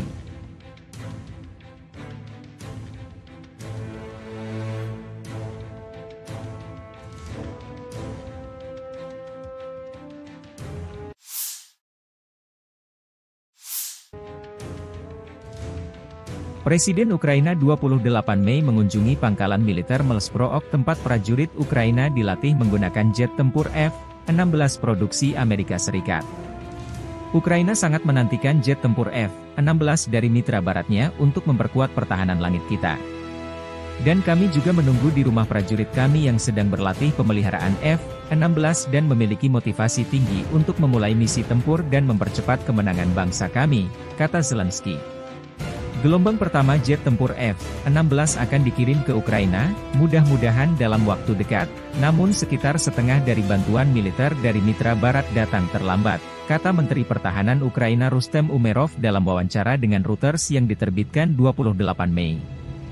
Beberapa negara NATO, Denmark, Belanda, Belgia, dan Norwegia berjanji untuk mengirimkan lusinan pesawat tempur F-16 buatan Amerika Serikat dari persediaan mereka.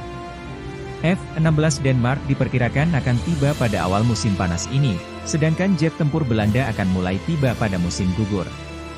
Kami membutuhkan sebanyak mungkin pesawat yang kami dapat, kata Umerov ketika ditanya tentang jumlah pesawat yang diperkirakan akan diterima oleh Ukraina. Seraya menambahkan bahwa negara tersebut saat ini fokus pada pelatihan pilot dan personel. Ukraina juga terus meningkatkan produksi senjata dan drone, serta kemampuan peperangan elektroniknya, menurut menteri tersebut. Rusia memiliki 500.000 tentara di Ukraina dan dekat perbatasannya dan bersiap untuk melibatkan 200.000 hingga 300.000 tentara lainnya, yang bertujuan untuk membuka front baru di utara untuk mulai menggunakan seluruh tenaga kerja dan daya tembak mereka, kata Umerov. Kami bertahan, tapi tentu saja kami membutuhkan lebih banyak senjata. Kami membutuhkan lebih banyak daya tembak, kami membutuhkan rudal jarak jauh, jangan sampai mereka memasuki negara kami, tambahnya. Dalam beberapa bulan terakhir, Rusia mempertahankan inisiatif di medan perang, mengambil keuntungan dari penundaan bantuan pertahanan ke Ukraina dari Sekutu Barat dan kekurangan pasukan di Kiev.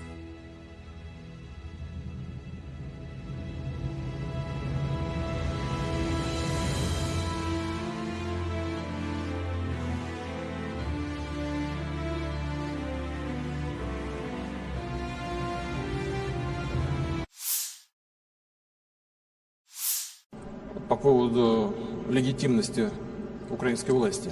Действительно нужно проводить такой серьезный глубокий анализ. Но вот первое, что на виду, и то, что мне докладывают коллеги, заключается вот в чем. Конституция Украины предусматривает продление полномочий, но только Рады. О продлении полномочий президента в Конституции Украины ничего не сказано. Первое. Второе.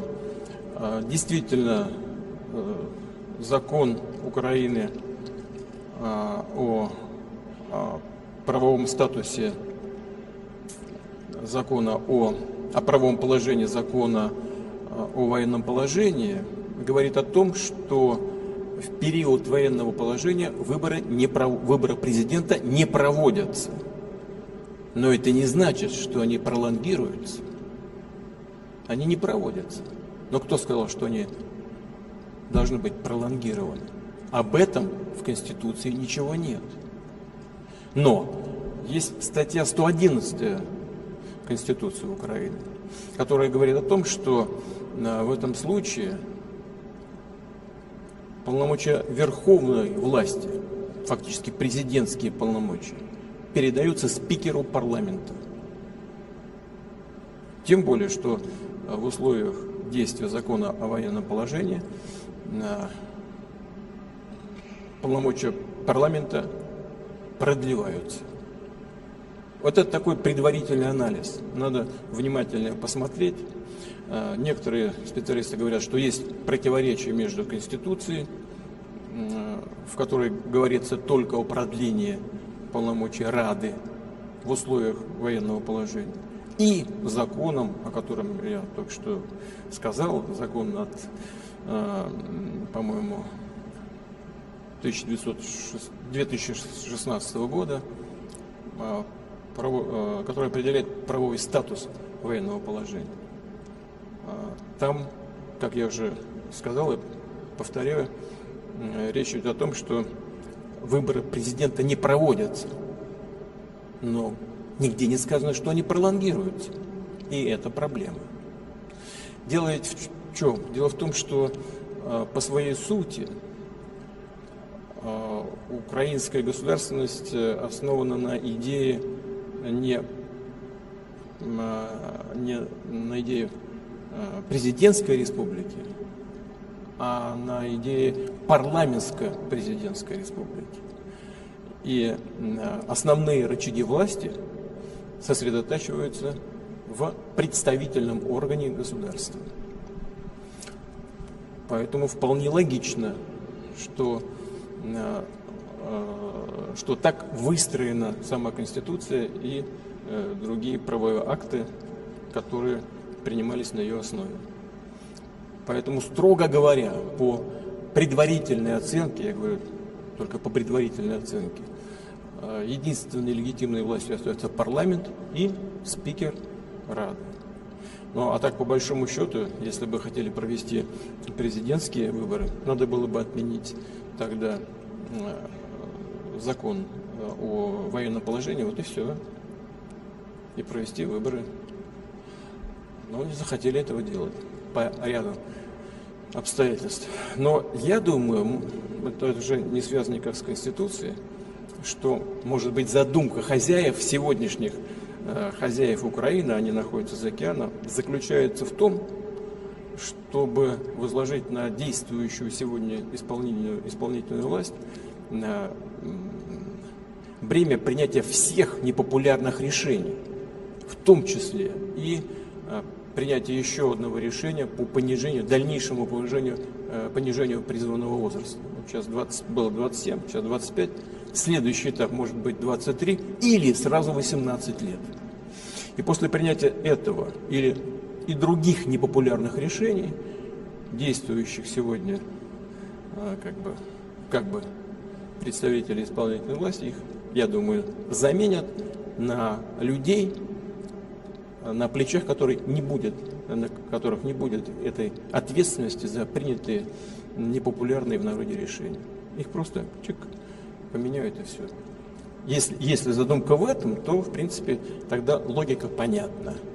Ну, посмотрим, что будет происходить дальше. Но так же, как я и говорил в Минске, все-таки окончательно эту ситуацию должна сформулировать и дать ответ на то, что происходит в Украине, должна сформулировать в окончательном виде сама политическая и правовая система Украины. Здесь, мне кажется, на самом деле не так уж и сложно. Я в третий раз повторяю. Закон 2016 года говорит о том, что нельзя проводить выборы президента в условиях военного положения. Но нигде не сказано, что эти полномочия пролонгируются. Значит, что? Смотри 111 статью Конституции. Вся власть переходит спикеру парламента. Pesawat tempur Rusia mengganggu rotasi unit Ukraina lainnya. Rekaman dipublikasikan 29 Mei. Selama misi penerbangan, awak pesawat serang Su-25 menyerang dengan rudal pesawat terarah, menghancurkan peralatan khusus dan personel musuh di wilayah tanggung jawab kelompok pasukan Vostok, demikian keterangan video militer Rusia.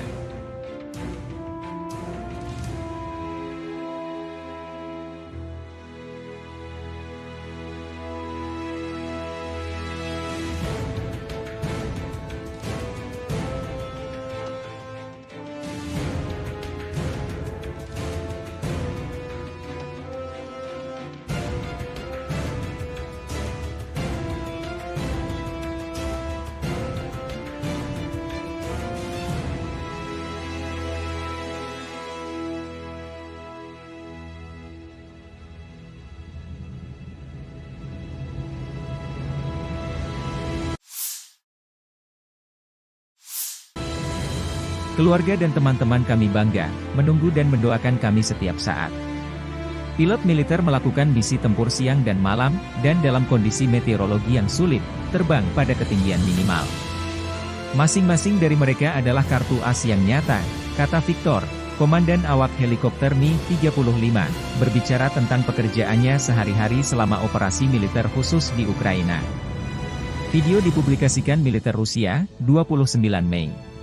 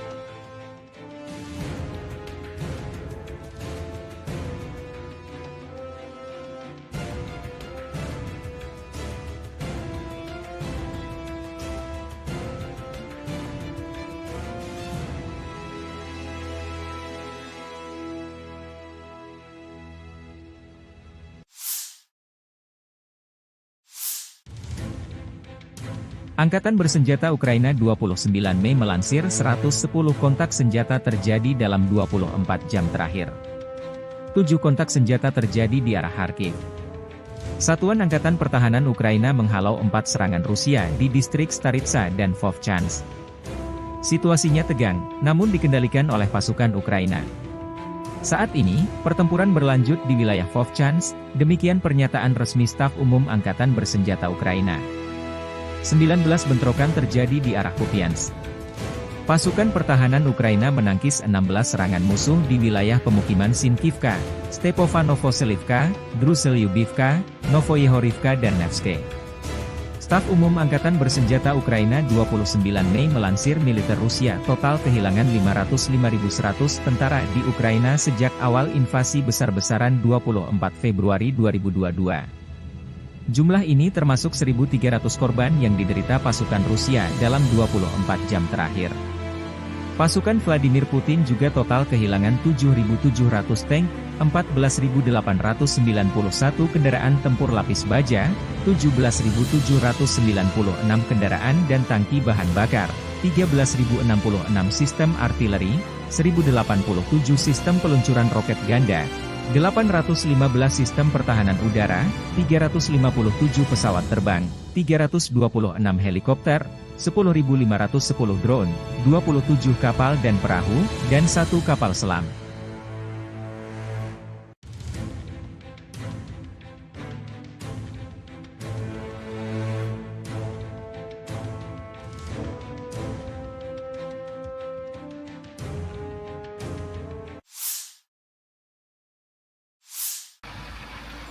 Awak Tosochka menghancurkan titik kuat peleton dan tenaga angkatan bersenjata Ukraina di arah Kharkiv. Drone pengintai menemukan konsentrasi tenaga musuh di posisi benteng yang terletak di jalur pergerakan infanteri kelompok pasukan utara. Para pengintai mengirimkan koordinat tersebut kepada kru TOS-2. Kendaraan tempur segera melaju ke posisi menembak dan melancarkan serangkaian serangan proyektil termobarik terhadap musuh. Rekaman kontrol objektif menunjukkan serangan terhadap benteng angkatan bersenjata Ukraina, demikian keterangan video militer Rusia 29 Mei.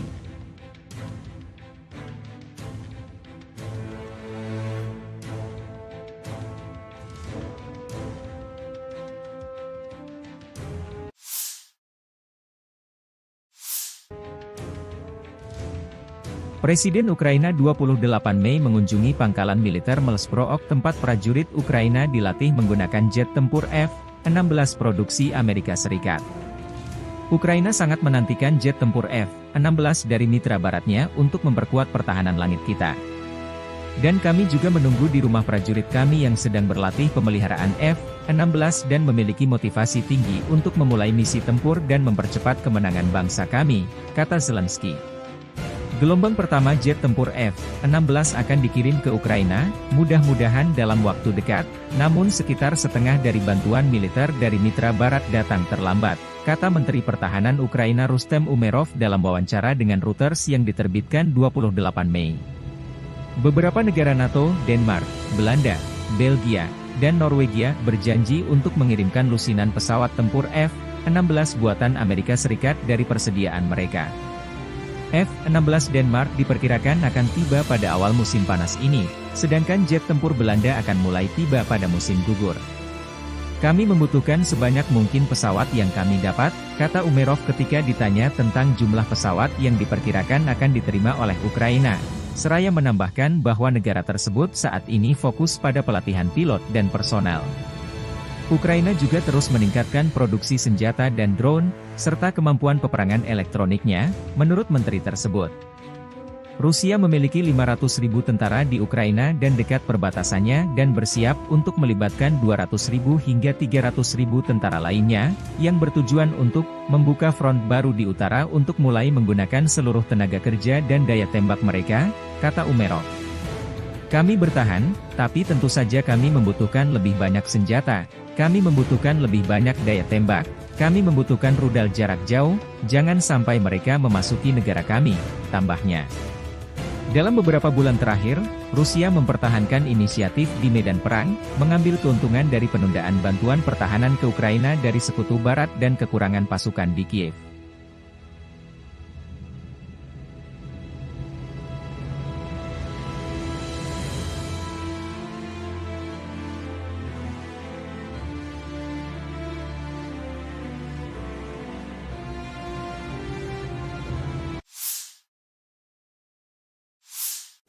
По поводу легитимности украинской власти. Действительно нужно проводить такой серьезный, глубокий анализ. Но вот первое, что на виду, и то, что мне докладывают коллеги, заключается вот в чем. Конституция Украины предусматривает продление полномочий, но только Рады. О продлении полномочий президента в Конституции Украины ничего не сказано. Первое. Второе. Действительно, закон Украины о правовом статусе закона о правовом положении закона о военном положении говорит о том, что в период военного положения выборы президента не проводятся. Но это не значит, что они пролонгируются. Они не проводятся. Но кто сказал, что они должны быть пролонгированы? Об этом в Конституции ничего нет. Но есть статья 111 Конституции Украины, которая говорит о том, что в этом случае полномочия верховной власти, фактически президентские полномочия, передаются спикеру парламента. Тем более, что в условиях действия закона о военном положении полномочия парламента продлеваются. Вот это такой предварительный анализ. Надо внимательно посмотреть. Некоторые специалисты говорят, что есть противоречие между Конституцией, в которой говорится только о продлении полномочий Рады в условиях военного положения, и законом, о котором я только что сказал, закон от, по-моему, 2016 года, который определяет правовой статус военного положения. Там, как я уже сказал и повторяю, речь идет о том, что выборы президента не проводятся, но нигде не сказано, что они пролонгируются, и это проблема. Дело в чем? Дело в том, что по своей сути украинская государственность основана на идее не на идее президентской республики, а на идее парламентско-президентской республики. И основные рычаги власти сосредотачиваются в представительном органе государства. Поэтому вполне логично, что так выстроена сама Конституция и другие правовые акты, которые принимались на ее основе. Поэтому, строго говоря, по предварительной оценке, я говорю только по предварительной оценке, единственной легитимной властью остается парламент и спикер Рады. Ну а так, по большому счету, если бы хотели провести президентские выборы, надо было бы отменить тогда закон о военном положении, вот и все, и провести выборы. Но не захотели этого делать по ряду обстоятельств. Но я думаю, это уже не связано никак с Конституцией, что, может быть, задумка хозяев сегодняшних, хозяев Украины, они находятся за океаном, заключается в том, чтобы возложить на действующую сегодня исполнительную власть бремя принятия всех непопулярных решений, в том числе и принятие еще одного решения по дальнейшему понижению призывного возраста. Вот сейчас было 27, сейчас 25. Следующий этап может быть 23 или сразу 18 лет. И после принятия этого и других непопулярных решений, действующих сегодня как бы представители исполнительной власти, их, я думаю, заменят на людей, на плечах которых не будет этой ответственности за принятые непопулярные в народе решения. Их просто поменяют и все. Если задумка в этом, то, в принципе, тогда логика понятна. Ну, посмотрим, что будет происходить дальше. Но так же, как я и говорил в Минске, все-таки окончательно эту ситуацию должна сформулировать и дать ответ на то, что происходит в Украине, должна сформулировать в окончательном виде сама политическая и правовая система Украины. Здесь, мне кажется, на самом деле не так уж и сложно. Я в третий раз повторяю. Закон 2016 года говорит о том, что нельзя проводить выборы президента в условиях военного положения. Но нигде не сказано, что эти полномочия пролонгируются. Значит, что? Смотри 111 статью Конституции. Вся власть переходит спикеру парламента. Pesawat tempur Rusia mengganggu rotasi unit Ukraina lainnya. Rekaman dipublikasikan 29 Mei. Selama misi penerbangan, awak pesawat serang Su-25 menyerang dengan rudal pesawat terarah, menghancurkan peralatan khusus dan personel musuh di wilayah tanggung jawab kelompok pasukan Vostok, demikian keterangan video militer Rusia.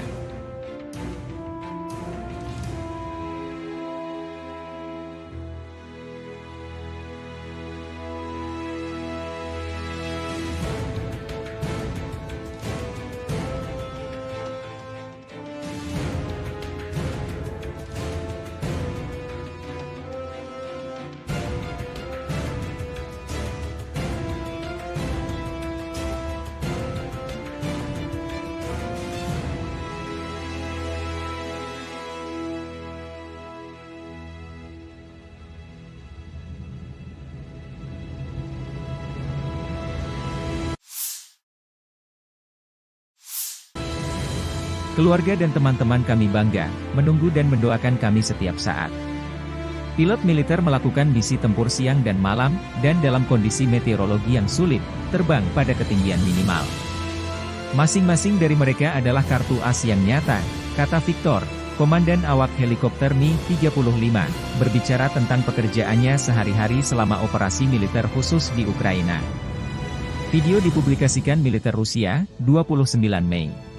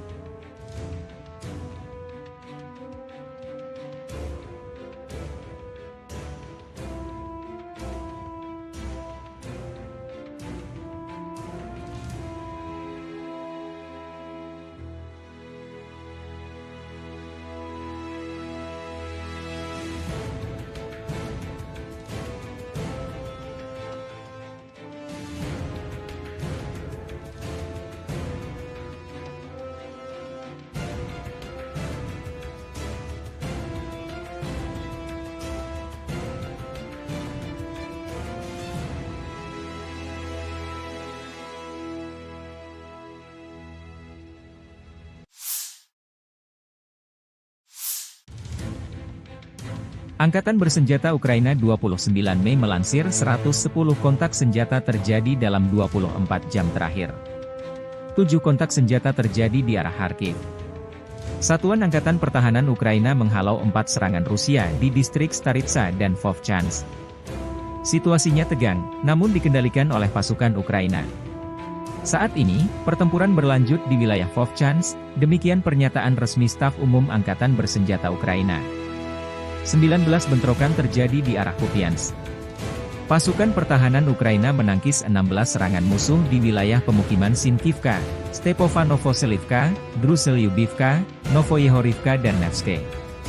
Staf Umum Angkatan Bersenjata Ukraina 29 Mei melansir militer Rusia total kehilangan 505.100 tentara di Ukraina sejak awal invasi besar-besaran 24 Februari 2022. Jumlah ini termasuk 1.300 korban yang diderita pasukan Rusia dalam 24 jam terakhir. Pasukan Vladimir Putin juga total kehilangan 7.700 tank, 14.891 kendaraan tempur lapis baja, 17.796 kendaraan dan tangki bahan bakar, 13.066 sistem artileri, 1.087 sistem peluncuran roket ganda, 815 sistem pertahanan udara, 357 pesawat terbang, 326 helikopter, 10.510 drone, 27 kapal dan perahu, dan 1 kapal selam.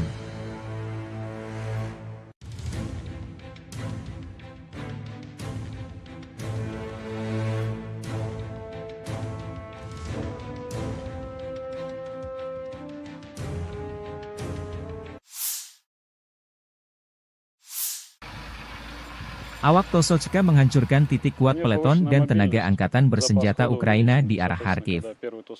Drone pengintai menemukan konsentrasi tenaga musuh di posisi benteng yang terletak di jalur pergerakan infanteri kelompok pasukan utara. Para pengintai mengirimkan koordinat tersebut kepada kru TOS-2. Kendaraan tempur segera melaju ke posisi menembak dan melancarkan serangkaian serangan proyektil termobarik terhadap musuh. Rekaman kontrol objektif menunjukkan serangan terhadap benteng angkatan bersenjata Ukraina, demikian keterangan video militer Rusia 29 Mei.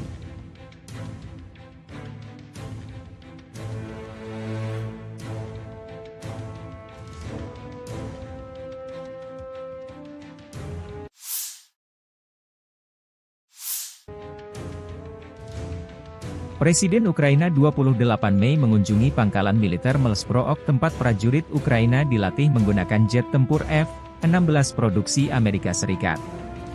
Ukraina sangat menantikan jet tempur F-16 dari mitra baratnya untuk memperkuat pertahanan langit kita. Dan kami juga menunggu di rumah prajurit kami yang sedang berlatih pemeliharaan F-16 dan memiliki motivasi tinggi untuk memulai misi tempur dan mempercepat kemenangan bangsa kami, kata Zelensky. Gelombang pertama jet tempur F-16 akan dikirim ke Ukraina, mudah-mudahan dalam waktu dekat, namun sekitar setengah dari bantuan militer dari mitra barat datang terlambat, kata Menteri Pertahanan Ukraina Rustem Umerov dalam wawancara dengan Reuters yang diterbitkan 28 Mei. Beberapa negara NATO, Denmark, Belanda, Belgia, dan Norwegia berjanji untuk mengirimkan lusinan pesawat tempur F-16 buatan Amerika Serikat dari persediaan mereka. F-16 Denmark diperkirakan akan tiba pada awal musim panas ini, sedangkan jet tempur Belanda akan mulai tiba pada musim gugur. Kami membutuhkan sebanyak mungkin pesawat yang kami dapat, kata Umerov ketika ditanya tentang jumlah pesawat yang diperkirakan akan diterima oleh Ukraina. Seraya menambahkan bahwa negara tersebut saat ini fokus pada pelatihan pilot dan personel.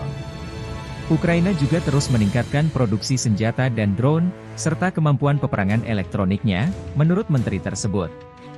Rusia memiliki 500.000 tentara di Ukraina dan dekat perbatasannya dan bersiap untuk melibatkan 200.000 hingga 300.000 tentara lainnya, yang bertujuan untuk membuka front baru di utara untuk mulai menggunakan seluruh tenaga kerja dan daya tembak mereka, kata Umerov. Kami bertahan, tapi tentu saja kami membutuhkan lebih banyak senjata, kami membutuhkan lebih banyak daya tembak, kami membutuhkan rudal jarak jauh, jangan sampai mereka memasuki negara kami, tambahnya. Dalam beberapa bulan terakhir, Rusia mempertahankan inisiatif di medan perang, mengambil keuntungan dari penundaan bantuan pertahanan ke Ukraina dari Sekutu Barat dan kekurangan pasukan di Kiev.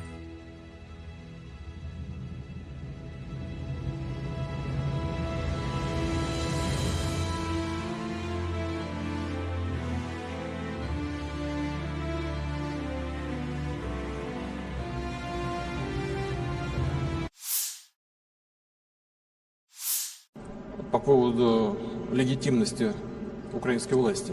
Действительно нужно проводить такой серьезный глубокий анализ. Но вот первое, что на виду, и то, что мне докладывают коллеги, заключается вот в чем. Конституция Украины предусматривает продление полномочий, но только Рады. О продлении полномочий президента в Конституции Украины ничего не сказано. Первое. Второе. Действительно, закон Украины о правовом статусе закона о правовом положении закона о военном положении говорит о том, что в период военного положения выборы президента не проводятся. Но это не значит, что они пролонгируются. Они не проводятся. Но кто сказал, что они должны быть пролонгированы? Об этом в Конституции ничего нет. Но есть статья 111 Конституции Украины, которая говорит о том, что в этом случае полномочия верховной власти, фактически президентские полномочия, передаются спикеру парламента. Тем более, что в условиях действия закона о военном положении полномочия парламента продлеваются. Вот это такой предварительный анализ. Надо внимательно посмотреть. Некоторые специалисты говорят, что есть противоречие между Конституцией, в которой говорится только о продлении полномочий Рады в условиях военного положения, и законом, о котором я только что сказал, закон от, по-моему, 2016 года, который определяет правовой статус военного положения. Там, как я уже сказал и повторяю, речь идет о том, что выборы президента не проводятся, но нигде не сказано, что они пролонгируются. И это проблема. Дело ведь в чем? Дело в том, что по своей сути украинская государственность основана на идее не на идее президентской республики, а на идее парламентско-президентской республики. И основные рычаги власти сосредотачиваются в представительном органе государства. Поэтому вполне логично, что так выстроена сама Конституция и другие правовые акты, которые принимались на ее основе. Поэтому, строго говоря, по предварительной оценке, я говорю только по предварительной оценке, единственной легитимной властью остается парламент и спикер Рады. Ну а так, по большому счету, если бы хотели провести президентские выборы, надо было бы отменить тогда закон о военном положении, вот и все, и провести выборы. Но не захотели этого делать по ряду обстоятельств. Но я думаю, это уже не связано никак с Конституцией, что, может быть, задумка хозяев, сегодняшних хозяев Украины, они находятся за океаном, заключается в том, чтобы возложить на действующую сегодня исполнительную власть бремя принятия всех непопулярных решений, в том числе и принятие еще одного решения по дальнейшему понижению призывного возраста. Вот сейчас было 27, сейчас 25. Следующий этап может быть 23 или сразу 18 лет. И после принятия этого или и других непопулярных решений, действующих сегодня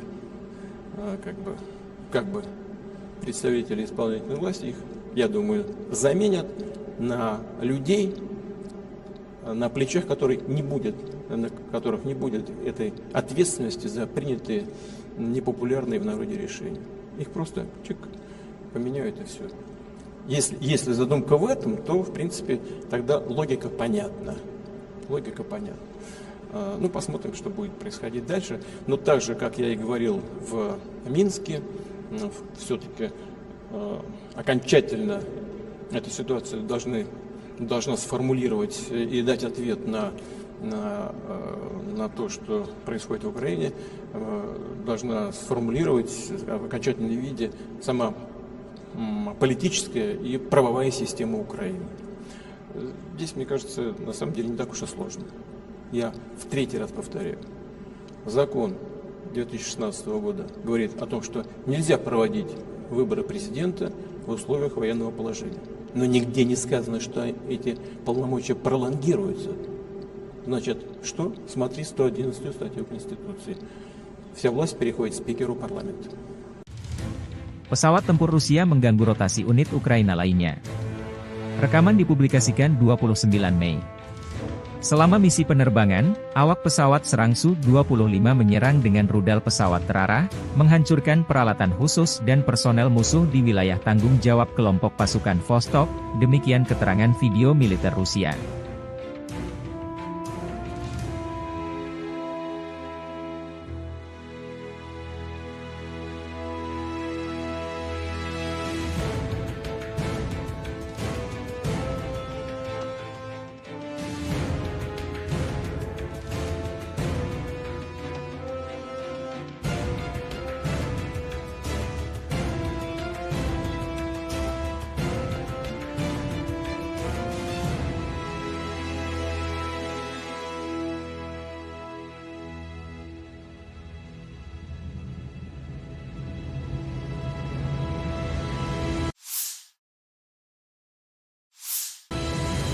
Keluarga dan teman-teman kami bangga, menunggu dan mendoakan kami setiap saat.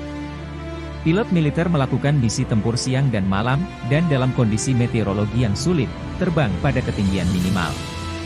Masing-masing dari mereka adalah kartu as yang nyata, kata Victor, komandan awak helikopter Mi-35, berbicara tentang pekerjaannya sehari-hari selama operasi militer khusus di Ukraina. Video dipublikasikan militer Rusia, 29 Mei.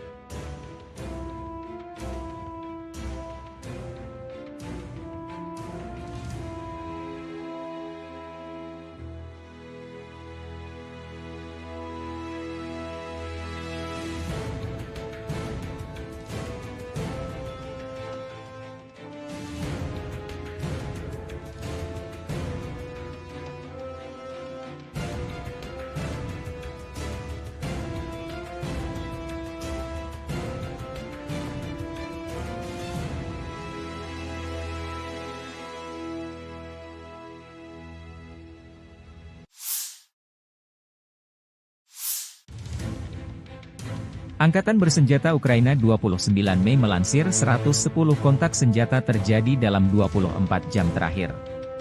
7 kontak senjata terjadi di arah Kharkiv. Satuan Angkatan Pertahanan Ukraina menghalau 4 serangan Rusia di distrik Staritsa dan Vovchansk. Situasinya tegang, namun dikendalikan oleh pasukan Ukraina. Saat ini, pertempuran berlanjut di wilayah Vovchansk, demikian pernyataan resmi Staf Umum Angkatan Bersenjata Ukraina. 19 bentrokan terjadi di arah Kupiansk.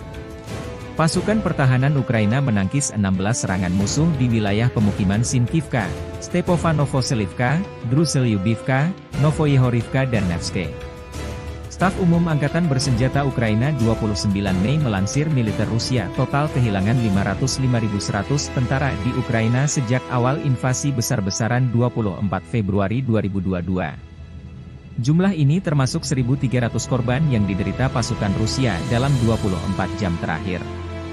Pasukan Vladimir Putin juga total kehilangan 7.700 tank, 14.891 kendaraan tempur lapis baja, 17.796 kendaraan dan tangki bahan bakar, 13.066 sistem artileri, 1.087 sistem peluncuran roket ganda, 815 sistem pertahanan udara, 357 pesawat terbang, 326 helikopter, 10.510 drone, 27 kapal dan perahu, dan 1 kapal selam.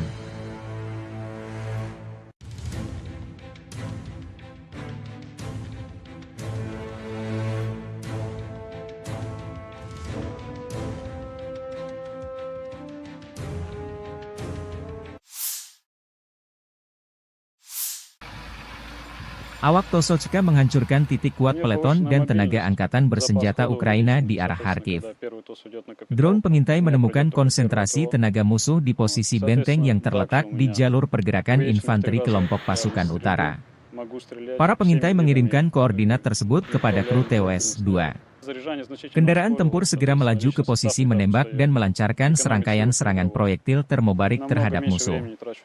Rekaman kontrol objektif menunjukkan serangan terhadap benteng angkatan bersenjata Ukraina, demikian keterangan video militer Rusia 29 Mei.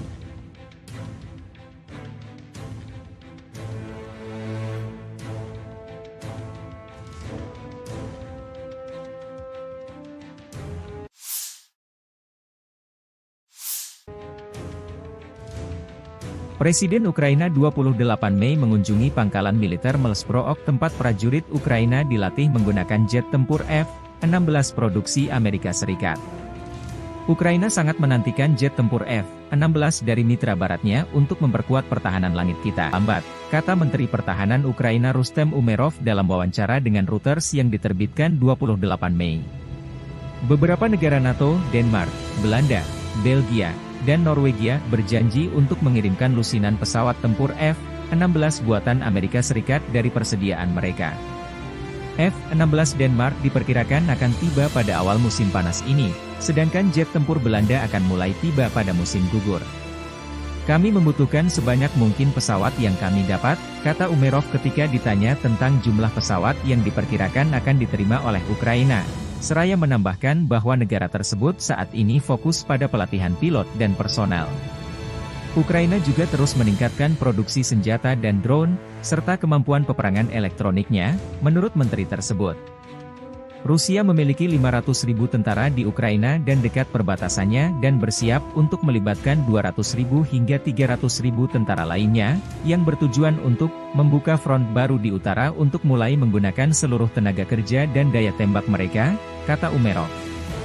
Kami bertahan, tapi tentu saja kami membutuhkan lebih banyak senjata, kami membutuhkan lebih banyak daya tembak, kami membutuhkan rudal jarak jauh, jangan sampai mereka memasuki negara kami, tambahnya. Dalam beberapa bulan terakhir, Rusia mempertahankan inisiatif di medan perang, mengambil keuntungan dari penundaan bantuan pertahanan ke Ukraina dari Sekutu Barat dan kekurangan pasukan di Kiev.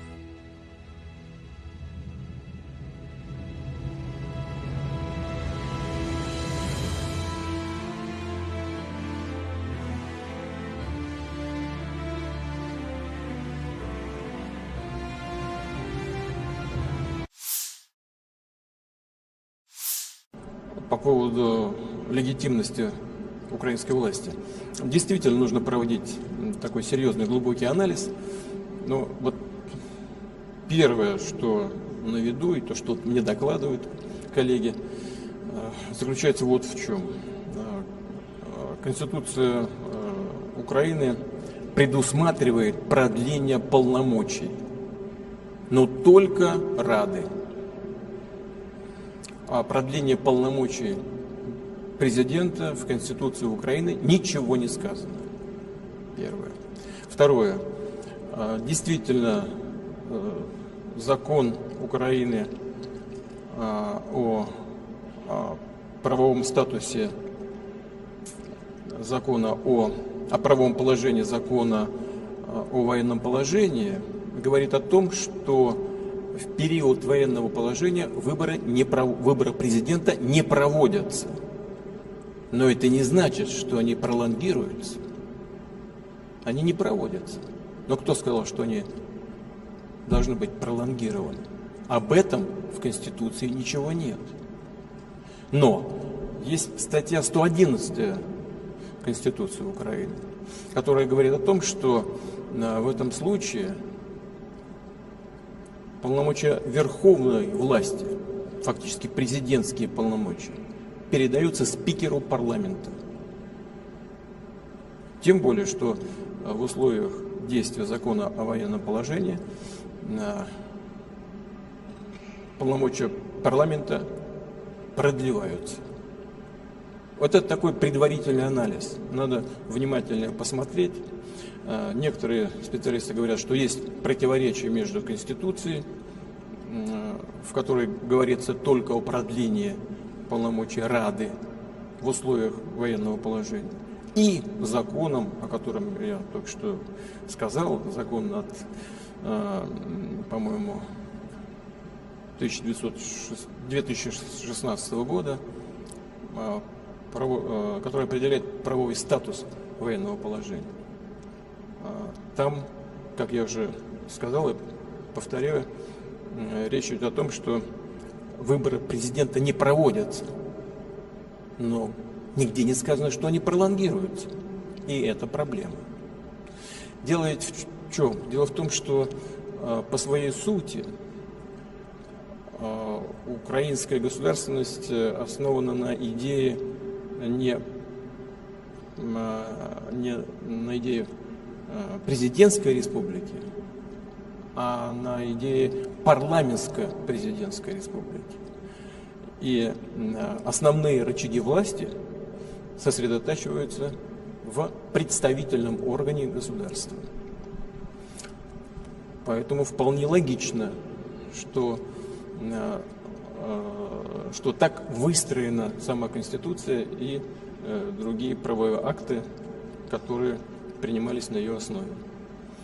Поэтому, строго говоря, по предварительной оценке, я говорю только по предварительной оценке, единственной легитимной властью остается парламент и спикер Рады.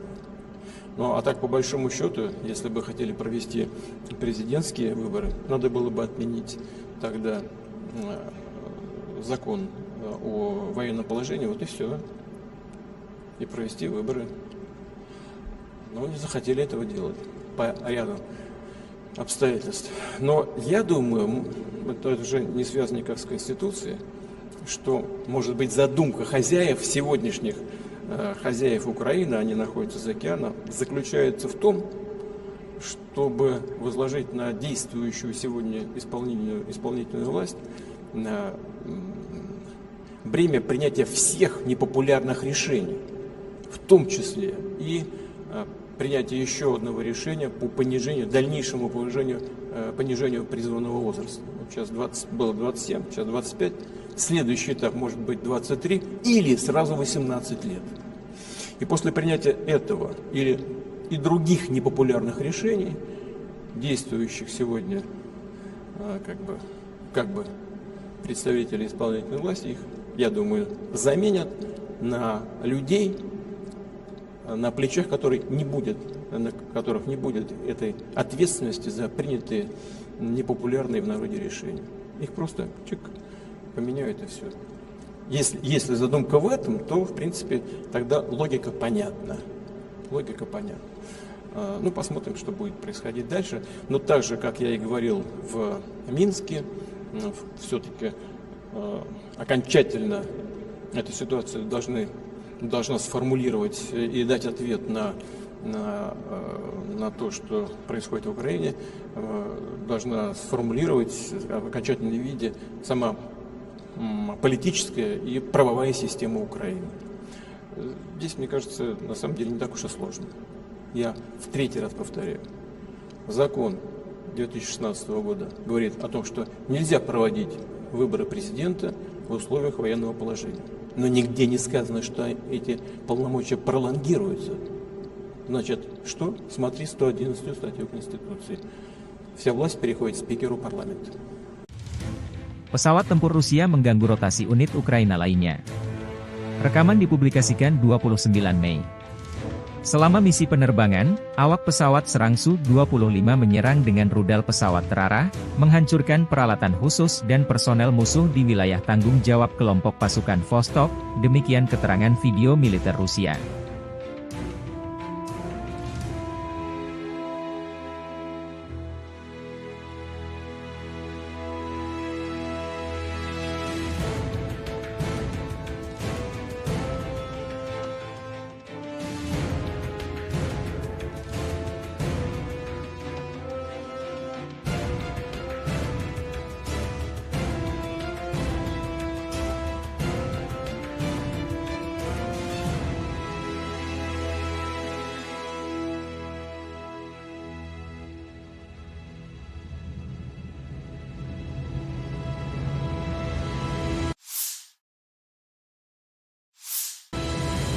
Keluarga dan teman-teman kami bangga, menunggu dan mendoakan kami setiap saat.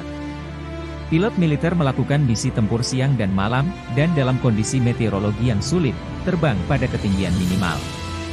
Masing-masing dari mereka adalah kartu as yang nyata, kata Victor, komandan awak helikopter Mi-35, berbicara tentang pekerjaannya sehari-hari selama operasi militer khusus di Ukraina. Video dipublikasikan militer Rusia, 29 Mei.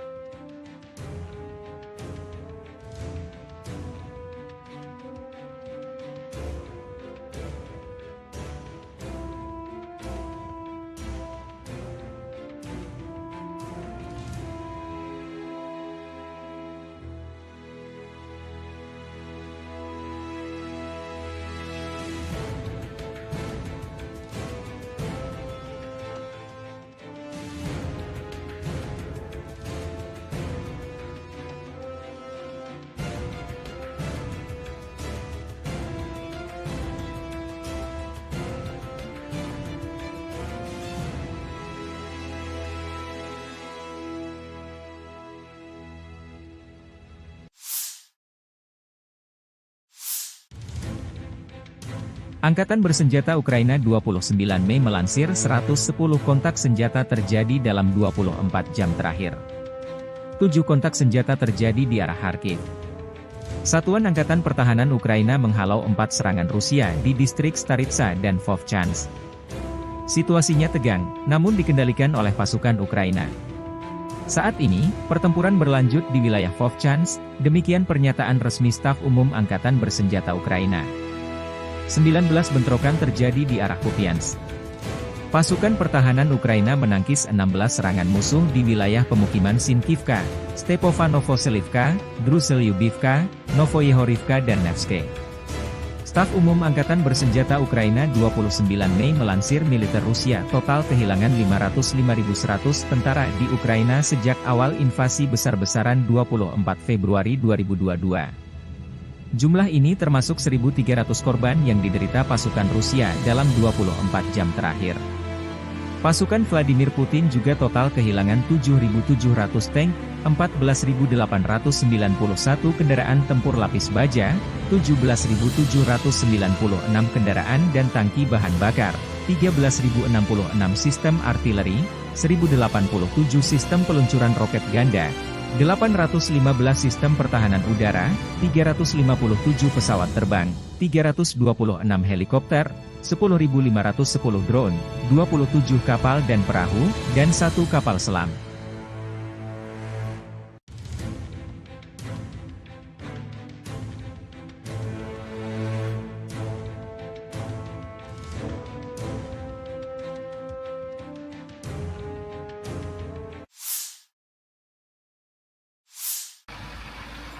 Awak Tosochka menghancurkan titik kuat peleton dan tenaga angkatan bersenjata Ukraina di arah Kharkiv. Drone pengintai menemukan konsentrasi tenaga musuh di posisi benteng yang terletak di jalur pergerakan infanteri kelompok pasukan utara. Para pengintai mengirimkan koordinat tersebut kepada kru TOS-2. Kendaraan tempur segera melaju ke posisi menembak dan melancarkan serangkaian serangan proyektil termobarik terhadap musuh. Rekaman kontrol objektif menunjukkan serangan terhadap benteng angkatan bersenjata Ukraina, demikian keterangan video militer Rusia 29 Mei.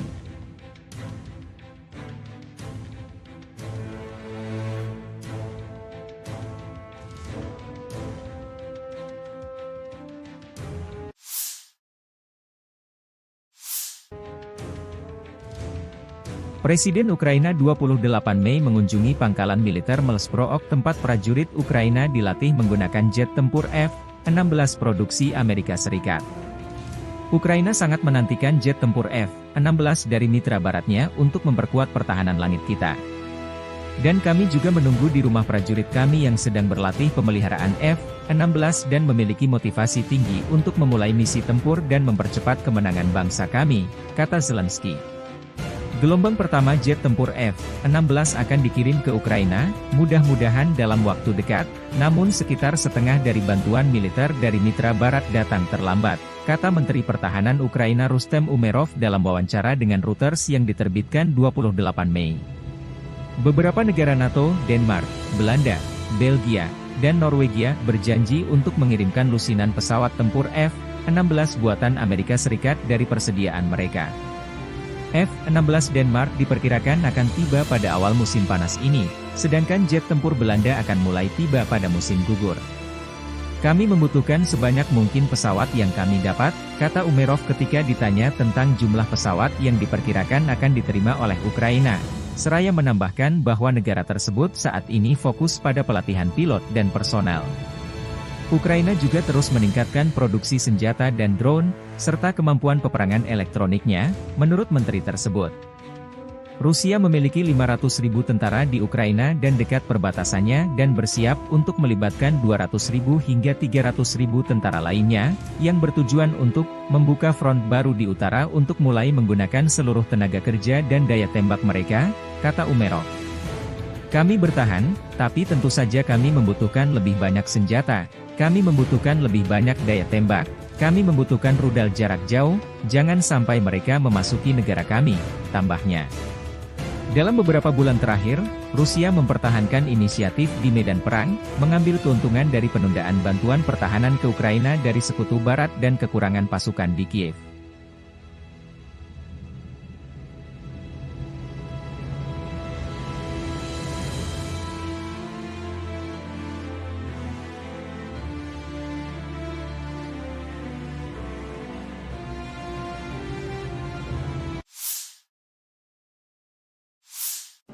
По поводу легитимности украинской власти. Действительно нужно проводить такой серьезный, глубокий анализ. Но вот первое, что на виду, и то, что мне докладывают коллеги, заключается вот в чем. Конституция Украины предусматривает продление полномочий, но только Рады. О продлении полномочий президента в Конституции Украины ничего не сказано. Первое. Второе. Действительно, закон Украины о правовом статусе закона о правовом положении закона о военном положении говорит о том, что в период военного положения выборы президента не проводятся. Но это не значит, что они пролонгируются. Они не проводятся. Но кто сказал, что они должны быть пролонгированы? Об этом в Конституции ничего нет. Но есть статья 111 Конституции Украины, которая говорит о том, что в этом случае полномочия верховной власти, фактически президентские полномочия, передаются спикеру парламента. Тем более, что в условиях действия закона о военном положении полномочия парламента продлеваются. Вот это такой предварительный анализ. Надо внимательно посмотреть. Некоторые специалисты говорят, что есть противоречие между Конституцией, в которой говорится только о продлении полномочий Рады в условиях военного положения, и законом, о котором я только что сказал, закон от, по-моему, 2016 года, который определяет правовой статус военного положения. Там, как я уже сказал и повторяю, речь идет о том, что выборы президента не проводятся, но нигде не сказано, что они пролонгируются, и это проблема. Дело ведь в чем? Дело в том, что по своей сути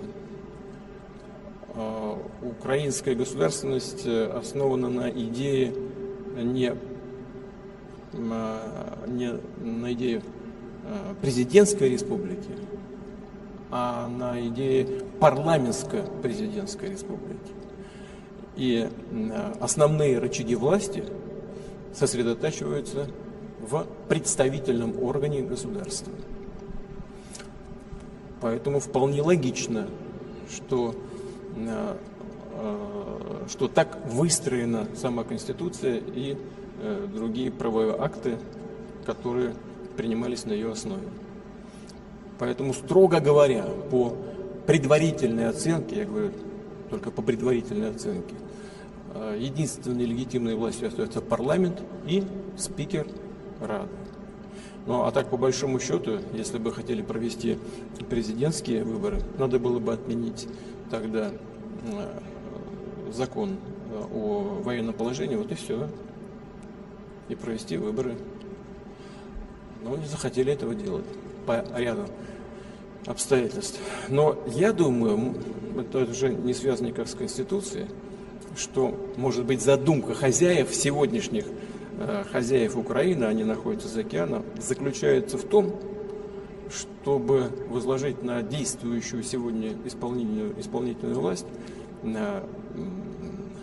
бремя принятия всех непопулярных решений, в том числе и принятие еще одного решения по дальнейшему понижению призывного возраста. Сейчас было 27, сейчас 25. Следующий этап может быть 23 или сразу 18 лет. И после принятия этого и других непопулярных решений, действующих сегодня как бы представители исполнительной власти, их, я думаю, заменят на людей, на плечах которых не будет этой ответственности за принятые непопулярные в народе решения. Их просто поменяют и все. Если задумка в этом, то, в принципе, тогда логика понятна. Ну, посмотрим, что будет происходить дальше. Но так же, как я и говорил в Минске, все-таки окончательно эту ситуацию должна сформулировать и дать ответ на то, что происходит в Украине, должна сформулировать в окончательном виде сама политическая и правовая система Украины. Здесь, мне кажется, на самом деле не так уж и сложно. Я в третий раз повторяю. Закон 2016 года говорит о том, что нельзя проводить выборы президента в условиях военного положения. Но нигде не сказано, что эти полномочия пролонгируются. Значит, что? Смотри 111 статью Конституции. Вся власть переходит спикеру парламента.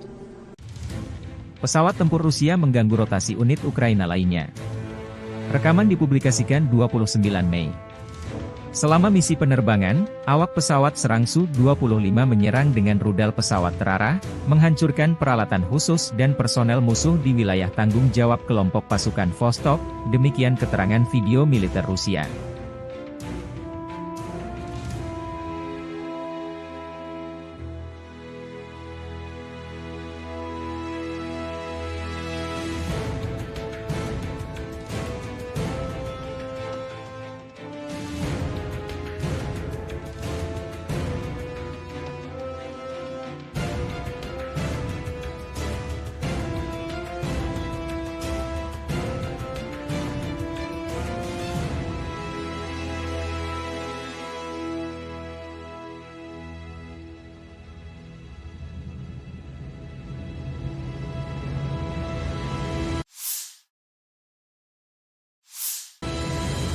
Keluarga dan teman-teman kami bangga, menunggu dan mendoakan kami setiap saat.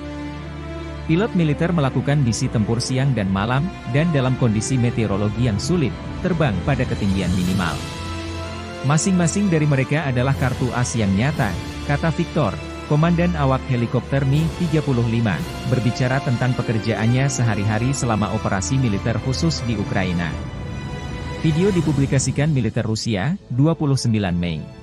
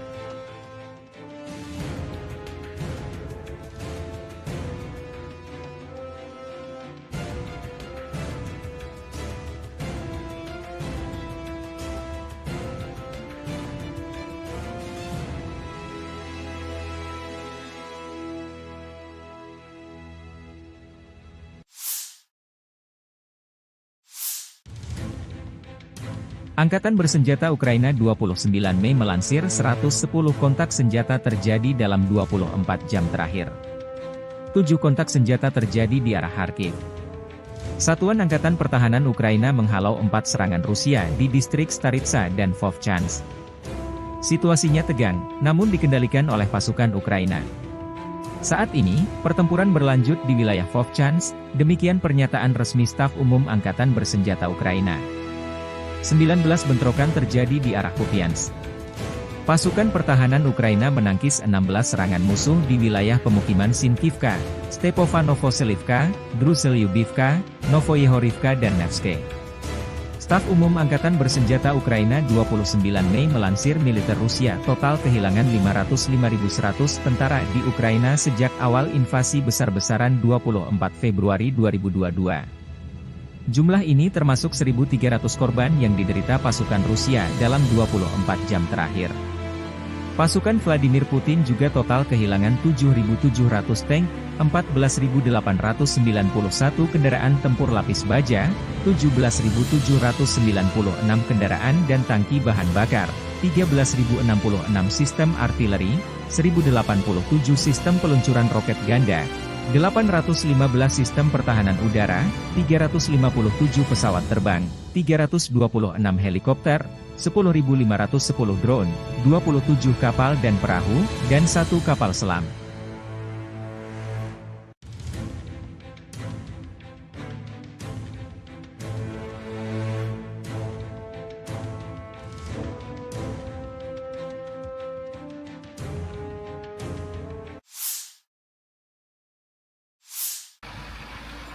Awak Tosochka menghancurkan titik kuat peleton dan tenaga angkatan bersenjata Ukraina di arah Kharkiv. Drone pengintai menemukan konsentrasi tenaga musuh di posisi benteng yang terletak di jalur pergerakan infanteri kelompok pasukan utara. Para pengintai mengirimkan koordinat tersebut kepada kru TOS-2. Kendaraan tempur segera melaju ke posisi menembak dan melancarkan serangkaian serangan proyektil termobarik terhadap musuh. Rekaman kontrol objektif menunjukkan serangan terhadap benteng angkatan bersenjata Ukraina, demikian keterangan video militer Rusia 29 Mei.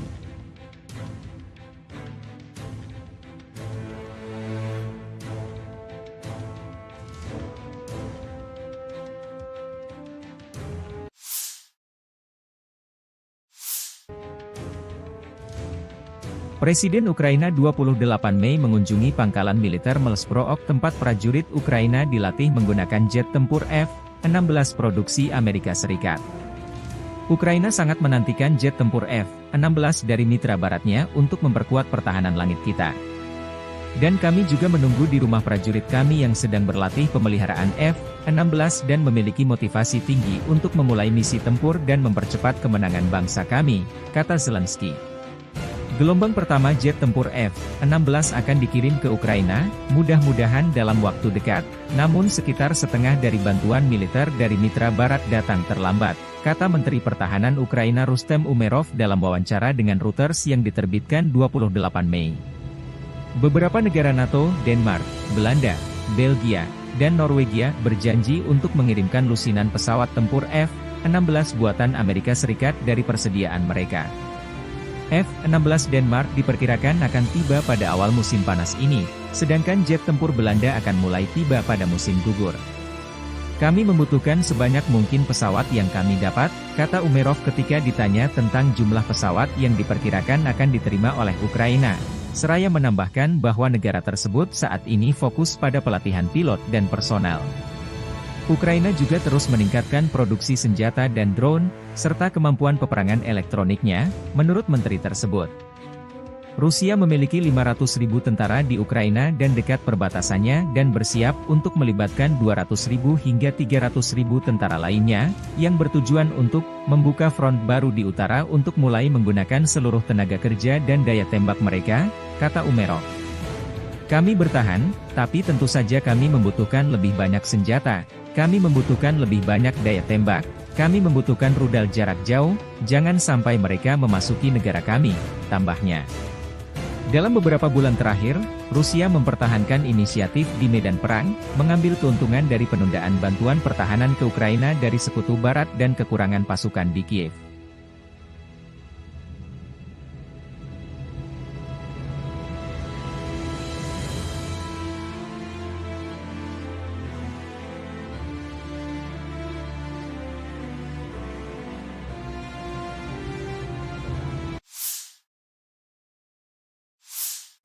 по поводу легитимности украинской власти. Действительно нужно проводить такой серьезный глубокий анализ. Но вот первое, что на виду, и то, что мне докладывают коллеги, заключается вот в чем. Конституция Украины предусматривает продление полномочий, но только Рады. О продлении полномочий президента в Конституции Украины ничего не сказано. Первое. Второе. Действительно, закон Украины о правовом статусе закона о правовом положении закона о военном положении говорит о том, что в период военного положения выборы президента не проводятся. Но это не значит, что они пролонгируются. Они не проводятся. Но кто сказал, что они должны быть пролонгированы? Об этом в Конституции ничего нет. Но есть статья 111 Конституции Украины, которая говорит о том, что в этом случае полномочия верховной власти, фактически президентские полномочия, передаются спикеру парламента. Тем более, что в условиях действия закона о военном положении полномочия парламента продлеваются. Вот это такой предварительный анализ. Надо внимательно посмотреть. Некоторые специалисты говорят, что есть противоречие между Конституцией, в которой говорится только о продлении полномочий Рады в условиях военного положения, и законом, о котором я только что сказал, закон от, по-моему, 2016 года, который определяет правовой статус военного положения. Там, как я уже сказал и повторяю, речь идет о том, что выборы президента не проводятся, но нигде не сказано, что они пролонгируются. И это проблема. Дело ведь в чем? Дело в том, что по своей сути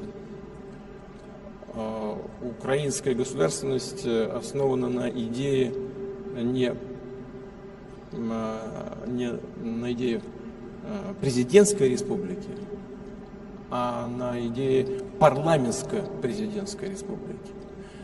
И основные рычаги власти сосредотачиваются в представительном органе государства. Поэтому вполне логично, что так выстроена сама Конституция и другие правовые акты, которые принимались на ее основе. Поэтому, строго говоря, по предварительной оценке, я говорю только по предварительной оценке, единственной легитимной властью остается парламент и спикер Рады. Ну а так, по большому счету, если бы хотели провести президентские выборы, надо было бы отменить тогда закон о военном положении, вот и все, и провести выборы. Но не захотели этого делать по ряду обстоятельств. Но я думаю, это уже не связано никак с Конституцией, что, может быть, задумка хозяев, сегодняшних хозяев Украины, они находятся за океаном, заключается в том, чтобы возложить на действующую сегодня исполнительную власть бремя принятия всех непопулярных решений, в том числе и принятие еще одного решения по дальнейшему понижению призывного возраста. Вот сейчас было 27, сейчас 25. Следующий этап может быть 23 или сразу 18 лет. И после принятия этого и других непопулярных решений, действующих сегодня как бы представители исполнительной власти, их, я думаю, заменят на людей, на плечах которых не будет этой ответственности за принятые непопулярные в народе решения. Их просто поменяют и все. Если задумка в этом, то, в принципе, тогда логика понятна. Логика понятна. Ну, посмотрим, что будет происходить дальше. Но так же, как я и говорил в Минске, все-таки окончательно эту ситуацию должна сформулировать и дать ответ на то, что происходит в Украине, должна сформулировать в окончательном виде сама политическая и правовая система Украины. Здесь, мне кажется, на самом деле не так уж и сложно. Я в третий раз повторяю. Закон 2016 года говорит о том, что нельзя проводить выборы президента в условиях военного положения. Но нигде не сказано, что эти полномочия пролонгируются. Значит, что? Смотри 111 статью Конституции. Вся власть переходит спикеру парламента. Pesawat tempur Rusia mengganggu rotasi unit Ukraina lainnya. Rekaman dipublikasikan 29 Mei. Selama misi penerbangan, awak pesawat serang Su-25 menyerang dengan rudal pesawat terarah, menghancurkan peralatan khusus dan personel musuh di wilayah tanggung jawab kelompok pasukan Vostok, demikian keterangan video militer Rusia.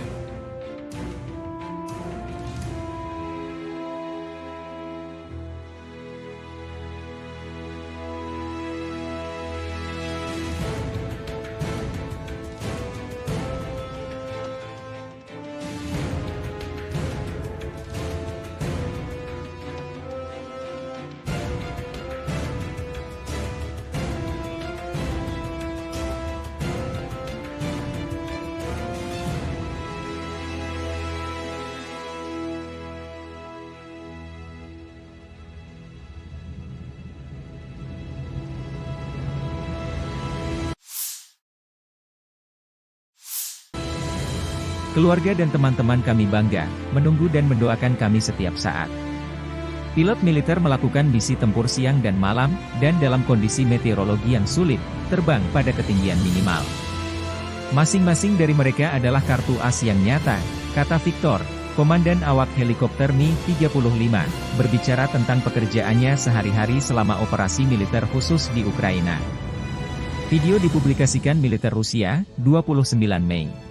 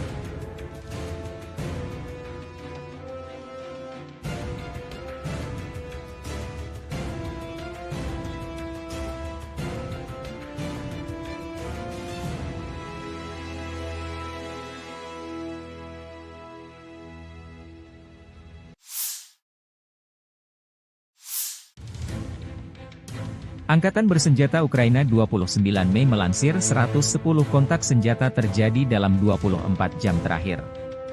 7 kontak senjata terjadi di arah Kharkiv. Satuan Angkatan Pertahanan Ukraina menghalau 4 serangan Rusia di distrik Staritsa dan Vovchansk. Situasinya tegang, namun dikendalikan oleh pasukan Ukraina. Saat ini, pertempuran berlanjut di wilayah Vovchansk, demikian pernyataan resmi Staf Umum Angkatan Bersenjata Ukraina. 19 bentrokan terjadi di arah Kupiansk. Pasukan pertahanan Ukraina menangkis 16 serangan musuh di wilayah pemukiman Sinkivka, Stepofanovo-Selivka, Druselyubivka, Novoyehorivka dan Nevske. Staf Umum Angkatan Bersenjata Ukraina 29 Mei melansir militer Rusia total kehilangan 505.100 tentara di Ukraina sejak awal invasi besar-besaran 24 Februari 2022. Jumlah ini termasuk 1.300 korban yang diderita pasukan Rusia dalam 24 jam terakhir. Pasukan Vladimir Putin juga total kehilangan 7.700 tank, 14.891 kendaraan tempur lapis baja, 17.796 kendaraan dan tangki bahan bakar, 13.066 sistem artileri, 1.087 sistem peluncuran roket ganda, 815 sistem pertahanan udara, 357 pesawat terbang, 326 helikopter, 10.510 drone, 27 kapal dan perahu, dan 1 kapal selam.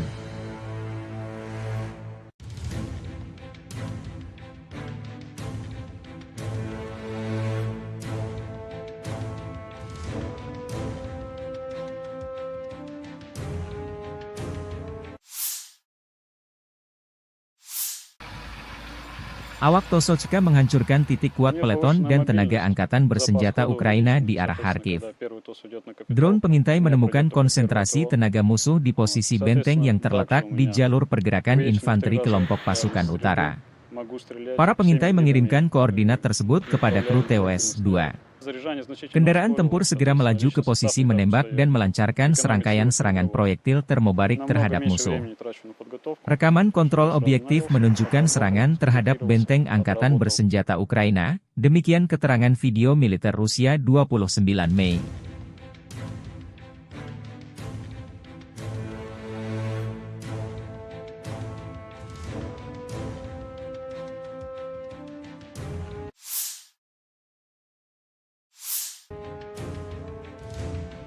Presiden Ukraina 28 Mei mengunjungi pangkalan militer Melsprook tempat prajurit Ukraina dilatih menggunakan jet tempur F-16 produksi Amerika Serikat. Ukraina sangat menantikan jet tempur F-16 dari mitra baratnya untuk memperkuat pertahanan langit kita.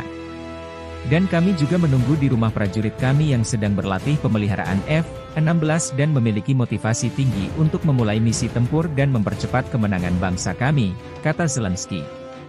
Gelombang pertama jet tempur F-16 akan dikirim ke Ukraina, mudah-mudahan dalam waktu dekat, namun sekitar setengah dari bantuan militer dari mitra barat datang terlambat, kata Menteri Pertahanan Ukraina Rustem Umerov dalam wawancara dengan Reuters yang diterbitkan 28 Mei. Beberapa negara NATO, Denmark, Belanda, Belgia, dan Norwegia berjanji untuk mengirimkan lusinan pesawat tempur F-16 buatan Amerika Serikat dari persediaan mereka. F-16 Denmark diperkirakan akan tiba pada awal musim panas ini, sedangkan jet tempur Belanda akan mulai tiba pada musim gugur. Kami membutuhkan sebanyak mungkin pesawat yang kami dapat, kata Umerov ketika ditanya tentang jumlah pesawat yang diperkirakan akan diterima oleh Ukraina. Seraya menambahkan bahwa negara tersebut saat ini fokus pada pelatihan pilot dan personel. Ukraina juga terus meningkatkan produksi senjata dan drone, serta kemampuan peperangan elektroniknya, menurut menteri tersebut. Rusia memiliki 500.000 tentara di Ukraina dan dekat perbatasannya dan bersiap untuk melibatkan 200.000 hingga 300.000 tentara lainnya, yang bertujuan untuk membuka front baru di utara untuk mulai menggunakan seluruh tenaga kerja dan daya tembak mereka, kata Umerov. Kami bertahan, tapi tentu saja kami membutuhkan lebih banyak senjata, kami membutuhkan lebih banyak daya tembak, kami membutuhkan rudal jarak jauh, jangan sampai mereka memasuki negara kami, tambahnya. Dalam beberapa bulan terakhir, Rusia mempertahankan inisiatif di medan perang, mengambil keuntungan dari penundaan bantuan pertahanan ke Ukraina dari Sekutu Barat dan kekurangan pasukan di Kiev.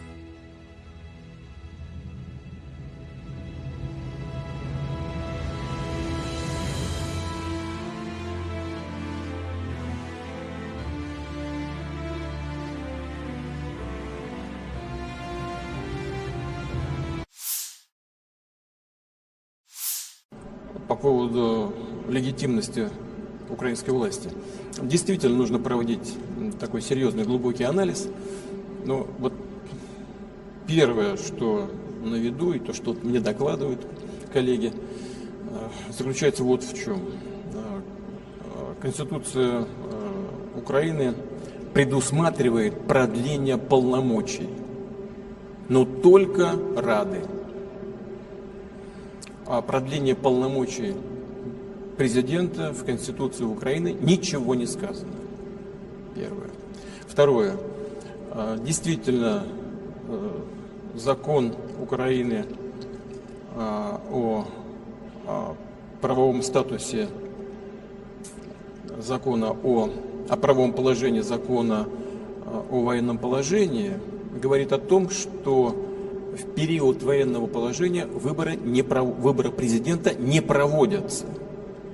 Но это не значит, что они пролонгируются. Они не проводятся. Но кто сказал, что они должны быть пролонгированы? Об этом в Конституции ничего нет. Но есть статья 111 Конституции Украины, которая говорит о том, что в этом случае полномочия верховной власти, фактически президентские полномочия, передаются спикеру парламента. Тем более, что в условиях действия закона о военном положении полномочия парламента продлеваются. Вот это такой предварительный анализ. Надо внимательно посмотреть. Некоторые специалисты говорят, что есть противоречие между Конституцией, в которой говорится только о продлении полномочий Рады в условиях военного положения, и законом, о котором я только что сказал, закон от, по-моему, 2016 года, который определяет правовой статус военного положения. Там, как я уже сказал и повторяю, речь идет о том, что выборы президента не проводятся, но нигде не сказано, что они пролонгируются. И это проблема. Дело ведь в чем? Дело в том, что по своей сути украинская государственность основана на идее не на идее президентской республики, а на идее парламентско-президентской республики. И основные рычаги власти сосредотачиваются в представительном органе государства. Поэтому вполне логично, что так выстроена сама Конституция и другие правовые акты, которые принимались на ее основе. Поэтому, строго говоря, по предварительной оценке, я говорю только по предварительной оценке, единственной легитимной властью остается парламент и спикер Рады. Ну, а так, по большому счету, если бы хотели провести президентские выборы, надо было бы отменить тогда закон о военном положении, вот и все, и провести выборы. Но не захотели этого делать по ряду обстоятельств. Но я думаю, это уже не связано никак с Конституцией, что, может быть, задумка хозяев, сегодняшних хозяев Украины, они находятся за океаном, заключается в том, чтобы возложить на действующую сегодня исполнительную власть бремя принятия всех непопулярных решений, в том числе и принятие еще одного решения по дальнейшему понижению призывного возраста. Вот сейчас было 27, сейчас 25. Следующий этап может быть 23 или сразу 18 лет. И после принятия этого или и других непопулярных решений, действующих сегодня как бы представители исполнительной власти, их, я думаю, заменят на людей, на плечах на которых не будет этой ответственности за принятые непопулярные в народе решения. Их просто поменяют и все. Если задумка в этом, то, в принципе, тогда логика понятна. Логика понятна. Ну, посмотрим, что будет происходить дальше. Но так же, как я и говорил в Минске, все-таки окончательно эту ситуацию должна сформулировать и дать ответ на то, что происходит в Украине, должна сформулировать в окончательном виде сама политическая и правовая система Украины. Здесь, мне кажется, на самом деле не так уж и сложно. Я в третий раз повторяю. Закон 2016 года говорит о том, что нельзя проводить выборы президента в условиях военного положения. Но нигде не сказано, что эти полномочия пролонгируются. Значит, что? Смотри 111 статью Конституции. Вся власть переходит к спикеру парламента. Pesawat tempur Rusia mengganggu rotasi unit Ukraina lainnya. Rekaman dipublikasikan 29 Mei. Selama misi penerbangan, awak pesawat serang Su-25 menyerang dengan rudal pesawat terarah, menghancurkan peralatan khusus dan personel musuh di wilayah tanggung jawab kelompok pasukan Vostok, demikian keterangan video militer Rusia.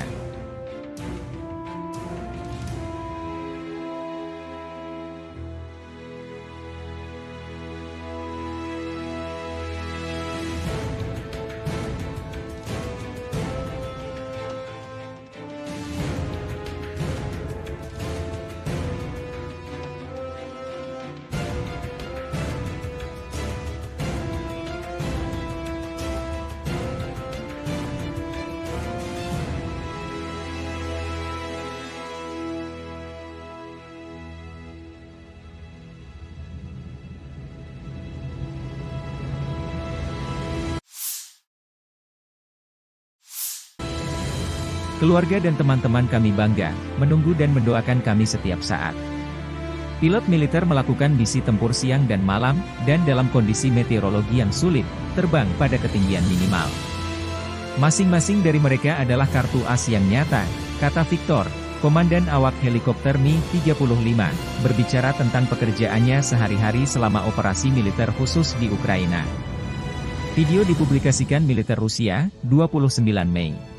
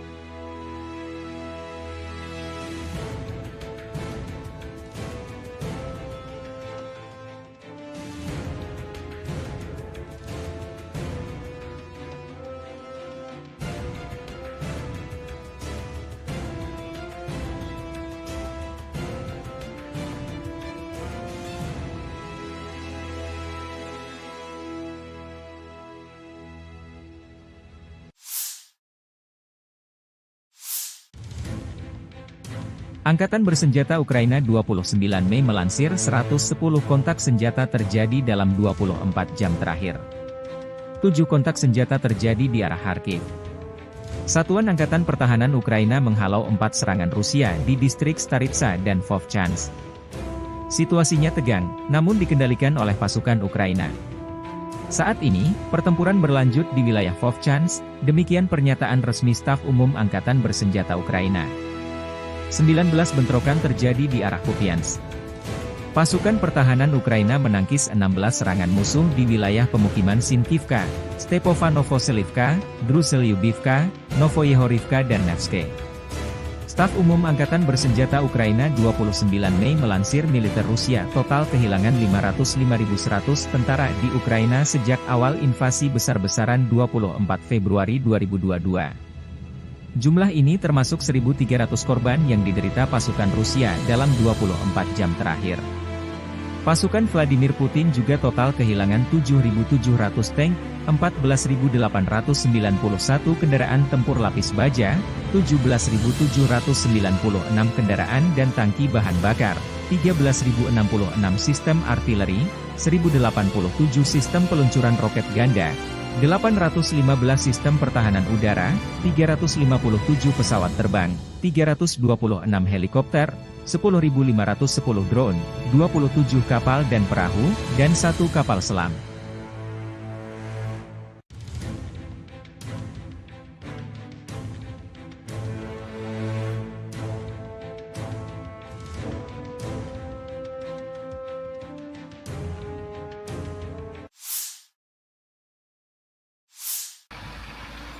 Awak Tosochka menghancurkan titik kuat peleton dan tenaga angkatan bersenjata Ukraina di arah Kharkiv.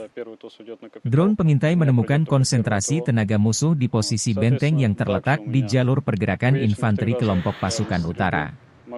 Para pengintai mengirimkan koordinat tersebut kepada kru TOS-2. Kendaraan tempur segera melaju ke posisi menembak dan melancarkan serangkaian serangan proyektil termobarik terhadap musuh. Rekaman kontrol objektif menunjukkan serangan terhadap benteng angkatan bersenjata Ukraina, demikian keterangan video militer Rusia 29 Mei.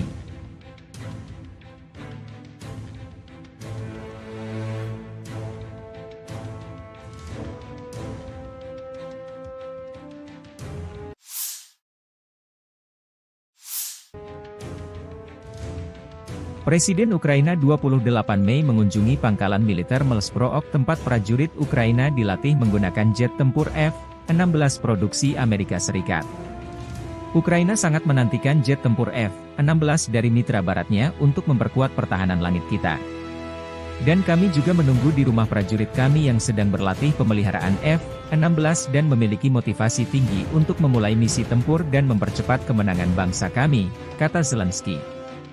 Gelombang pertama jet tempur F-16 akan dikirim ke Ukraina, mudah-mudahan dalam waktu dekat, namun sekitar setengah dari bantuan militer dari mitra barat datang terlambat, kata Menteri Pertahanan Ukraina Rustem Umerov dalam wawancara dengan Reuters yang diterbitkan 28 Mei.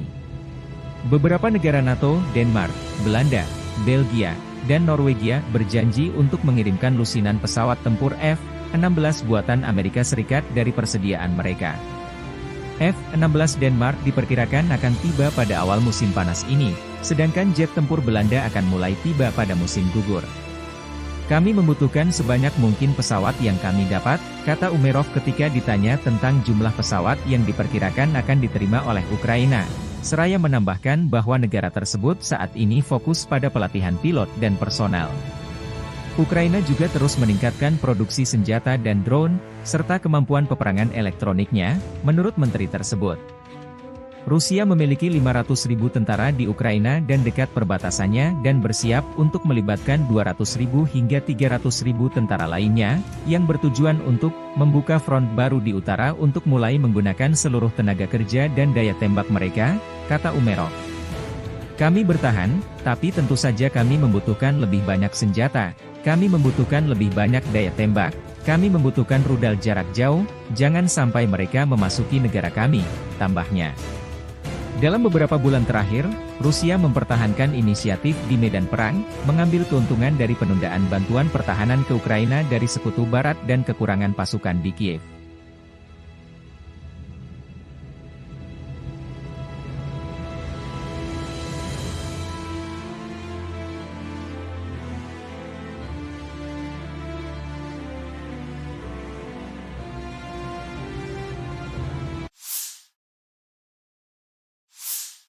По поводу легитимности украинской власти.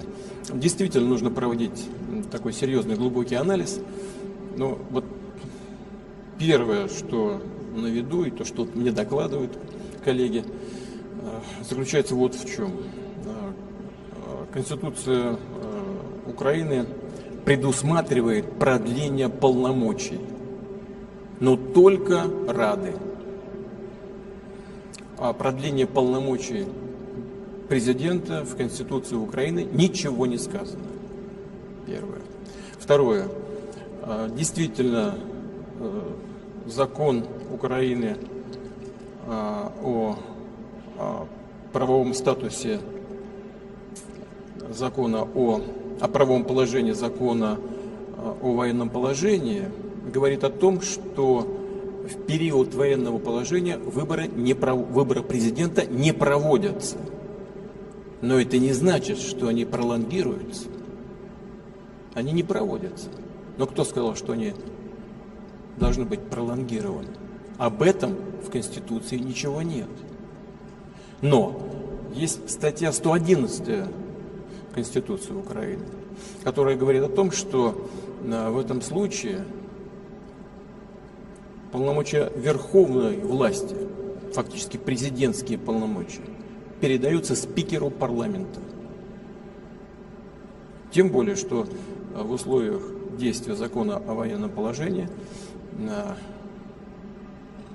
полномочия парламента продлеваются. Вот это такой предварительный анализ. Надо внимательно посмотреть.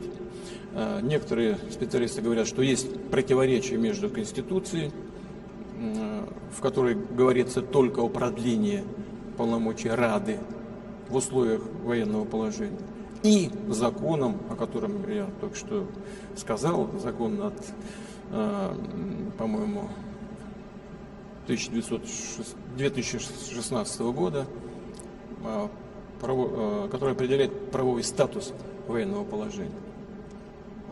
Там, как я уже сказал и повторяю, речь идет о том, что выборы президента не проводятся, но нигде не сказано, что они пролонгируются. И это проблема. Дело ведь в чем? Дело в том, что по своей сути украинская государственность основана на идее не на идее президентской республики, а на идее парламентско-президентской республики. И основные рычаги власти сосредотачиваются в представительном органе государства. Поэтому вполне логично, что так выстроена сама Конституция и другие правовые акты, которые принимались на ее основе. Поэтому, строго говоря, по предварительной оценке, я говорю только по предварительной оценке, единственной легитимной властью остается парламент и спикер Рады. Ну а так, по большому счету, если бы хотели провести президентские выборы, надо было бы отменить тогда закон о военном положении, вот и все, и провести выборы. Но не захотели этого делать по ряду обстоятельств. Но я думаю, это уже не связано никак с Конституцией, что, может быть, задумка хозяев, сегодняшних хозяев Украины, они находятся за океаном, заключается в том, чтобы возложить на действующую сегодня исполнительную власть бремя принятия всех непопулярных решений, в том числе и принятие еще одного решения по дальнейшему понижению призывного возраста. Сейчас было 27, сейчас 25. Следующий этап может быть 23 или сразу 18 лет. И после принятия этого и других непопулярных решений, действующих сегодня как бы представители исполнительной власти, их, я думаю, заменят на людей, на плечах которых не будет этой ответственности за принятые непопулярные в народе решения. Их просто поменяют и все. Если задумка в этом, то, в принципе, тогда логика понятна. Ну, посмотрим, что будет происходить дальше. Но так же, как я и говорил в Минске, все-таки окончательно эту ситуацию должна сформулировать и дать ответ на то, что происходит в Украине, должна сформулировать в окончательном виде сама политическая и правовая система Украины. Здесь, мне кажется, на самом деле не так уж и сложно. Я в третий раз повторяю. Закон 2016 года говорит о том, что нельзя проводить выборы президента в условиях военного положения. Но нигде не сказано, что эти полномочия пролонгируются. Значит, что? Смотри 111 статью Конституции. Вся власть переходит спикеру парламента. Pesawat tempur Rusia mengganggu rotasi unit Ukraina lainnya. Rekaman dipublikasikan 29 Mei. Selama misi penerbangan, awak pesawat serang Su-25 menyerang dengan rudal pesawat terarah, menghancurkan peralatan khusus dan personel musuh di wilayah tanggung jawab kelompok pasukan Vostok, demikian keterangan video militer Rusia.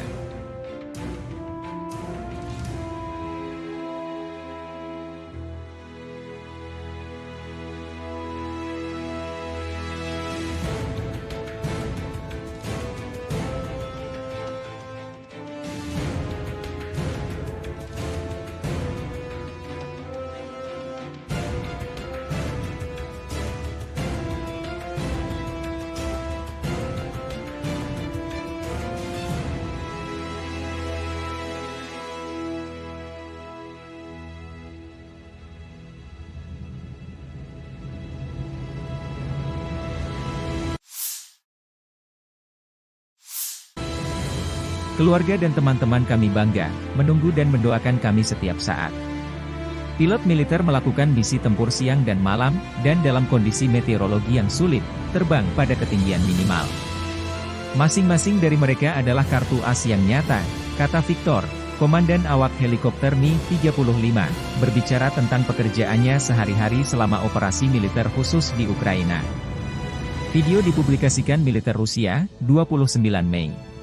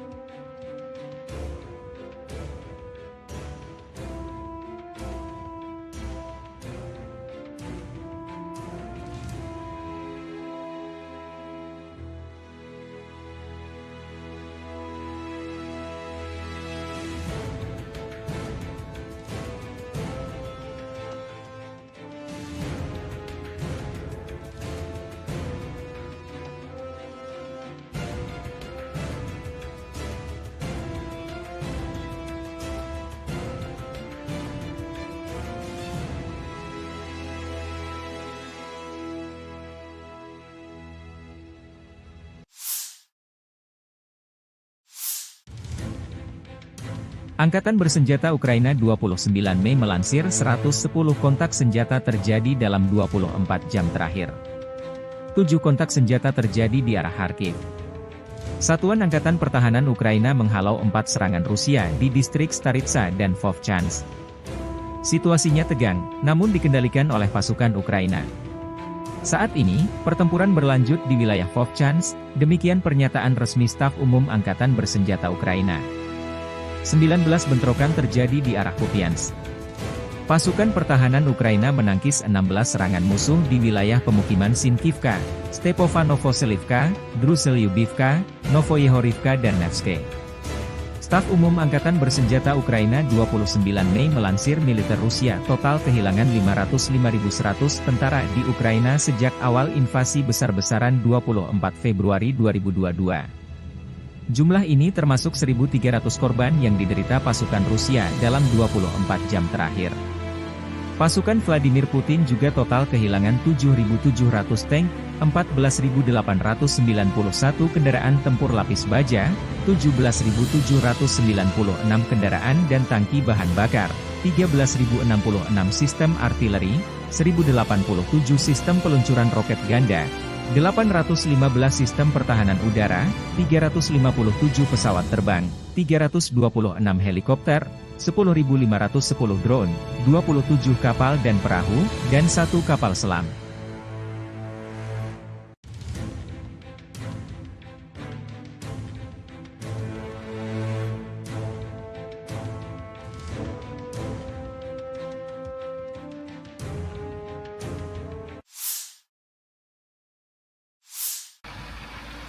Awak Tosochka menghancurkan titik kuat peleton dan tenaga angkatan bersenjata Ukraina di arah Kharkiv.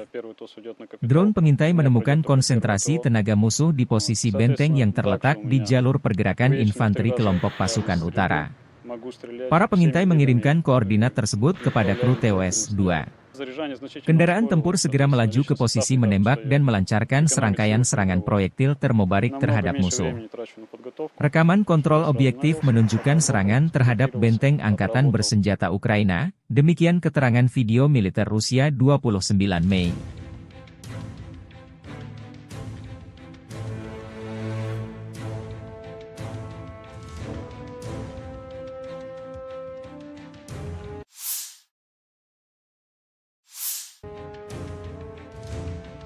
Presiden Ukraina 28 Mei mengunjungi pangkalan militer Melsprook tempat prajurit Ukraina dilatih menggunakan jet tempur F-16 produksi Amerika Serikat. Ukraina sangat menantikan jet tempur F-16 dari mitra baratnya untuk memperkuat pertahanan langit kita. Dan kami juga menunggu di rumah prajurit kami yang sedang berlatih pemeliharaan F-16 dan memiliki motivasi tinggi untuk memulai misi tempur dan mempercepat kemenangan bangsa kami, kata Zelensky. Gelombang pertama jet tempur F-16 akan dikirim ke Ukraina, mudah-mudahan dalam waktu dekat, namun sekitar setengah dari bantuan militer dari mitra barat datang terlambat, kata Menteri Pertahanan Ukraina Rustem Umerov dalam wawancara dengan Reuters yang diterbitkan 28 Mei. Beberapa negara NATO, Denmark, Belanda, Belgia, dan Norwegia berjanji untuk mengirimkan lusinan pesawat tempur F-16 buatan Amerika Serikat dari persediaan mereka. F-16 Denmark diperkirakan akan tiba pada awal musim panas ini, sedangkan jet tempur Belanda akan mulai tiba pada musim gugur. Kami membutuhkan sebanyak mungkin pesawat yang kami dapat, kata Umerov ketika ditanya tentang jumlah pesawat yang diperkirakan akan diterima oleh Ukraina. Seraya menambahkan bahwa negara tersebut saat ini fokus pada pelatihan pilot dan personel. Ukraina juga terus meningkatkan produksi senjata dan drone, serta kemampuan peperangan elektroniknya, menurut menteri tersebut. Rusia memiliki 500.000 tentara di Ukraina dan dekat perbatasannya dan bersiap untuk melibatkan 200.000 hingga 300.000 tentara lainnya, yang bertujuan untuk membuka front baru di utara untuk mulai menggunakan seluruh tenaga kerja dan daya tembak mereka, kata Umerov. Kami bertahan, tapi tentu saja kami membutuhkan lebih banyak senjata. Kami membutuhkan lebih banyak daya tembak, kami membutuhkan rudal jarak jauh, jangan sampai mereka memasuki negara kami, tambahnya. Dalam beberapa bulan terakhir, Rusia mempertahankan inisiatif di medan perang, mengambil keuntungan dari penundaan bantuan pertahanan ke Ukraina dari Sekutu Barat dan kekurangan pasukan di Kiev.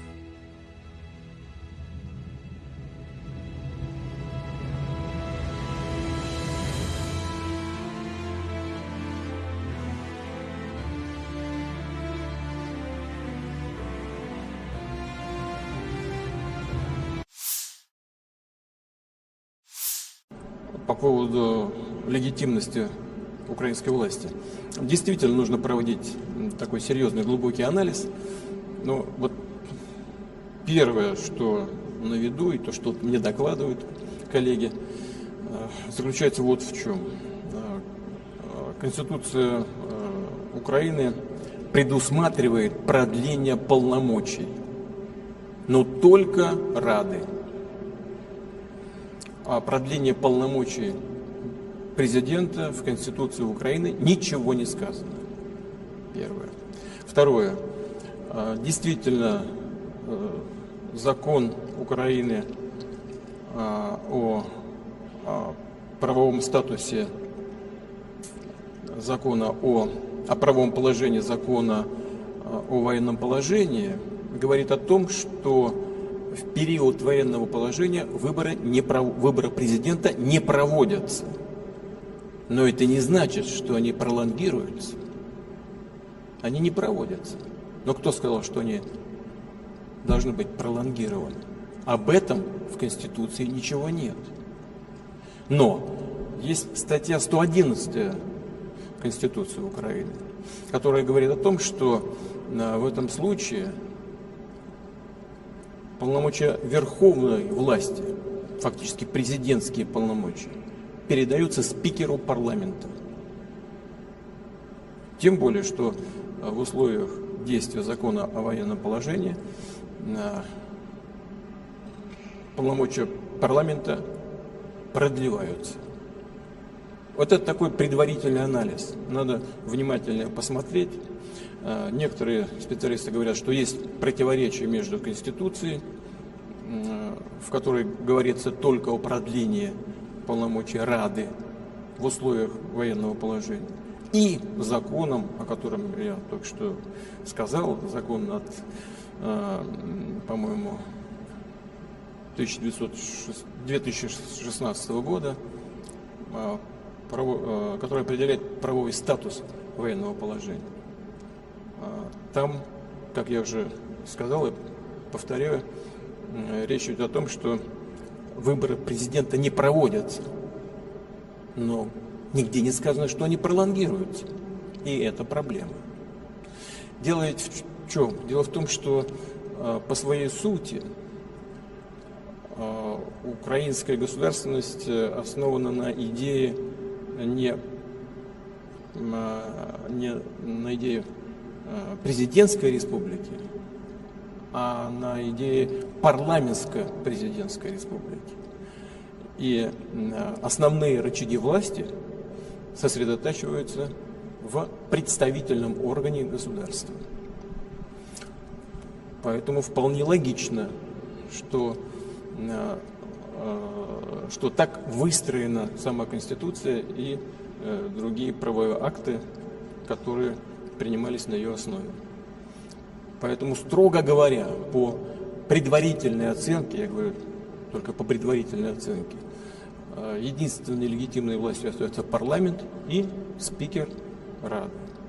Ну а так, по большому счету, если бы хотели провести президентские выборы, надо было бы отменить тогда закон о военном положении, вот и все, и провести выборы. Но не захотели этого делать по ряду обстоятельств. Но я думаю, это уже не связано никак с Конституцией, что, может быть, задумка хозяев сегодняшних, хозяев Украины, они находятся за океаном, заключается в том, чтобы возложить на действующую сегодня исполнительную власть бремя принятия всех непопулярных решений, в том числе и принятие еще одного решения по дальнейшему понижению призывного возраста. Сейчас было 27, сейчас 25. Следующий этап может быть 23 или сразу 18 лет. И после принятия этого и других непопулярных решений, действующих сегодня как бы представители исполнительной власти, их, я думаю, заменят на людей, на плечах которых не будет этой ответственности за принятые непопулярные в народе решения. Их просто поменяют и все. Если задумка в этом, то, в принципе, тогда логика понятна. Ну, посмотрим, что будет происходить дальше. Но так же, как я и говорил в Минске, все-таки окончательно эту ситуацию должна сформулировать и дать ответ на то, что происходит в Украине, должна сформулировать в окончательном виде сама политическая и правовая система Украины. Здесь, мне кажется, на самом деле не так уж и сложно. Я в третий раз повторяю. Закон 2016 года говорит о том, что нельзя проводить выборы президента в условиях военного положения. Но нигде не сказано, что эти полномочия пролонгируются. Значит, что? Смотри 111 статью Конституции. Вся власть переходит спикеру парламента. Pesawat tempur Rusia mengganggu rotasi unit Ukraina lainnya. Rekaman dipublikasikan 29 Mei. Selama misi penerbangan, awak pesawat serang Su-25 menyerang dengan rudal pesawat terarah, menghancurkan peralatan khusus dan personel musuh di wilayah tanggung jawab kelompok pasukan Vostok, demikian keterangan video militer Rusia.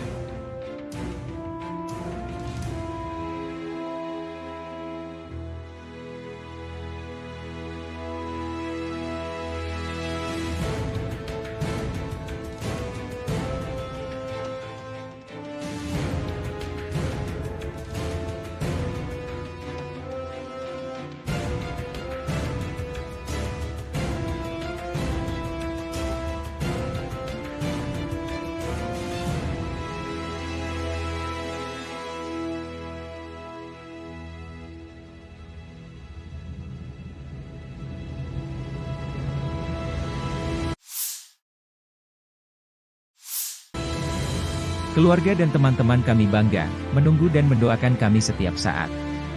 Pilot militer melakukan misi tempur siang dan malam, dan dalam kondisi meteorologi yang sulit, terbang pada ketinggian minimal. Masing-masing dari mereka adalah kartu as yang nyata, kata Victor, komandan awak helikopter Mi-35, berbicara tentang pekerjaannya sehari-hari selama operasi militer khusus di Ukraina. Video dipublikasikan militer Rusia, 29 Mei.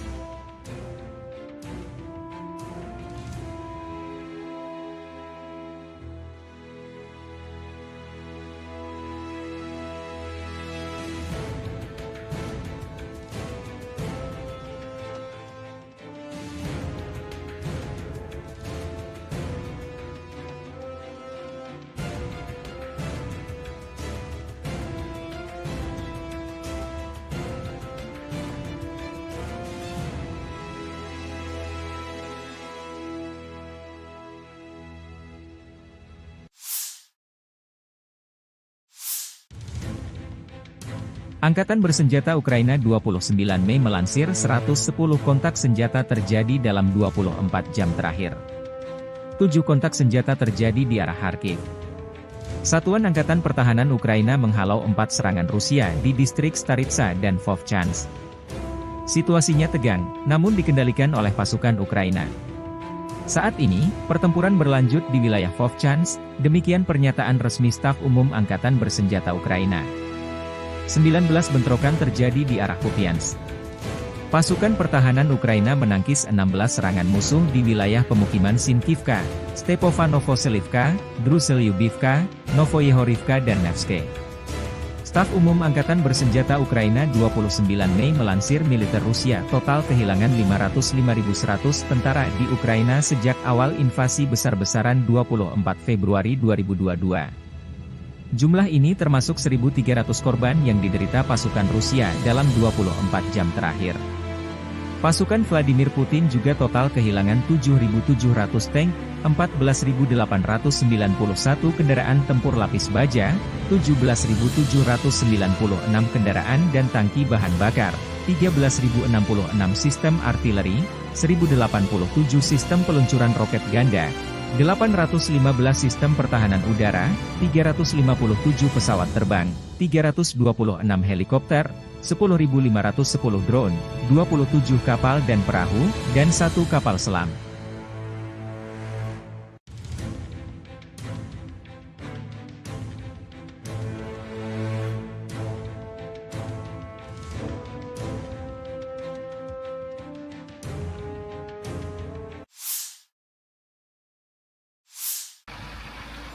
Awak Tosochka menghancurkan titik kuat peleton dan tenaga angkatan bersenjata Ukraina di arah Kharkiv. Drone pengintai menemukan konsentrasi tenaga musuh di posisi benteng yang terletak di jalur pergerakan infanteri kelompok pasukan utara. Para pengintai mengirimkan koordinat tersebut kepada kru TOS-2. Kendaraan tempur segera melaju ke posisi menembak dan melancarkan serangkaian serangan proyektil termobarik terhadap musuh. Rekaman kontrol objektif menunjukkan serangan terhadap benteng angkatan bersenjata Ukraina, demikian keterangan video militer Rusia 29 Mei.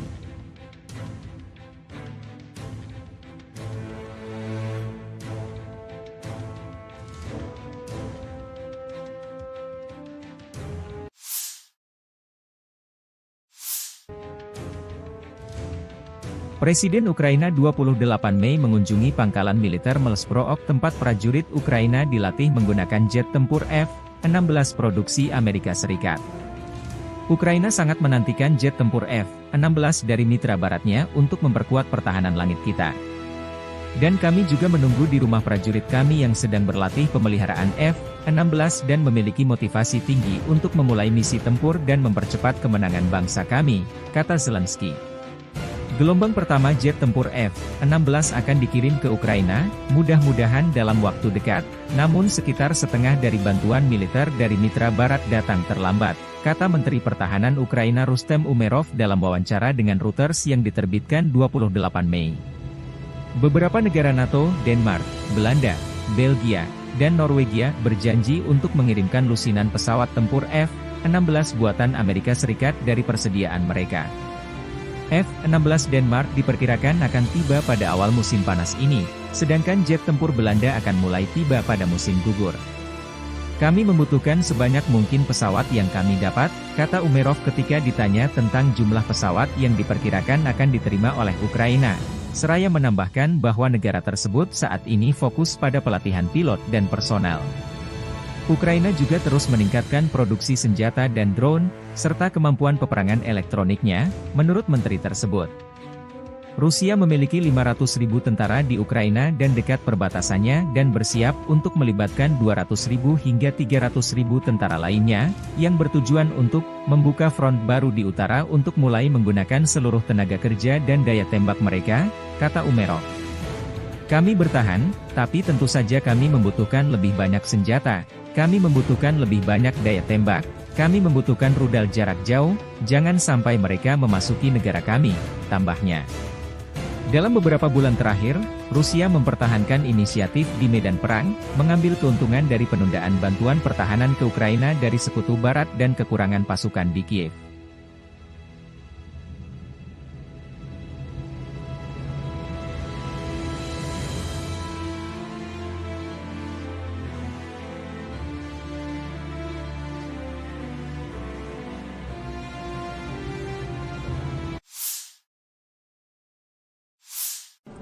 поводу легитимности украинской власти. Действительно нужно проводить такой серьезный глубокий анализ. Но вот первое, что на виду, и то, что мне докладывают коллеги, заключается вот в чем. Конституция Украины предусматривает продление полномочий, но только Рады. О продлении полномочий президента в Конституции Украины ничего не сказано. Первое. Второе. Действительно, закон Украины о правовом статусе закона о правовом положении закона о военном положении говорит о том, что в период военного положения выборы президента не проводятся. Но это не значит, что они пролонгируются. Они не проводятся. Но кто сказал, что они должны быть пролонгированы? Об этом в Конституции ничего нет. Но есть статья 111 Конституции Украины, которая говорит о том, что в этом случае полномочия верховной власти, фактически президентские полномочия, передаются спикеру парламента. Тем более, что в условиях действия закона о военном положении полномочия парламента продлеваются. Вот это такой предварительный анализ. Надо внимательно посмотреть. Некоторые специалисты говорят, что есть противоречие между Конституцией, в которой говорится только о продлении полномочий Рады в условиях военного положения, и законом, о котором я только что сказал, закон от, по-моему, 2016 года, который определяет правовой статус военного положения. Там, как я уже сказал и повторяю, речь идет о том, что выборы президента не проводятся, но нигде не сказано, что они пролонгируются. И это проблема. Дело ведь в чем? Дело в том, что по своей сути украинская государственность основана на идее не на идее президентской республики, а на идее парламентско-президентской республики. И основные рычаги власти сосредотачиваются в представительном органе государства. Поэтому вполне логично, что так выстроена сама Конституция и другие правовые акты, которые принимались на ее основе. Поэтому, строго говоря, по предварительной оценке, я говорю только по предварительной оценке, единственной легитимной властью остается парламент и спикер Рады. Ну а так, по большому счету, если бы хотели провести президентские выборы, надо было бы отменить тогда закон о военном положении, вот и все, и провести выборы. Но не захотели этого делать по ряду обстоятельств. Но я думаю, это уже не связано никак с Конституцией, что, может быть, задумка хозяев, сегодняшних хозяев Украины, они находятся за океаном, заключается в том, чтобы возложить на действующую сегодня исполнительную власть бремя принятия всех непопулярных решений, в том числе и принятие еще одного решения по дальнейшему понижению призывного возраста. Вот сейчас было 27, сейчас 25. Следующий этап может быть 23 или сразу 18 лет. И после принятия этого или и других непопулярных решений, действующих сегодня как бы представители исполнительной власти, их, я думаю, заменят на людей, на плечах которых не будет этой ответственности за принятые непопулярные в народе решения.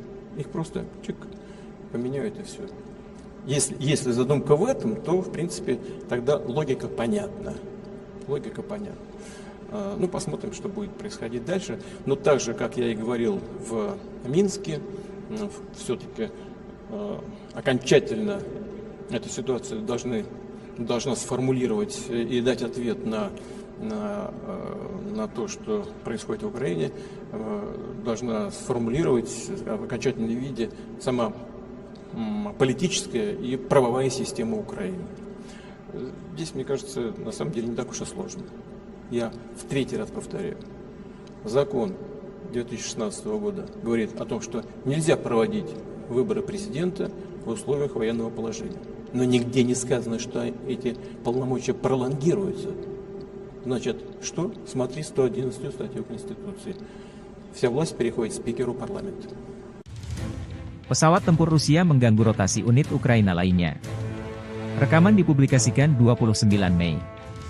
Selama misi penerbangan, awak pesawat serang Su-25 menyerang dengan rudal pesawat terarah, menghancurkan peralatan khusus dan personel musuh di wilayah tanggung jawab kelompok pasukan Vostok, demikian keterangan video militer Rusia.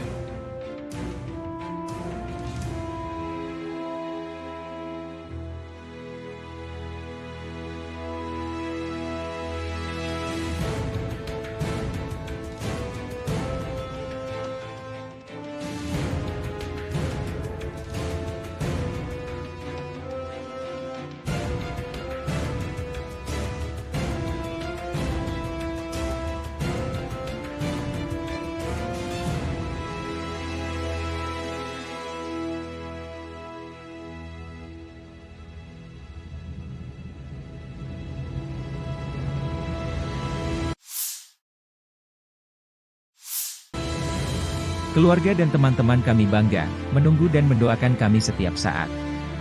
Pilot militer melakukan misi tempur siang dan malam, dan dalam kondisi meteorologi yang sulit, terbang pada ketinggian minimal. Masing-masing dari mereka adalah kartu as yang nyata, kata Victor, komandan awak helikopter Mi-35, berbicara tentang pekerjaannya sehari-hari selama operasi militer khusus di Ukraina. Video dipublikasikan militer Rusia, 29 Mei.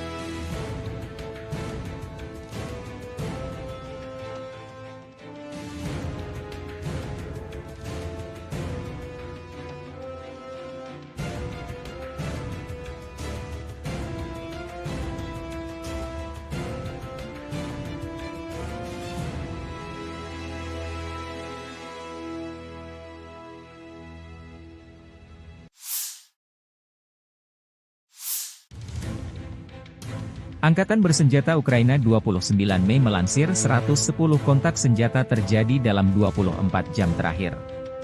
7 kontak senjata terjadi di arah Kharkiv. Satuan Angkatan Pertahanan Ukraina menghalau 4 serangan Rusia di distrik Staritsa dan Vovchansk. Situasinya tegang, namun dikendalikan oleh pasukan Ukraina. Saat ini, pertempuran berlanjut di wilayah Vovchansk, demikian pernyataan resmi Staf Umum Angkatan Bersenjata Ukraina.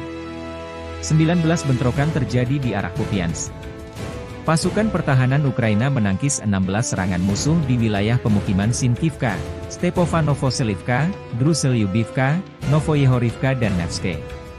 Staf Umum Angkatan Bersenjata Ukraina 29 Mei melansir militer Rusia total kehilangan 505.100 tentara di Ukraina sejak awal invasi besar-besaran 24 Februari 2022. Jumlah ini termasuk 1.300 korban yang diderita pasukan Rusia dalam 24 jam terakhir. Pasukan Vladimir Putin juga total kehilangan 7.700 tank, 14.891 kendaraan tempur lapis baja, 17.796 kendaraan dan tangki bahan bakar, 13.066 sistem artileri, 1.087 sistem peluncuran roket ganda, 815 sistem pertahanan udara, 357 pesawat terbang, 326 helikopter, 10.510 drone, 27 kapal dan perahu, dan 1 kapal selam.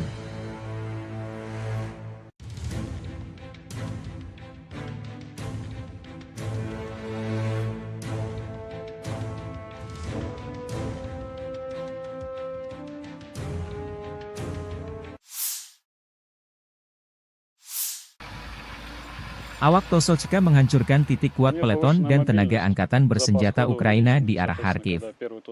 Drone pengintai menemukan konsentrasi tenaga musuh di posisi benteng yang terletak di jalur pergerakan infanteri kelompok pasukan utara. Para pengintai mengirimkan koordinat tersebut kepada kru TOS-2.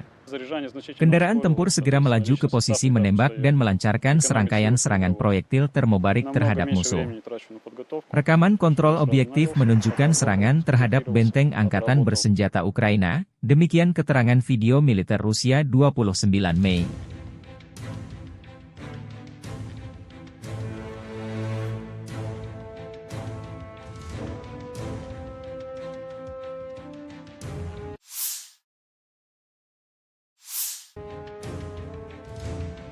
Presiden Ukraina 28 Mei mengunjungi pangkalan militer Melsbrook tempat prajurit Ukraina dilatih menggunakan jet tempur F-16 produksi Amerika Serikat.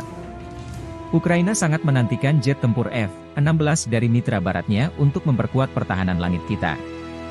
Dan kami juga menunggu di rumah prajurit kami yang sedang berlatih pemeliharaan F-16 dan memiliki motivasi tinggi untuk memulai misi tempur dan mempercepat kemenangan bangsa kami, kata Zelensky. Gelombang pertama jet tempur F-16 akan dikirim ke Ukraina, mudah-mudahan dalam waktu dekat, namun sekitar setengah dari bantuan militer dari mitra barat datang terlambat, kata Menteri Pertahanan Ukraina Rustem Umerov dalam wawancara dengan Reuters yang diterbitkan 28 Mei. Beberapa negara NATO, Denmark, Belanda, Belgia, dan Norwegia berjanji untuk mengirimkan lusinan pesawat tempur F-16 buatan Amerika Serikat dari persediaan mereka. F-16 Denmark diperkirakan akan tiba pada awal musim panas ini, sedangkan jet tempur Belanda akan mulai tiba pada musim gugur. Kami membutuhkan sebanyak mungkin pesawat yang kami dapat, kata Umerov ketika ditanya tentang jumlah pesawat yang diperkirakan akan diterima oleh Ukraina. Seraya menambahkan bahwa negara tersebut saat ini fokus pada pelatihan pilot dan personel. Ukraina juga terus meningkatkan produksi senjata dan drone, serta kemampuan peperangan elektroniknya, menurut menteri tersebut. Rusia memiliki 500.000 tentara di Ukraina dan dekat perbatasannya dan bersiap untuk melibatkan 200.000 hingga 300.000 tentara lainnya, yang bertujuan untuk membuka front baru di utara untuk mulai menggunakan seluruh tenaga kerja dan daya tembak mereka, kata Umerov. Kami bertahan, tapi tentu saja kami membutuhkan lebih banyak senjata, kami membutuhkan lebih banyak daya tembak, kami membutuhkan rudal jarak jauh, jangan sampai mereka memasuki negara kami, tambahnya. Dalam beberapa bulan terakhir, Rusia mempertahankan inisiatif di medan perang, mengambil keuntungan dari penundaan bantuan pertahanan ke Ukraina dari Sekutu Barat dan kekurangan pasukan di Kiev.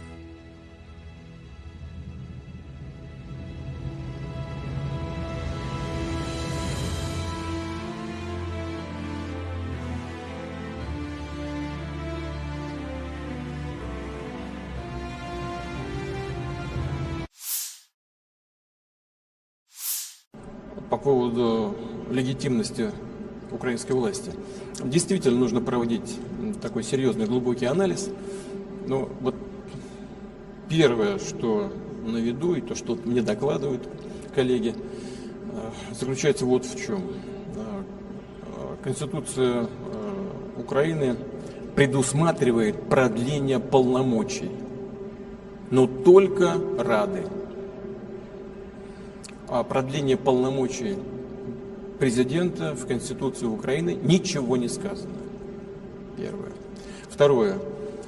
Действительно, закон Украины о правовом статусе закона о правовом положении закона о военном положении говорит о том, что в период военного положения выборы президента не проводятся. Но это не значит, что они пролонгируются. Они не проводятся. Но кто сказал, что они должны быть пролонгированы? Об этом в Конституции ничего нет. Но есть статья 111 Конституции Украины, которая говорит о том, что в этом случае полномочия верховной власти, фактически президентские полномочия, передаются спикеру парламента. Тем более, что в условиях действия закона о военном положении полномочия парламента продлеваются. Вот это такой предварительный анализ. Надо внимательно посмотреть. Некоторые специалисты говорят, что есть противоречие между Конституцией, в которой говорится только о продлении полномочий Рады в условиях военного положения, и законом, о котором я только что сказал, закон от, по-моему, 2016 года, который определяет правовой статус военного положения. Там, как я уже сказал и повторяю, речь идет о том, что выборы президента не проводятся, но нигде не сказано, что они пролонгируются. И это проблема. Дело ведь в чем? Дело в том, что по своей сути украинская государственность основана на идее не на идее президентской республики, а на идее парламентско-президентской республики. И основные рычаги власти сосредотачиваются в представительном органе государства. Поэтому вполне логично, что так выстроена сама Конституция и другие правовые акты, которые принимались на ее основе. Поэтому, строго говоря, по предварительной оценке, я говорю только по предварительной оценке, единственной легитимной властью остается парламент и спикер Рады. Ну а так, по большому счету, если бы хотели провести президентские выборы, надо было бы отменить тогда закон о военном положении, вот и все, и провести выборы. Но не захотели этого делать по ряду обстоятельств. Но я думаю, это уже не связано никак с Конституцией, что, может быть, задумка хозяев, сегодняшних хозяев Украины, они находятся за океаном, заключается в том, чтобы возложить на действующую сегодня исполнительную власть бремя принятия всех непопулярных решений, в том числе и принятие еще одного решения по дальнейшему понижению призывного возраста. Вот сейчас было 27, сейчас 25. Следующий этап может быть 23 или сразу 18 лет. И после принятия этого и других непопулярных решений, действующих сегодня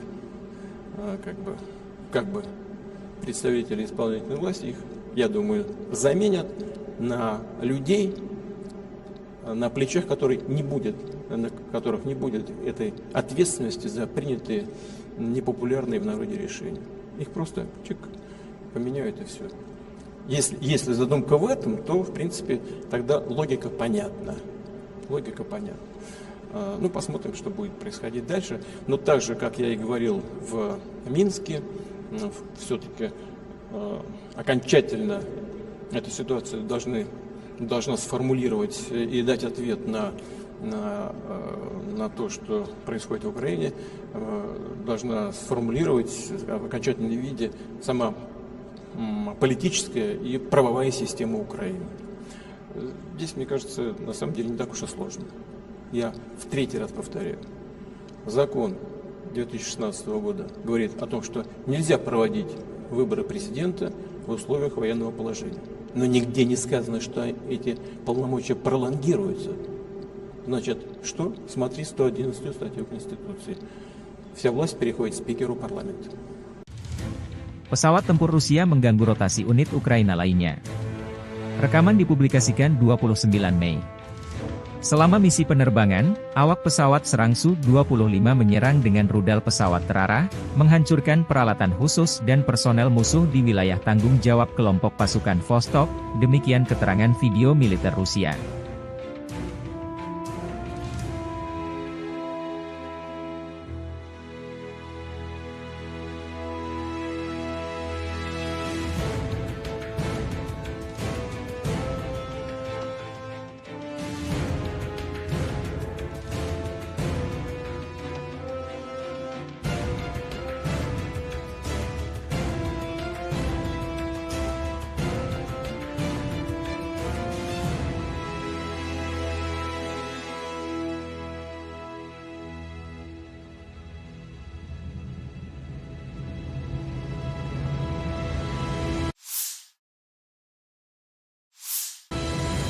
Keluarga dan teman-teman kami bangga, menunggu dan mendoakan kami setiap saat.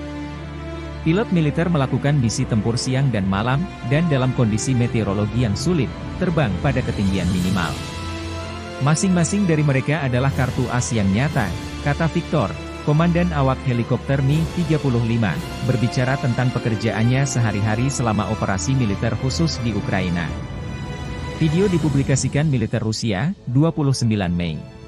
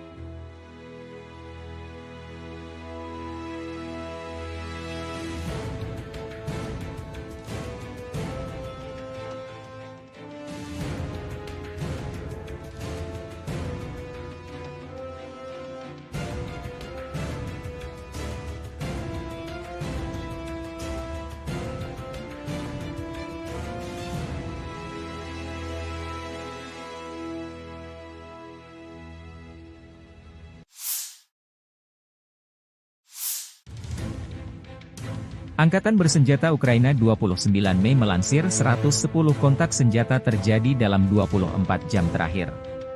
7 kontak senjata terjadi di arah Kharkiv.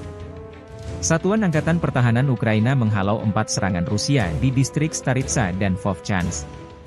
Situasinya tegang, namun dikendalikan oleh pasukan Ukraina. Saat ini, pertempuran berlanjut di wilayah Vovchansk, demikian pernyataan resmi Staf Umum Angkatan Bersenjata Ukraina. 19 bentrokan terjadi di arah Kupiansk. Pasukan pertahanan Ukraina menangkis 16 serangan musuh di wilayah pemukiman Sinkivka, Stepovanovselivka, Druselyubivka, Novoyehorivka dan Nevske.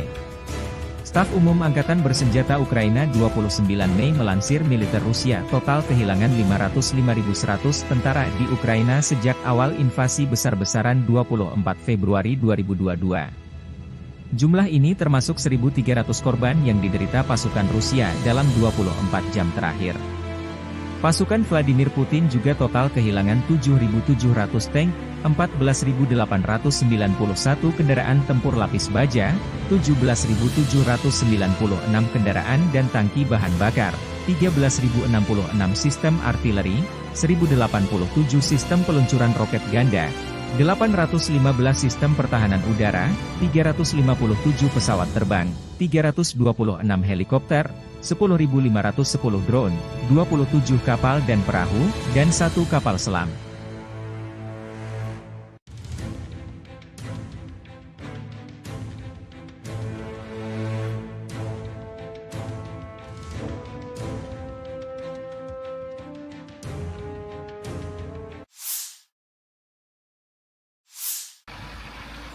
Awak Tosochka menghancurkan titik kuat peleton dan tenaga angkatan bersenjata Ukraina di arah Kharkiv. Drone pengintai menemukan konsentrasi tenaga musuh di posisi benteng yang terletak di jalur pergerakan infanteri kelompok pasukan utara. Para pengintai mengirimkan koordinat tersebut kepada kru TOS-2. Kendaraan tempur segera melaju ke posisi menembak dan melancarkan serangkaian serangan proyektil termobarik terhadap musuh. Rekaman kontrol objektif menunjukkan serangan terhadap benteng angkatan bersenjata Ukraina, demikian keterangan video militer Rusia 29 Mei.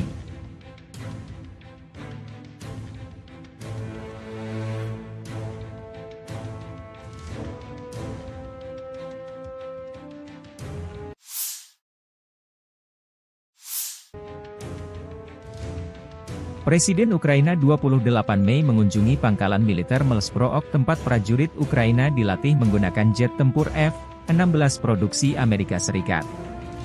Ukraina sangat menantikan jet tempur F-16 dari mitra baratnya untuk memperkuat pertahanan langit kita. Dan kami juga menunggu di rumah prajurit kami yang sedang berlatih pemeliharaan F-16 dan memiliki motivasi tinggi untuk memulai misi tempur dan mempercepat kemenangan bangsa kami, kata Zelensky.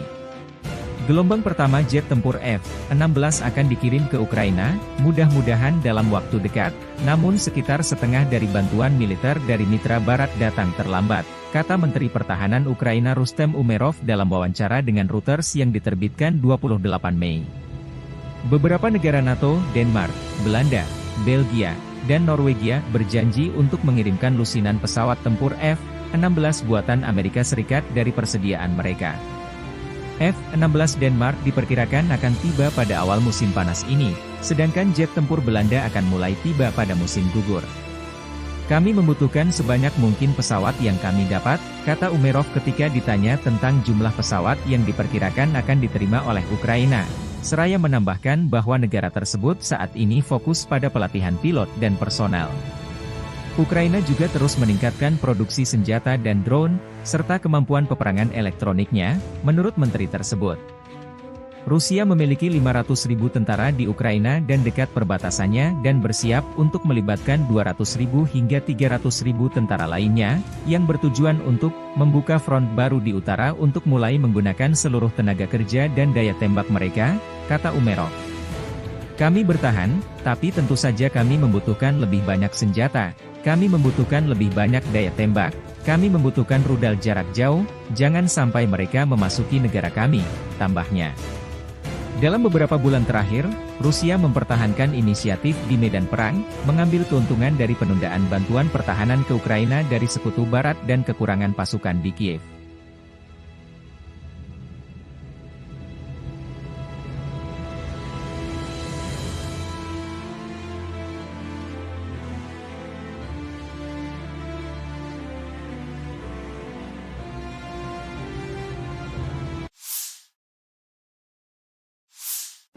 По поводу легитимности украинской власти. Действительно нужно проводить такой серьезный глубокий анализ. Но вот первое, что на виду, и то, что мне докладывают коллеги, заключается вот в чем.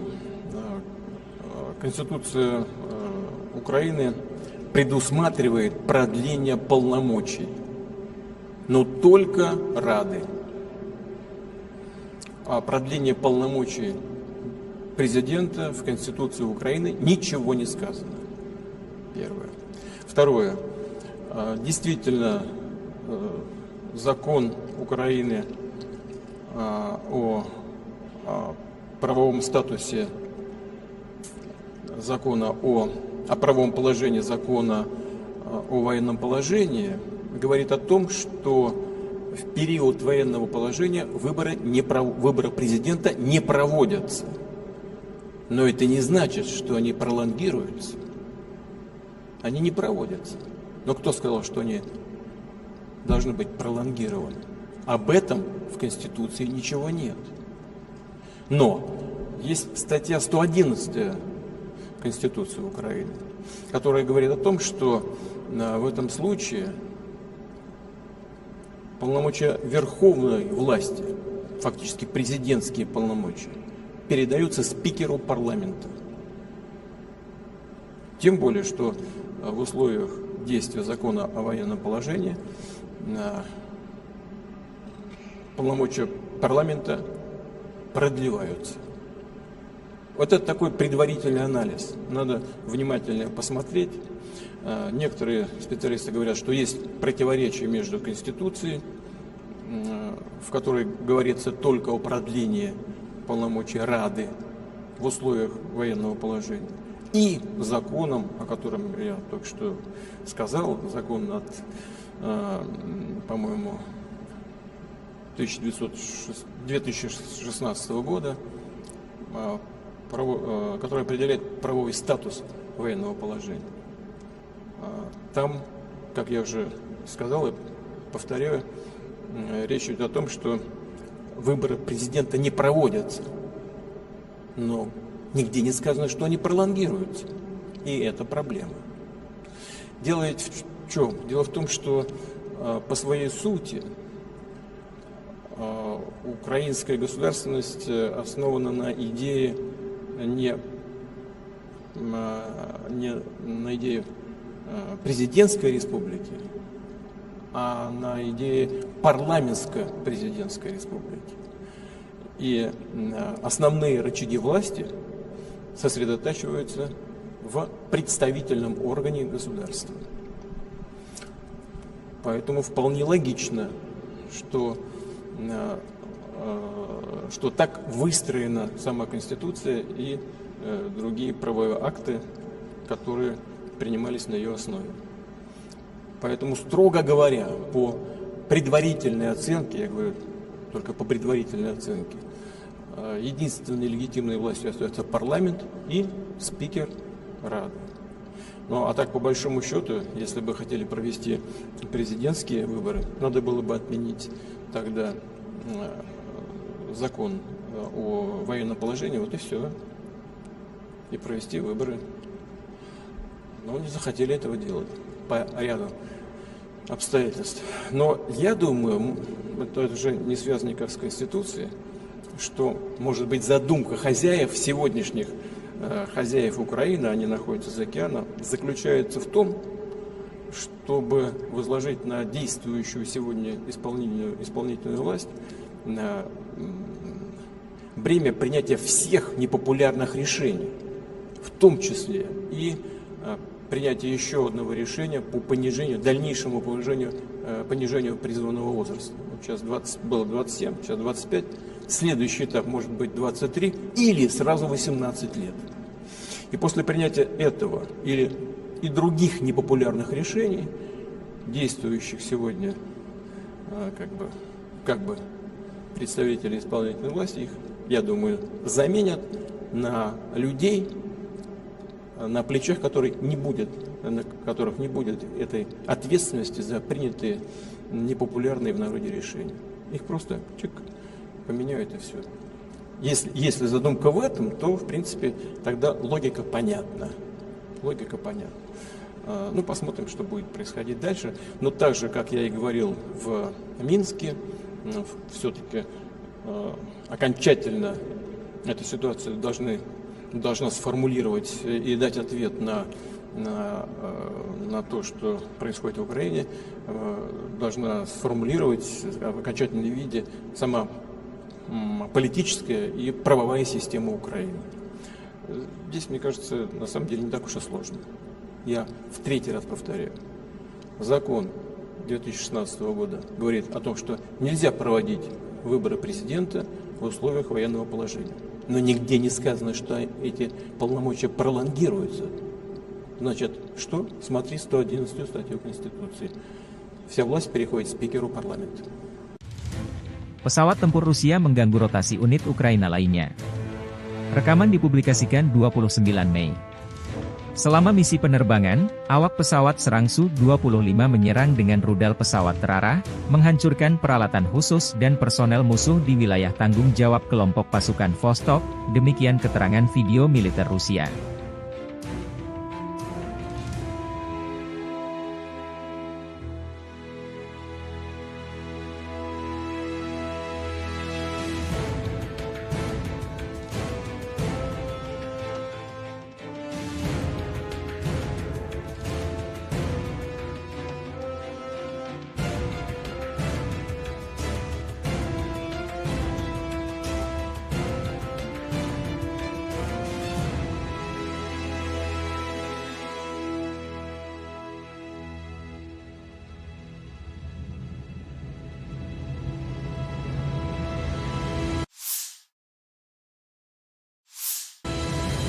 Keluarga dan teman-teman kami bangga, menunggu dan mendoakan kami setiap saat.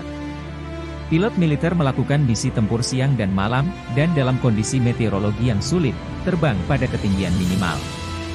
Masing-masing dari mereka adalah kartu as yang nyata, kata Victor, komandan awak helikopter Mi-35, berbicara tentang pekerjaannya sehari-hari selama operasi militer khusus di Ukraina. Video dipublikasikan militer Rusia, 29 Mei.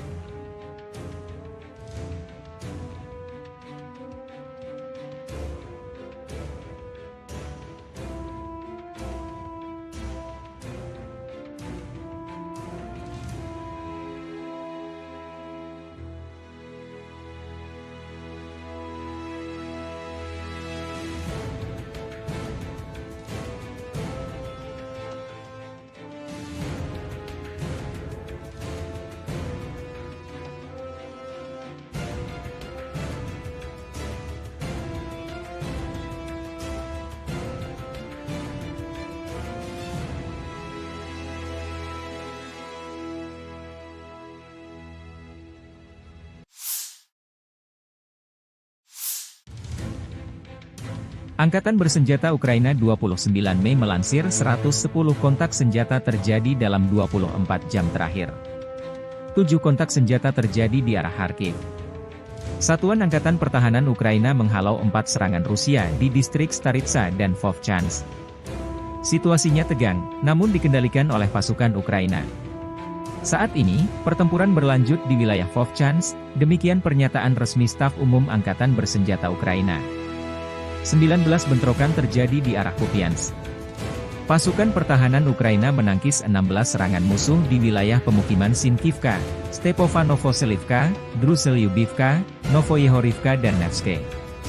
Staf Umum Angkatan Bersenjata Ukraina 29 Mei melansir militer Rusia total kehilangan 505.100 tentara di Ukraina sejak awal invasi besar-besaran 24 Februari 2022. Jumlah ini termasuk 1.300 korban yang diderita pasukan Rusia dalam 24 jam terakhir. Pasukan Vladimir Putin juga total kehilangan 7.700 tank, 14.891 kendaraan tempur lapis baja, 17.796 kendaraan dan tangki bahan bakar, 13.066 sistem artileri, 1.087 sistem peluncuran roket ganda, 815 sistem pertahanan udara, 357 pesawat terbang, 326 helikopter, 10.510 drone, 27 kapal dan perahu, dan 1 kapal selam.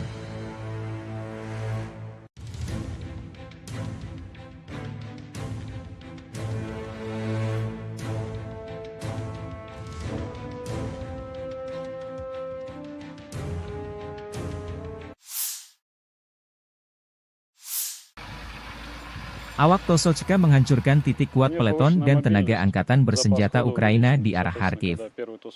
Drone pengintai menemukan konsentrasi tenaga musuh di posisi benteng yang terletak di jalur pergerakan infanteri kelompok pasukan utara. Para pengintai mengirimkan koordinat tersebut kepada kru TOS-2. Kendaraan tempur segera melaju ke posisi menembak dan melancarkan serangkaian serangan proyektil termobarik terhadap musuh. Rekaman kontrol objektif menunjukkan serangan terhadap benteng angkatan bersenjata Ukraina, demikian keterangan video militer Rusia 29 Mei.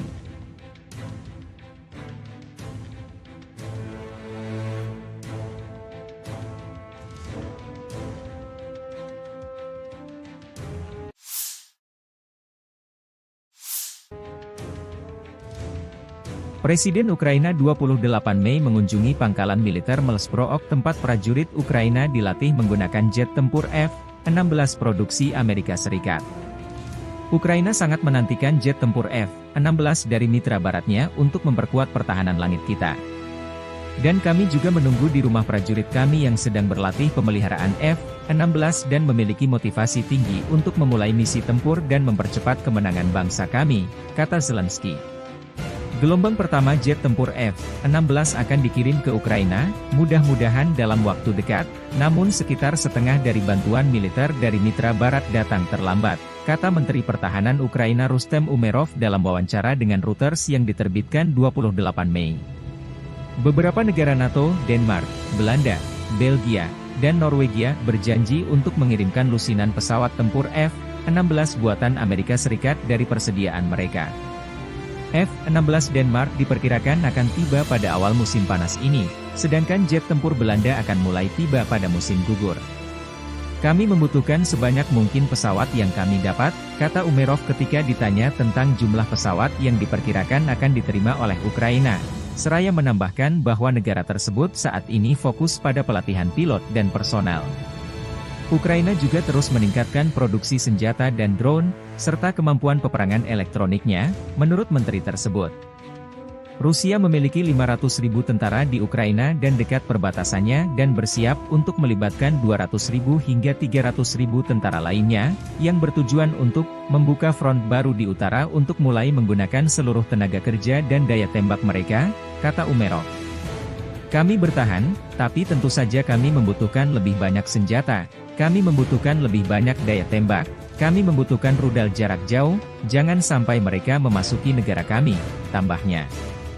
Dalam beberapa bulan terakhir, Rusia mempertahankan inisiatif di medan perang, mengambil keuntungan dari penundaan bantuan pertahanan ke Ukraina dari Sekutu Barat dan kekurangan pasukan di Kiev.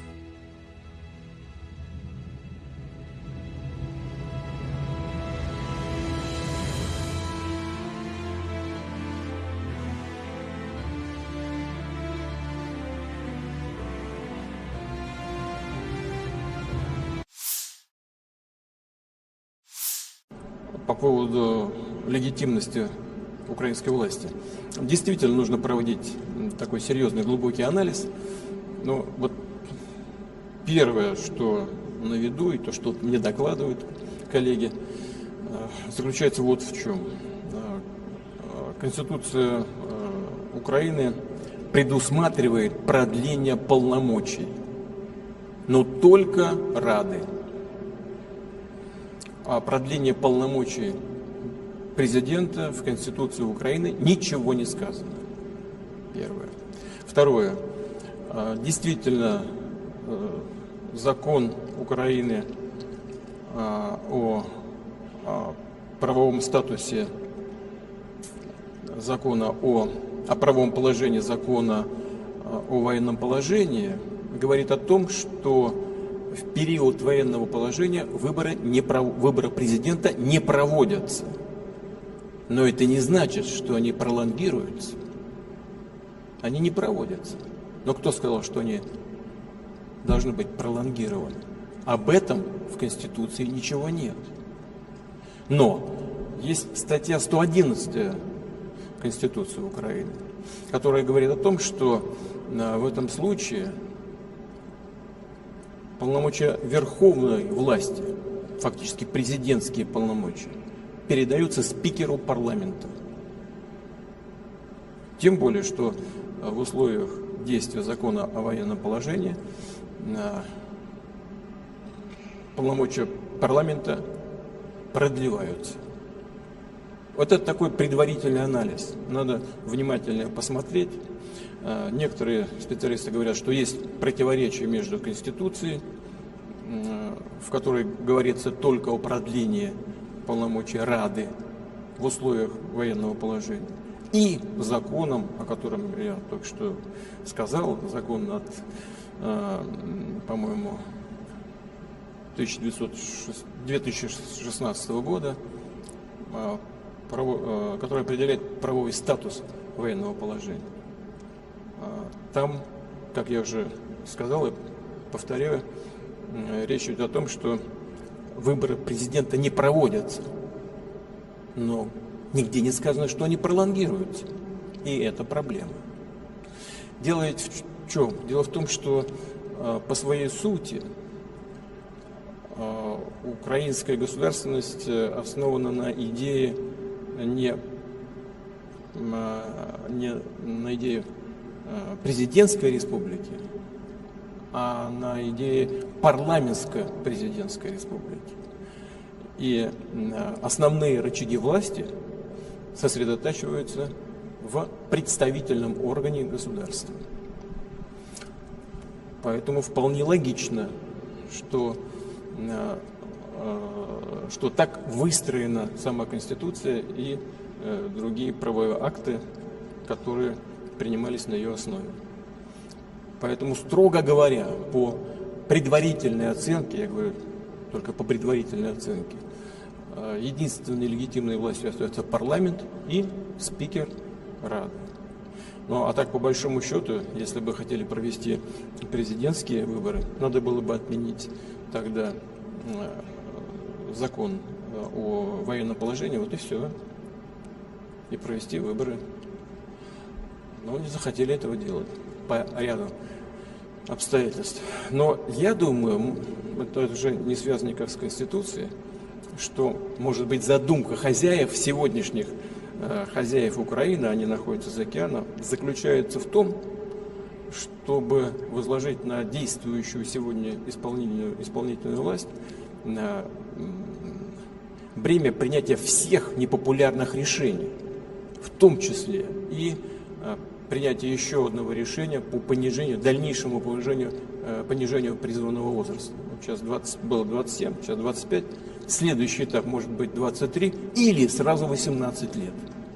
И после принятия этого и других непопулярных решений, действующих сегодня как бы представители исполнительной власти, их, я думаю, заменят на людей, на плечах которых не будет этой ответственности за принятые непопулярные в народе решения. Их просто поменяют и все. Если задумка в этом, то, в принципе, тогда логика понятна. Ну, посмотрим, что будет происходить дальше. Но так же, как я и говорил в Минске, все-таки окончательно эту ситуацию должна сформулировать и дать ответ на то, что происходит в Украине, должна сформулировать в окончательном виде сама политическая и правовая система Украины. Здесь, мне кажется, на самом деле не так уж и сложно. Я в третий раз повторяю. Закон 2016 года говорит о том, что нельзя проводить выборы президента в условиях военного положения. Но нигде не сказано, что эти полномочия пролонгируются. Значит, что? Смотри 111 статью Конституции. Вся власть переходит спикеру парламента. Pesawat tempur Rusia mengganggu rotasi unit Ukraina lainnya. Rekaman dipublikasikan 29 Mei. Selama misi penerbangan, awak pesawat serang Su-25 menyerang dengan rudal pesawat terarah, menghancurkan peralatan khusus dan personel musuh di wilayah tanggung jawab kelompok pasukan Vostok, demikian keterangan video militer Rusia.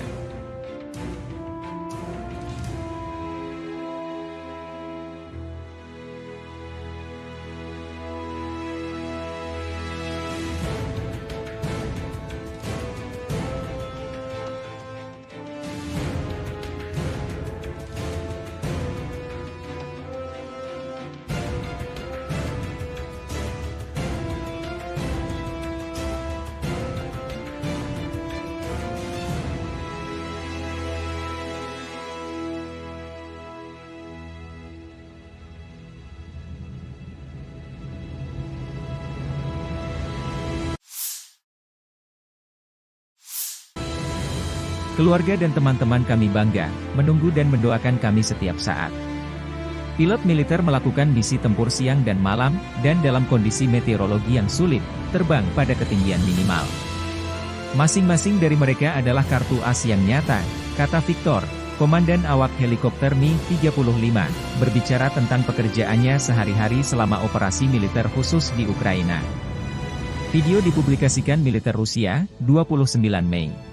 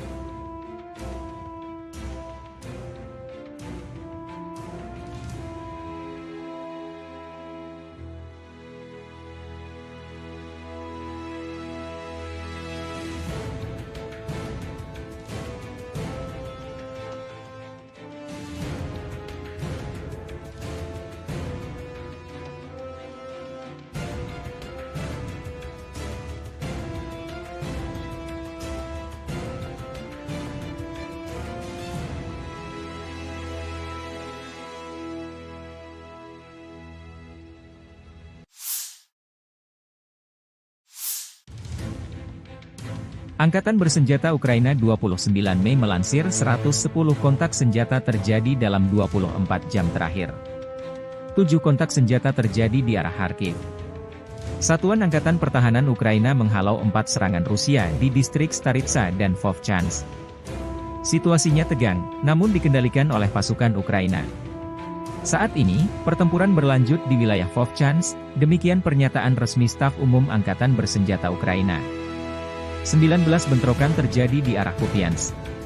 Pasukan pertahanan Ukraina menangkis 16 serangan musuh di wilayah pemukiman Sinkivka, Stepovannovo-Selivka, Druselyubivka, Novoyehorivka dan Nevske. Staf Umum Angkatan Bersenjata Ukraina 29 Mei melansir militer Rusia total kehilangan 505.100 tentara di Ukraina sejak awal invasi besar-besaran 24 Februari 2022. Jumlah ini termasuk 1.300 korban yang diderita pasukan Rusia dalam 24 jam terakhir. Pasukan Vladimir Putin juga total kehilangan 7.700 tank, 14.891 kendaraan tempur lapis baja, 17.796 kendaraan dan tangki bahan bakar, 13.066 sistem artileri, 1.087 sistem peluncuran roket ganda, 815 sistem pertahanan udara, 357 pesawat terbang, 326 helikopter, 10.510 drone, 27 kapal dan perahu, dan 1 kapal selam.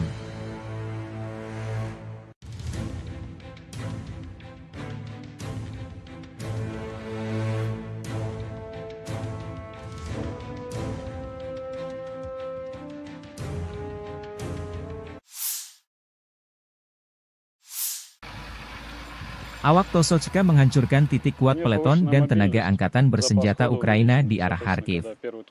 Drone pengintai menemukan konsentrasi tenaga musuh di posisi benteng yang terletak di jalur pergerakan infanteri kelompok pasukan utara. Para pengintai mengirimkan koordinat tersebut kepada kru TOS-2. Kendaraan tempur segera melaju ke posisi menembak dan melancarkan serangkaian serangan proyektil termobarik terhadap musuh. Rekaman kontrol objektif menunjukkan serangan terhadap benteng angkatan bersenjata Ukraina, demikian keterangan video militer Rusia 29 Mei.